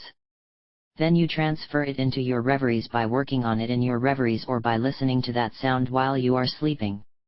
I knew what he meant. I once had a rock polisher that made a terrible noise. Since I had to keep it on 24 hours a day so that the stones would polish themselves as they bumped into each other in the polisher, I could hear that noise while I was sleeping. I remember that the noise would take me to places I didn't want to go. So I finally had to turn the machine off at night. There are exercises you can do to move your consciousness to the other side, said Zuleika. The other side? To your dream body. She spoke in a melodic voice so soft that I was reassured just to hear it. When you sleep, you must allow the dream body to become conscious, aware of itself. You do this by first looking at your hands and then getting out of bed to move around. Or you can find anything else you want, such as the object you observed during the day. Or something in particular that you want to find. In other words, the dream body must respond to your commands. Stalking with the devil is controlling your movements in a specific effort and not wasting your energy in a crazy outburst. How is energy spent? I asked. Little by little, harmoniously. Try to prolong the effort of your dreams as long as possible, but always reserve energy so that you can wake up and not get lost in places from which you cannot return. Now, I will show you some specific exercises that you can practice. She placed a cushion on the floor in front of a low wrought iron table and told me to sit comfortably, crossing my legs if I wanted to. In the center of the table he placed a small blue candle and lit it. After blinking for a moment, the yellow flame formed a perfect, unbroken oval. Zuleika blew gently over the flame, causing it to jump sideways for an instant. When the current of air passed, the flame straightened and returned to calm. I watched Zuleika carefully because I knew there was a lesson in what she was doing. There are two sides to everything, she said, sitting on a high-backed cane chair. And that includes the mind. On one side, it can think, reason and reflect on itself to create and draw conclusions. The other quality of the mind is to be silent, inactive, and unthinking. We all know how to reason and reflect on ourselves, but achieving silence is more difficult. Without getting up, the flame blew again. I was surprised to see that the flame jumped as it had before. The mind is like this flame. It jumps with the slightest disturbance and is agitated the moment a breeze touches it, she said. Thoughts and desires are like gusts of air, they activate the mind and make it flutter. In a clear tone, she explained that there are two approaches to achieving mental silence. She stood up and placed his hand around the flame to form a partial shield, then blew again. This time, the flame, protected by her hand, did not flicker. An approach to silence and quietness is to protect the mind from external disturbances that may disturb it. You do that by staying away from disruptive or harmful forces that threaten your well-being. In other words, you withdraw and hide in your depths. The second method, said Zuleika, was more difficult to achieve because it involved a delicate maneuver to protect the mind not from outside influence but from its own influence. In this case, since the disturbing stimuli come from within, there is no way to run or retreat into self, since the mind itself is agitated and running. Therefore, one has to stop the agitation by fixing the mind at some point, such as an image, idea, or sound, and thus make it immobile. Stillness is the product of discipline and training, said Zuleika. It involves stopping the internal dialogue by focusing on a single point, or expanding the consciousness to merge with the great silence that exists beyond the limits of thought. As I listened to her talk, I felt a stillness settle in me as if it were not coming from his words but from his own being. Not to be disturbed means that nothing can divert your attention from its center, she said, sensing my state of mind. One of the best methods to achieve this is to observe a lit or luminous object. She asked me if I had understood the two approaches to silencing the mind, which she said were really methods of observation. When in doubt, she repeated them. In the first instance, the body and mind are removed from disturbing stimuli by withdrawing or moving away from them. This can be achieved because the disruptive forces come from outside. In second instance, body and mind are kept steady, because disturbances arise within the very being. It is better to use a combination of both methods, withdrawal and fixation, she said. That is why you are here in this quiet house where nobody bothers you. While you are learning these techniques of observation, you must withdraw from the outside world. But you must also withdraw from the world within you by fixing your mind through the practices of observation. What does fixing the mind really do? I asked. Only a fixed or centered mind allows you the freedom to come and go as you please. I told him that I did not understand how a fixed mind could allow one to move. It seemed to be a contradiction. Zuleika carefully raised the candle and moved it slowly back and forth so that the flame would not tremble, but that different areas of the table would be illuminated. She noticed that the flame did not flicker, yet it moved. A fixed and constant awareness allows her to see anything, move in any direction without becoming agitated by what she sees or does. Therefore, you can come and go anywhere and still be in control. Zuleika put the candle on the table so that the flame would be right at my eye level. If your mind is not fixed, and your thoughts jump up and down, whatever you see will attract you and affect your consciousness. Then you will have to struggle to free yourself before you are free to move on to something else. And soon you will have so many ties that you will not be able to see yourself at all. What will happen then? You will have to recapitulate your actions to release your energy, she said. This is why we recommend that one always recapitulates the events of the day so that one is free from their influence, and one does not build energetic ties. Zuleika emphasized that remembering the events of my life combined with the breathing I learned can not only clear the bonds of the past, but also keep the consciousness in a fluid condition at all times of the day.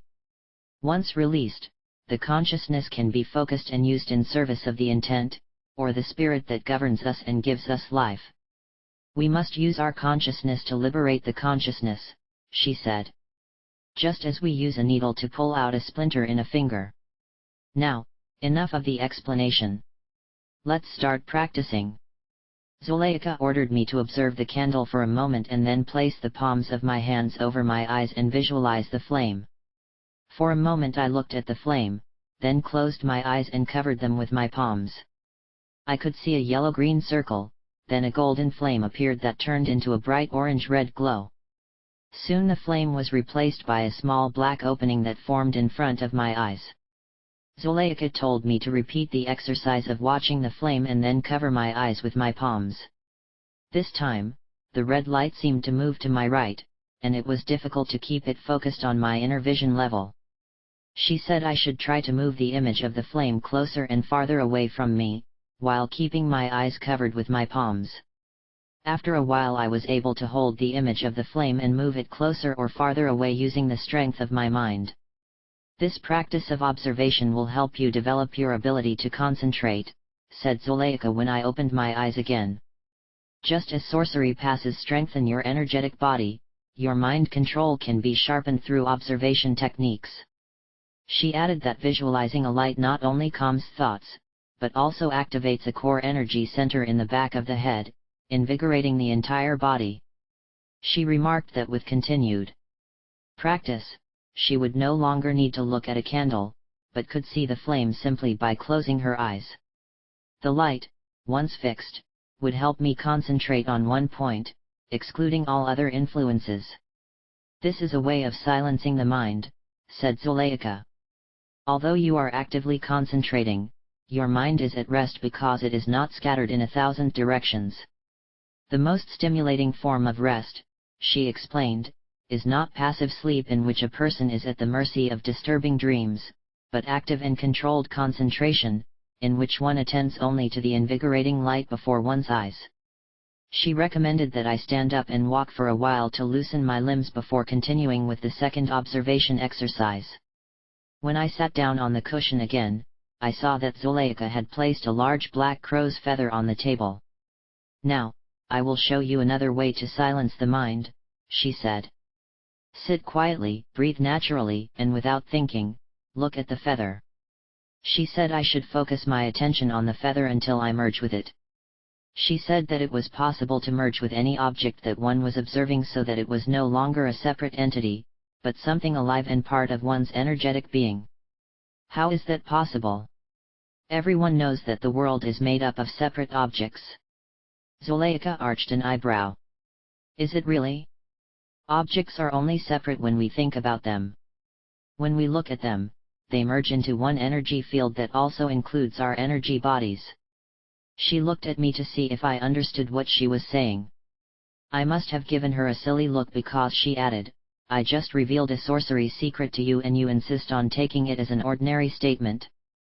Think about what I said. I was silent for a moment. It still looks like an ordinary pen to me, I said stubbornly.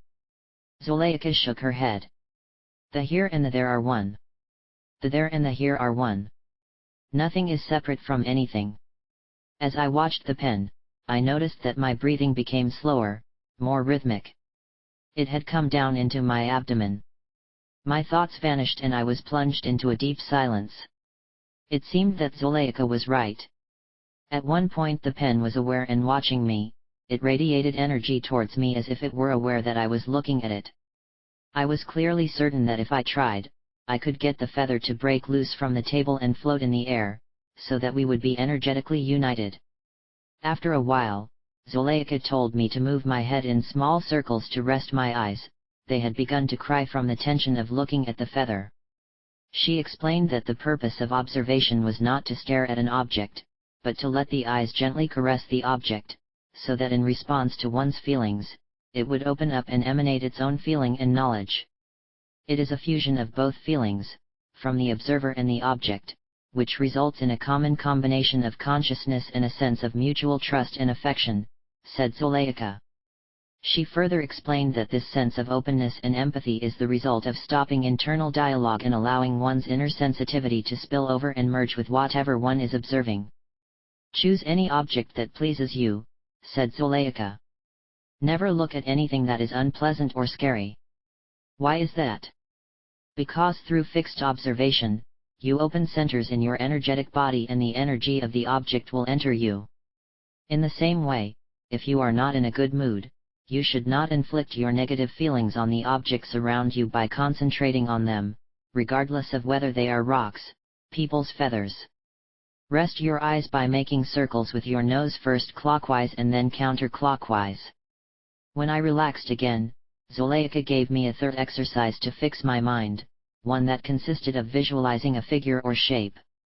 What kind of shape should I visualize? I asked. Any nice shape will do, she replied. She took my sketchbook and made a circle. In its center, he drew a smaller circle and shaded it in black. She said it was always nice to visualize a circle because it represented the integrity of the universe from which nothing could be added or taken away. Visualizing a circle, she said, filled her with a sense of wholeness and well-being that was needed for a joyful journey. Zuleika told me to close my eyes and, moving them clockwise, draw a circle slowly and gently with my mind. Then my inner feeling was to jump to the center of the circle and stand momentarily there. Then I had to fix my attention on the top and begin to inscribe the circle again and repeat the procedure of pushing through the center. Zuleika explained that the circular movement of the eyes and the mental jump to the center of the circle should be repeated until I could do it with great concentration. I found this exercise more difficult than the previous one. It made me sleepy. I started yawning and becoming agitated. When we observe inwardly our outer form, one should not become agitated or let his thoughts wander, warned Zuleika. If they do, immediately bring your attention to your task. She explained that jumping into the center of the circle had a very powerful effect on the energy points behind the eyes.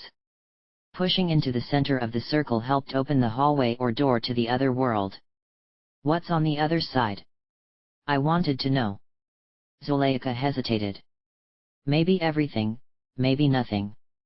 Soon you will see for yourself. She suggested that I continue engraving circles to calm and strengthen the mind.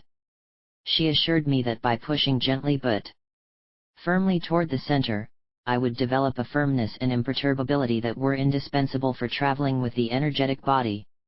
After practicing the technique several more times, Zuleika stood up and told me to select one of the 3 techniques she had taught me and to practice it while attending to some issues.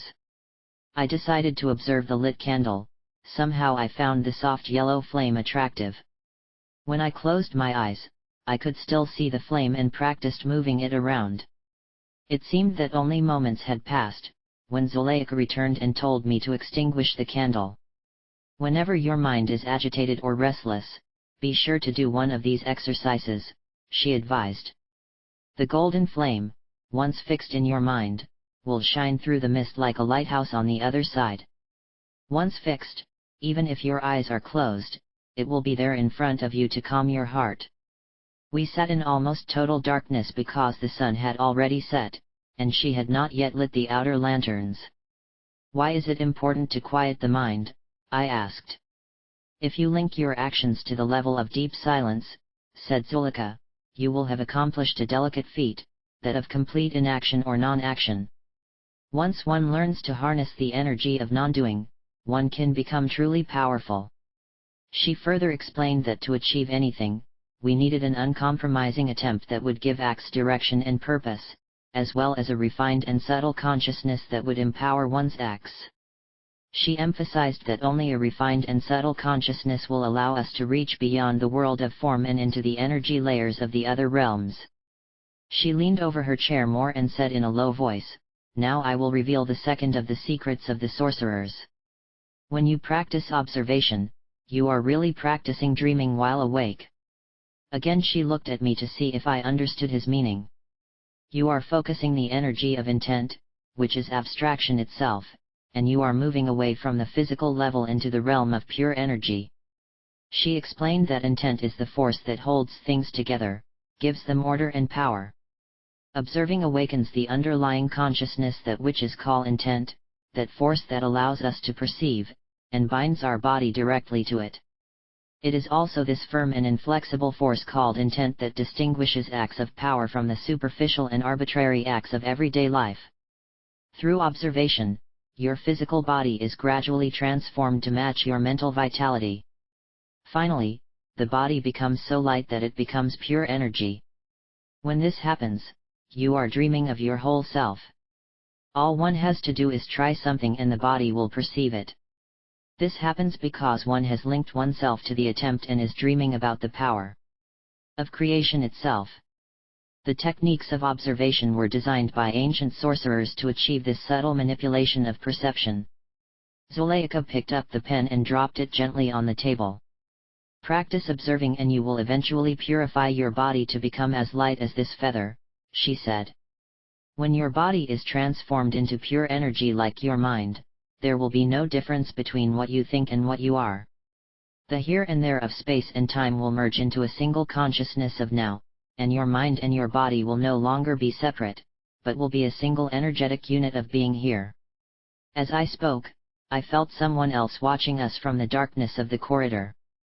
At first I could only see a glimpse of a figure, then I saw him standing there, as if listening to our conversation or observing my practice. I had noticed it before and had turned my head to see if the man was still there. I assumed it was someone who lived in that house, because the house was large with many rooms. Zuleika smiled, it's not time to meet him yet, but you will soon when you are more invisible. For now, concentrate on your practices. Who is this man? I asked in alarm. The one who makes the darkness respond, she said. Answer what? Thus his invitation, to his attempt. He is the master of intent.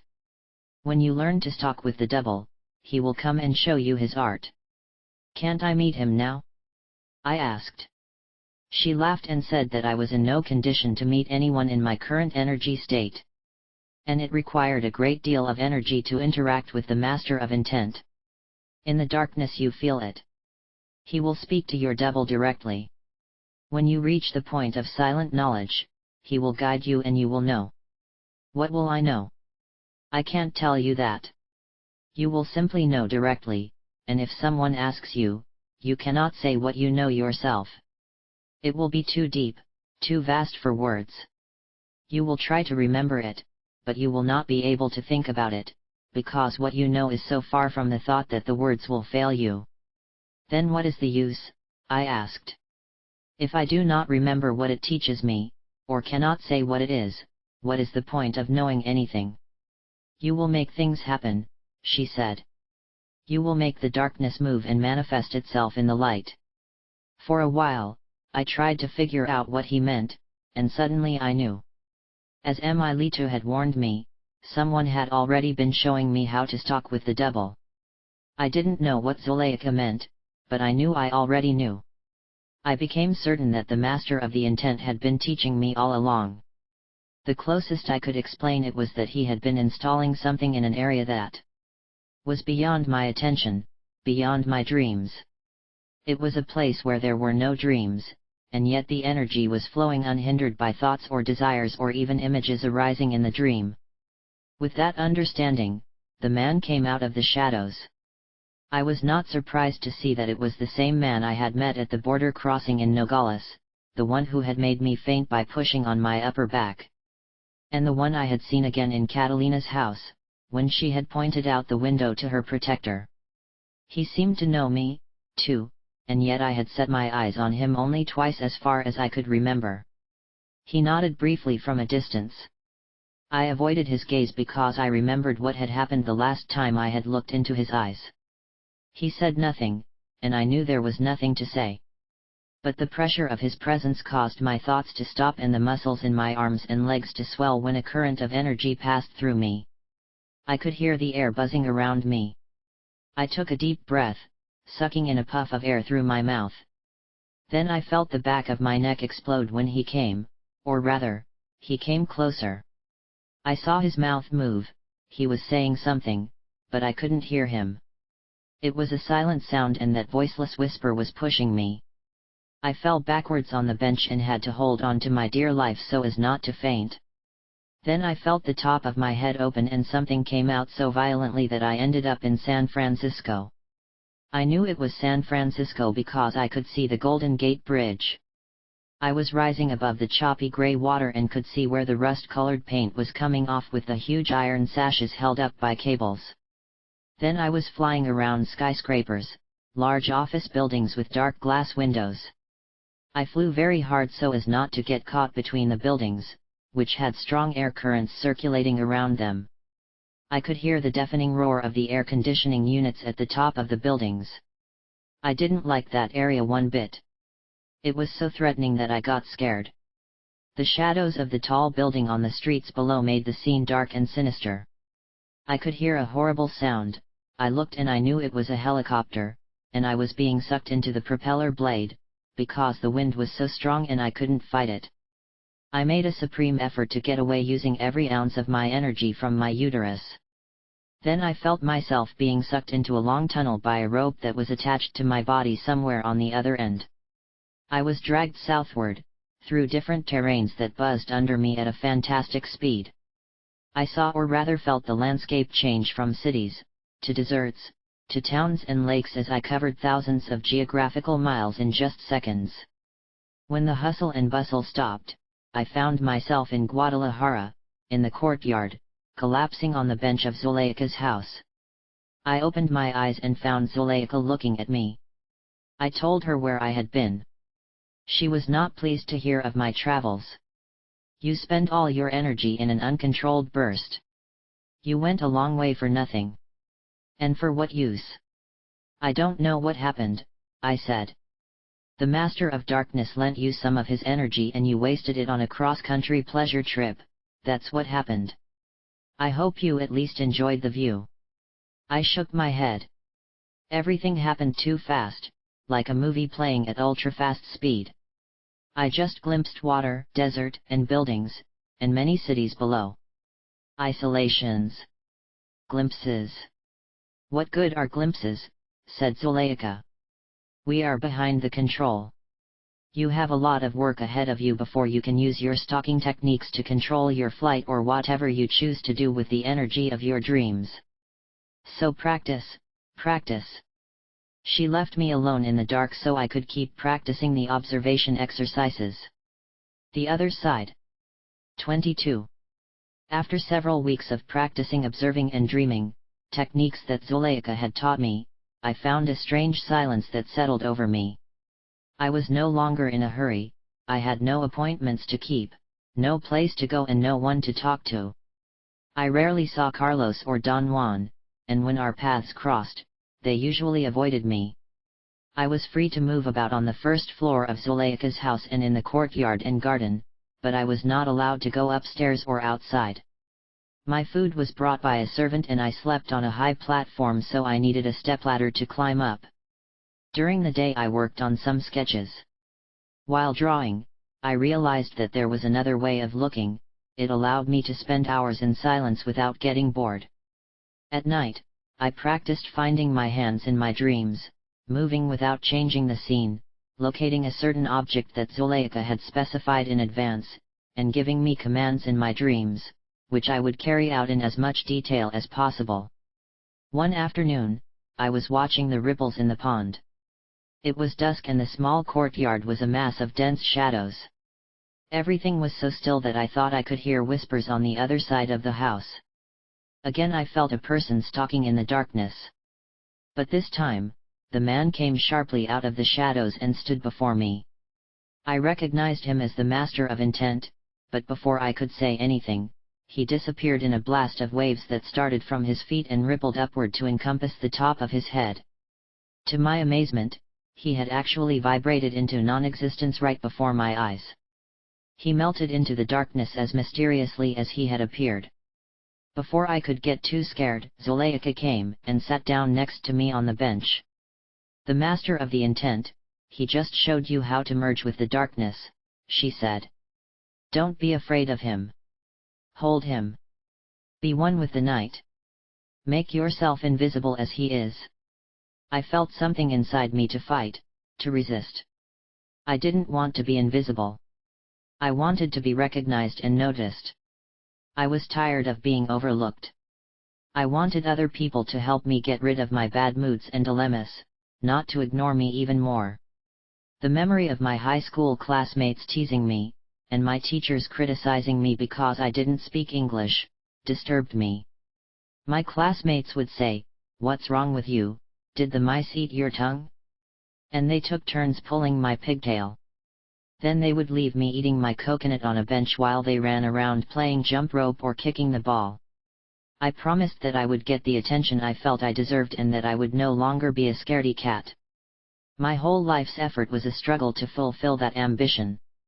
Now Zuleika was telling me to make myself invisible and to be a silent, invisible nobody again. The training of a stalker is the art of being invisible, Zuleika whispered as if following the flow of my thoughts. A stalker goes unnoticed in all situations, and never draws attention to herself. Never? I said, recalling the fortune cookie I once had, and said, there is only one thing worse than being talked about, and that is not being talked about. That was true. It was easier to be criticized or insulted than to be ignored, overlooked. I didn't want to not exist. Some part of me struggled desperately to survive, it was a small part that settled for criticism rather than oblivion. I would have liked Carlos and Don Juan to take the time to evaluate my progress or even lack of progress, but they always passed by me in the corridors without saying a word. Let yourself go, said Zuleika. Let go of everything. Just let go. Why should I? I said stubbornly. So that the waves of energy from eternity may turn you over to other realms. They cannot reach you if you hide yourself. Only if you are invisible can the waves affect your energy body directly. Something in me was still struggling with the idea of being myself. Let your shit go, Zuleika spat. I heard her say that over and over again, and as she said it, something in me started to give up. I started to let go, even though I didn't know what. But I kept letting go more and more until I became fluffy, like a giant pillow. And when the pillow dissolved, I became a little dot somewhere in the black immensity. And then I lost consciousness of being a dot, and I was nothing. Let the waves of energy from the universe push you to the other side, to the world where we are. I followed the voice and heard it speak of a parallel universe, almost identical to our own, that existed behind a barrier. That barrier was formed by our concerns, our ideas of reality, our energetic affiliation with everyday life, and fundamentally by ourselves. Then I heard Nolita's voice repeating what she had told me apparently a long time ago, how not even the body is ours to keep, that the essence of life is borrowed, not ours to hold on to. The essence of life is fluid, and our consciousness must also be fluid to move with it, or it will be dispersed forever in the fragmentation of the world in which we were born. But there is a way out, and that is to let go and be nothing. I opened my eyes and saw that I was still sitting on the bench by the pond, but instead of Zuleika, Emilita was there looking at me. There were also Carlos and Don Juan, Nolita, and other people walking around the patio. The food had been placed on a sideboard. I was in the middle somewhere, going with maximum force. People were having a lively discussion. They were comparing descriptions of their travels, of the things they had seen in the twin universe, as they called it. There is a pope, but he is not celibate, said Carlos. He has a fat, chatty wife. Ah, but does he live in Rome? Asked Don Juan cryptically. He seemed to be more relaxed than usual, almost jovial. Carlos thought for a moment, as if it were a trick question. I have seen the most exquisite grove, interrupted Emilito. The trees are dark green and enormous.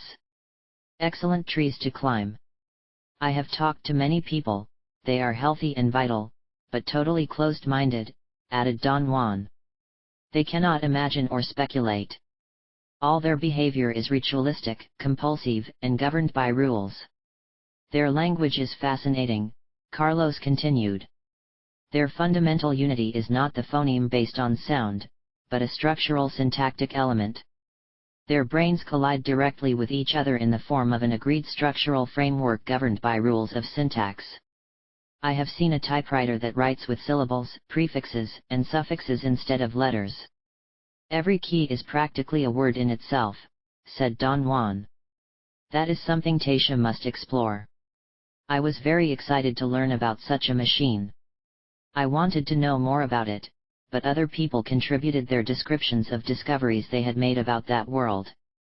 I learned that the people there had a periodic table of chemical elements, but instead of having the usual 52 elements, their world had 76 elements, and some of them were not the same as those in our world. There are some animals that are very strange, said Don Vicente. And very unusual plants that I had never seen before.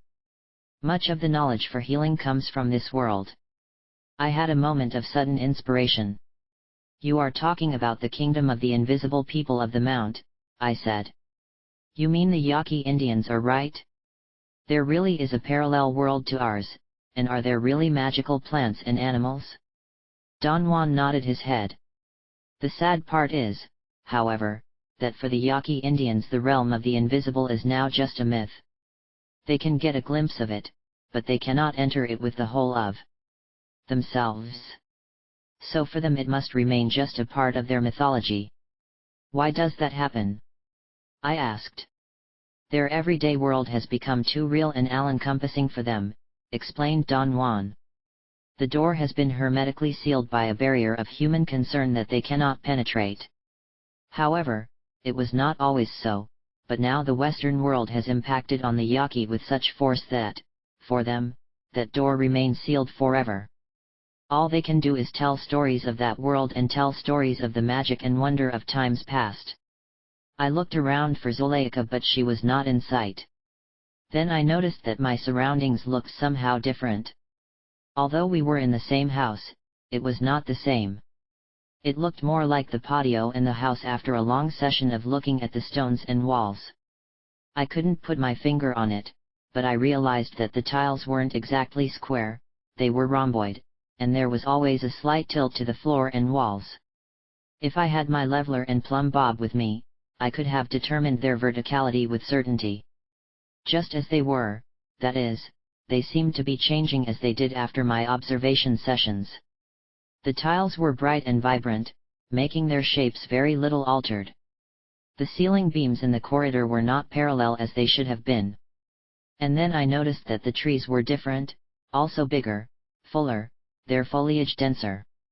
And while I was there, I noticed the people in the courtyard. They looked impeccable, pure, empty, as if they had form but no substance. Emilito looked at me as Zuleika had done when I was totally preoccupied with something that caught my attention. Then I saw him wink at me and nod his head. Suddenly I knew what his secret was, the mysteries he had wanted to reveal to me when I had enough energy to understand. Now I understood without him having to tell me. He was Zuleika's dream body. That was the reason why Zuleika was not there in the room. Emilito nodded silently, hoping that I would end my bubbling understanding. I also knew that if that was so, then I was in my dream body too, and so was everyone in the room, and that's why they looked so bright. Besides, the house, the bench, the tables, the food that had been set up in the courtyard, everything was part of another world. I had crossed over into the twin world without even realizing it. And that meant that the discoveries that everyone had been sharing were not about a world of distant, inaccessible dreams, but about the very reality that we were now inhabiting. The moment I realized this, Emilito said, "That's right, Taisha. I am the other side of Zuleika, and you are your dream body, the other side of yourself. You used the energy wave of the universe to cross over to the parallel world, the one that exists next to ours." I pinched myself to see if I was real, and seemed to be as solid as I could be, given my state of excitement and enthusiasm at realizing where I was. "We are in another braid of the universe," explained Emilito. "The one that overlaps with the everyday world, composed of the same energy, only slightly different. Now you know what it means to become invisible and what it means to be stalking with the devil. And why we always emphasize sobriety and control. Without control, consciousness is dispersed. You can dispense with the self of everyday life, but you cannot dispense with sobriety and clarity. Consciousness must remain intact, no matter where you are, so that you can continue to perceive." I embraced Emilito and thanked him for all his help. To my surprise, it seemed to be solid, and yet it was not, because we spanned volumes of space, like two giant pillows hugging each other. But the reason I could understand it was because I was also substance. But how can you be a man when Zuleika is a woman? My dream body is not that of a man. I touched myself quickly to see if what I was saying was true. "The Nawal Julian taught us how to move our lace points to a man's position," explained Emilito. "It was an extraordinary challenge to be a man, and I took it. It's so tiring to have a hole between your legs," he added with an exaggerated sigh. "It leads to all kinds of extravagant behavior." Everyone laughed accordingly, especially the female members of the group. Then I saw Carlos directing me to approach him. I realized that I had known him forever, and now I knew where it was that he had met us. It was not in the anthropology department of the university, as I had first thought, but here in the twin world, which I had visited often. We had done many things on this side, things that were inconceivable from the point of view of the everyday world. Then I saw a young woman of my age. She was blonde, had blue eyes, and was small and very pretty. Her name was Florinda, and she was the pupil of the older woman with the same name, who was Nolita's counterpart. "You and I are sisters," I told her, hugging her affectionately, because I recognized her from other encounters, although I could not remember them in detail. Remember each other well, said Don Juan, because you will meet again in the world of daily life and forget that you already knew each other. You will have to start from scratch to rebuild this feeling of impartial affection. The Nawal woman, Carol, whom she remembered seeing before, was also there. She was the young woman who had given Carlos his bread at the bakery in Hermosillo. But I already knew her. She helped me up in the treehouse and had taken care of me while I was unconscious for 3 days and 2 nights. And we'll meet again on the other side, she said, panting a little on the word side. But we will not forget. We will always remember that we love each other, and she embraced me with such affection that an overwhelming emotion enveloped me and I knew that we were forever united in all the universes. Don Juan put the 3 of us around Carlos and put our heads together to touch each other. He told us that his task was to make sure through all our training that our lace points were in the same position. And even though our socket points would be constantly shifted throughout our training, they would move in the same rhythm and direction, so that the 4 would function as a single unit and be able to amalgamate a consistent reality that we share. But they won't really be separated. The energy bond established in this world will be maintained across the boundaries between the twin universes. You just have to be silent and let go of each other to know where any of you are. I knew what he meant, but I also got scared. From experience it was evident that the universe was vast and one could easily get lost. I was also aware of my tendency to fall into self-obsession and struggles for independence that could only establish barriers and block the energy that holds us together. The most dangerous part was that we would find ourselves back in the world of human affairs, where our power would be minimal, diminished by the concerns of daily life and the absence of Don Juan and the energy of his group of sorcerers. We would be operating in a low-level consciousness, colored by the massive interference of most of humanity with its own obsessions and concerns. Florinda will be your companion and act as your counterweight, said Don Juan. She will see to it that you don't give too much away. If you do, she will be at your throat like a fierce jaguar. Florinda let out a grunt and clicked her teeth several times in a biting gesture. Everyone laughed.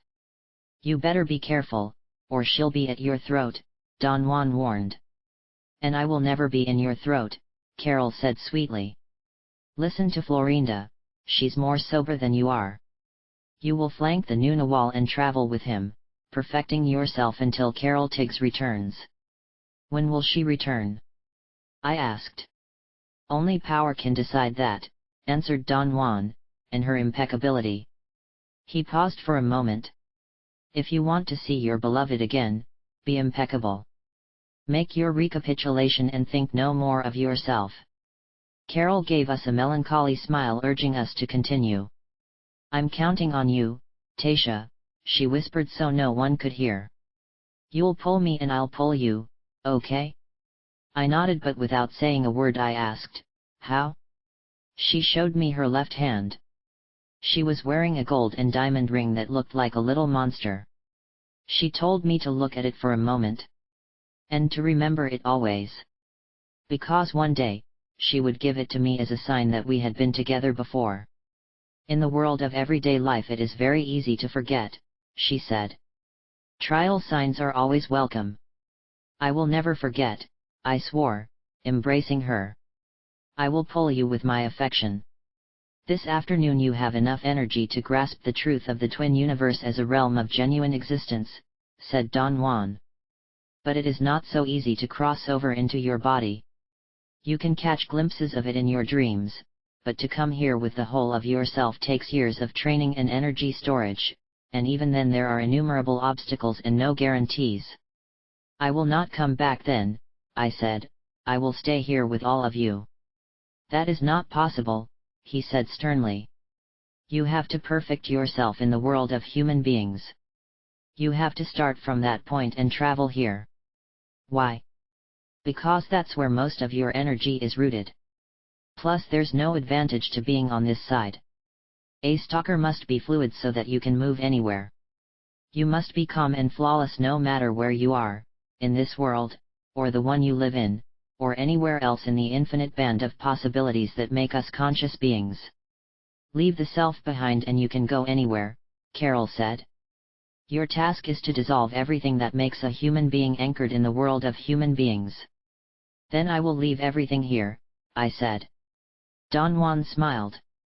He advised me that while we were in the everyday world, all the energy gained from the recapitulation and impeccable actions could cross over to be stored here with them. Carol would stay to act as a beacon and help consolidate our double. The more impeccable we were and the less emphasis we placed on our personal being, the more we would strengthen our other side, or energy body. They will be like squirrels collecting nuts for the winter, Carol said. Your energetic beings will become stronger and more concise, until one day you will be able to tip the scales and find your whole self on this side without leaving anything for the human ape world. That day, she said, we would become invisible to the human eye and consolidate the totality of ourselves on the other side. Everything was crystal clear. She now knew the importance of the training of the sorcerers. The recapitulation was to rid oneself of remembering the past and releasing one's trapped energy. Losing one's self-importance would prevent one from placing undue energy into the forged social being, thus making it a permanent feature. Sorcery passes enable one to dissolve the solidity of the body and purify it energetically. Losing one's personal history frees one from the compulsion to relate to only one way of being, helps us to prevent being held back by others with their thoughts and expectations. To evaluate one's progress and transformation, sorcerers use the tyrannical pins they find in their everyday world. In this way, they make sure that change is not simply an ideality but a real bodily metamorphosis at a fundamental energetic level. By considering the world as a controlled blunder, a stalker is sure not to become entangled with human concerns. Only in this way can enough energy be released and flow to move one's body into the twin world. Silencing the internal dialogue through observation techniques has a threefold purpose. First, it blocks the reinforcement and assertions we constantly make to ourselves that the world is such and such. Second, it allows us to store the energy necessary to make the crossing. And third, it creates an opening in our energy bodies so that the waves of the universe can turn us over to the other side. I thought about what Zuleika had said about letting go and becoming invisible. Now I knew why everything human had to be abandoned. Witches use the same methods as phenomenologists, such as suspension of judgment, questioning the taken for granted aspects of space and time. But sorcerers not only describe phenomena, but actually transcend reality. Reality is constituted by the existence and condition of our sensory apparatus that enables us to perceive the world. Sorcerers, by deliberately and consistently enhancing that capacity of perception through energy storage, free themselves from the imprisonment of a single way of being. Sorcery is really the ability to perceive more than the average person. Taisha is philosophizing even in the twin world, Emilita said aloud. Let her conceptualize and speculate all she wants, Don Juan said. Someday she will be able to live out her realizations. Besides, it means that she and Carlos will get along very well. We all know how he deals with analysis and conceptual interpretations.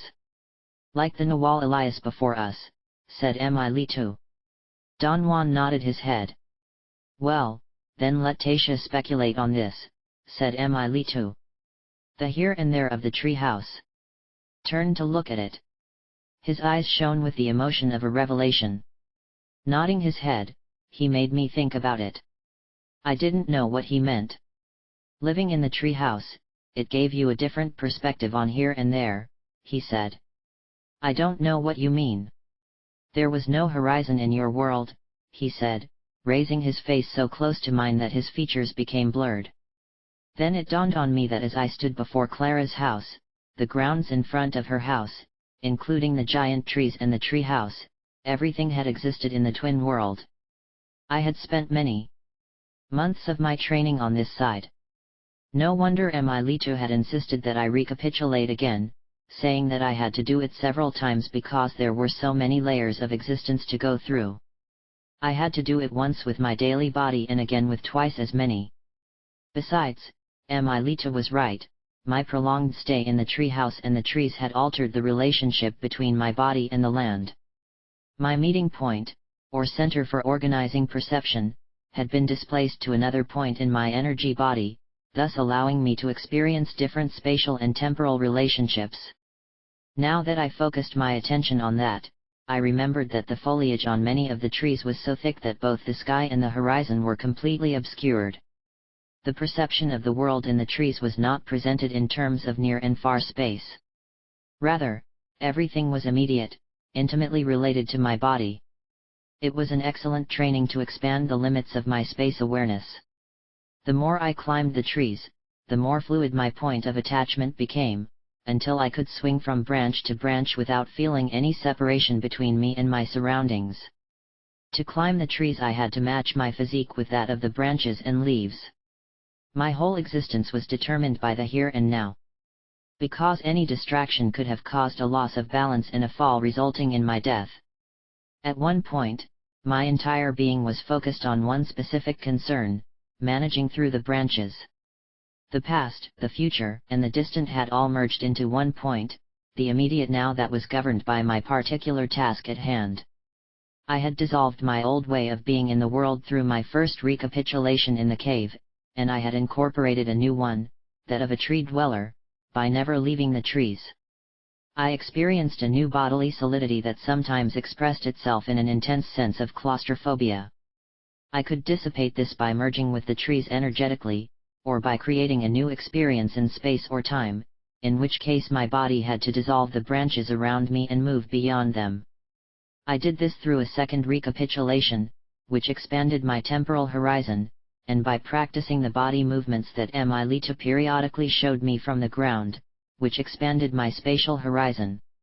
You recapitulated in the trees, you practiced dreaming and trying in the trees, and you were even able to make movements out of the trees by jumping with your energetic body into a different realm, Emilita reminded me. All this is stalking with the devil. It was made possible by abandoning the memory of the limits of the physical being. You moved out of the trees into another reality, said Don Juan, into a realm that is inaccessible from the world of daily life.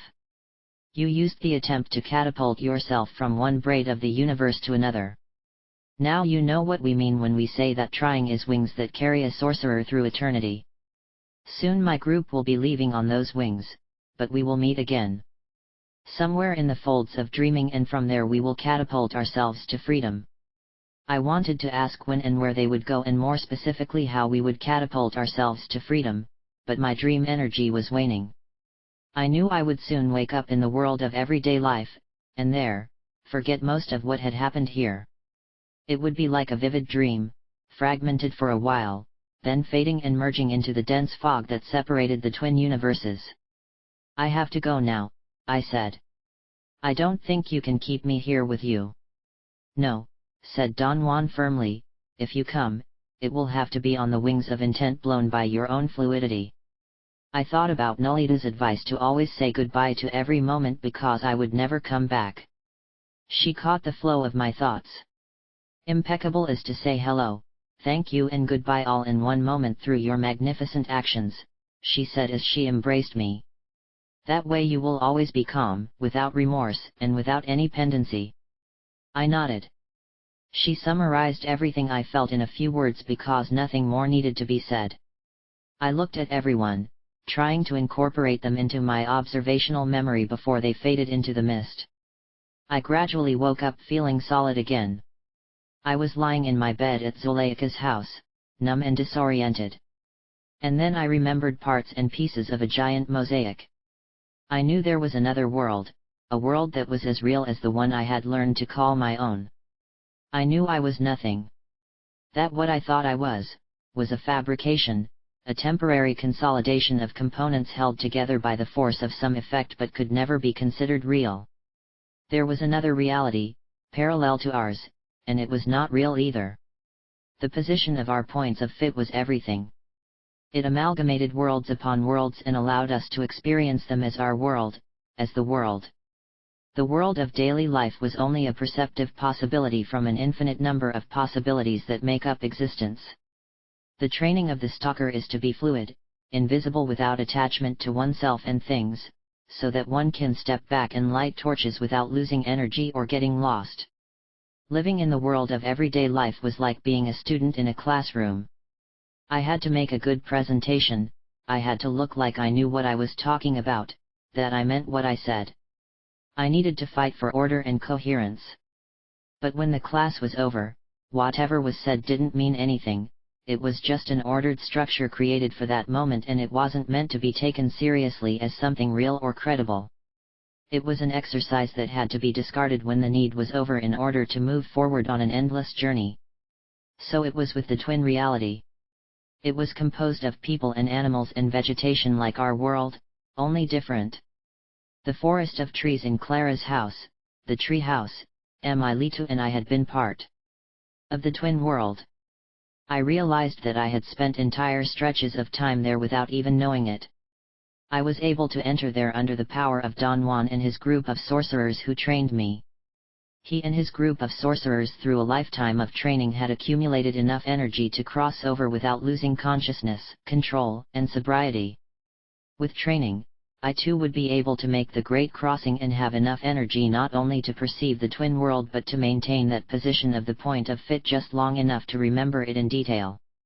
And with additional energy to be able to describe the place and the path so that the listener on this side could understand them and perhaps even make that journey himself. Carlos entered the room where I had woken up. He examined my eyes to see if it was me again and nodded in satisfaction. He told me to pack up my things because we were going back to Los Angeles. A new academic year would begin soon, and it would not be auspicious to miss the first day of school.